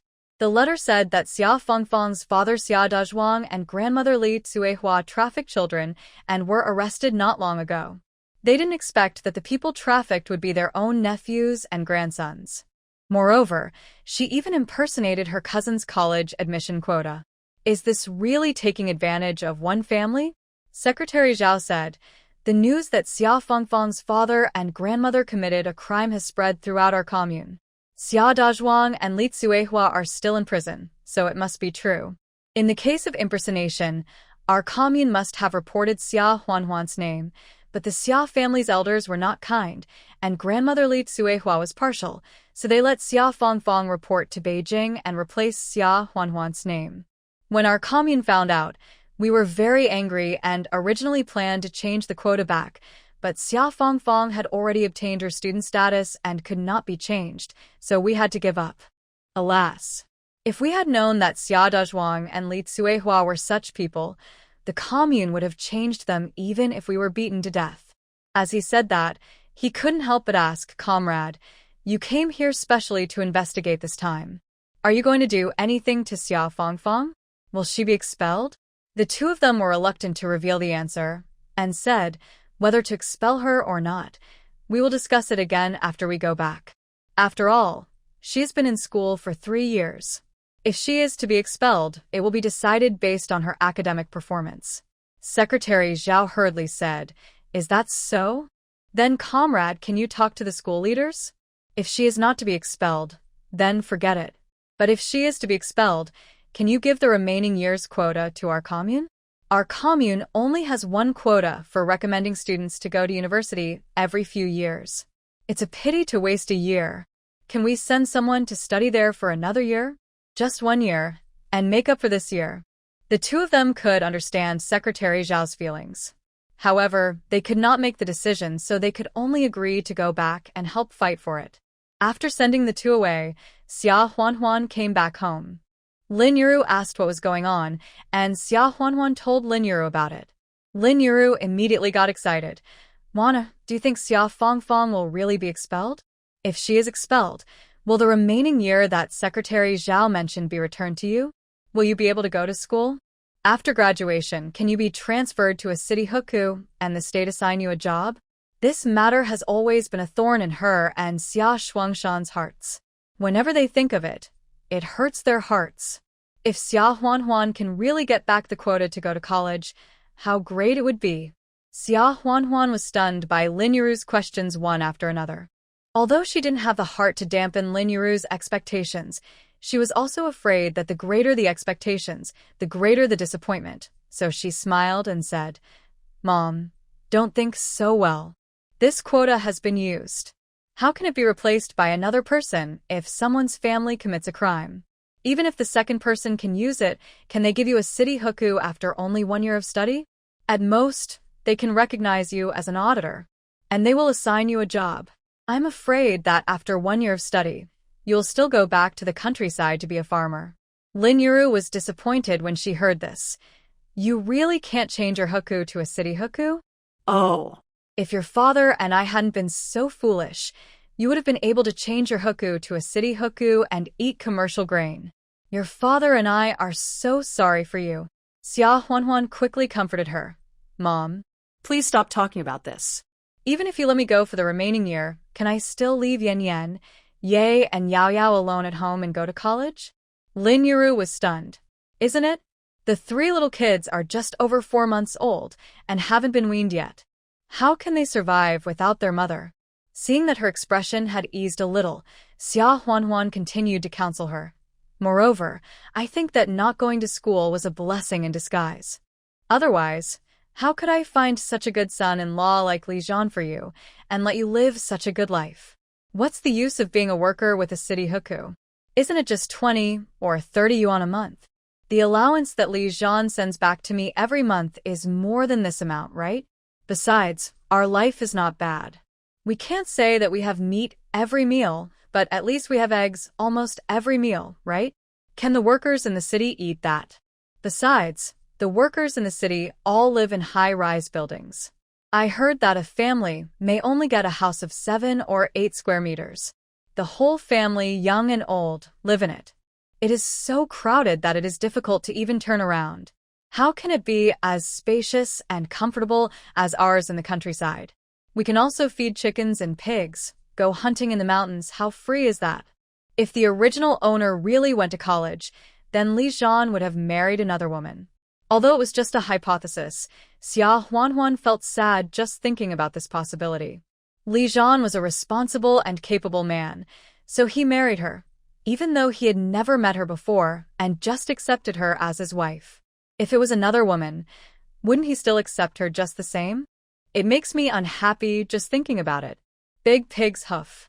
Li Zhan, who was far away somewhere, sneezed several times in a row and couldn't help wondering, it's already spring. Could he have caught a cold? No, it could be that his wife missed him and was talking about him right now. Thinking of this possibility, Li Zhan couldn't help but smile. He has already put away the solo photos of his wife and the 100-day photos of his 3 little ones. He kept them all in a pocket close to his chest and would take them out to look at them whenever he had time. The 3 little guys have grown up and look like him. My wife is so pretty. I don't know if I will be able to see my wife when I return to Beijing to report on my work. Bai Zihan, who was standing by, saw this and sighed and shook his head. People say that men become stupid after getting married, And it seems that this is true. Otherwise, why would their leader, who used to be such a calm and self-controlled man, always smile foolishly at photos now? Even if my sister-in-law is pretty, can I just look at her all the time? Isn't that a clear way to make people hate me? There are more than 1,000 people in the whole group. As a group leader, he shows off his affection every day and abuses the singles. Is that reasonable? But Zhan didn't dare to complain, otherwise he would definitely be beaten. Although Xia Huanhuan enlightened her, Lin Yiru still couldn't get rid of the thorn in her heart. No matter how spacious the rural houses are, facing the lush and back to the sky, the farmers can't compare to the workers in the factory who are not exposed to the sun or the rain. She secretly swore in her heart that she would take good care of her grandchildren in the future to make up for her daughter. Putting this matter aside for the time being, Xia Huanhuan dug up Shepherd's purse, took out a piece of pork from the space, chopped it into meat stuffing, and made large shepherd's purse and meat dumplings. She called Xia Shuangshan over, and in the evening, she asked Shen Wanxue and Yang Qiushi to come secretly from the cowshed, and everyone ate dumplings around the table. In addition to dumplings, a large pot of steamed vegetables was also steamed. In April of the Gregorian calendar, elm money is out of season, but it is the season of acacia flowers. The milky white flowers like strings of silver tassels hang on the branches, sending fragrance from time to time, which is indescribably bright and clean. Acacia flowers are picked from the tree. The sickle is tied to the top of the long bamboo pole with a rope, and then stretched to the high branches and leaves, and hooked down together with the branches. Xiaowen, Xiaowu, and Beibei waited under the tree with a dustpan. After Xia Huanhuan hooked the branches down, the three of them hurriedly pulled down the elm money or acacia flowers. In a short while, they picked a large dustpan. The leaves were not wasted. 3 in a group were braided into long braids. Sometimes some wild flowers were picked to decorate them. It was the favorite dress of the girls in the village. Beibei and Huanhuan Yingying looked at the leaves eagerly, collected them and braided them for fun. Xia Huanhuan and Lin Yiru were busy steaming dishes. Wash the acacia flowers with water, then take them out and drain them slightly, but the surface still needs to be wet so that the flour can be caught. Then sprinkle the flour evenly on the acacia flowers. No more water is needed to keep the flour dry, but make sure that the flowers are covered with as much flour as possible. Then put them on the grate and steam them directly. During the steaming period, prepare garlic juice. The soul of steamed dishes lies in the garlic juice for dipping. It is also simple. Peel the 2 ends of garlic, crush the garlic with a garlic mortar, add an appropriate amount of salt and continue to pound, then dig out and put it in a bowl, add water and stir, and finally drip sesame oil, and the garlic juice is ready. The crushed garlic juice tastes stronger than the garlic juice made by chopping with a knife. While the steamed dishes are hot, pick them up and dip them in the garlic juice before eating. The steamed noodles are mixed with the sweetness of elm money and acacia flowers and paired with the spicy and salty garlic juice. It can be said to be a unique delicacy in spring. In addition to elm seeds and acacia flowers, young sweet potato leaves are also good ingredients for steaming dishes. They can also be fried directly, but we didn't do that this time. Shen Wanxue and Yang Qiushi both grew up in the city. This is their first time eating steamed dishes, and they're both very novel. Delicious. I didn't expect that the flowers on the acacia tree can be so delicious when made into food. Shen Wanxue exclaimed with a smile. She grew up in a wealthy family, and the acacia trees on the roadside in spring were all for viewing. Although I have seen villagers picking and eating them in the cowshed in recent years, I dare not really learn from the villagers to pick them with a sickle. Yang Qiushi also laughed and said, I've read in medical books before that acacia flowers can cool blood and stop bleeding, clear the liver and reduce fire, and have anti-inflammatory effects. They can also be used as medicine and food, and can be mixed with flour and steamed. I finally got to eat it today. It tastes good. Xia Huanhuan laughed and said, steamed dishes are only for their freshness and seasonality. How can they be as delicious as dumplings? Auntie, chef, don't just focus on the steamed dishes. There's still a lot of shepherd's purse and meat dumplings left. After eating, Shen Wanxue walked to the crib, picked up the youngest Yao Yao, and played with it. This little kid didn't accept life, so he opened his little hands and let Shen Wanshue pick him up. Yao Yao was relatively quiet, and he didn't make any noise after being picked up. He put his chubby face on Shen Wanshue's shoulder like a caring little cotton-padded jacket and yawned. Shen Wanshue looked at the pink and jade carved doll in her arms and couldn't help but her eyes turned red. For more than 20 years, she had dreamed about holding her child like this almost every night. How happy she laughed in the dream would be how sad she would be when she woke up. How wonderful it would have been if she hadn't fostered her child in that farmer's home. Yang Qiushi also picked up Yan Yan and raised her up high, making Yan Yan giggle. Xia Huanhuan went over and picked up Yi, playing with her with a rattle. Shen Wanshue suddenly asked, Huanhuan, do you know someone named Liang Yunxia? Xia Huanhuan was stunned for a moment, then raised her head and replied, I haven't heard of it. What's wrong? Shen Wanshue smiled nervously and said, It's nothing. It's just I met each other more than 20 years ago. I heard that later she has moved to a nearby village. So, just ask, forget it if you haven't heard of her. Xia Huanhuan felt strange, but it was hard to ask more questions. A few days later, Secretary Zhao asked someone to call Xia Huanhuan to the commune. He held up a telegram and reported, The matter with the workers, peasants and soldiers university has come to an end. Xia Fongfong was expelled, but in the remaining 1 year, the school is still willing to it is given to our commune. It is said that if the new students are diligent and studious and have excellent grades, they can be assigned jobs and transfer to the commodity grain household registration. Wife-in-law Li Zhan, this quota is originally yours, although Li Tsuehua and Xia Dazhuang are also your mothers and uncles. But you and your brother were originally victims, so you have no problem with the government. Moreover, after you got married, you hunted wild boars and distributed them to the village and built lotus ponds to raise fish. Everyone agreed with this. I'll give you the opportunity to go to school for another year. After hearing this, Xia Huanhuan pondered for a moment before saying sincerely, Secretary Zhao, this is a good thing. Thank you for still thinking of me. However, I am already married and have a child. Now the 3 little ones are only over 4 months old. I am going to Beijing to go to school, and I have to leave them at home. So, I decided to give up this place. Secretary Zhao was stunned. Asked, Daughter-in-law Li Zhan, the school has said that if you have good grades, you can transfer to a city-registered residence even if you only go to school for 1 year. Although you have given birth to a baby, it will only be a difficult year. In the future, the baby, well, we can live a good life with you and Li Zhan, right? Are you sure you want to give up? In this era, who in the countryside doesn't envy those who have urban household registration and can eat commercial food? Xia Huanhuan nodded firmly and said, Secretary Zhao, I know that this opportunity is once in a lifetime. If you miss it, you will probably never get it again in your lifetime. But I still can't bear to leave the cubs for a year. However, if possible, I would like to recommend someone and hold a quota.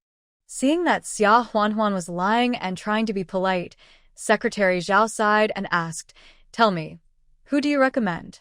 Xia Huanhuan smiled. Said, That's the son of Aunt Zhu's family in Xiajia village, Brother Xiaopeng, Zhu Xiaopeng. Although Xia Huanhuan didn't care much about the quota for attending the workers, peasants and soldiers university, after all, it was something that originally belonged to the original owner. If the time is right, like her, if she hadn't given birth to triplets yet, then, even if it was only for a year, even if she had to take the 3 Shaowen siblings with her, she would definitely go to school and fulfill the original owner's dream. Although Xiaowen, Xiaowu, and Beibei are not very old, they are already very sensible. She has money and can take them to rent a house in Beijing. When she goes to school, she also sends them to primary school. It will definitely be hard work, but it can still be reconciled. But now, Yan Yao Yao is only more than 4 months old. She can't leave them at home and go to class alone, right? Taking triplets to class? That's even more unrealistic. Moreover, now they have to be fed in the morning, noon, and evening every day, and sometimes they have to have extra meals in the morning and afternoon. These are very real problems. It is even more unrealistic to ask Lin Yuru to follow him to Beijing. In this era, the flow of personnel is strictly controlled. You said that when you went to college, you took your mother-in-law to take care of you and your children? This is pure petty bourgeoisie hedonism and is absolutely unacceptable. Xia Huanhuan secretly promised her original owner that in a few years, her dream of going to college would be fulfilled. Then she continued, Brother Xiaopeng is the only high school graduate in our commune. If he goes, he will definitely be able to complete his studies with excellent results within 1 year and transfer to a city-registered permanent residence. If he goes, he will definitely not let the quota is wasted. With Brother Xiaopeng's personality, he might be able to come back and help our commune after he graduates. Secretary Zhao thought for a moment and said, The Zhu family has a good reputation, Lao Zhu and him. My wife and Xiaopeng are also working very hard, and they are definitely qualified. Just. Wife-in-law Li Zhan, are you really not considering it anymore? Xia Huanhuan shook her head and said firmly, I'm not considering it anymore. Compared with going to college and transferring to the city, I still want to work in the village to support my 6 children. Seeing this, Secretary Zhao had to give up and said, Well, since you have decided, then I will. I won't say anything more. I'll discuss it with other commune cadres and we won't be able to decide until we get the opinions of the entire commune. Xia Huanhuan nodded and came back. Aunt Zhu secretly asked her brother to send a letter to school. After all, she was the one who hinted and fueled the situation. Although Xia Fangfang deserved it, this method was indeed disgraceful. Aunt Zhu must have felt bad about it, so she didn't write the letter herself, but asked her natal brother who belonged to another commune to do it. Xia Huanhuan felt somewhat guilty for Aunt Zhu, and then she recommended Zhu Xiaopeng. As for whether Zhu Xiaopeng can be elected in the end, it can only depend on how popular the Zhu family is in the commune and whether people are willing to vote for Zhu Xiaopeng. She can only do this. Entering his yard, Xia Huanhuan found that Xia Shuangshan came over unexpectedly. Seeing Xia Huanhuan come back, Xia Shuangshan, who was squatting under the front eaves, quickly stood up, looking at Xia Huanhuan with a look of anticipation and more of guilt on his face. Lin Yuru also hurriedly came up to her and asked softly, Wanner, did Secretary Zhao come to you to talk about Xia Fangfang's expulsion? Xia Huanhuan was stunned for a moment, and then she understood why Xia Shuangshan came over. She smiled and asked, How did you know? This matter involves the issue of the remaining year's college enrollment quota, so Secretary Zhao will definitely not publicize it first. Lin Yuru sighed and said, Wasn't it Lu Hongmei? She came to our doorstep early in the morning and insisted that your father dictate a telegram of understanding and send it to the school immediately, saying that maybe the school could change its mind and not expel Xia Fangfang. When your father heard this, he had no time to care about her. He hurried over. Wanner, did Secretary Zhao say whether the replaced place can be returned to you so that you can go to school? Xia Huanhuan knew that if this matter was not made clear, it would be a thorn in the hearts of Xia Shuangshan and Lin Yuru for the rest of their lives. Therefore, she did not hide it, nodded, and said, Secretary Zhao told me that I can go to school if I want in the remaining year. Xia Shuangshan and Lin Yuru were excited when they heard this. Lin Yuru's face looked like she wanted to laugh and cry at the same time, and she quickly asked, Really? Oh. That's great. Wanner, Mom and your dad have discussed it. You can go to Beijing to go to school with peace of mind. Your dad and I will help take care of the 6 little ones at home. Although Yan Yan, Ye and Yao Yao are weaned a little early now, this is a major event that concerns their mother's life. When you transfer your hukou to the city, won't these little ones benefit from it when they grow up? It will make up for the fact that they were weaned too early. Xia Huanhuan interrupted Lin Yuru and said, Mom, I have already refused Secretary Zhao. Lin Yuru was stunned. What? You refused? Refused? Xia Shuangshan, who had been silent, was anxious now. You kid. Why didn't you discuss such a big thing with us before refusing? I'll go talk to Secretary Zhao now. Xia Shuangshan was about to walk out. Xia Huanhuan quickly grabbed him and said, Dad. Mom. Didn't I tell you about this? The children are still so young. I really can't bear to be separated from them. I know you have always felt that you owe me for this. But this time I took the initiative to refuse, so don't think too much about it. And there will definitely be opportunities in the future. Next time, when the kids are a little older, I will fight for it again. You are forcing me to leave the children and go to college alone. Tell me, I will definitely think about the children all day long. So how can I study with peace of mind? In the end, I may not be able to transfer my household registration because of unsatisfactory grades, and it will also bring shame to our commune. After much persuasion, Xia Shuangshan and Lin Yuru finally convinced them. Xia Shuangshan and Lin Yuru had no choice but to stop talking about it. 2 days later, the commune held a meeting to discuss this matter, and in the end, Zhu Xiaopeng was chosen to go to college for that year. Aunt Zhu was very grateful to Xia Huanhuan. She heard from Secretary Zhao that if Xia Huanhuan had not given up the opportunity, her son would not have been able to get the quota. Aunt Zhu asked her husband to go hunting in the mountains. He was not allowed to go down the mountain if he did not catch any wild animals. He actually caught a rabbit and a pheasant and said happily that it was estimated that there would be abundant food in the mountains this year. It felt that the wild animals were much easier to catch than last year. Aunt Zhu was not stingy. She put the rabbit directly into the basket and sent it to Xia Huanhuan. Huanhuan, this rabbit was caught by your uncle in the mountains. Auntie wanted to send one to you. Huanhuan, you must accept it. If it were not for your selflessness and humility, how could our Xiaopeng have the opportunity to become a college student? Aunt Zhu said. Xia Huanhuan refused a few times, but she could not resist Aunt Zhu's enthusiasm and had to accept it. In the evening, she stewed a pot with potatoes, beans, and other things, and the family had a delicious meal. A few days later, Zhu Xiaopeng packed his bags and took a train to register at the Beijing school. Xia Fangfang returned to the village dejectedly, carrying her bedding. She had been refusing to leave the school dormitory, but was cleared out by the school's security guards. The city guy she was dating also broke up with her. Xia Fangfang cried all the way, and she couldn't figure out how the school knew that she had bought answers and cheated in the exam. After thinking about it, it was still the letter of accusation that caused the trouble. And who sent the letter? Who else could it be? It must be Xia Huanhuan. Xia Huanhuan was jealous that she was going to college and would soon become a city dweller, so she did something bad to harm her. Just wait. She will make Xia Huanhuan pay the price.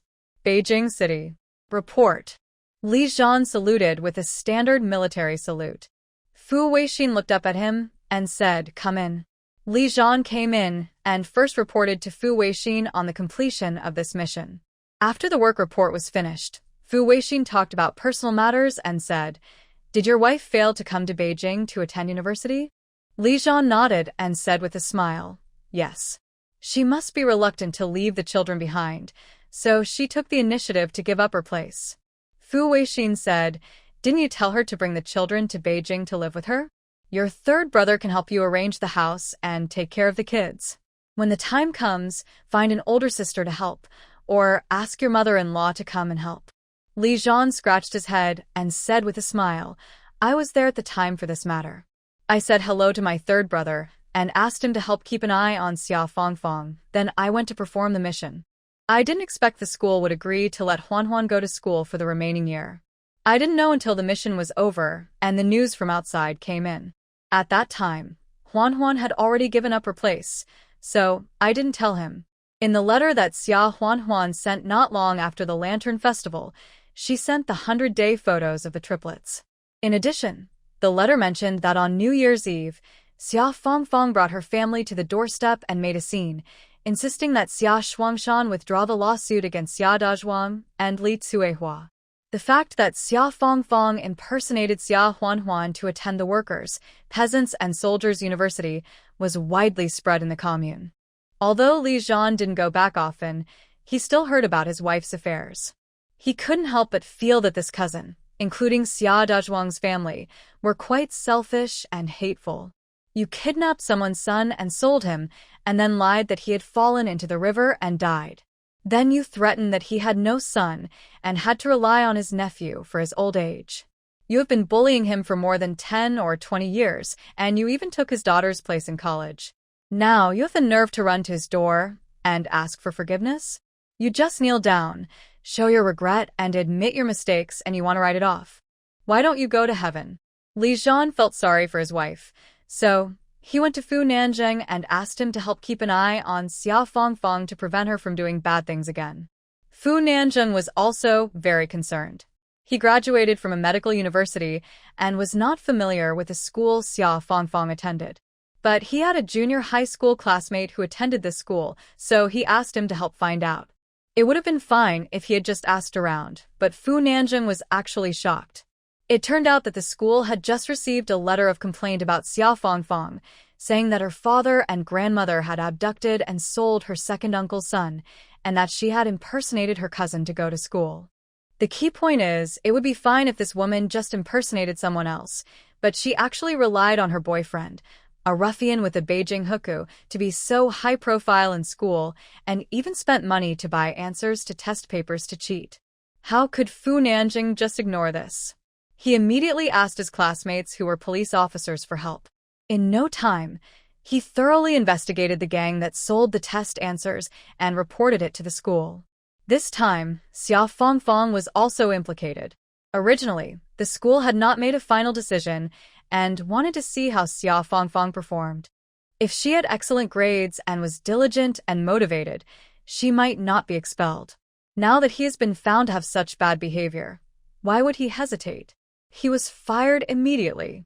Fu Weixin sighed and said, "Look at what this has caused." Nanjing is also unreliable. If he had thought more carefully, or let me and the old man know earlier, and sent a telegram to your wife to tell her first, she wouldn't have missed it. You two bad boys didn't say a word. If anyone had leaked out, to put it bluntly, Li Zhan was a regimental-level cadre with a clean background. It was not unreasonable for his family to seek advancement and ask for an extra admission quota in the university. Li Zhan laughed and said, "If this matter really alarmed the chief and the old man, it would be too much. Besides, it can't be blamed on the third brother. It's such a good opportunity, and I didn't expect my wife to refuse it. The third brother meant that this great opportunity to coax my wife should be left to me to do it myself. My wife will definitely be very touched when she knows it." Fu Weixin was furious when he heard it. He can't even find a partner. He still has the nerve to teach you how to coax your wife. It's outrageous. After saying that, he nodded again and said, alas, "It's okay if we miss it. Let's see later." Originally, the Fu family strongly disapproved of Li Zhan's arranged marriage, but when Li Zhan rushed back, his wife had already been married, and the Fu family couldn't say anything. In addition, when Li Zhan was injured last time, Xia Huanhuan came to Beijing, and both the old man of the Fu family and he had a good impression of Li Zhan's wife. What's more, she looks so much like Wen Hui. After Xia Huanhuan returned from Beijing last time, the Fu family also investigated privately to see if Xia Huanhuan was Wen Hui's child, but in the end they did not find any clues. Xiao Wenhui was 8 months pregnant that year and was supposed to stay in Beijing to wait for the birth of the baby. Who knew that a county in the north of Beijing had a sudden mountain flood during a heavy rain in the summer, and it was said that the dam was about to burst. She was one of the main designers of the dam at the time, and she followed the entire process when it was built and was familiar with the situation. In addition, she was also one of the few experts in water conservancy in the country at the time. This matter was related to the safety of life and property of hundreds of households in more than a dozen villages along the river downstream of the dam. When the organization needed it, Xiao Wenhui went there without hesitation with a big belly to check how to discharge the flood and how to divert the flood. The dam was finally saved. But because of overwork, the child was born prematurely. There was no hospital in the countryside, and Xiao Wenhui had a stomachache and went into labor prematurely while she was working, so there was no time to send the baby to the county hospital. The baby was born in a temporary shed built by villagers in the disaster-stricken village. Fortunately, it was a natural birth, and both mother and daughter were safe. The baby was a little small, but her health was fine. At that time, the dam had been guaranteed to be fine, but the flood discharge and the reinforcement of the dam and the embankments on both sides had not been completed. Xiao Wenhui was worried, so she rejected her colleague's suggestion to send her to the county hospital and only sent a telegram to Beijing, asking her family to come and take the baby home. She still insisted on fighting on the front line. Because of working day and night, Xiao Wenhui's nutrition was not enough, and her milk was not enough. A woman in the village who had just given birth had enough milk and helped to feed the baby. But something went wrong during the feeding. The village was destroyed by the flood. Everyone lived in a makeshift shed.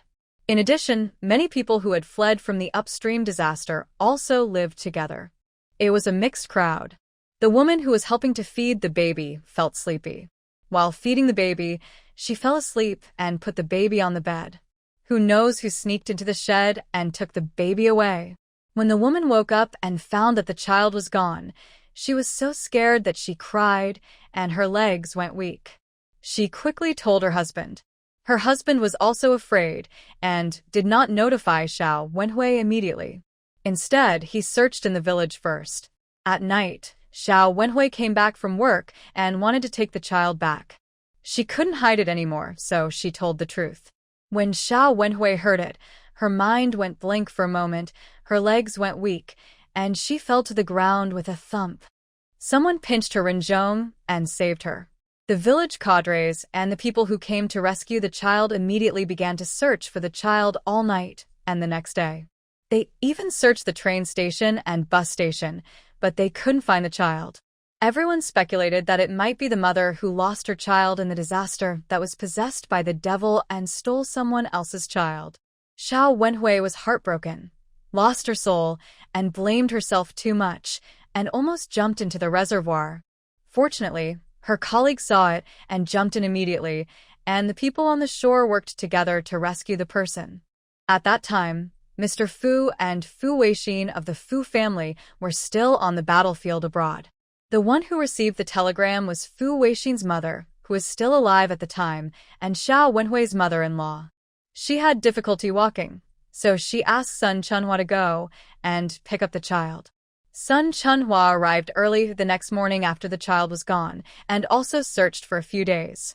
After Xiao Wenhui jumped into the water, Sun Chunhua hugged Xiao Wenhui and cried, "Wenhui, if you don't think about Qingya, who is only a little over 1 year old, and the 3 brothers Dongjin, Beifa, and Nanjing, you should also think about your aunt.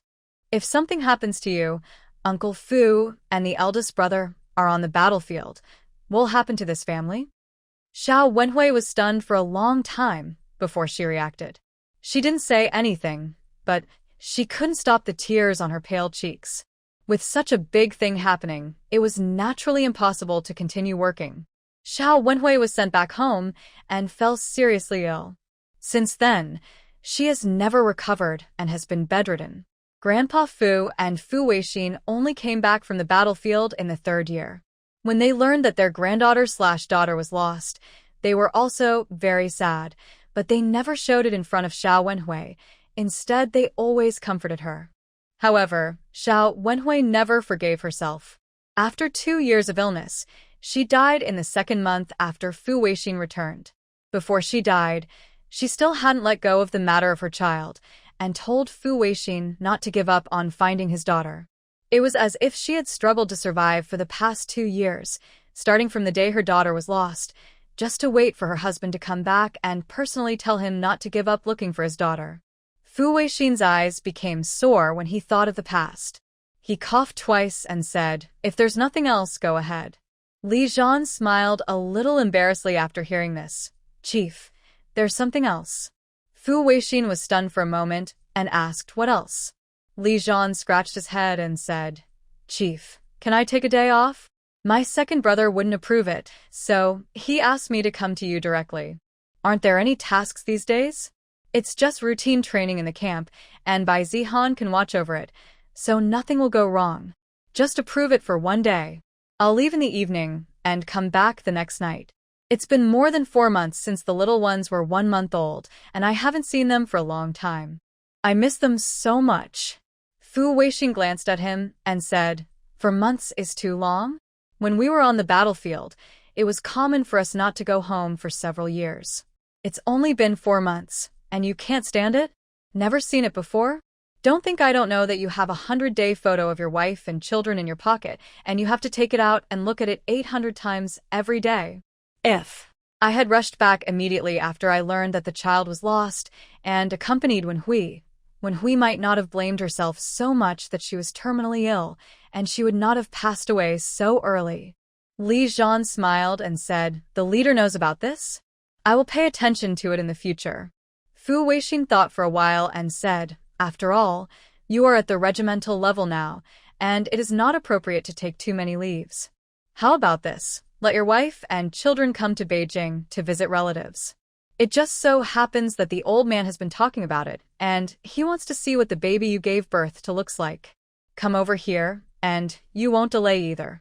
Fu Weixin has asked people to check the place where the child was lost many times. Over the years, many human traffickers have been arrested, but after interrogation, there is no match, and there is still no clue. They also secretly asked around in Mo County and Xiajia Village, where Xia Huanhuan lived, but they all said that Xia Huanhuan was Lin Yuru's biological daughter. She also gave birth to twins, but one of them died, leaving only this girl. Fu Weixin and Old Man Fu didn't say anything, but they were somewhat disappointed. But since Xia Huanhuan looked like Wen Hui, maybe it was some kind of fate, and she was married to Li Zhan, so it was understandable that they would get closer in the future. Li Zhan was stunned, but this was a solution. then "I'll send a telegram to ask her." Even if he had to take a few kids on a train for several hours, it would still be hard for his wife. If his wife didn't want to come, he would have to bear it and ask for leave to go back to see them later.